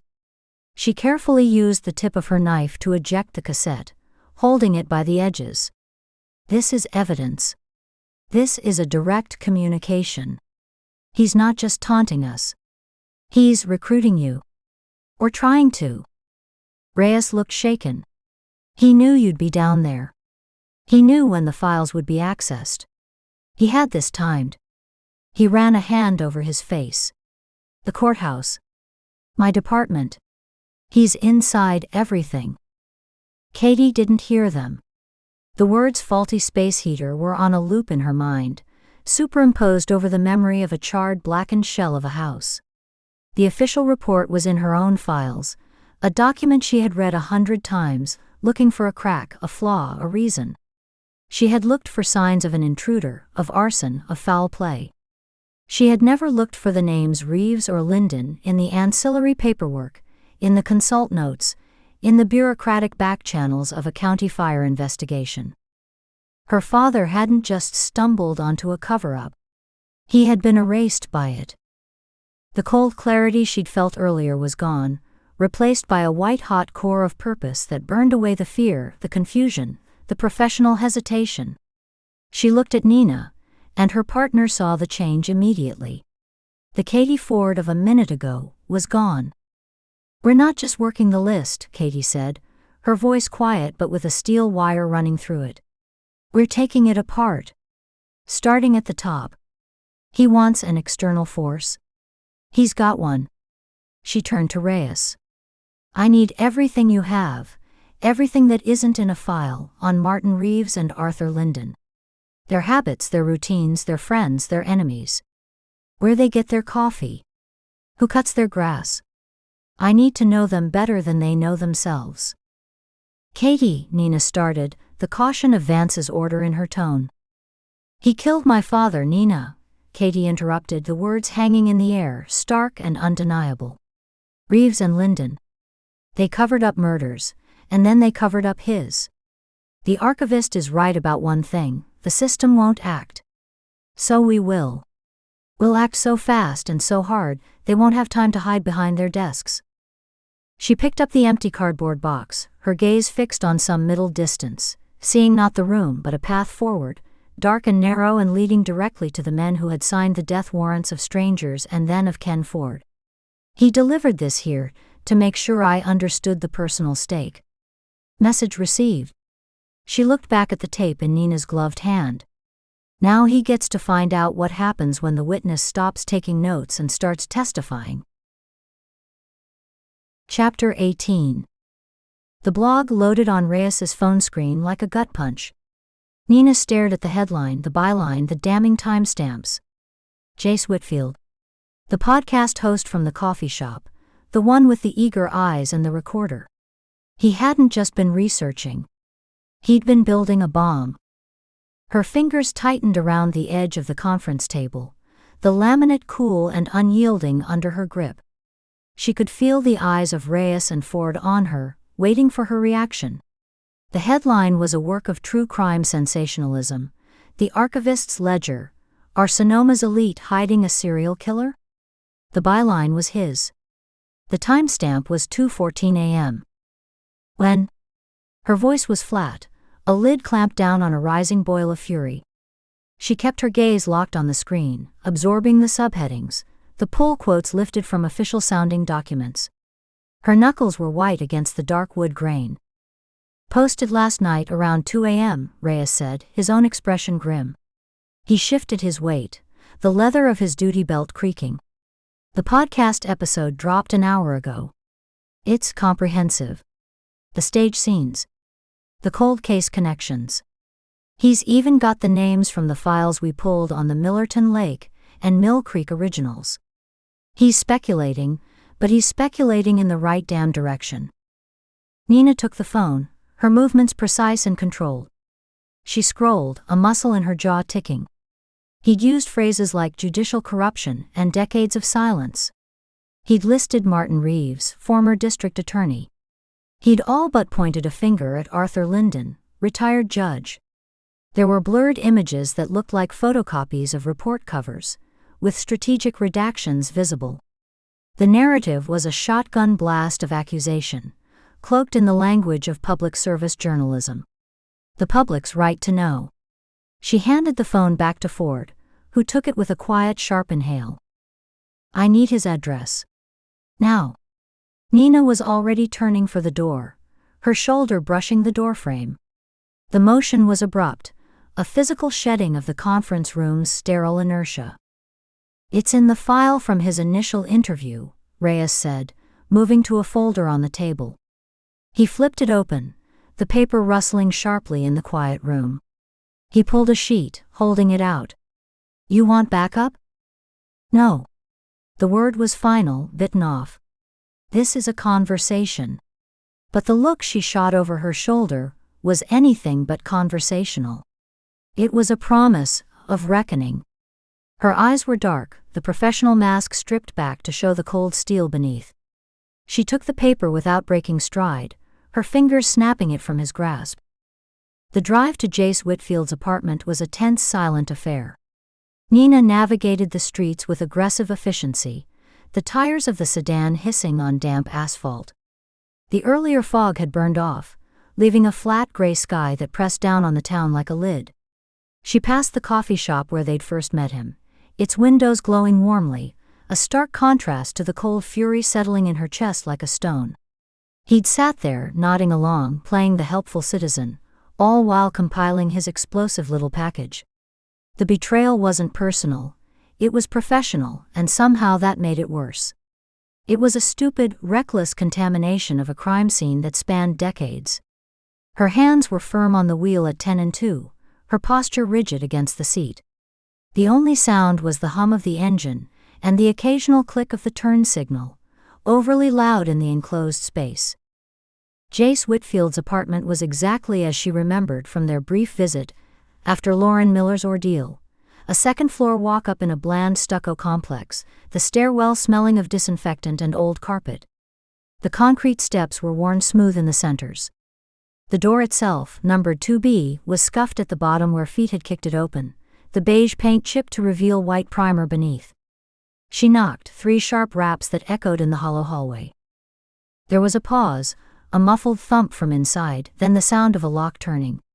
He answered the door in sweatpants and a faded podcast t-shirt, a pair of expensive-looking headphones around his neck.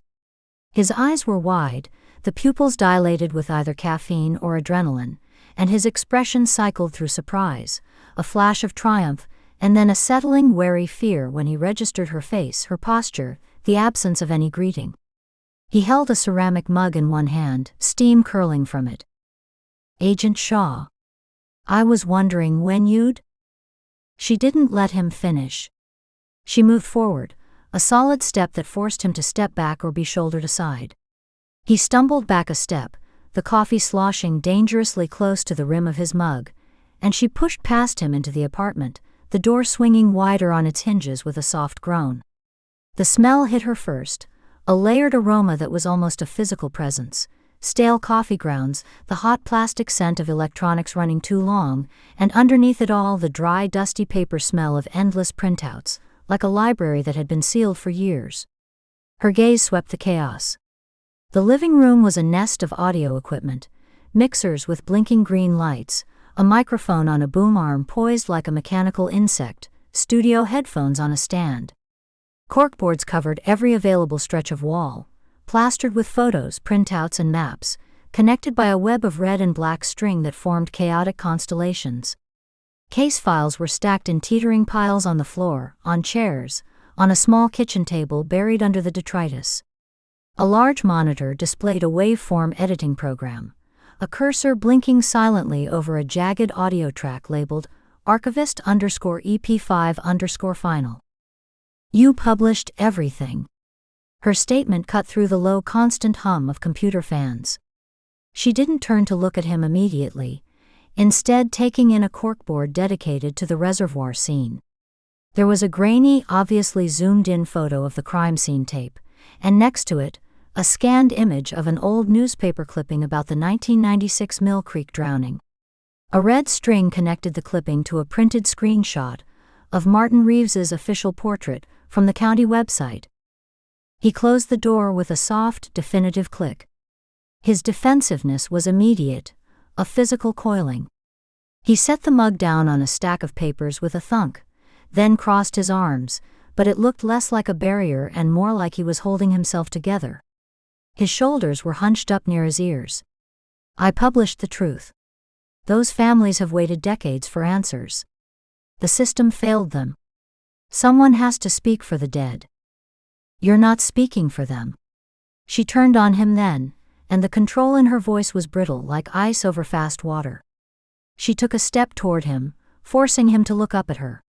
He was tall, but he seemed to shrink into himself, his back pressing against the edge of his cluttered desk. "You're writing their death warrants." She took another step, closing the distance. She could see the fine sheen of sweat on his forehead, the rapid flutter of a pulse in his throat. "Every name on your blog, every connection you theorized? The killer now knows exactly what we know. He knows we're looking at the cover-ups. He knows which names we've pulled from the archives. You think the remaining targets on that list are just going to sit quietly? They'll run. They'll lawyer up. They'll bury themselves so deep we'll need a geological survey to find them." And the killer's timeline just accelerated from methodical to panic. "You understand that? You just turned a controlled investigation into a free-for-all." Jace uncrossed his arms and leaned back against the desk strewn with notepads and USB drives, trying to affect an air of unapologetic resolve. He gestured vaguely toward the corkboards. "The public has a right to know. Transparency is the only disinfectant. Sunlight, Agent Shaw. That's what this needs." But his knuckles were white where he gripped the desk's edge, the tendons standing out in sharp relief. "This isn't a sunlamp for corruption, Whitfield." Her voice dropped lower, gaining a dangerous focused weight. She didn't blink. "This is a spotlight telling a predator where the prey is hiding. You are actively interfering with a federal investigation.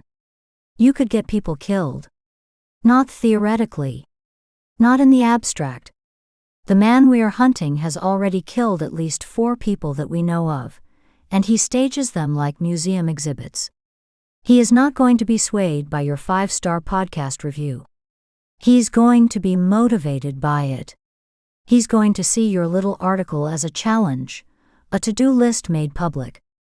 "Or I could force someone's hand," he countered, but his voice had lost its podcast-ready resonance. It was thinner now, cracking on the word force.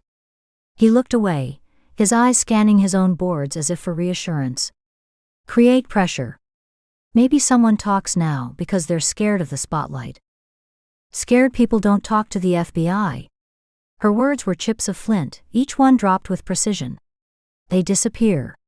They have accidents. Or they get a nylon rope necklace in the fog.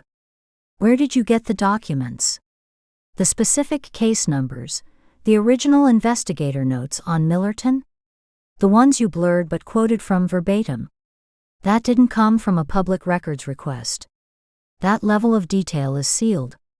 It's in the master file." He hesitated, his bravado cracking. His eyes darted to a specific pile of papers on his desk, neat, clipped-together sheets that stood out from the surrounding chaos, then flicked to a secondary monitor showing his email client inbox prominently displayed. He licked his lips, a quick, nervous pass of his tongue. Anonymous source. Emails. Scans. PDF attachments. Before we arrived in Sonoma, or after? She watched his face, every micro-expression. The dilation of his pupils, the slight tightening at the corners of his mouth, a tiny tick under his left eye. He was a terrible liar. His whole face was a broadcast of guilt and dawning anxiety. Another pause, longer this time. He looked down at his cluttered desk, at a framed photo of himself interviewing someone at a crime scene convention, a fake toothy smile plastered on his face. When he looked back at her, the defiance was gone, replaced by a dawning, sickly realization that drained the color from his cheeks. His shoulders slumped forward, collapsing his chest. After. The first one came, the day after the news broke about the reservoir. About the double homicide. The air in the stuffy apartment went still, thick and heavy with the implication. After. The confirmation landed with physical weight. Nina felt it in her gut, a cold, sinking certainty. The killer wasn't just reacting to their presence. He was monitoring it, engaging with it.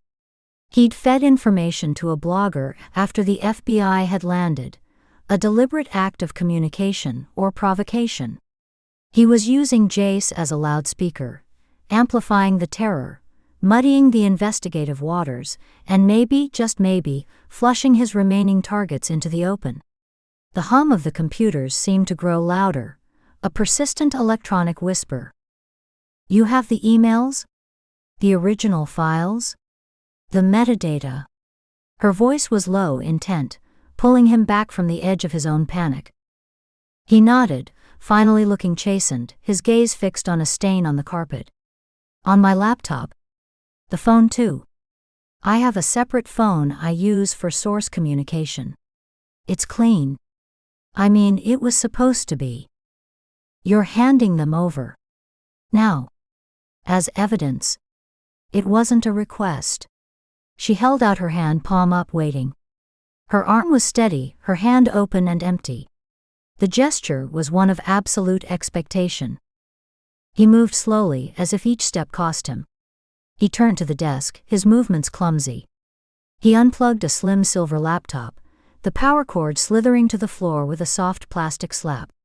He closed the lid, the click of the latch absurdly loud. He then fumbled in a drawer, pushing aside cables and spare batteries, pulling out a cheap prepaid smartphone in a plain black case. He held them for a moment, looking at the devices like they were artifacts from a lost civilization. His civilization, the one he'd built on speculation and sourced leaks. Then, with a resigned exhale that seemed to deflate him completely, he placed them in her outstretched hand. The laptop was warm from constant use. The phone was cold, inert plastic and glass. I didn't think he was still watching. I thought the source was a whistleblower, someone from the past finally coming forward. The emails, they were so detailed. They knew things only someone with access would know. You didn't think. Nina took the devices, her anger cooling, hardening, transforming in that moment from a hot blaze into a hard professional certainty. The heat receded, leaving behind something glacial and sharp, a tool rather than a reaction. She hefted the laptop, feeling its solid weight. That's the problem. You're playing detective with real lives. You built a narrative, and you didn't care who got caught in the crossfire because the story was too good. You wanted the scoop, not the solution. You wanted the clicks, the downloads, the breaking tag on your feed. You traded potential lives for listener numbers. He had no retort. His mouth opened, then closed without a sound. He just stood there, amidst the physical manifestation of his obsession, the strings, the photos, the towers of paper, looking suddenly very young and very foolish, a boy who had played with matches next to a gas leak. Do not publish another word. She enunciated each syllable with icy clarity. Do not record another segment. Do not tweet, do not post, do not whisper to your cat about this case.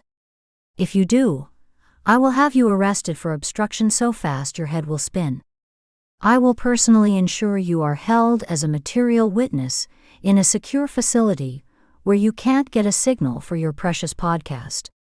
Am I clear? He nodded, mute, his throat working as he swallowed hard. She didn't say another word. She turned, the devices held securely against her side, and left him standing in the wreckage of his own ambition. The door shut behind her with a firm, final click that echoed in the silent hallway. The disinfectant smell of the stairwell was almost cleansing after the cloying paper dust atmosphere of the apartment. The drive to the sheriff's department was a blur of grim calculation.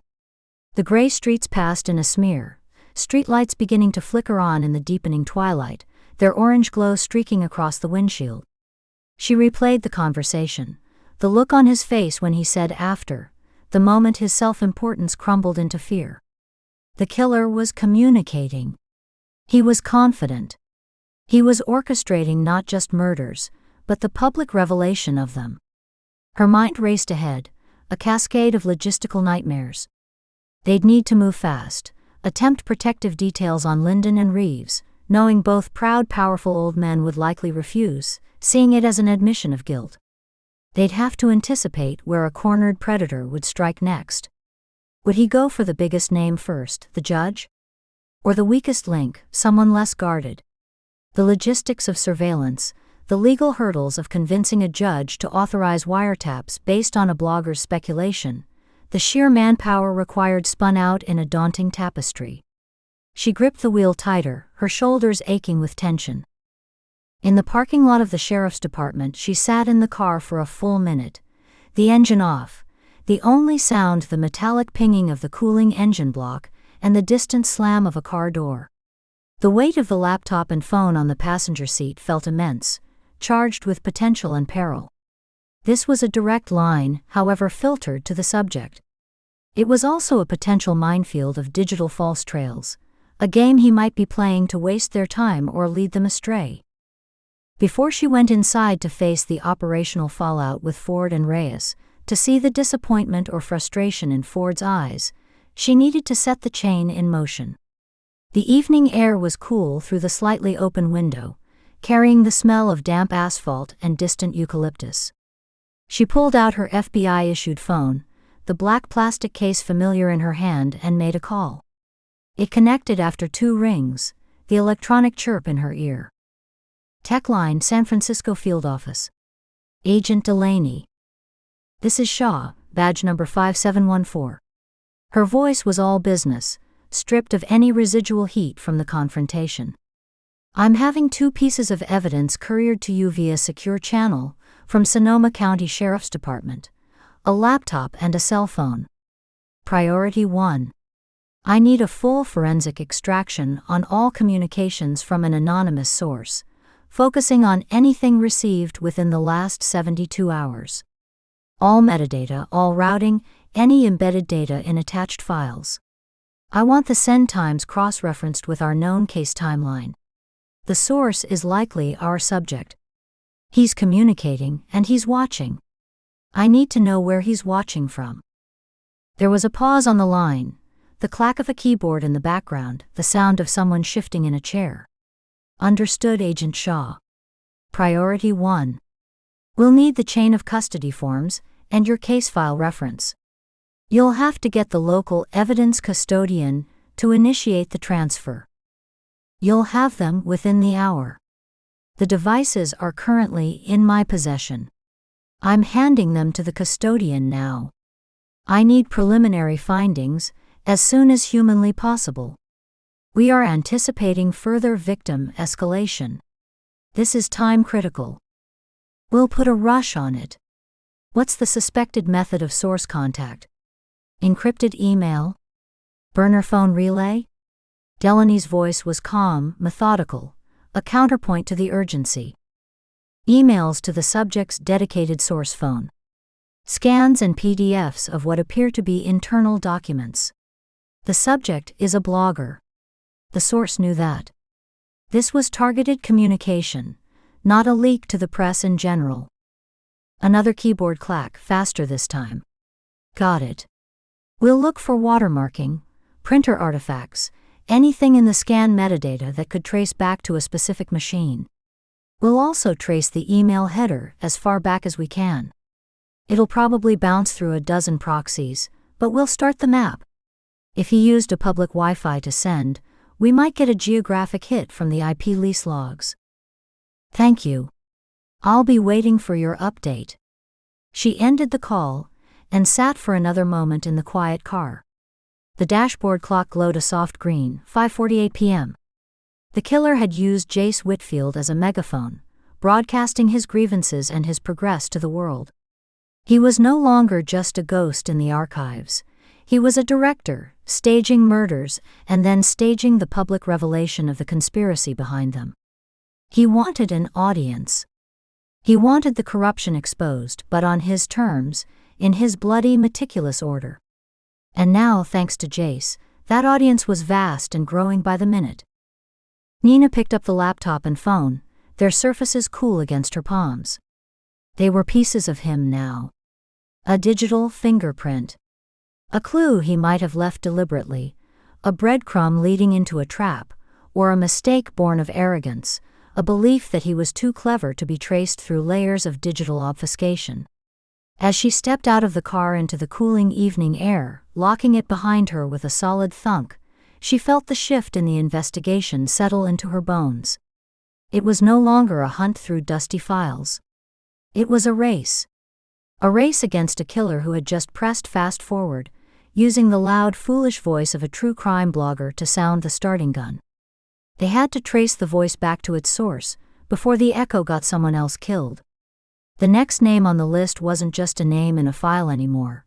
It was a target under a blinding public spotlight, and the clock was ticking down with every share, every download, every podcast play. The silence of the parking lot felt like a held breath, the calm before the storm his actions had guaranteed would come. She straightened her jacket, adjusted her grip on the evidence, and walked toward the stark, fluorescent-lit entrance of the sheriff's department, each step measured and deliberate, carrying the weight of what was to come. Chapter 19. The air in the conference room smelled of lemon polish and old leather, a scent that spoke of money and tradition, of decisions made slowly and sealed behind thick doors. The long mahogany table gleamed under recessed lighting, its surface so polished Katie could see a faint, warped reflection of the coffered ceiling above, the dark wood drinking in the light and giving nothing back. Floor-to-ceiling bookshelves held uniform rows of legal reporters and bound statutes, their burgundy and navy spines creating a solemn, impenetrable backdrop. The only window behind Judge Arthur Linden's chair offered a view of a manicured interior courtyard, all trimmed boxwood and gray flagstone, sealed away from the city's noise.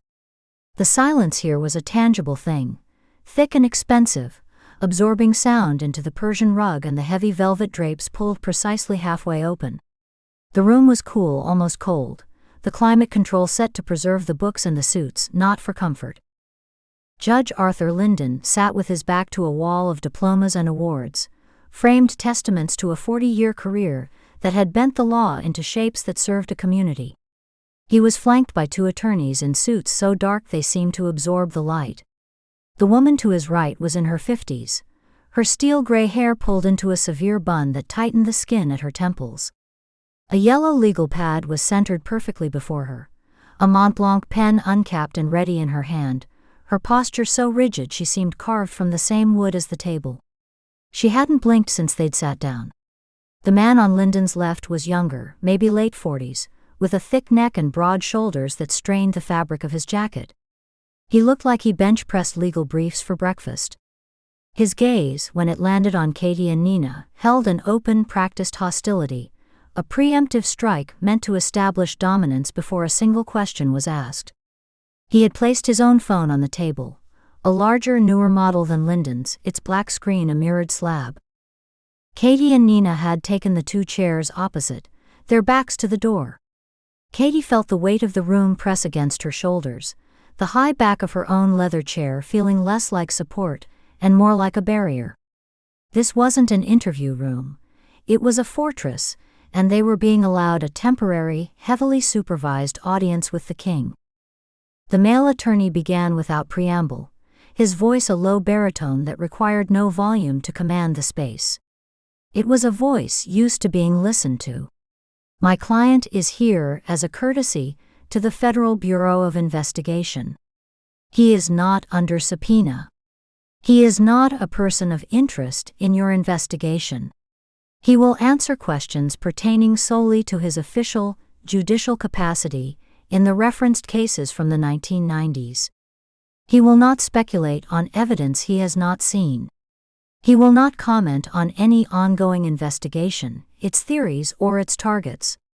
He paused, letting the restrictions hang in the chilled air. Any line of questioning deemed to venture outside these parameters will be met with an instruction not to answer. Is that understood? He didn't wait for a reply, his eyes flicking between the two agents as if filing their expected objections away for later use. He leaned back slightly, the leather of his chair creaking a soft protest, his arms crossing over his chest. The message was clear. He was the gatekeeper and the gate was shut.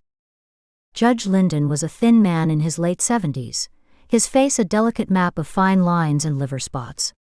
He wore a tweed jacket with leather elbow patches, but it hung on him, as if he'd recently lost weight or the shoulders had been padded for a larger man. His hands, resting on the polished conference table, trembled with a faint, constant tremor. He'd placed a glass of water with a slice of lemon in front of him, but the condensation beads had gathered and run down the sides in tiny rivulets, pooling on a paper coaster. The glass was untouched.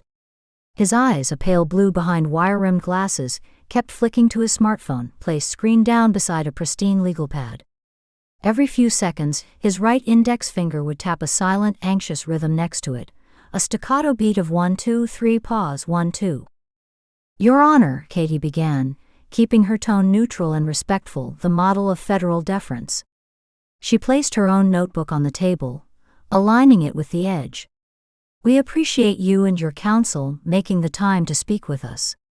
We're trying to understand the disposition of two specific homicide investigations from 1994 and 1996. The official files we've obtained show your signature on the final court orders, declaring them murder-suicides and judicially closing the cases. She laid photocopies of the signature pages on the table, sliding them forward just enough so they were in the neutral zone between them. The black scrawl of Arthur Linden was visible at the bottom of each, the ink slightly faded with time. Linden cleared his throat, a dry, papery sound. He reached for his water glass, his fingers missing the stem on the first try, a slight fumble. He finally closed around it, the tremor causing the ice cubes to clink softly against the glass. He took a tiny, almost ceremonial sip, his Adam's apple bobbing as he swallowed. He set the glass down carefully, precisely back on the damp coaster. A judicial finding, he said, his voice reedy but precise, each word carefully measured as if being transcribed, is based solely on the evidence presented by the district attorney's office at the time. My role was to assess the sufficiency of that evidence for the purposes of closing the docket. To provide finality. He lifted his hands slightly, the tremor more pronounced in the air, and then clasped them together on the table in a white-knuckled effort to still them. Nothing more. The female attorney gave a slight, almost imperceptible nod, her pen finally touching the legal pad. She wrote a single, swift word. Precisely. Her voice was crisp without warmth. The judge's role is adjudicatory, not investigative. He relies on the work product and the representations of the state.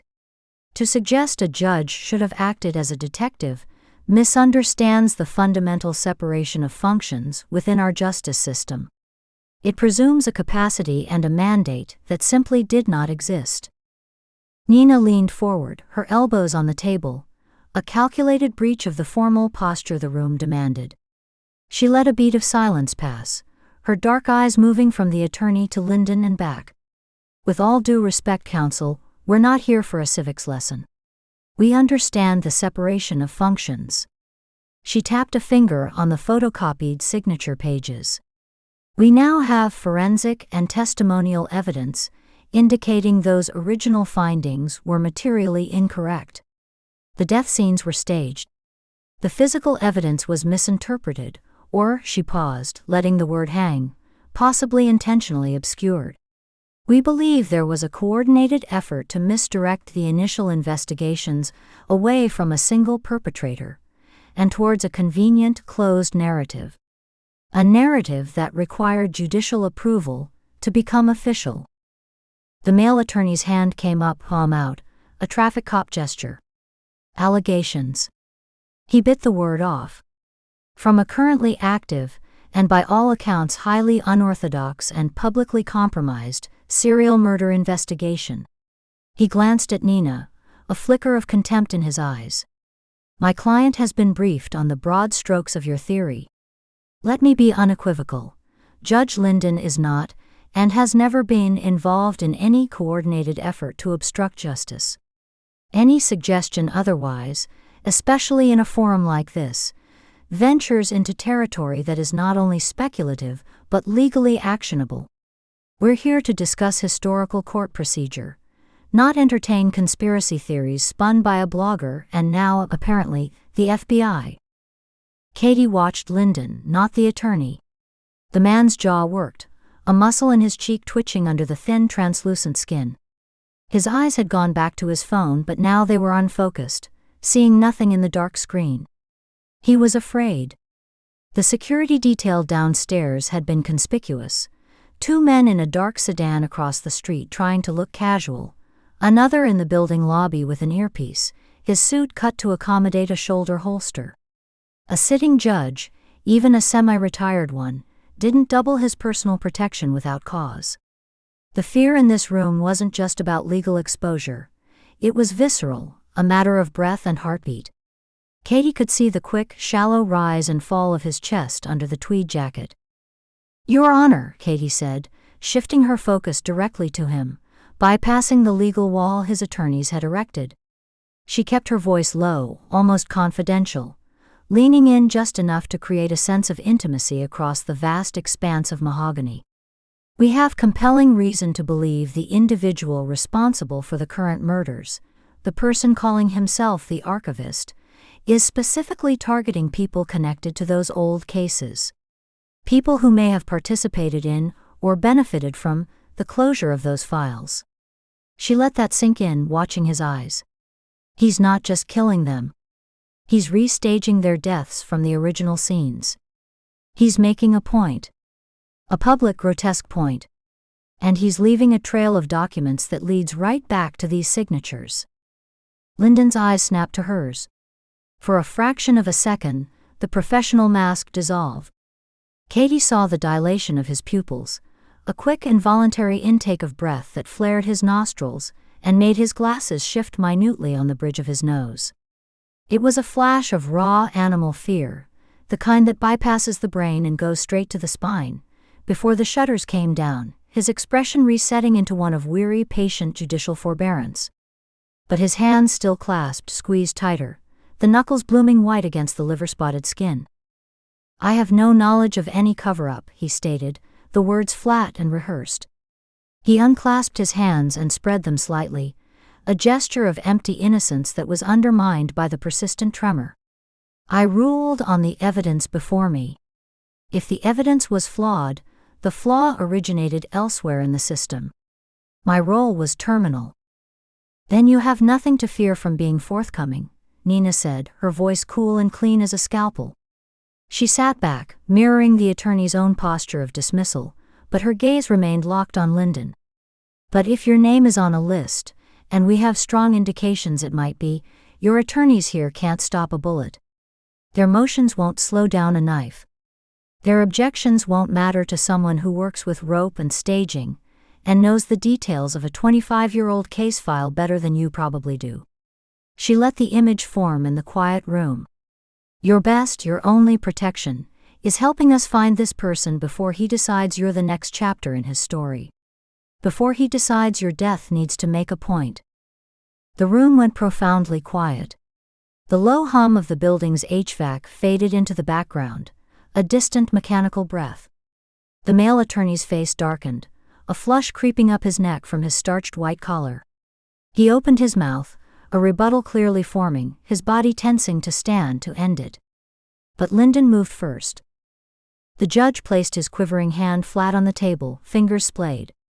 It was a silent, unmistakable command. The attorney closed his mouth, the sound of his teeth clicking together audibly in the hush. The female attorney stopped writing, her pen hovering an inch above the paper. She looked at her client's profile, a faint line of concern appearing between her eyebrows.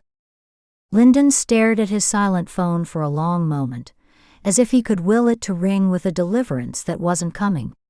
The seconds stretched, marked only by the faint tap-tap-tap of his index finger. He reached for his water glass again, this movement slower, more deliberate. He took a small, careful sip, the ice cubes clinking like tiny bells. When he set the glass down, a new, larger wet ring formed on the polished wood, seeping past the coaster. He didn't look at his attorneys. He was looking at a point somewhere between Katie and Nina, his gaze turned inward. When he spoke again, his voice was lower, stripped of some of its formal cadence. It was just the voice of an old, tired man in a room that was too cold. There was pressure. In those years. The mid-90s. He swallowed, the sound dry. Not explicit. It was never a directive, you understand. Nothing you could pin down. Nothing in writing. "Pressure from whom?" Katie asked, her voice soft, encouraging. She kept her own hand still on her notepad, though she felt the urgent need to write. She didn't want to break the spell, to remind him of the audience. She willed Nina to stay silent. The district attorney's office. Martin Reeves. Lyndon said the name, as if it were a stone in his mouth. And others. The Chamber of Commerce. The editorial board of the Sentinel. The Civic Foundation. He listed them like ingredients in a bitter recipe. Certain cases involving certain families were considered sensitive. Politically, socially. There was a prevailing desire for swift resolution. To avoid scandal or prolonged media attention that could damage community trust. The perception of safety. He was parroting phrases he'd heard, or maybe phrases he'd used himself to justify the decisions. A murder-suicide in a troubled marriage, it's a tragedy. A serial predator, targeting young women in our county? That's a panic. That's lost tourism. That's a stain. Which families? Nina pressed, leaning in again but gently this time, her voice losing its edge. Lyndon shook his head, a quick bird-like motion of denial. His eyes darted to his lead attorney, the woman with the bun. Her expression was stony, a warning carved in granite. I'm not making specific accusations. Not without protection. He looked back at Katie, his pale eyes pleading. From the U.S. Attorney's Office. Formal, written immunity. For anything I might say here today. A proffer agreement. You get me that, and we can have a different conversation. A longer one. Your Honor, we're trying to prevent more deaths, Katie said. Her own frustration was a tight wire pulled taut in her chest. She could feel it in her shoulders, hunching them slightly against the weight of the legal blockade. Under the table, her right foot tapped a silent, rapid rhythm against the solid leg of her chair. She pressed the tip of her pen hard into the margin of her notepad, the ballpoint digging in, leaving a small dark crater in the paper before the ink began to flow. She wanted to reach across the gleaming mahogany, to grip the old man's trembling wrist, to feel the frantic bird pulse under her fingers, to ask the one question that burned like acid in her throat. Did you sign off on covering up my father's murder too? Was his death just another, sensitive case that needed a swift resolution? Was he part of the stain that needed to be cleaned up? She bit the inside of her cheek hard, the sharp metallic taste of pain an anchor in the storm of her anger. Revealing that personal connection now would blow the investigation apart. It would make her a liability, her motives suspect. It was the one card she couldn't play, not here, not yet. She exhaled slowly through her nose, a controlled release of pressure. Then get me immunity. Lyndon shot back, a sudden brittle heat cracking his voice like old ice. He unclasped his hands and gestured vaguely, a shaky sweeping motion that took in the room, the law books, the world outside. You think I'm enjoying this? Looking over my shoulder every time a car slows down near my house? My wife is at her sister's in Napa. I insisted. I'm sleeping in a goddamn safe room installed last week, a panic room in my own home. Do you understand what that feels like? His voice rose, cracking again. It wasn't just one person, Agent. It was a network. A understanding. He emphasized the word, his eyes wide behind his glasses. You understand that word? It was a network. Of nods. Of phone calls that didn't need to be specific. Of favors owed and reputations protected. He was breathing quicker now, a faint wheezing whistle underlying his words. A tiny bead of sweat traced a path from his temple down the side of his face, disappearing into the collar of his crisp white shirt.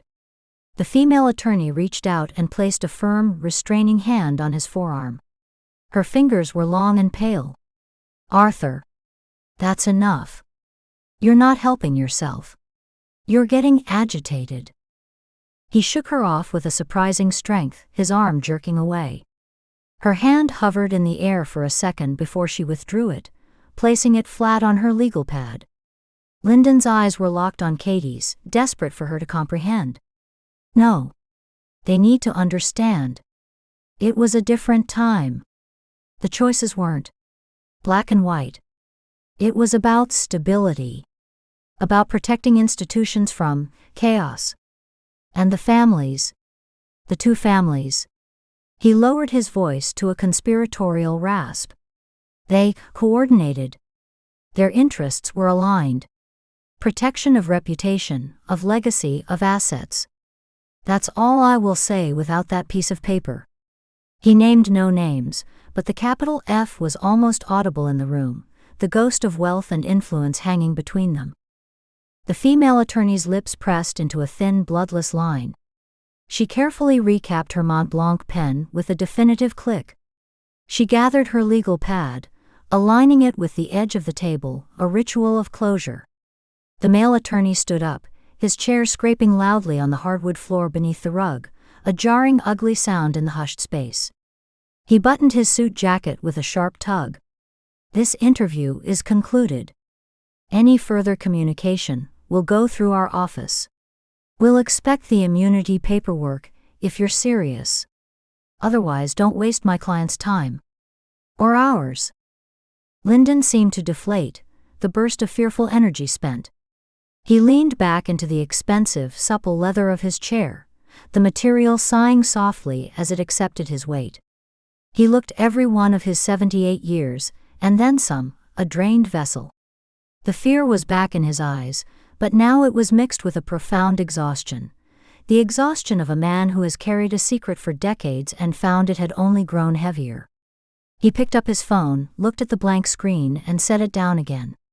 Without it, he said, his voice a dry whisper almost to himself.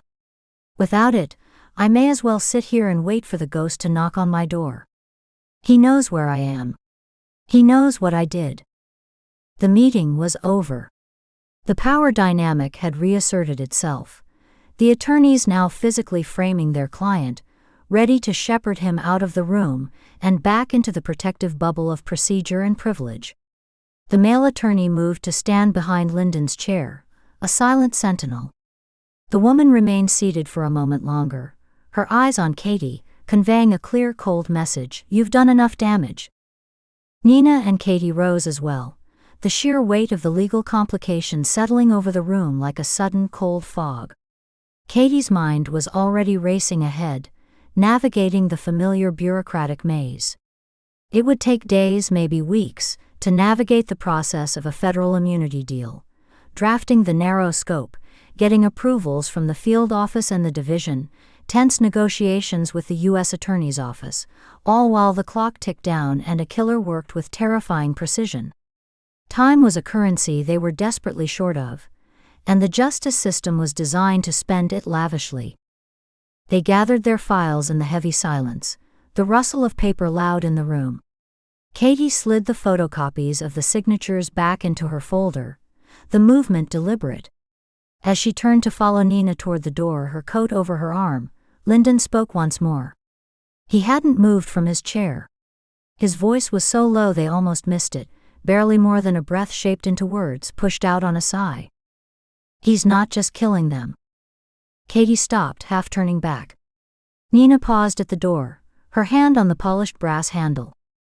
Lyndon was looking not at her, but at the surface of the table, as if reading the story in the deep wood grain, in the reflection of the recessed lights.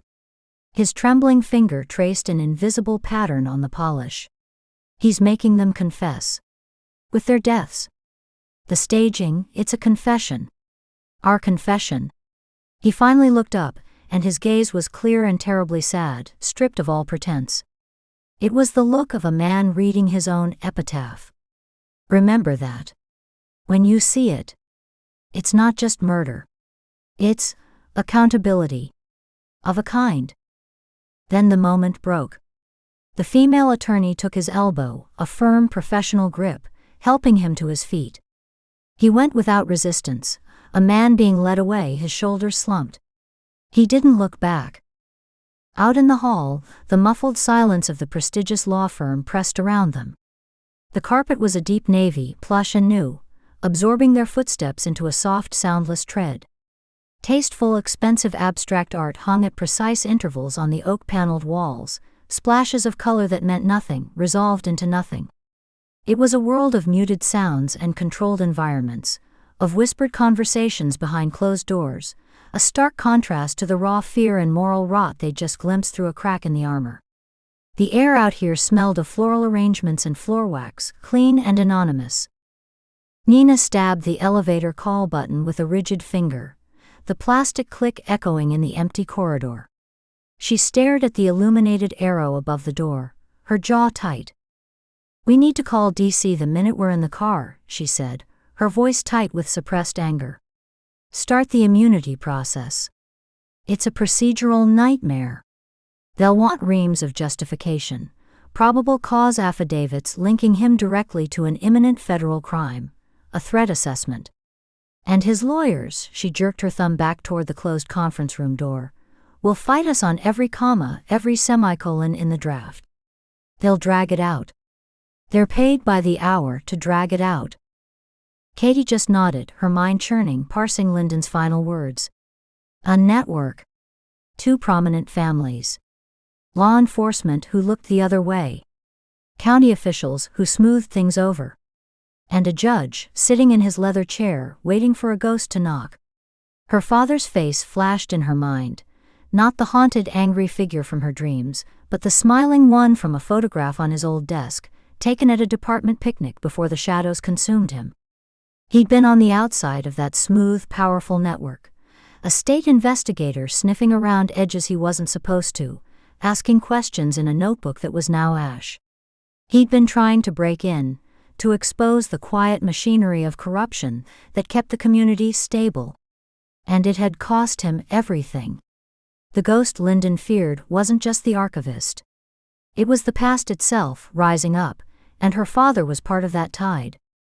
The elevator arrived with a soft, expensive chime, a sound designed to be unobtrusive. The doors slid open silently, revealing an empty brass-lined compartment.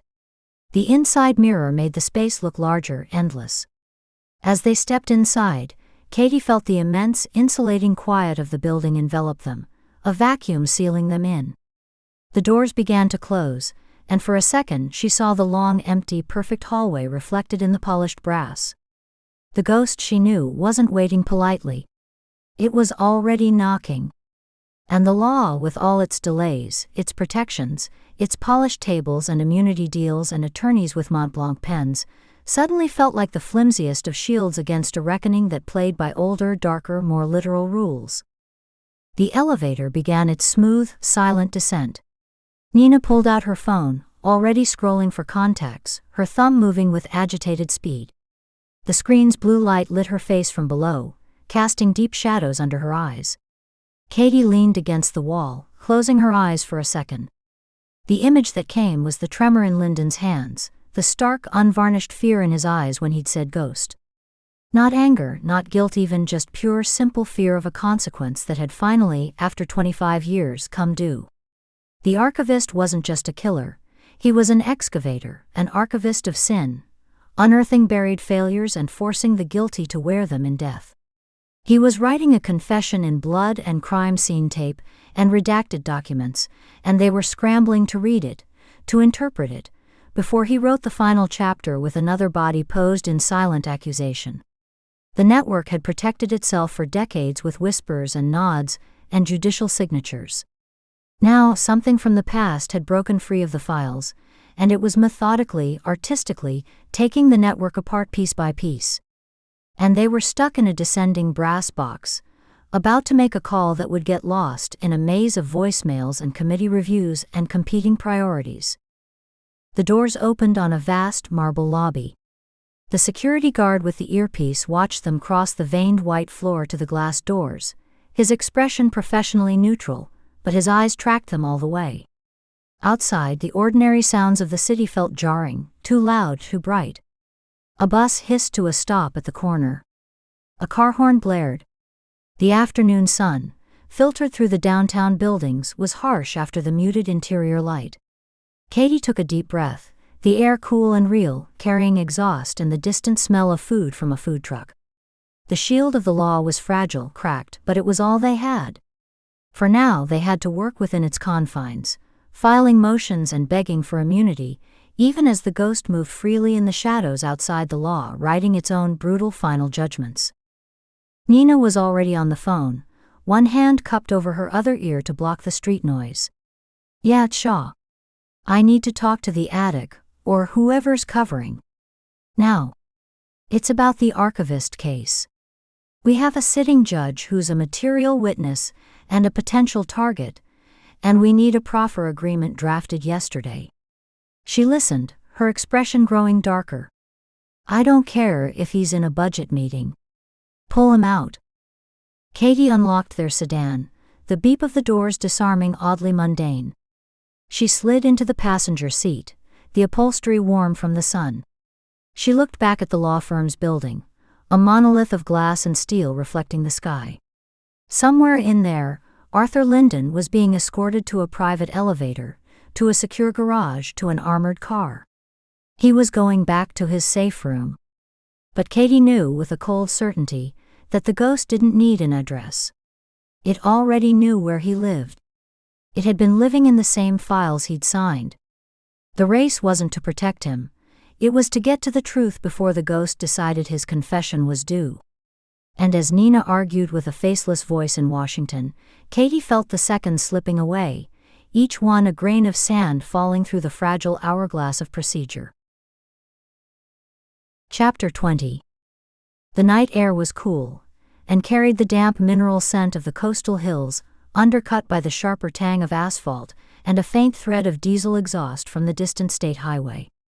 Katie stood in the cracked concrete island of the motel parking lot, the yellow glow from the vending machine's humming interior casting her shadow long and thin across the oil-stained ground. She pressed the cold plastic of the phone to her ear, the receiver slick against her skin. She listened to the hollow automated prompts of the prison call system. Press 1 for English, press 2 for inmate services, each one a mechanical step into a place she couldn't control. Each one felt like a countdown to a verdict. Her thumb was damp on the keypad, leaving a faint smudge on the number 2. Somewhere in the dark a dog barked twice, the sound sharp and lonely, then cut off. Finally, a series of clicks, a hiss of static that seemed to pull at her eardrum, and then a voice thin and frayed, layered with a fear so profound it seemed to warp the connection. "You shouldn't be calling this line. They monitor this line. I need more, Marcus." Katie kept her voice low, turning her shoulder to block the view from the motel room window. The rough brick of the motel wall scraped against the sleeve of her jacket. She could see the blue flicker of Nina's laptop screen through the narrow gap in the cheap polyester curtains, a steady, sane pulse in the dark. The contrast to the chaos in her ear was dizzying. She focused on a single thread unspooling from the curtain hem, lit by the vending machine's glow. Marcus Fell's breath hitched on the other end, a wet, ragged sound that ended in a cough he tried to stifle. "There is no more. It's over. Can't you see that? They're cleaning house. You hear what happened to Linden? To Reeves? It's on every TV in here. The news vans are like a carnival outside the gates. They're not just killing them. They're putting them on display. They're writing the headlines for them. That's exactly why I need the rest of the names." Katie forced her tone to be calm, a steady pressure. She stared at a crushed soda can glittering near the base of the vending machine, a beetle crawling over its crumpled lip. "The logistics chain you mentioned. Who else was moving things? Who else was getting paid?" A bitter, terrified laugh crackled down the line, devoid of any real humor. "You think it was just a county club? Some good old boys passing envelopes under the table at the golf course? Katie, you're not listening. They had reach. Real reach. The kind that doesn't stop at a county line, or even a state line." Katie began to pace, a short, tight circuit. 3 steps from the vending machine's warm hum, to a cracked parking block sprouting weeds, then back again. The concrete was gritty under her shoes, little pieces of gravel catching in the tread. She focused on the rhythm, step, pivot, step. The laces of her right shoe were coming loose. She didn't stop to tie them. "What kind of reach, Marcus? Be specific. Federal agencies? Which ones?" Customs? Dia. Give me a direction. The kind that makes evidence disappear from locked rooms, he said, his voice dropping to a conspiratorial whisper that was almost swallowed by the static. She could hear the rustle of fabric, as if he'd cupped his hand tighter around the receiver. Not lost. Not misfiled. Disappear. Poof. The kind that can take a murder with federal implications. A murder like your father's, a decorated agent, and make it a local footnote in a sheriff's log, and then make the footnote vanish from the book entirely. She stopped pacing. Her loose shoe scuffed hard against the concrete, the sound abrasive in the quiet lot. The hum of the vending machine's compressor seemed to swell, filling her skull with a low, insistent drone that vibrated in her molars. The neon vacancy sign across the lot buzzed and flickered, painting the shallow oil rainbow puddles in garish pink. Her throat tightened. My father. Ken Ford was asking the wrong questions in the wrong places, Fell said, the words coming faster now, tumbling out as if a dam had broken. She could hear the click of his tongue against his teeth, a nervous tick. He had a list. He was connecting dots that went way past the county line, past the usual suspects. He was a good cop. A straight cop. That's why he had to be a dead cop. Good cops are predictable. They follow the evidence. They're easier to steer into a wall. The words landed like physical blows, each one a punch to the diaphragm. Katie's breath left her in a short, sharp exhale that fogged the plastic face of the phone. A wave of nausea, hot and sour, rose in her throat, tasting of the bad motel coffee she'd drunk hours ago. Her free hand went to her stomach, pressing hard against the knot forming there. She leaned her other hand against the cool, vibrating metal of the vending machine, the sensation a grounding anchor against the sudden tilt of the world. The metal was beaded with condensation that wet her palm. She could feel the fine tremble in the muscles of her forearm, a vibration separate from the machine's. Who did it? Her voice was tighter now, a wire pulled taut. Who gave the order? A name, Marcus. Give me one name. One person in a room. I don't know names. I was a bagman, a courier, not a board member. His frustration bled into the fear, making his voice spike. I handed cash to judges, to a couple of assistant sheriffs, to a planning commissioner. I didn't get introductions. I got a time, a location, a description. The man in the green jacket. Leave it under the bench. But I heard things. In cars, in hallways when they thought I was just furniture. He took a shuddering breath. When your dad's case was heating up, when he started pulling threads that led back here, there was a meeting. Not here. Not in Sonoma. Somewhere else. Someone came in from out of town to manage the situation. To provide a solution. From where? Katie pressed, her knuckles white where she gripped the phone, the plastic casing creaking faintly under the pressure.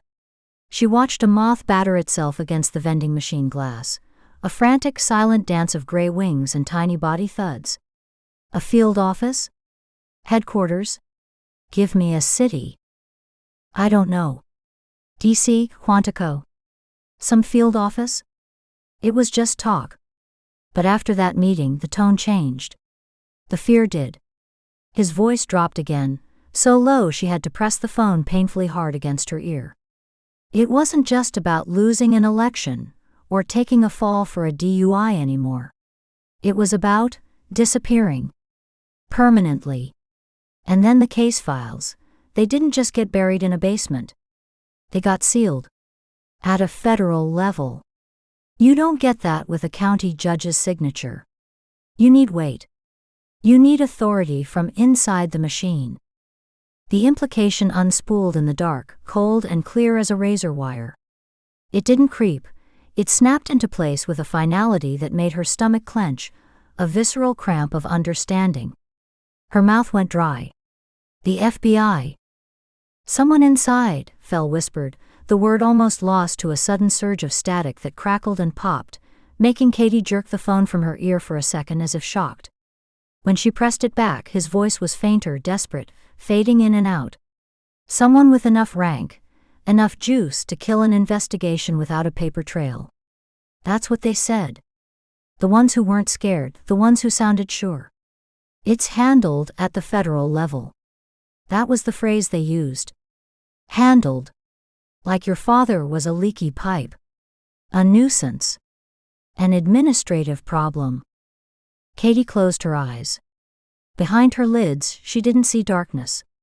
She saw the gleaming, polished lobby of the J. Edgar Hoover building, the great seal embedded in the floor, the silent, efficient glide of the elevators. She saw the case review rooms with their dry erase boards, the evidence lockers with their tamper-proof seals, the chain of command she reported into every day, a flowchart of names and faces she respected or tolerated or navigated. The conspiracy wasn't a relic, a dusty secret from the past. It was a living, breathing thing, and its roots, pale and fibrous and strong, ran straight into the heart of the institution she'd given her life to. The very hallways she walked, the badges she trusted, the protocols she relied on to separate truth from lies. The air in the parking lot felt too thin to breathe, starved of oxygen. She took a shallow, insufficient gulp. "They'll know I talked to you," Fell said, his voice breaking into something close to a sob, wet and ragged. "They know everything. They have eyes. They'll send someone.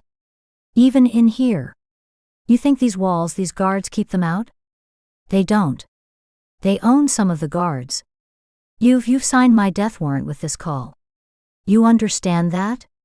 You just put a date on my calendar. You painted a target.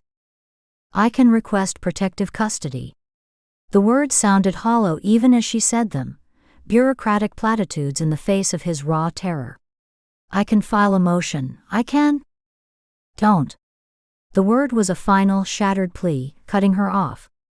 "Don't call me again. Don't say my name. Don't even think it where they might see you. Ever. Forget you ever knew me. Forget this number. Just forget."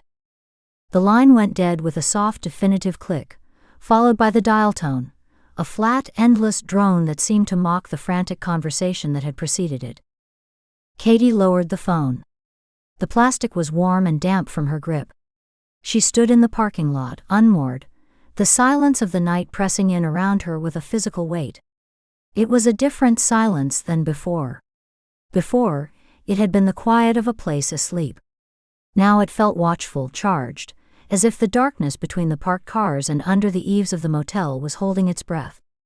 A truck rumbled by on the distant highway, its engine groan fading into the hills, a sound that seemed to travel up through the soles of her feet. Its taillights bled twin streaks of red into the dark, like wounds slowly closing. The motel sign buzzed overhead, a sound that seemed to vibrate in her teeth, in the fillings at the back of her mouth. Slowly, as if her joints were stiff with cold, she turned her head. The movement felt granular, muscle by muscle. She looked at the window of their room. The blue flicker was still there, a steady rhythmic pulse. Nina was inside, working the case. Plugging names into databases, following protocols, trusting the system, relying on the resources and authority of the Bureau to find the truth. Katie's partner. Her ally. The person she shared hotel rooms and rental cars and crime scenes with, the person she was supposed to trust without question, whose back she watched in a crowd. And now Katie knew, with a certainty that felt like ice forming in her veins, a crystalline cold spreading from her core, that somewhere within that vast labyrinthine organization, behind one of those thousands of identical gray desks, someone had looked at a file with her father's name on it, with crime scene photos he would never see, with witness statements he would never give, and had made a decision. Not to investigate, but to erase. To sanitize. To make a problem go away. Someone had wielded the authority she now carried in her own pocket, the same badge, the same creds, and used it not to seek justice but to bury it. Someone with a badge. Someone who might still be there, older, higher ranked, moving through the same corridors of power, drinking from the same coffee urns. Someone who might, at this very moment, be reading their daily briefing on the archivist case and seeing her name, Katie Ford, listed as the lead investigator. Someone who might be wondering how much she knew, or how close she was getting to a truth they had spent decades concealing. The ground beneath her feet, the solid concrete of the parking lot, seemed to liquefy for a dizzying second. The world tilted on its axis. The vending machine, the motel sign, the dark shapes of the cars, all swam in her vision. She put a hand out again, steadying herself against the vending machine.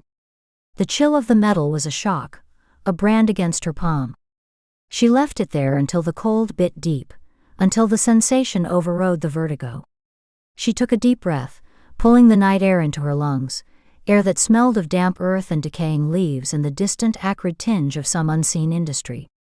She held it, counting to 4 in her head, feeling her ribs expand, then let it out slowly through pursed lips, forcing the tension from her shoulders, consciously relaxing the muscles of her jaw, her neck, the tight band across her forehead.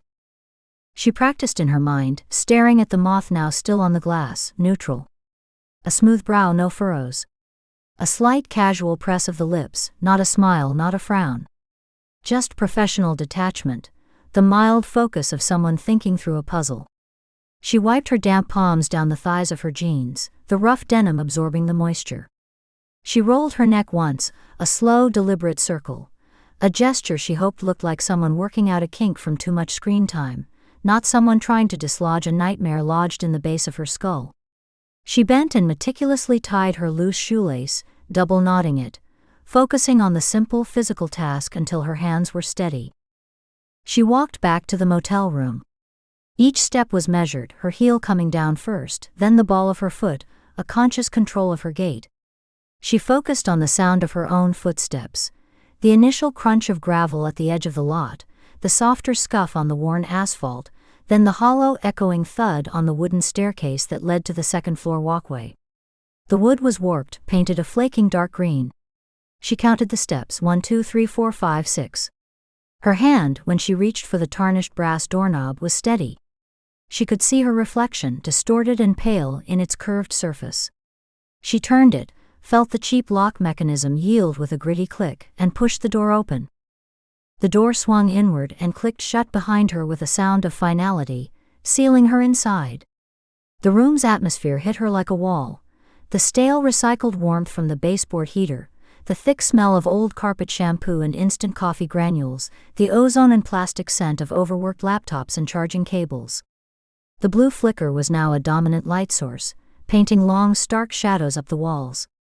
Nina glanced up from her laptop, the light from the screen reflecting in her glasses, turning them into opaque luminous blue rectangles that completely hid her eyes.